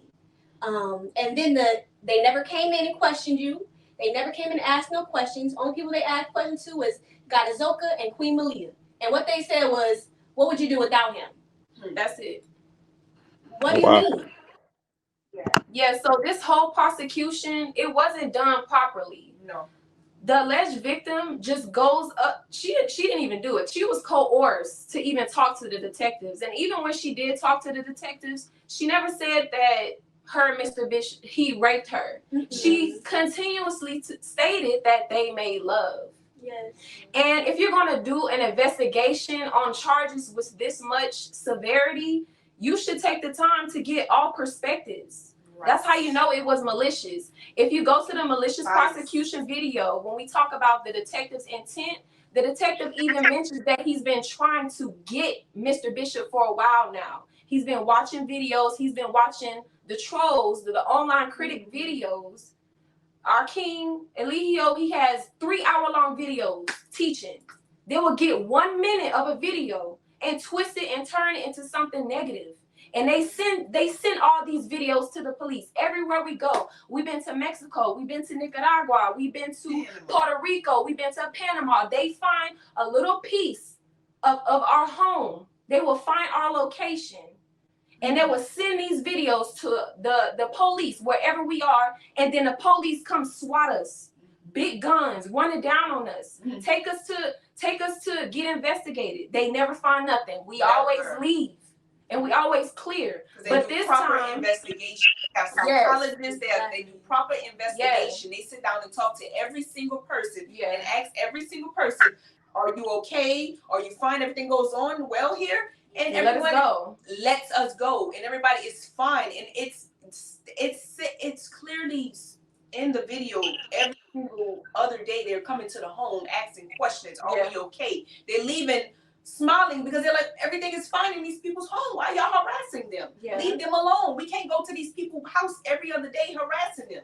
Ain't nothing's going on, ma'am. We just went to the house. The police said we just went to the house. That's in the malicious prosecution video too. It's exclusive footage of police body cams. It shows all of that. It shows the online critics calling the police, saying off the wall things, just trying to get the police to come and get him removed. Like, that's their objective. That's something that we've been constantly going through. Right, and everything in this video is the prosecutor's discovery. Right. Oh. It ain't our evidence. It's their evidence is working for us because they ain't got nothing. They're trying to find something. They're trying to make an innocent black man a criminal when he's not.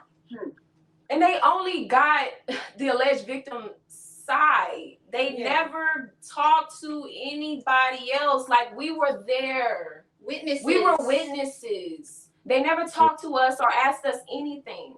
After we left that police station, they took us all back except for Eligio. And then we seen the arrest warrant said rape and all the charges. We like, what? She said that they made love.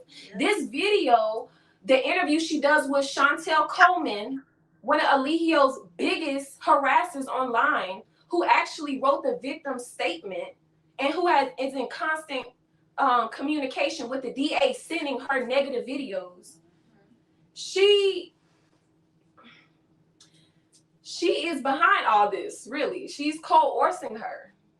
And these are the only people that they've been talking to, not us. Just the online critics, the people who, if you ain't got no haters, you ain't popping. Everybody that come on y'all channel who know Eligio, they on your channel because they touched him.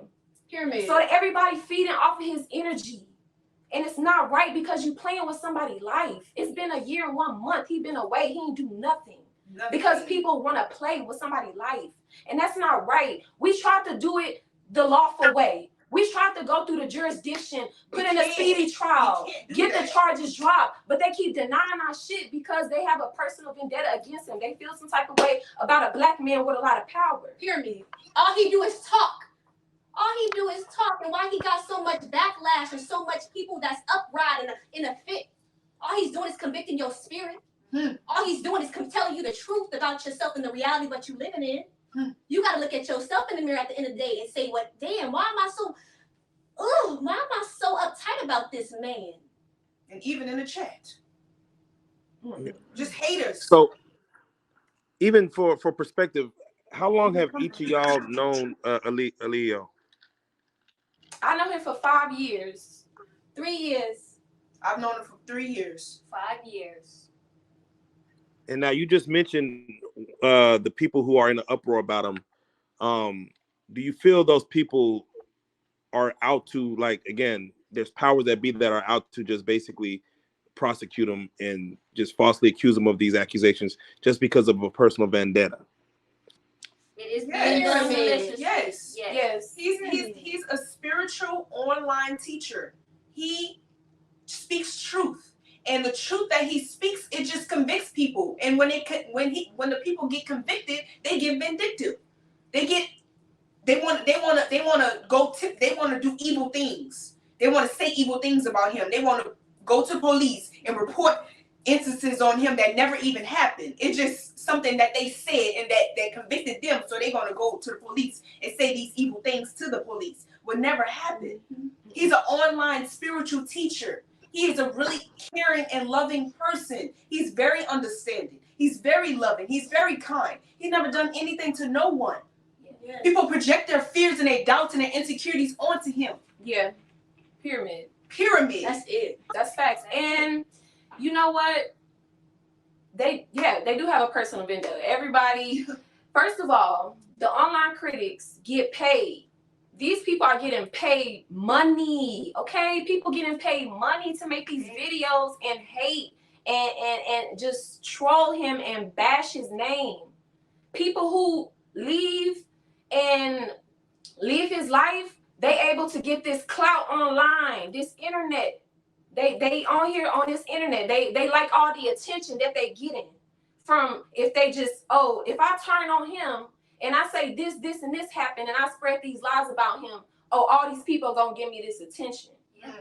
So people are feeding off of that. The alleged victim, she wanted to be queen.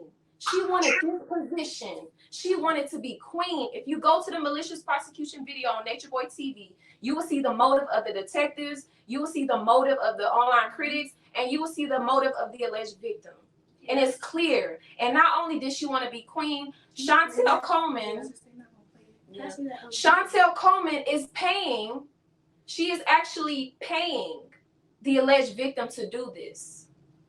Her family is getting money from her to do this, to continue on with this. She's getting attention. Everybody's getting attention to continue on with this lie. Yes. Are y'all in communication with the alleged victim? What was that? Are y'all in communication with the alleged victim? No, of course not. And we just want to talk about the basic principles. We don't want to talk about nobody. We just talking about the truth and how it's all set up and the lie. You know what I mean? Like the setup. They set him up, and we just want to shed light on that. I don't want to talk. We don't want to talk about nobody specifically. We ain't in communication with nobody. We just speaking the truth and shedding light on what's going on and what we've been going through. How often do y'all talk with Eligio? We talk every day. Every day. What kind of just support are y'all giving him in regards to just being, still on the outside, him being on the inside, as far as, just his day to day? What kind of support are y'all giving him right now? We just his support, his strength. Right? Yeah, emotional take care support. Of everything because we are a family. Exactly. So we take care of the household, making sure that everything is held together. And he's taking care for lawyers, emotional commissary, all of that. Phone calls, photos every week. Day. Yeah. We send him photos every week. Yeah. Make sure we call up there his visits. Yes. Wellness checks. Everything. Making sure he's getting his commissary. Everything. Yes. Making sure he's getting the right accommodations while he's there. Yeah. Also, posting on his social media. We still posting the knowledge on Instagram, on YouTube. We've been over that, and just making sure we continue our mission. And even though we're going through a trial, even though we're going through an obstacle, we still standing firm on what we believe in. We believe in the truth. Yeah. So we constantly putting that out, constantly putting out downloads from Eligio, and just being consistent every way we can. We just being loyal. Definitely. I see that you have right in front of you guys. Was that like a shrine or? Yes, this is our shrine. Altar. There you go. When it comes to the video of the evidence that you guys sent to us, that you, like you said, you want the world to see this evidence. You said this is all police content, or what the prosecutors have. Is there anything that's in this video? Wait, what was that last part that cut out? Is there anything outside of the prosecutor's evidence that's in the video that you've sent us that you, of course, want the world to see? Oh, yes. In the beginning, we talk about swatting. We explain what swatting is. When people making prank calls to the police so they can go to a particular address. And we show all the times we have been swatted in these countries, these Spanish-speaking countries. And then we go into how they try to do it in Atlanta, DeKalb County. And we go into the phone calls of the online critics that they calling the police. And that they failed to swat him, and then they got the alleged victim. Yes, we show the alleged victim's initial police report.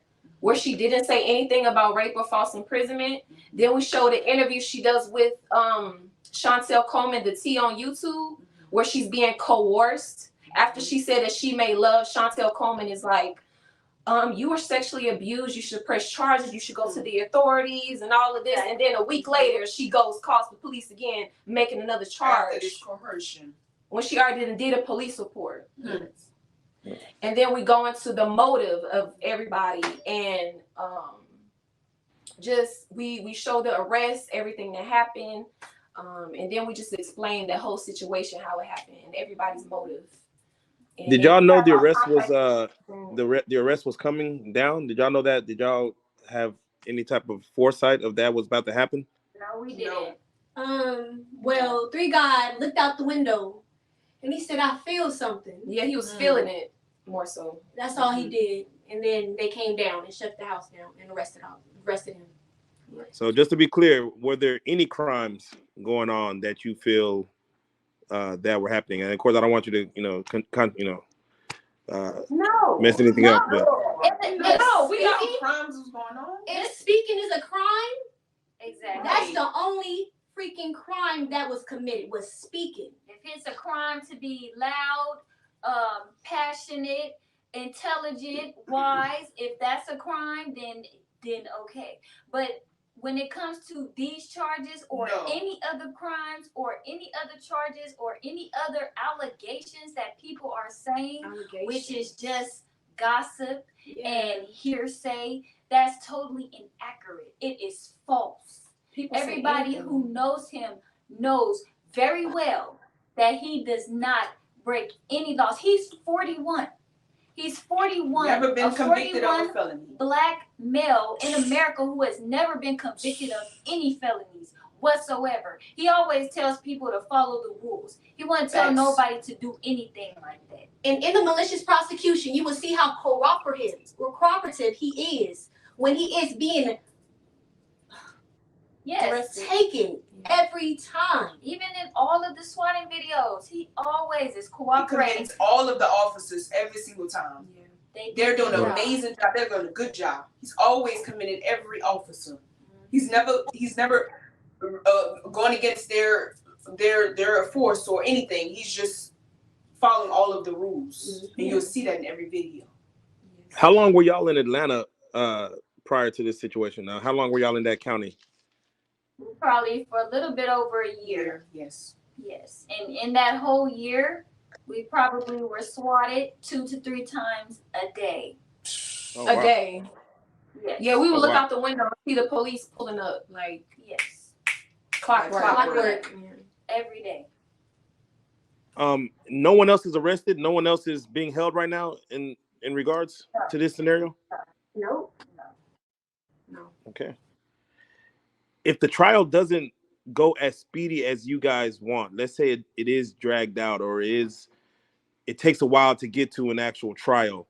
Are you guys doing anything different? Are you going to stay there? Are you guys looking to do anything different, or is it going to be this scenario day to day? We're prepared to fight. We're prepared to stand firm in our judgment. We're prepared to stand firm and speak up and continue to speak the truth. Yeah. Whatever we can. Till the end. Yeah. It ain't nothing else to do. This is our family. Like, we solid in what we stand in. We loyal. Like, we all we got. Ain't nothing else. We ain't doing nothing else while Eligio, our king, our family is in jail. There's nothing to do. That's not the way to move. That's not the way to live. That's not even our heart. That's not even moral, ethical codes. Yeah, you live by codes. You live by things that you do unto others as you would like to do unto yourself. So if you was in this predicament, in this situation, what would you want somebody to do for you? You want your family to stay down and stay loyal and help you out while you down and out. Period. So whatever they try to do in the jurisdiction, we gonna do whatever we can to make it speed up, and that's why we get on this platform too, so it can reach the right ears. So if anybody knows any information and is interested in helping us, then we are open to receive that. That's facts. Is there anyone outside of y'all four that the defense may want to speak to that could help clear Eligio's name? Any person in particular? Of course. Yes, we have many people who will speak up in his defense. Yeah, we have a lot of it's a lot of haters, but there's a lot of people who got our back too, who love us and support us. Yeah. So I have to ask you then. We did an interview with Solar, Velvet, and also Shaka. What category would you put them in if y'all saw any of their content or know kind of what they're on? I don't know. We don't want to Well, talk I about that. don't know Okay. anything about what's going on. We know about what's going on with our lives. Yeah, we're not sure. Okay. We don't pay attention. If we were supposed to have this conversation with Nature Boy himself, of course he's not on here, and of course y'all are here in his stead. But what information do you think he would have said while he was on here as well, calling from DeKalb County? I think that he would have said he's an innocent man, that he wants you to take a look at this video and see what is happening to him. And he would just want everybody to take a look at it. Just look at the video. It's right there. He's being done wrong. Yeah. Everybody knows already that he wouldn't do that. He has it's a million girls that want him. He don't have to do anything against nobody. He don't have to do none of that. None of that. So he would want you to know that. I think he will also want everyone to know is that the DA actually offered to drop the rape charge, which is the main charge. So it's questionable why he's still in there because obviously, thankful that we found the right attorney. He's been not represented really good for defending his constitutional rights. But now that we got a good lawyer, finally, she's been talking to the prosecutor and they actually offered to drop it, which is the main charge. And I think he will also want to say that even though a lot of people are bashing his name online, spreading lies, he loves you and he forgives you and he don't have no malice towards nobody because that's just not who he is. That's not his heart. I think he. There you go. It. There you go. To add real quick to what Goddess Ephraim said about the offer that was dealt by the prosecutor. For one to be indicted, right? Tabitha Hasmino indicted Eligio Bishop on the 89th day. You're supposed to have sufficient evidence, no doubt that this man is guilty for you to be indicted. And for you to drop that case and drop that charge for the rape charge and drop it, what was the indictment for anyway? He should have never been indicted. Exactly. He shouldn't have been arrested. He shouldn't have been arrested. Period. Yeah, because if you watch, this video is very important. This malicious prosecution video is very important because, and I really hope y'all post it after this, and then Eligio can come in and build on it because this video is very important for people to see. Because we play the alleged victim's interview she does with Detective Moore and Detective Panosium. She said they made love 3 times. She said she gave it to him because she has feelings for him. But in the arrest warrant, the warrant that actually gets you arrested, it says he forced himself onto her. He pulled her in the room. Mind you, they wrote that affidavit up. They wrote that themselves. But the alleged victim never said that out of her mouth. They wrote that they self. Should Nature Boy like take the stand in his own trial if once it gets there? Do y'all feel? I think that whatever works best, that's what's going to happen in this case. Yeah.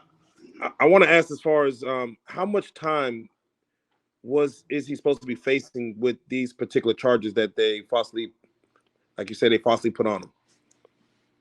Because this is one of the 7 deadly sins that you go to jail is a capital offense. He could be possibly facing life, which is why it's so important for this to be properly investigated. When we took a look into the discovery, we saw that the investigation was very one-sided. And for it to be such a serious charge, you would think that the detectives would ask more questions. You would think that they would break more into the case. because this is something that is going to affect his life. You know what I'm saying? In the long run, especially being convicted of these charges, but there was no improper investigation done at all.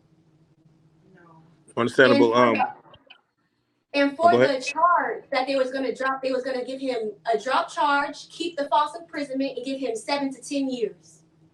Hell no. Hell no. We'll For fight some the shit case. he didn't do. Please, No. fuck out of here. We taking no deal. No.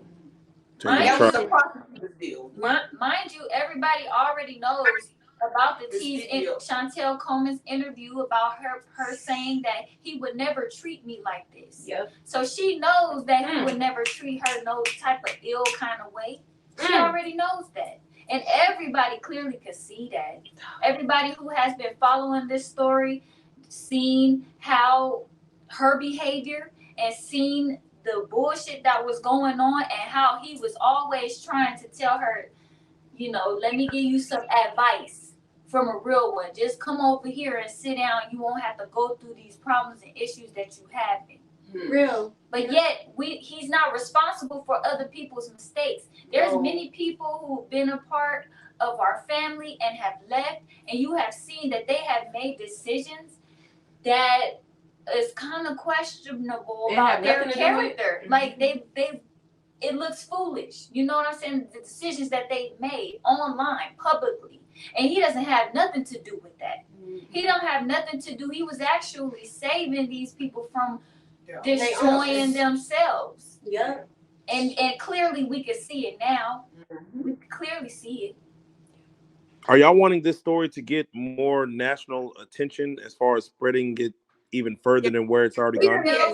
It will. Absolutely. It will. Yes. A&E is actually covering this case. BBC were attempting. They're big broadcasting companies that's actually covering it, and we just want to keep putting it out and make it go as big as it can. Yes. Yes. Have y'all tried to start as far as like a GoFundMe or any type of fundraiser to help his attorney fees and things like that? Well, we haven't started the GoFundMe just yet, but we do have a Cash App that everybody can donate to help with this cost, because it does get costly. We pay a lot of money every month, $1,500 a month for a phone call. Yeah. So our Cash App is 3 LIGIO 13 ISHOP. That's our Cash App, and we are also posting it into the comment thread right now. Now, I just have to ask, because I'm just curious, if things, for whatever reason, and you know, I probably won't even need to speak into existence, if it doesn't go your way for whatever reason, do y'all have like backup plans? Ways? No. It's gonna go our way. No, and it's gonna go our way. Yes. Period. Okay. Ain't no other way but this way. Positive energy, positive thoughts. As far as is there anything that Eligio is needing that the world may need to know, like that they could probably, if there's anything that they could be doing on the outside, if you could speak to anybody, is there anything that he's needing, like maybe people to come forward, like you just gave the Cash App, is there anything that he's needing in regards? Yeah. If you have any information on like civil attorneys, any type of attorneys, pro bono, whatever evidence or information that you may have, even if some people may have certain things that we may not have seen. Like I know that there's a lot of people who come forward with certain things that could help us in this case, like videos or information that they may think we could need to help us fight this case. Like any information, any and all is very helpful. And our I gave you the Cash App, our Instagram page. We answer all of our messages there. If you want to drop one on the YouTube link, any way that you try to get in contact with us, we're going to make sure that we're open to receive the information and continue the conversation. Yeah. Is the lead prosecutor a woman? Is the judge a woman?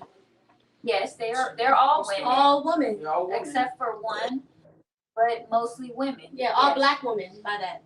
Okay. So there's no real, I mean not real, but there's no men in this scenario as far as judge, defense attorney, prosecutor. There's no There men kind was of. one detective, yes, the detective that said that we need to get this guy jammed up. He needs to Detective go Moore. to jail and be put in prison. Yes, Detective Moore, Gregory Moore. He's the male in there. Of course, there are male, officers on there, investigators, detectives, whatever the case may be, male and women. But the main judge and prosecutors, they're women. As far as the detectives, do y'all feel like with some bad police work happening, lackluster, like they're not doing enough, or they did enough and put their energy in the wrong place? No, I think they didn't. They didn't do anything. They didn't do no proper investigation. It's not a proper investigation when you only have interviews from the alleged victim's side. How do you detain 15 people that were there, but don't ask them no questions and don't develop? You don't have any interviews from them. You even in the questioning of the alleged victim, you don't ask her any more details as to what happened. Right. Like when you say, okay, well, he pulled me into the room. Well, did he grab your arm? Right. Was he that? There was no questioning of there was no kind of questioning. It's not even wanting to know a little bit. Once they just got her in there to ask her questions. When she told them that they make love, they're like, oh, well, what about?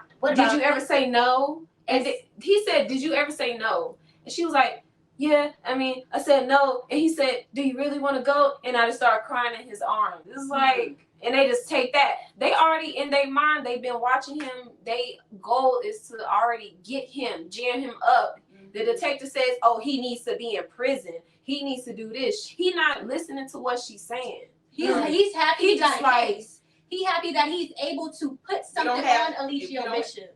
That part. If we ain't got you, we ain't got nothing. That's what he told the alleged victim. If we don't got you, we ain't got nothing. Yeah. I'm trying to get this guy jammed up. Yeah. So they knew from the start that they didn't have anything. So her going into questioning, they already had a perspective about him already as she's going in there. So their mind is already made up that they're about to lock him up for false charges. They already had it in their mind. They just needed somebody to go in and testify and lie so they could lock him up. Because mind you, they've been doing this investigation for a very long time. People have been calling up there for a very long time, but they couldn't really get him on nothing solid. So they had to use the alleged victim to go in and say, oh, he raped me. But her first initial police report was never nothing about rape.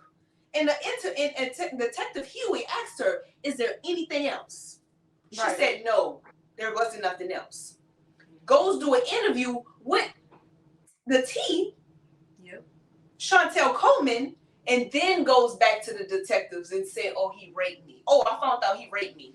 Oh, I just discovered he raped me. Yes. What? Wow. What? And for those that are coming in, as you can see, we have a cash up there. Again, all that goes to the help, of course, of Eligio and the defense as far as fighting these charges that are, as they said, falsely put on him. He was denied bond. What was the reason his bond was denied? 5 times. Yeah, 5 times. It's the 5th time. What? Is it the same reason each time, or was there something new this time? There are only 4 Iola factors. So yes, they denied him on all the factors, even though he meets all of the factors. He does. The judge is just biased because she's siding with the prosecutor.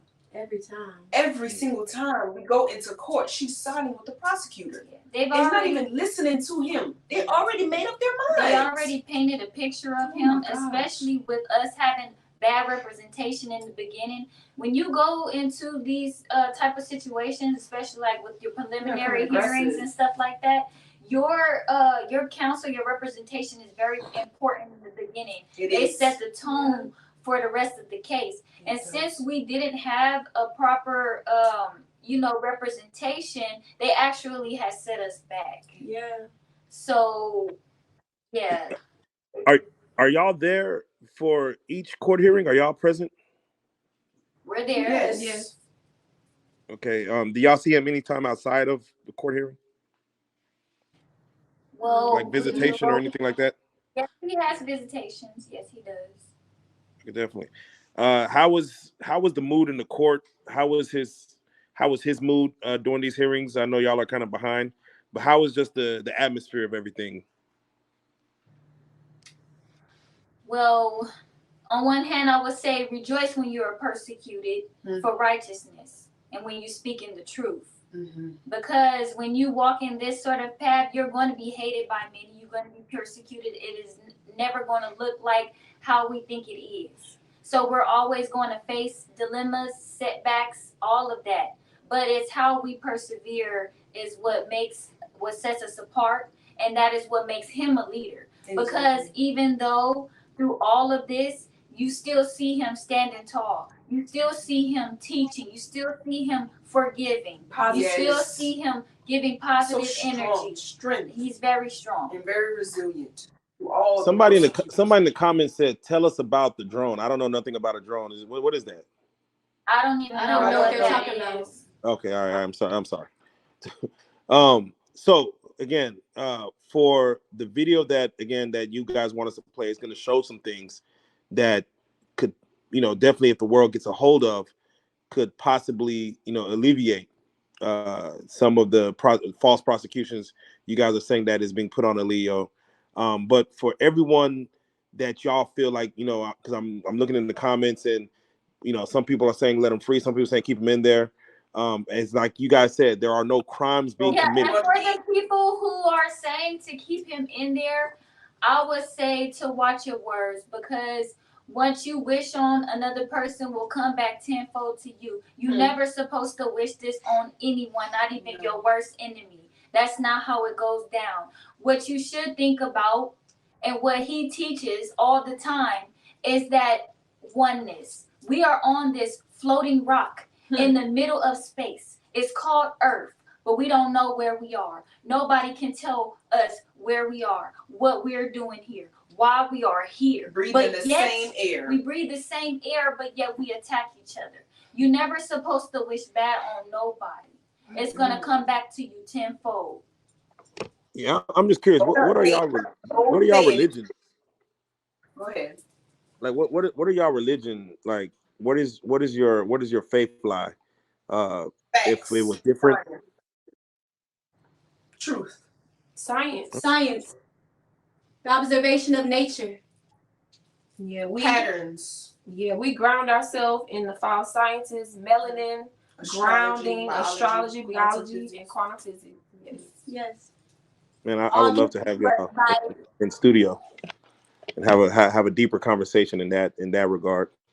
But for another time. Once again, Nature Boy is supposed to be on this call, but at the last minute they pulled it. If he does come back on, and y'all are able to, of course, be on the call as well, because we do want to try to kind of convene and have him on the call as well to be able to speak, and y'all kind of support whatever he says. How much, again, he requires his own media attention whenever he just even speaks, and we want to be able to give him a voice, if anything. How often do y'all speak on the phone? I know you said every day, but as far as if they took his phone privileges away, will he get him back within 24 hours? Does it take a few days? How does this normally go? Well, whenever we we'll set something up. We'll schedule it. Whenever we hear, we're gonna let you know, of course, because this is something that he really wants to do, is to get the truth out there. So of course, once we know, we're gonna let you know. And I'm just curious, and y'all could answer this one by one, or in unison, I guess. I don't know. But what do y'all miss most about Nature Boy being gone? His presence, just him, yeah. just him. Yeah. It's his essence. Yeah. He just needs to be free. He's a very he loving. Brings us a whole different atmosphere. He just brings joy. He wakes up in the rising with music and happy. He just brings so much joy into our lives, into everybody's life. Yeah. One thing about him, positive. one thing about him is we are on a whole nother level of like awareness and understanding, and when we just are all together, we are just building. We're building on like the universe and like esoteric metaphysical knowledge, like, and that's one thing I miss about him, just being here. We're stronger together. And Definitely. Another thing that I missed about him is his ability to bring people together. Yes. He loves his family very, very much. Yeah. And so he would like he's a family man. He treats everybody like he just loves so hard, and that's why he's so passionate, because he really cares to see each one of us doing well. Yeah. And so when people wish bad on him, it really bothers me. Yes. Yeah. It really So does. when you see people use the word cult, you more so think of family, I'm assuming. No. You see that word cult, there's a whole story behind why he's not a cult. He was called a cult by Canada when there was a girl named Kayla Reed, a white girl named Kayla Reed came to follow him. He let everybody come and just live in his home. They at one point they was just eating his food without even asking. He came in and he didn't know what was going on. There was no order. It was no structure. And so this girl, when she came, I guess her parents wanted her to come home. She did not want to come home. And her parents called all kinds of people, the news. It was very big and international, and they labeled him a cult leader. Yeah, because they don't understand it. Now, once they labeled him a cult leader, and the news took that and ran with it, now that word is going to be associated with him. But what he tried to do, because people kept calling him a cult leader, he said, fine, you want to call me a cult leader? Let's break the word down, because cult is nothing but a culture. Everybody who is in the United States of America is in a cult. The police department, they are in a cult. They wear the same color. They have a chain of command. If their commanding officer tells them to do something, they will do it. But you know what? It's ignorance. Because when people see something that breaks away from the norm or goes against the grain, they label it as something bad or try to demonize it. They've been doing that to us, been doing that to our people for a very long time. So no, he is not a cult leader. He was just a spiritual teacher who went out into nature and allowed people to come to his home and into his life. And these people brought their problems to him. These people labeled him a cult leader when all he was trying to do was share. That's it. That's it. That's it. That's it. Thank you for clearing that up. I appreciate it. Has there been any, and I'm just curious, and this is outside of the actual case, has there been any other men coming in to assist y'all outside of the, any other men coming in or around to help out y'all or help out Eligio and kind of take charge, or is it just y'all? He still handles everything, even from in jail. He has friends, acquaintances, people who support him. But as far as taking charge, no, he takes charge. There's people who still calling him, and he has a better attitude than most people who are not even in jail right now. Pyramid. So he handles all of the business, all of the affairs. He is a man who handles everything. Okay. Yeah, it doesn't matter if he's in there. It's still him. Yeah, he's still him. Pyramid. He's solid. Like pyramid. Definitely. And again, and thank you for even sending us the video. Of course, I know we're live, so we can't technically do much with it, but we'll try to get it on the playback version of this because we will, of course, play it back. As Eligio, he may see this interview, of course, again before he comes on himself. But just since we have the world's attention, if you could just say something to him right now. I know you guys talk every day, but if you want to say something to him on this platform, what would you like to say? In regards to just his spirits and things like that. You said to him specifically. Yes, speaking to him directly. I would say I love you, and you'll be free, free soon. We're gonna be here. We're gonna be standing strong. We're gonna be standing tall. Always here for you because we got your back. Pyramid. She speaks for everybody. That's Period. right. It's all hard. Yep. And what would you say to the alleged victim or the prosecution or anybody of that nature? I would just say to just have a heart. How would you feel if it was happening to you and your family member was accused on false allegations? Would you properly investigate? Would you put your all into it? Or would you go along with the lies? At the end of the day, you're gonna have to sit here and think about everything that you have done. Yes. Really. No, definitely, definitely. But all will be forgiven. Yeah. All is going to be forgiven. We're not that type of people. But I mean, just have a heart. If you see clearly that there's some sort of injustice being done here, I mean, You have to speak up. speak up about it. Like, don't just go forward with that. Right. Definitely, definitely. No, thank you. That's, man, very well spoken. Again, if there was a narrative out there, I'm glad you guys are pushing your narrative forward. I'm glad you guys are having a voice. And again, we want to make sure you guys have an even bigger voice, because every voice matters in this whole scenario. You know, each one. I keep seeing well, you guys mentioned the word pyramid, and maybe I'm just new to it. What does that mean when you say pyramid? I thought y'all were saying period. Pyramid. Oh, you know, I see people say period. We say pyramid. The pyramid represents the 3, 6, and the 9, which is the language of the universe. Oh. The 3. That's the whole download from 3. I got some learning to do. Well, I don't want to hold you guys up too long. Again, we're gonna try to redo this one. I know we kind of had a situation where Nature Boy was supposed to be on the phone. We're gonna set that back up, as far as for him to be able to speak himself. But I definitely want to speak with y'all, and I'm glad we did. There is a video that definitely gives much more understanding to what's going on and what you guys are missing in regards to this whole scenario. So we're gonna again add that on at a later time. And again, go ahead and give your IGs, because I know you're gonna post it on your platforms as well.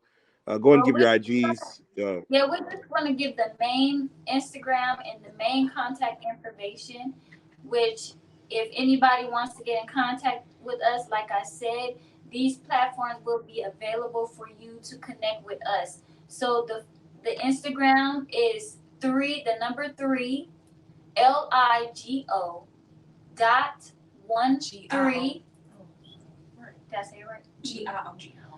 The number 3, LIGIO dot 13 ISHOP. That is where we can be reached at. Our YouTube is Nature Boy TV. We're coming out with a website soon, which will be natureboytv.com. Also, too, like we said earlier, our Cash App, you put it in the link, but it's 3 LIGIO 13 ISHOP. And so that's where we can be reached at if anybody wants to reach out. Definitely. Thank you so much. Once again, I definitely give y'all all the credit in the world for having the strength to fight this battle, just the 4 of y'all. Y'all seem to be leaning on each other in a sisterhood that is should be marveled at with other young ladies in this world. But again, I do thank you for your time. We're going to probably talk offline, so we're going to go from there. And again, we're going to try to reset up the scenario where Nature Boy is going to speak with us, call in, and kind of course, speak his piece. But once again, ladies, thank you so much for your time. We appreciate it. And we will talk to y'all soon again. Thank you. Thank you.